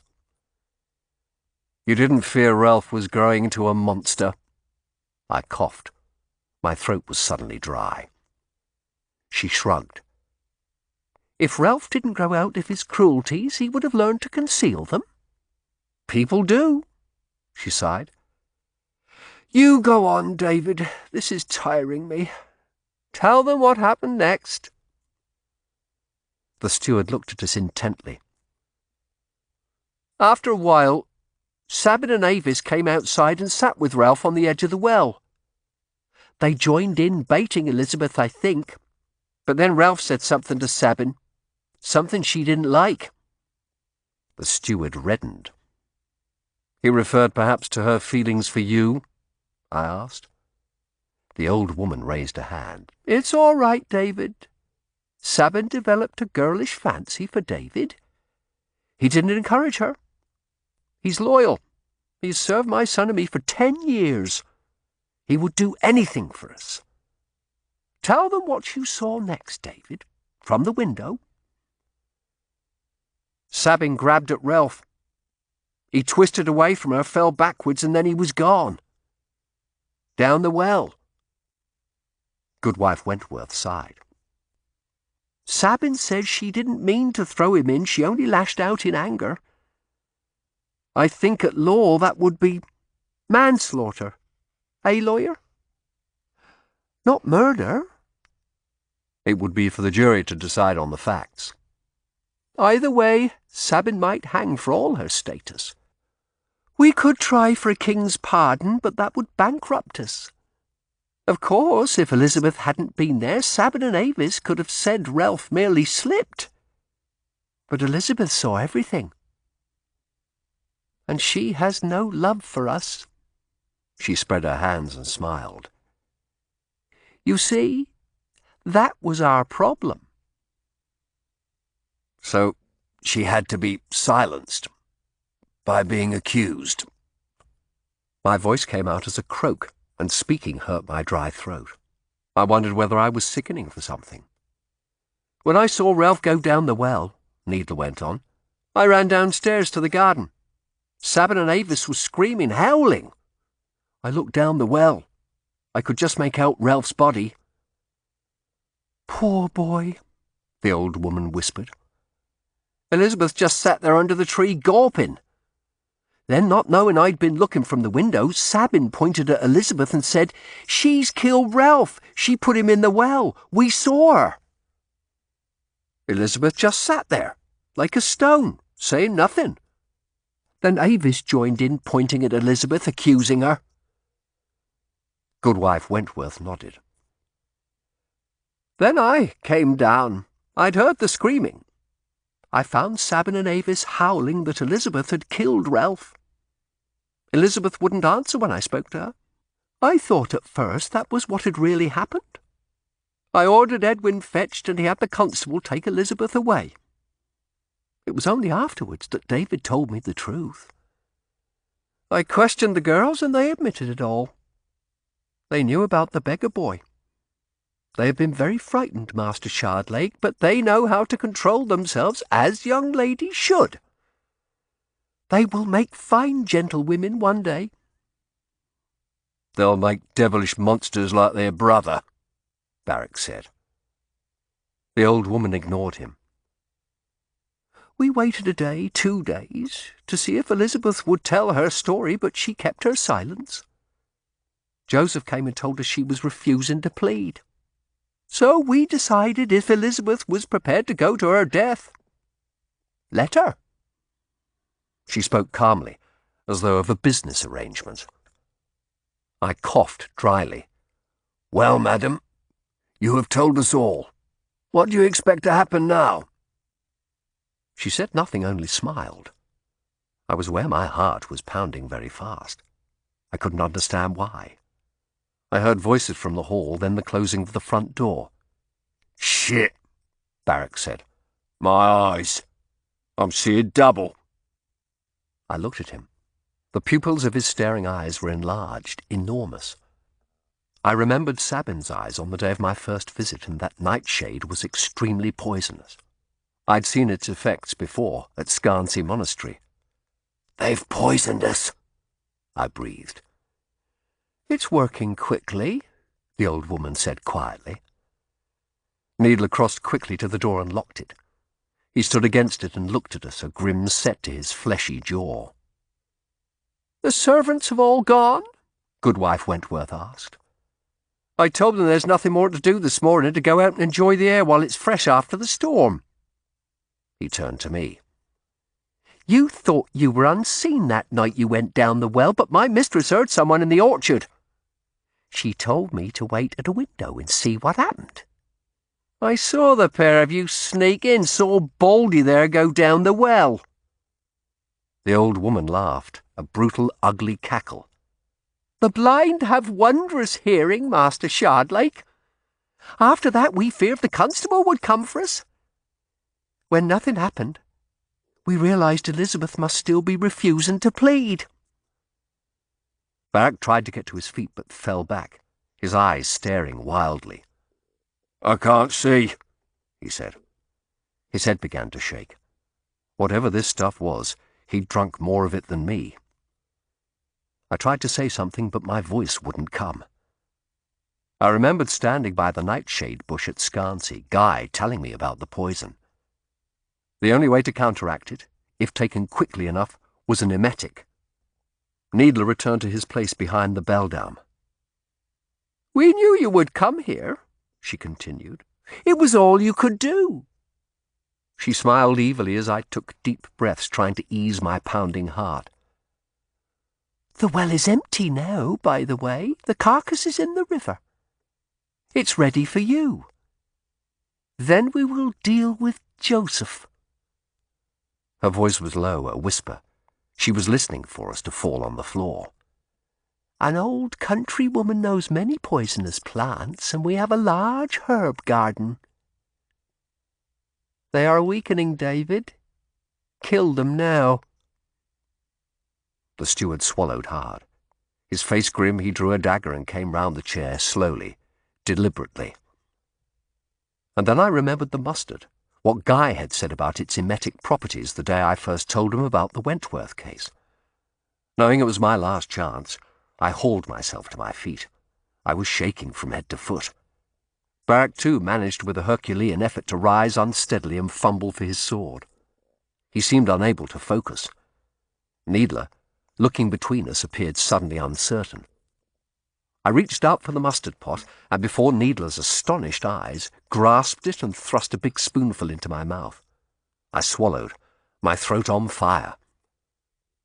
The old woman called out, a note of fear in her voice. "What's happened, David? What have they done?" Barrack made an uncertain lunge with his sword. He cut only air, but Needler retreated quickly behind the chair. I felt my stomach turn, then leaned over and vomited its contents onto the floor with a horrible retching sound. "Jack!" I cried. "Here, take this!" He grabbed the pot and swallowed what was left. He gasped and leaned back against his chair, sword still raised at Needler. I put a hand on the back of my chair, my head spinning. "Stay up, sir!" Barrack shouted.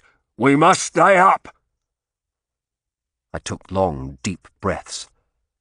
It was horribly frightening, knowing if we allowed ourselves to pass out now it could be the end of us.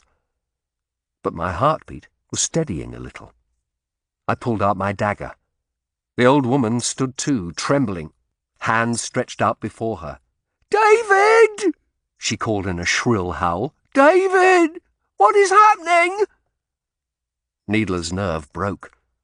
He stepped away from his mistress and ran to the door. Barrack started to follow, but staggered.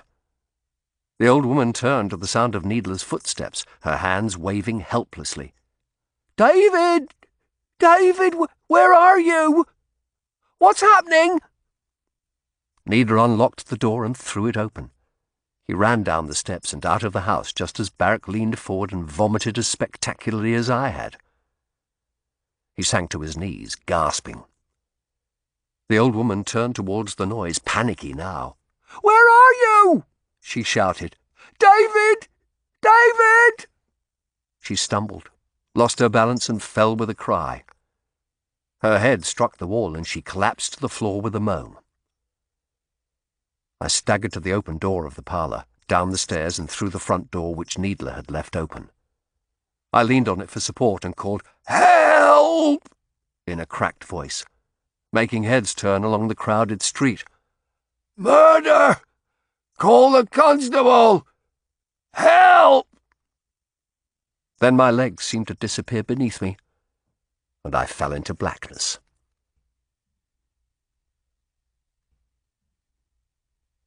Chapter 46. I came to with a start, jerking away from a vile smell under my nose. I gasped and looked round in confusion. I was back in the Wentworth's parlour, but sitting in a chair now. A thick-set man in a constable's jerkin stood watching me. Beside me stood Guy, holding the bottle he had just thrust under my nose. I stared around. The constable and Guy in his apothecary's robe both looked completely out of place amid the luxurious domesticity of the room. Barrack sat sprawled in another chair, looking pale, but alive, the pupils of his eyes reduced to their normal size. "The old woman," I croaked. "It's all right," Guy said. "She has been taken away. And her granddaughters. It was quick thinking to use the mustard to make you sick, or you and Barrack would both be dead by now. You've been unconscious nearly an hour. I was worried." I took a deep breath, aware that I had a mighty headache. "It was you that told me about vomiting and poison." "I remember. You always had the best memory I know." "By Jesu!" I managed a hoarse laugh. "I dread to think of the bill I will have for all you have done this last month." "You can afford it. Can you move your arms and legs?" "Yes. I feel weak." "That should pass soon." Guy reached to a bowl covered with a cloth on the table. He lifted the cloth, and a sharp smell filled the room. "I want you to drink this now," he said. "It will act against any poisonous humours remaining in your system." I looked at it warily, but suffered him to take my head and tip the stuff gently into my mouth. It was bitter. "There," he said. "Sit back now." I did so, gasping. The door opened and Joseph came in, his face ashen. But he smiled when he saw I'd come to. "Ah, sir, you are recovered, thank God." I clasped Guy's arm. "Did Needler get away?" I asked. "Yes, there's a hue and cry out for him." "How did you get here?" "You called for the constable." "Yes, I remember that. But nothing else till just now." "The constable found you, Barrack, and the old woman all unconscious. But you came round for a moment and asked for me." "I don't remember. Geez, was my mind going?" Guy laid a hand on my arm. "It will come back to you. But you and Barrack are both weak. You must rest." The constable spoke up. "David Needler's been taken, sir. That's what I came to tell you. He tried to ride out through Cripplegate, but the gatekeeper took him. He didn't put up much of a struggle. He's in Newgate now." Barrack looked at me seriously. "Sabin and Avis have been taken there already with the old woman, though she hurt her head badly in the fall. The girls riding upstairs in their room. The constables had to pull them screaming from under their beds. I told the magistrate everything when I came round. They scratched like cats when they realised the game was up, and they've gone. Not to the hole, though," he croaked bitterly. "The better quarters." I looked out of the window. The well was dimly visible in the dull late afternoon. Jeez, you, I muttered. If Needler and the old bitch had had their way, we'd be down there too. I turned to Joseph. I'm sorry. She's your mother. He shook his head. Always it was Edwin she loved. She had naught but contempt for the rest of us. Barrack, I said, you must swear a statement, and the magistrate and constables. They must appear before Faubourg tomorrow. I tried to stand, but fell back groggily. A thought struck me. What has happened to Sir Edwin? He is in his room opposite, Joseph said quietly. Poor Edwin. He's been hard hit. His son dead, his mother and daughters taken. I took a deep breath. Does Elizabeth know? Yes. She set to weeping when I told her. A ghost of a smile crossed his face. But she held my hand when I left. I'll look after her now, sir. But I had to come here, he added simply. My brother needs me. I looked at him. I saw clearly the reason I first took the horrible case on at all. It was for his goodness. Such natural goodness and charity as few men have. I should go to Edwin, he said. The constable raised a hand. The magistrate's still with him, sir. Things kept floating into my mind. Cromwell, I exclaimed. It's been hours. Is there word from Grey? Barrack nodded. This arrived here a short while ago. He took a note with the Earl's seal from his pocket and handed it to me. I read in Grey's precise hand. Lord Cromwell has your message. He is seeing the King today and will contact you should you be needed. He thanks you mightily. Then it's done, I breathed. I leant back relieved. He sends us thanks, too. Guy came over to me. He looked in my mouth and eyes, then did the same to Barrack. You're both all right, he said. But you shall go home. Sleep. You will be very tired and shaky for some days. I'll not argue with you, sir, Barrack said. And now I ought to return to my shop. I have patience. He bowed to us and turned for the door, exotic-looking as ever in his long hooded robe, with his oak-brown face, his curly grey-black hair. Thank you, old friend, I said quietly. He raised a hand and smiled, then went out. Odd-looking fellow, the constable observed. When I came here, I thought it was him I had to arrest. I didn't reply. The door opened again, and a tall, thin man I recognized as Magistrate Parslow entered. He was normally full of cheerful self-importance, but today he looked sombre. He bowed, then turned to Joseph. Master Wentworth, I think perhaps you should go to your brother. Joseph stood eagerly. I was going to, sir. Has he asked for me? Parslow hesitated. No, but he needs someone with him, I think. He looked at me. Master Shardlake, I'm glad to see you are recovered. It was quite a scene that met my eyes when the constable called me here. I can imagine. You have questioned Sir Edwin? Yes. He says he knew nothing of his family's doings. I believe him. He is a stricken man. Parslow shook his head. Strange, though, that the old woman should work so closely with a mere steward. Needler was her eyes. She said so herself. She needed him. She was vulnerable in that way, if in no other. We found this in the wine cellar. Parslow passed a little glass phial to me. Your apothecary friend says it's a very strong concentration of belladonna. I handed it back to him, suppressing a shudder. Can you come to the Old Bailey tomorrow, sir? He asked. Elizabeth Wentworth is up before Judge Faubourg. It would help if you could give evidence. I will. Do you think she'll speak now? Yes. I looked wryly at Barrack. Now the facts are known, there will be no martyrdom for her, whether she wishes it or not. I turned to Joseph. Can you be at court at 10 tomorrow as well? Then Elizabeth can be discharged into your care. He nodded.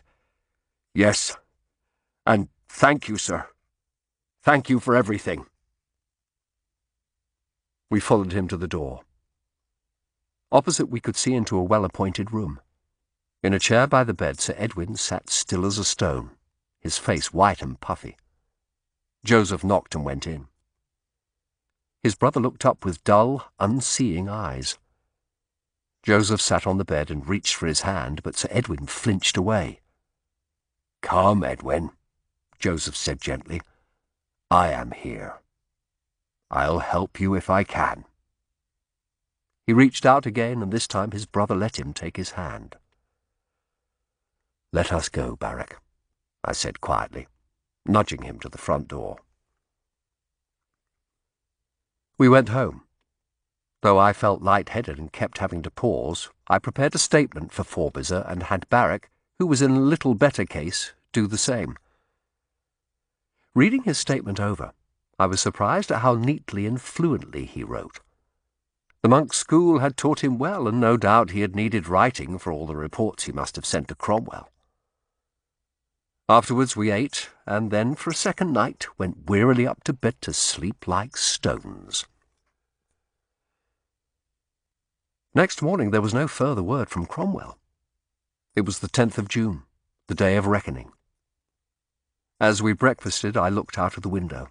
It was still cloudy and a little misty. The demonstration before the king would have been today. Greek fire would have made a more extraordinary spectacle than ever on such a grey, wet morning. "Time to go," Barrack said. "Are you fit?" "Just about. A little trembling and dryness of the throat is all." I forced myself to my feet. "Come on, we don't want to be late today of all days." At the Old Bailey everything was ready. Parslow, the constable, and 3 anxious-looking Wentworth servants were waiting in the outer hall. Parslow had a collection of statements for me to look over. Joseph stood next to him, still pale, though more composed than yesterday. For him, this was indeed a Pyrrhic victory. I took his arm. "Are you ready, Joseph?" "Aye. Edwin was unable to come. He's in a bad state." "I understand. And he was not there yesterday. He has no direct evidence to give." "I stayed with him last night. I think he'll forgive me. I am all he has now." I nodded. He could have no greater support. "I may see if I can get him to come to the farm with me. I shall go back there with Elizabeth. It'll be a familiar place for both of them, with some happy associations at least." "Yes, and it may be better to leave London. The pamphleteers will be busy again once this news is out, pox on their jeering cruelty." I turned to Parslow. "Are we in open court with the rest of the cases?" He shook his head. "No, I have seen the judge. As it's simply a matter of Elizabeth's discharge, he will see us in his chambers when we're all here." I took a deep breath. "Then let's get it over. There's his clerk." I looked over to where Forbizer's plump assistant was bustling about. I remembered the day he had brought me the news of the judge's change of mind just before Barrack had shouldered his way into my life. Parslow, Joseph, and Barrack accompanied me to the judge's chambers.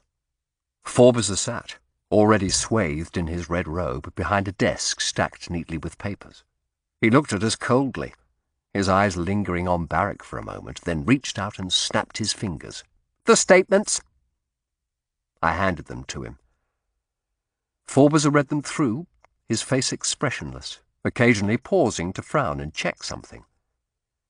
It was all a charade, I knew. He had already heard the story from Parslow, and there was no alternative but to release Elizabeth now. At length, he laid down the statements, straightening them so the edges were all in line, and grunted. "So, she was innocent after all," he said. "Yes," I replied. "She should still have been pressed," he said coldly.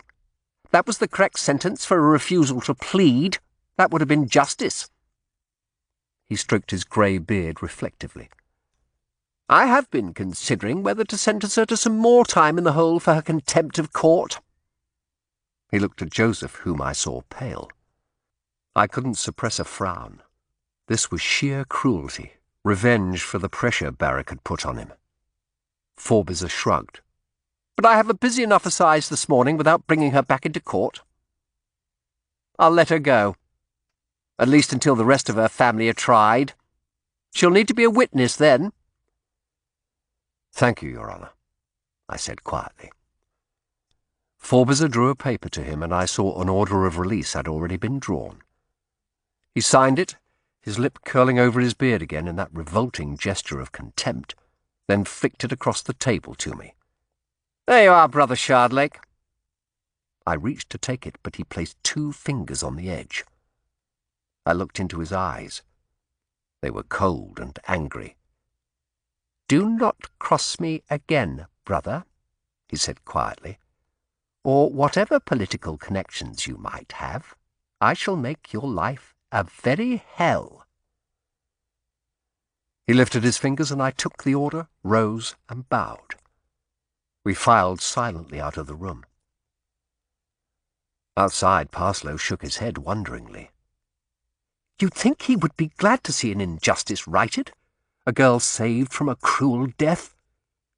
But he's an odd fellow. The arsehole didn't like having his authority overruled, Barrack said. He had sat down on a bench. He still looked weak and pale. I was glad to sit beside him. How overruled? Parslow frowned at us. And what did he mean by political connections? Jesu knows, I said hastily. Well, Master Parslow, I'm most grateful for your help. We mustn't keep you. The magistrate turned away. I gave Barrack a look. You nearly had me in trouble there. Parslow's an old gossip. If you'd told him you brought an order from Cromwell to save Elizabeth, that story would be on 100 pamphlets by tomorrow, and Forbizer would be making my life hell as he promised. Though he'll do his best to achieve that anyway if I ever come before him again, I added gloomily. Not my fault lawyers are all such gossips. Besides, I'm knackered. I shall be in bed. But, sir, Joseph asked, frowning, what did he mean about political influence? I hesitated.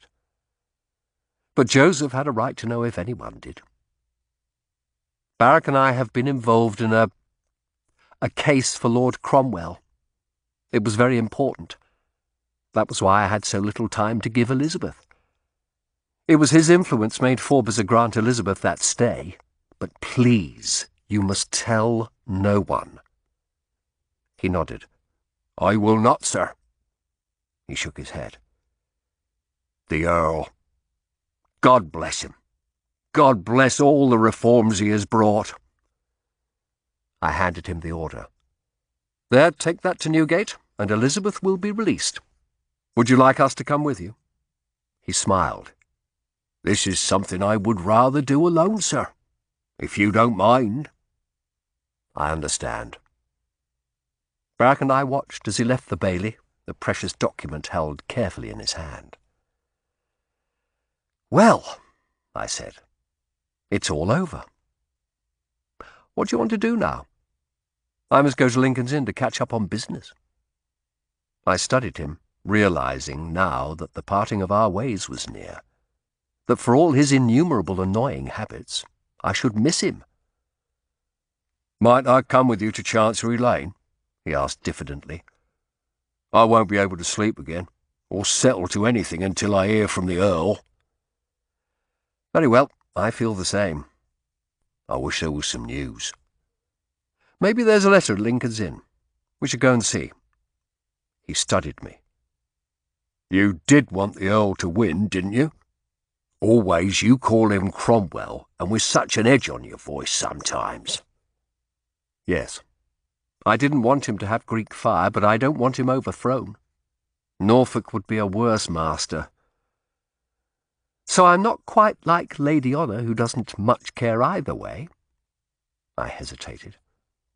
I suspected her, you know, there in the warehouse.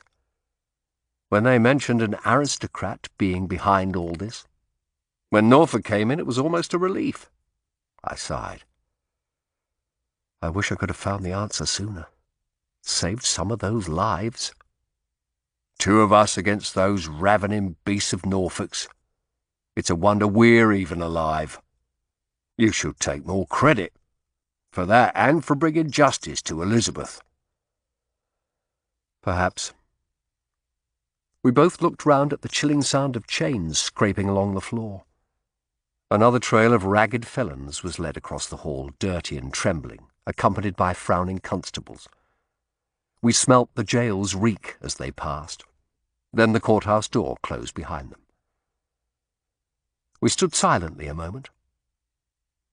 I thought of the hanging cart, of justice and injustice, and how the two were not always easy to tell apart. Then we turned and went slowly out to the street, glad to be out of that place. At Chancery Lane there was no message from Cromwell. Skelly was at his copying, still peering painfully at his papers, but with less of an anxious air now. Godfrey, though, was gone. I went into his office to find a pile of papers stacked neatly on his desk, a note addressed to me on top. Please take custody of my cases. I know you will serve my clients well. I will send to you telling where to remit such fees as are due to me. Some friends and I are going to preach the word of God in the towns, though we must take care of the magistrates. I had better not say where for now. Your brother in the law and in Christ, Godfrey Wheelwright. I sighed. So that's that, I said. I looked through the cases. Everything was meticulously in order, notes left for me summarizing what needed to be done. Then I went through to the outer office. Barrack was sitting looking out of the window, his face gloomy. I sat beside him. My legs were still tired.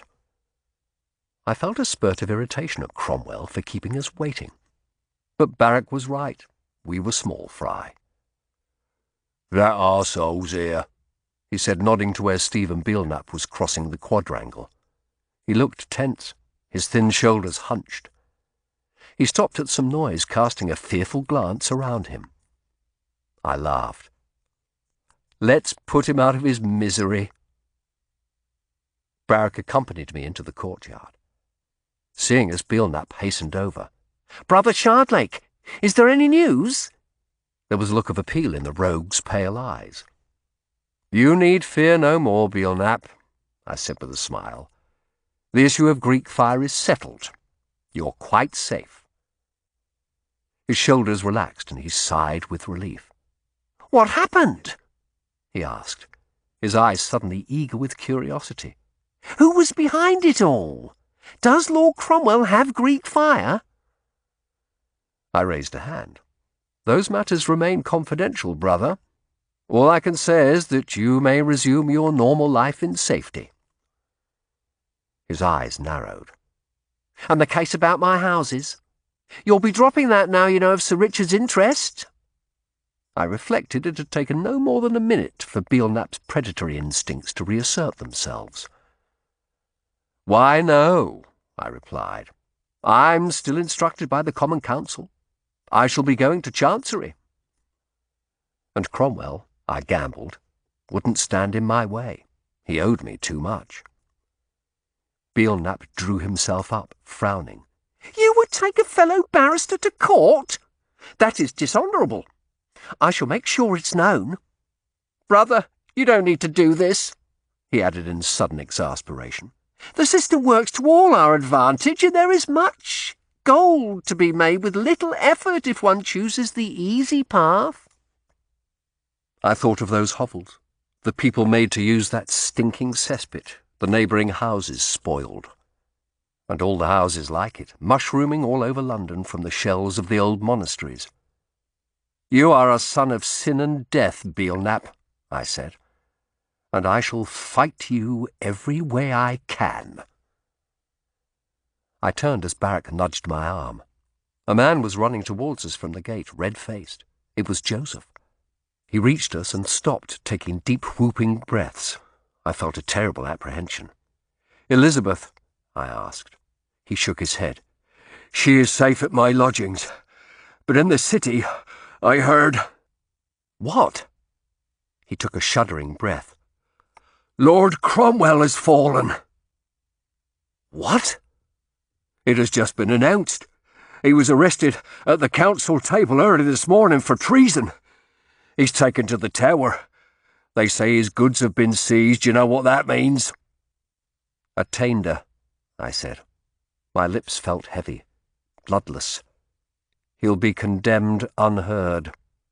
They say the Duke of Norfolk himself ripped the seal of office from his neck. Arrested at the council table itself. All his associates are being arrested too. Wyatt's been taken. I took Joseph's shoulder and led him away. Belknap stood goggle-eyed for a moment, then turned and hastened to the hall to spread the news. I thought you should know at once, sir, Joseph said. After what you told me this morning, I thought you may be in danger. I turned to Barrack. But our message? Grey said he had it. It should be Norfolk that's arrested. Master Grey? Joseph asked. The Earl's secretary? Yes. What of him? They're saying he's turned his coat, given evidence against the Earl. Half his people have. And no one stood in his favour at the council. Not even Cranmer.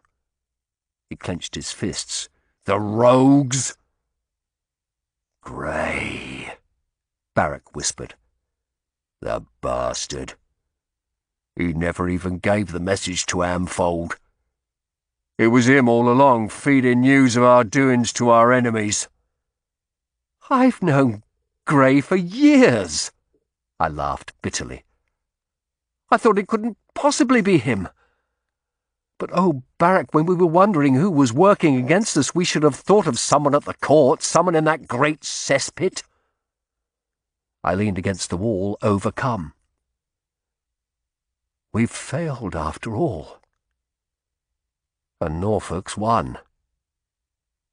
Barrack looked at me intently. We're in the shit.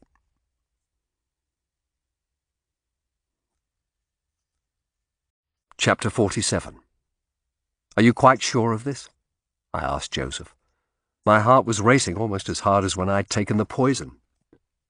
Yes, it was the talk of the streets when I left Newgate. He bit his lip. It's terrible. What was the mood? Most seemed pleased, saying they were glad the Earl had gone, after all he has done for true religion. But others were frightened, wondering what would happen now. Any word of the Duke of Norfolk? No, none. I looked at Barrack. So he hasn't been given Cromwell's place, or not yet. Treason, Joseph said incredulously. What could that mean? Treason. No one could have served the king more faithfully. It's just an excuse, I said bitterly. An excuse to get him out of the way, bundle him into the Tower. If he's attainted before Parliament, there won't need to be a trial. He's fallen off the tightrope of the king's pleasure at last, Barrack said, more slowly and seriously than I had ever heard him speak. He always feared he would. But he didn't see the end coming. In the end, that little shit Grey saw how the wind was blowing more clearly than my master. He looked at me seriously. His face was pale. He was shocked, but he kept a clear mind.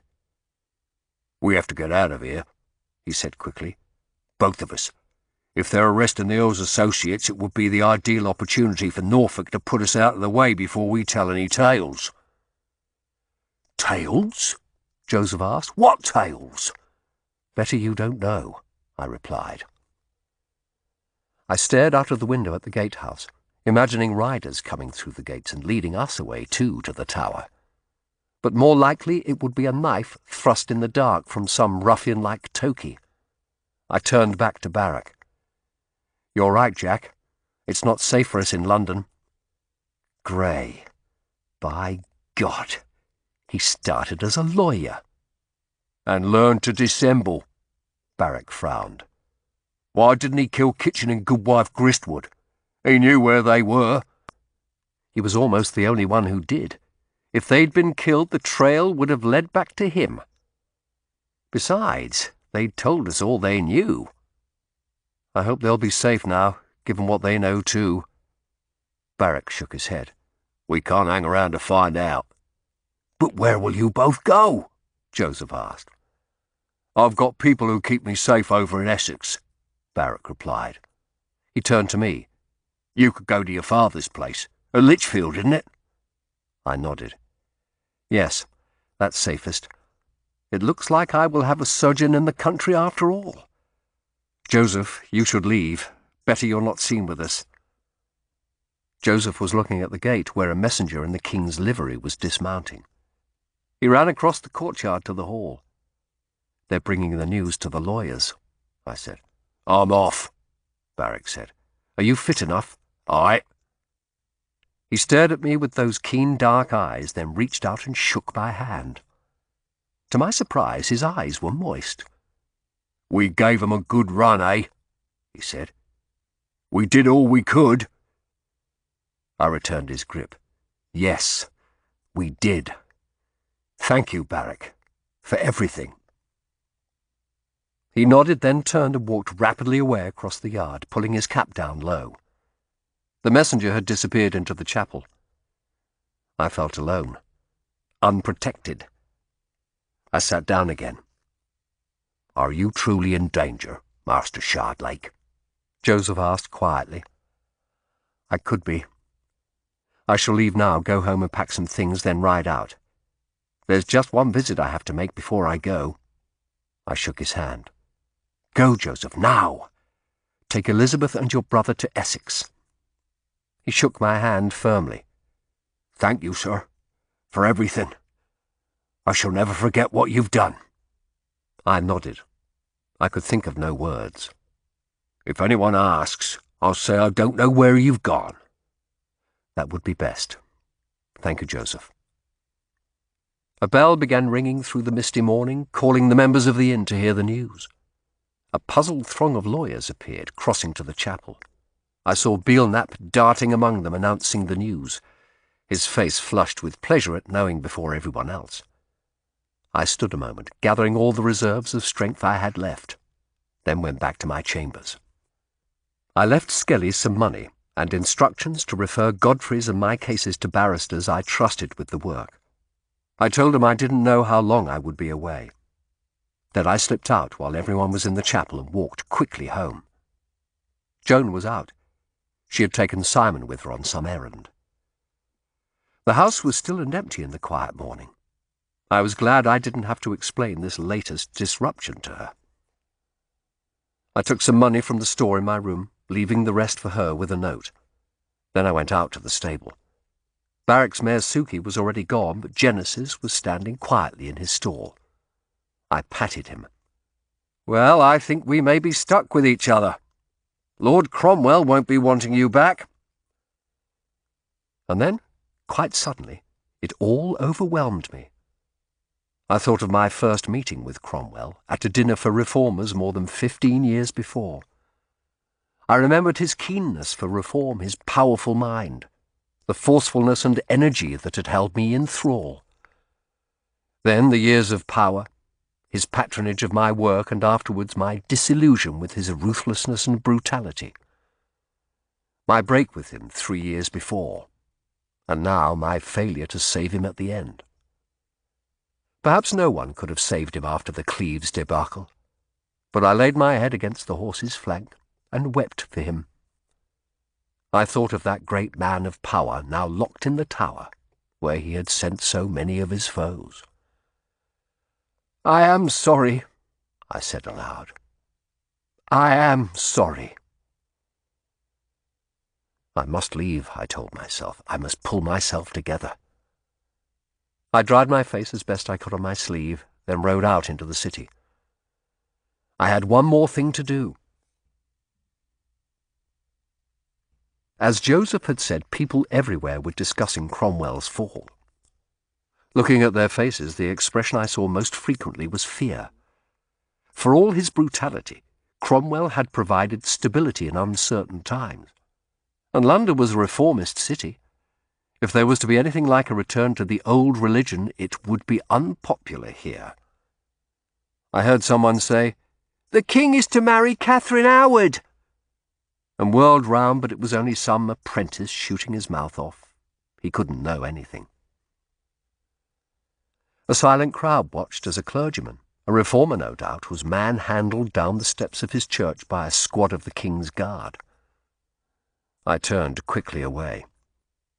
I realised that having once been ardent for reform, I had always taken it for granted that London was a safe place for me, even after my enthusiasm evaporated. Now I felt suddenly vulnerable.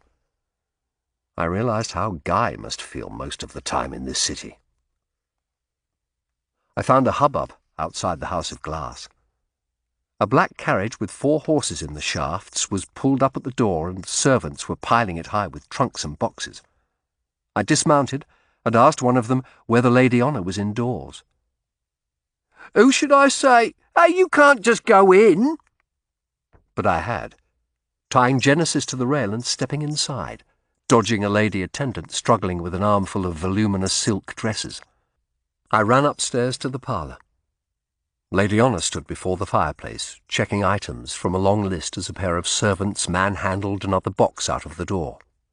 She wore a light dress such as might be used for travelling in summer. "Lady Honour," I said quietly. She looked taken aback for a moment, then reddened. "Matthew, I did not expect—" "You are leaving?"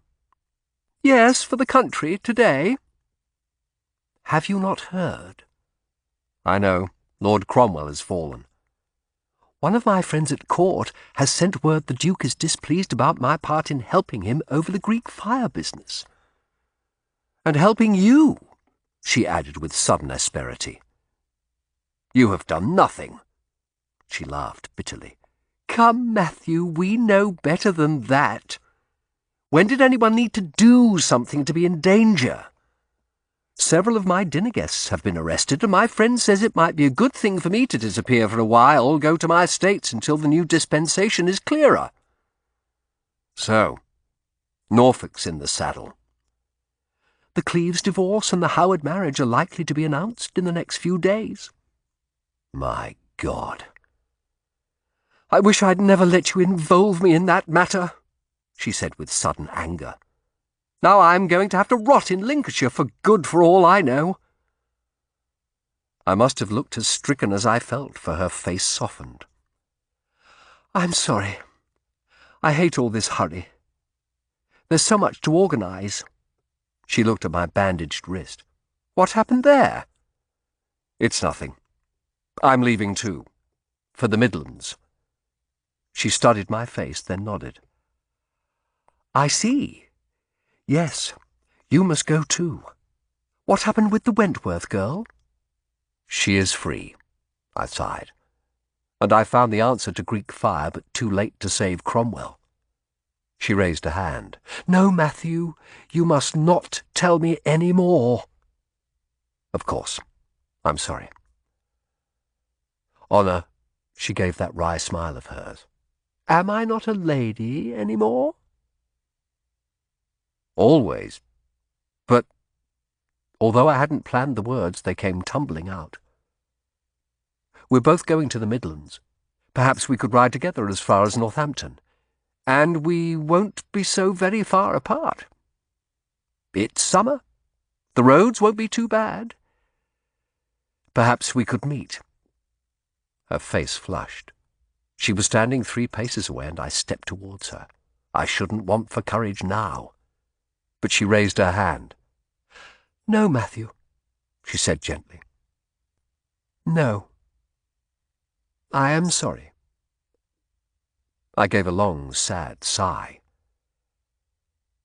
"My appearance." Then she did close the distance between us and took my arm. I looked into her face. "Is most pleasing to me, and always has been.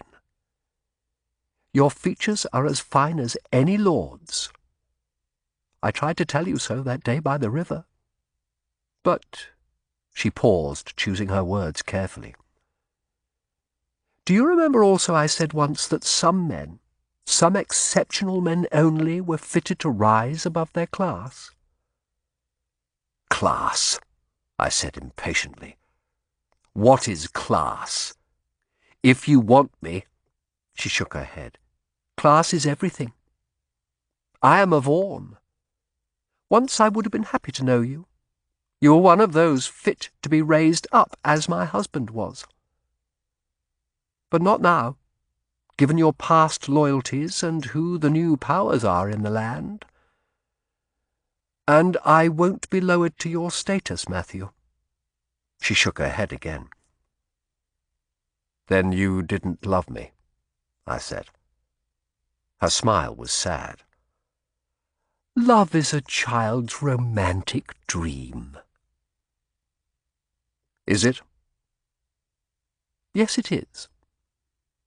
I admired you, I liked you, yes. But my family's place is what matters in the end. If you came from noble lineage, you would understand. She gave me a last affectionate look. But you don't. Goodbye, Matthew. Keep safe.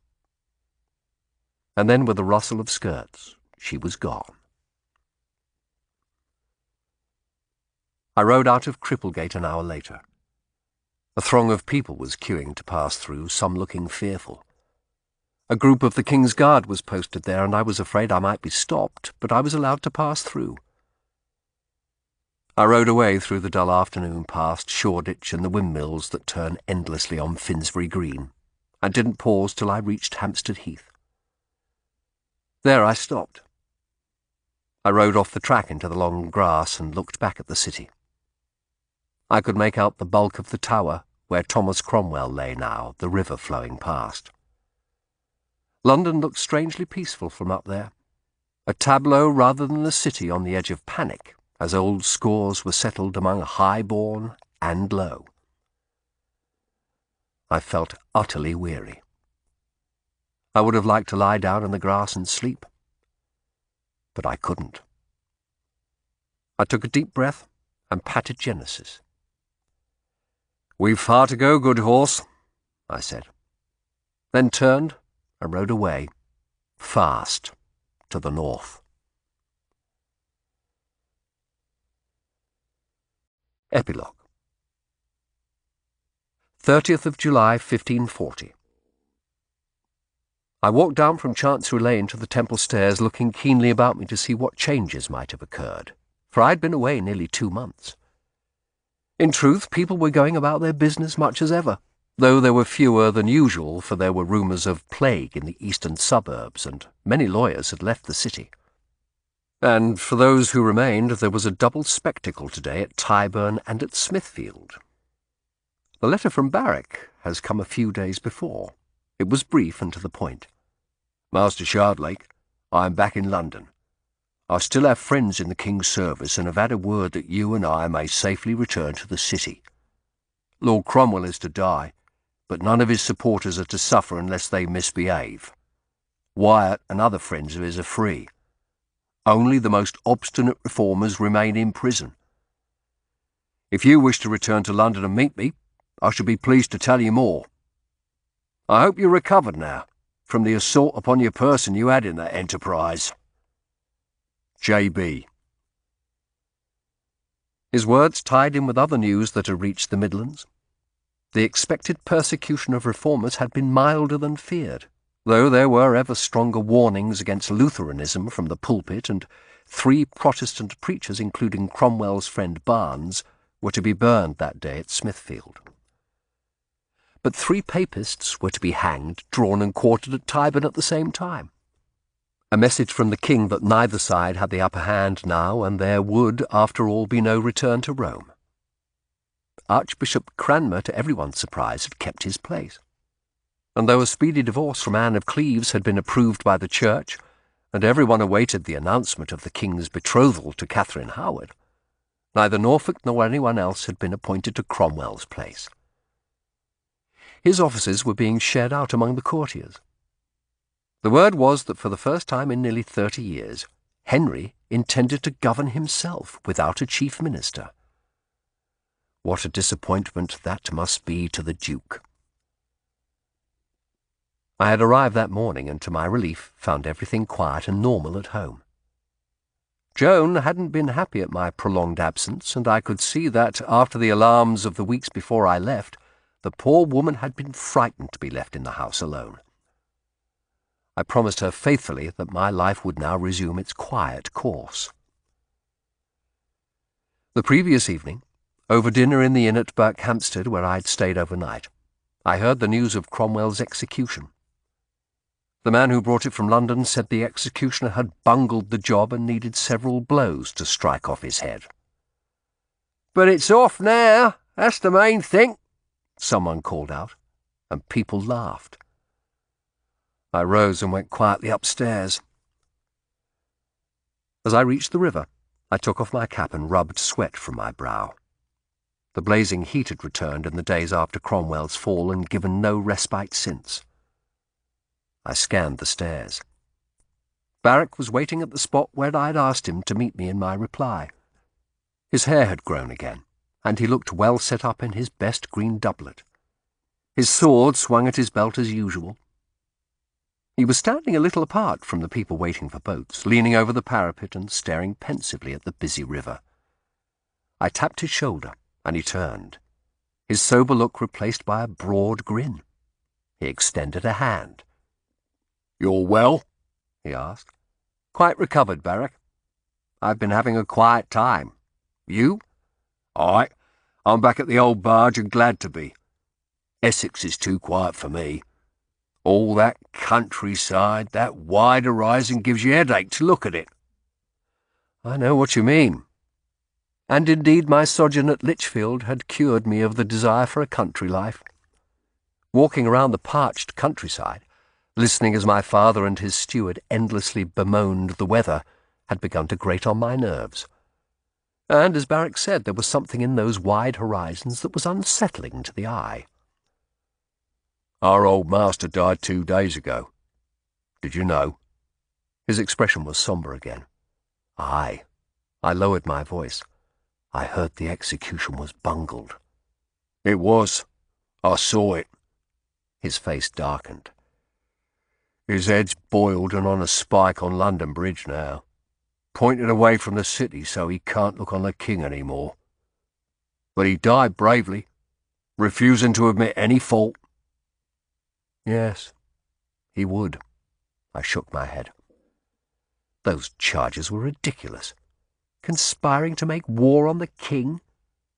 If there was one thing Thomas Cromwell did faithfully all his life, it was to serve Henry Tudor. It's not the first time treason charges have been cooked up when the king wanted rid of someone. When they arrested Lord Cromwell at the council table, he cried out, "I am no traitor," and threw his cap on the floor. Then Norfolk took the Order of the Garter from his chest. "And what of Norfolk?" I asked. "Are you sure we're safe?" "Aye. I have friends in some of the less public parts of the King's service. I've had word from Norfolk himself we won't be touched. He's terrified of a single word getting out about Greek fire. I've dropped a hint that if anything happened to either of us, there might be others who knew the tale." I looked at him askance. That was a risky thing to do, for both of us. "It's insurance for us. Trust me, I know how these things work." "Did you hear anything of Kitchen, or Madame Griswood and her son?" "They're safe. They fled with the man who guarded their house as soon as they heard of Cromwell's fall. I don't know where they are." I nodded. "So I may resume practice?" He nodded. "If that's what you wish." I went and leaned on the parapet, for my back hurt after my long ride. He joined me, and we looked over the river. I tried to avoid looking down towards London Bridge. "There hasn't been the purge I expected," I said. "Though Robert Barnes is to be burned today. I haven't heard anything from Godfrey. I fear for him." I looked at Barrack. "And 3 Catholics to die at Tyburn." Barrack grunted. "The king will never go back to Rome, whatever Norfolk wants. He likes being head of the church too much. The old arsehole," he added quietly. He looked at me with sudden intensity. "Could we have saved Lord Cromwell, do you think, if we'd guessed Grey was a traitor?" I sighed deeply. That question has tormented me night and day. I think he was so deep in trouble over the Cleves marriage he would have fallen in the end. Unless he'd agreed to abandon Queen Anne and reform, and he wouldn't do that. I smiled sadly. At least that's what I tell myself. To comfort myself, perhaps. I think you're right, Barrack said. His principles killed him in the end. He killed many others for those principles. Barrack shook his head but didn't reply. We leaned there in silence for a moment. Then I saw a boat turning into the stairs, two faces I recognized. I nudged Barrack. I've arranged for some others to meet us here. They wish to see you. Oh. Puzzled, he followed my gaze to the wherry. It pulled up and Joseph Wentworth stepped out. He gave his hand to a young woman in a dark dress and hood to help her out of the boat. Is that? I nodded. Elizabeth. She walked a little unsteadily, her head bowed low, and Joseph had to help her up the steps. I went to the head of the stairs and Barrack followed. Joseph took my hand warmly and bowed to Barrack. Master Barrack, I am glad you're here. My niece wished to thank you both. Barrack shuffled awkwardly. I did nothing, really. Elizabeth raised her head. Her hair had grown again, too, a few curly strands escaping beneath her hood. For the first time I saw her face properly, clean of dirt and marks. It was pretty, but full of character, too. There was none of the indrawn blankness or sudden ferocious anger I'd seen before in her eyes. Her gaze was full and clear, though infinitely sad. "Yes, sir. You did." Her voice trembled and she clung tightly to her uncle's hand, but she spoke clearly. "You went into that terrible well. You nearly died at my grandmother's hands." She looked at Barrack. "And when you spoke to me that day in the jail, sir, you showed me how my silent suffering did no good for me or my poor uncle. You made me begin to see things I hadn't seen before." Barrack bowed deeply. If I helped save you, I count it a great honour. "I owe you both so much. You and Uncle Joseph, you never wavered in your support, however wickedly I treated you." Her lip trembled and she lowered her head again, still clutching her uncle's hand tightly. "Suffering does not ennoble people," I said. "They turn and bite, and so perhaps they should. Don't become guilty, Elizabeth, for that is only another form of martyrdom." She looked at me and I smiled sadly. "It does no good." "No, sir." She nodded tremulously. Joseph patted her hand. Elizabeth is still sore, tired, and troubled, he said. The peace of the countryside is a balm to her. She finds London a trial, but she insisted on coming up with me today to thank you. "And we are grateful." I hesitated. "How is your brother?" "Sore afflicted since Sabin was found guilty of manslaughter and she and Avis imprisoned. Though he has paid for good lodgings for them. He's selling his house to try and buy a royal pardon. I come up each week. He needs me." He hesitated. "My mother died. Did you know?" I hadn't heard. "In Newgate, a week after her arrest." "Was it the fall?" "No," he sighed. "It was as though with the family in total disgrace she didn't want to live any more." I nodded sadly. Joseph smiled at Elizabeth. "I think we should go on now. But thank you again." He and Elizabeth shook our hands. Elizabeth's felt as delicate as a bird's. Then Joseph guided her away up to Temple Walk. Looking after them, I saw how desperately thin she was. "Will she recover, do you think?" Barrack asked. "I don't know. At least now she'll have a chance." "Have you seen Lady Honour?" He looked at me with frank curiosity. "I heard she's left London." I laughed. "You hear everything." "No, I shan't see Lady Honour again." "I'm sorry." "It was a matter of status," I said heavily. That means everything to her, you know, as it did to old Madam Wentworth. I frowned.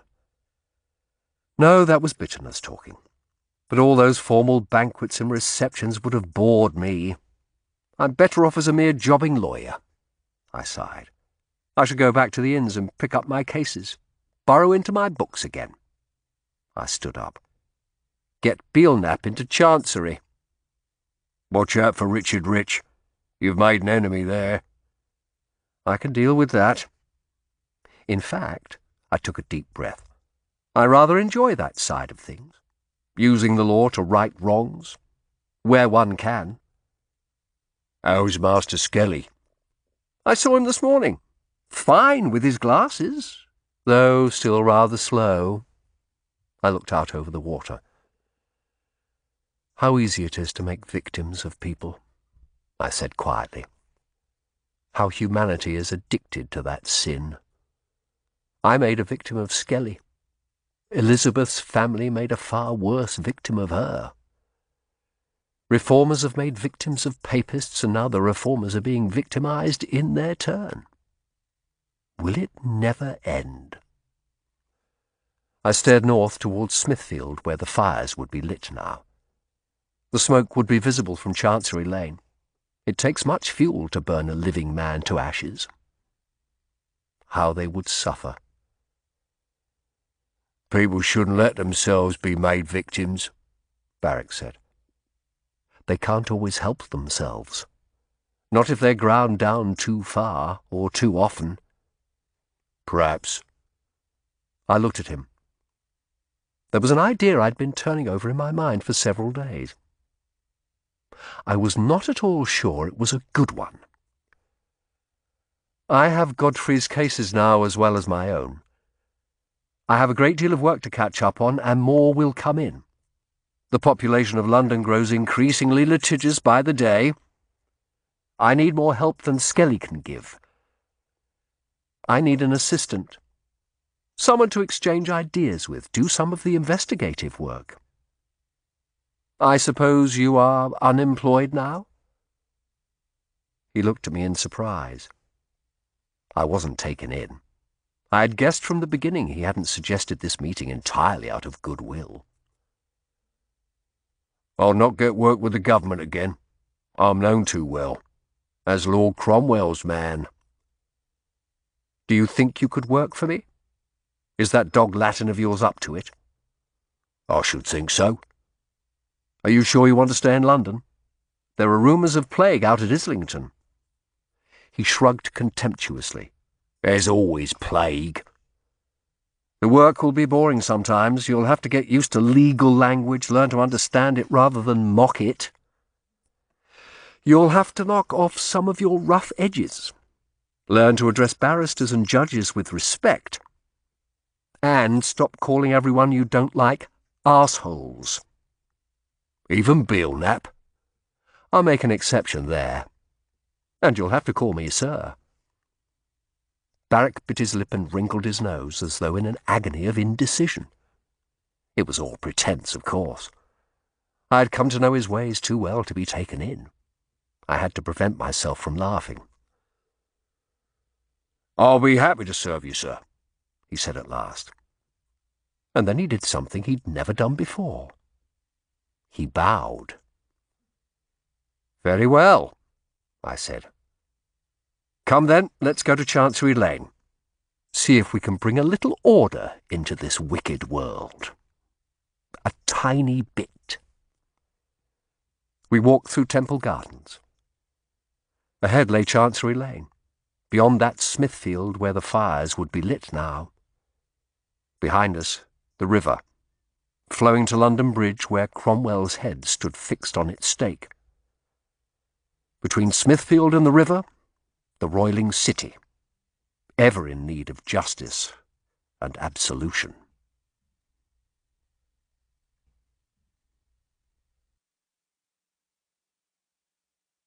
You've been listening to Dark Fire by C.J.Sansom, narrated by Stephen Crossley and directed by Danny Snelson. The author concludes this story with the following historical note.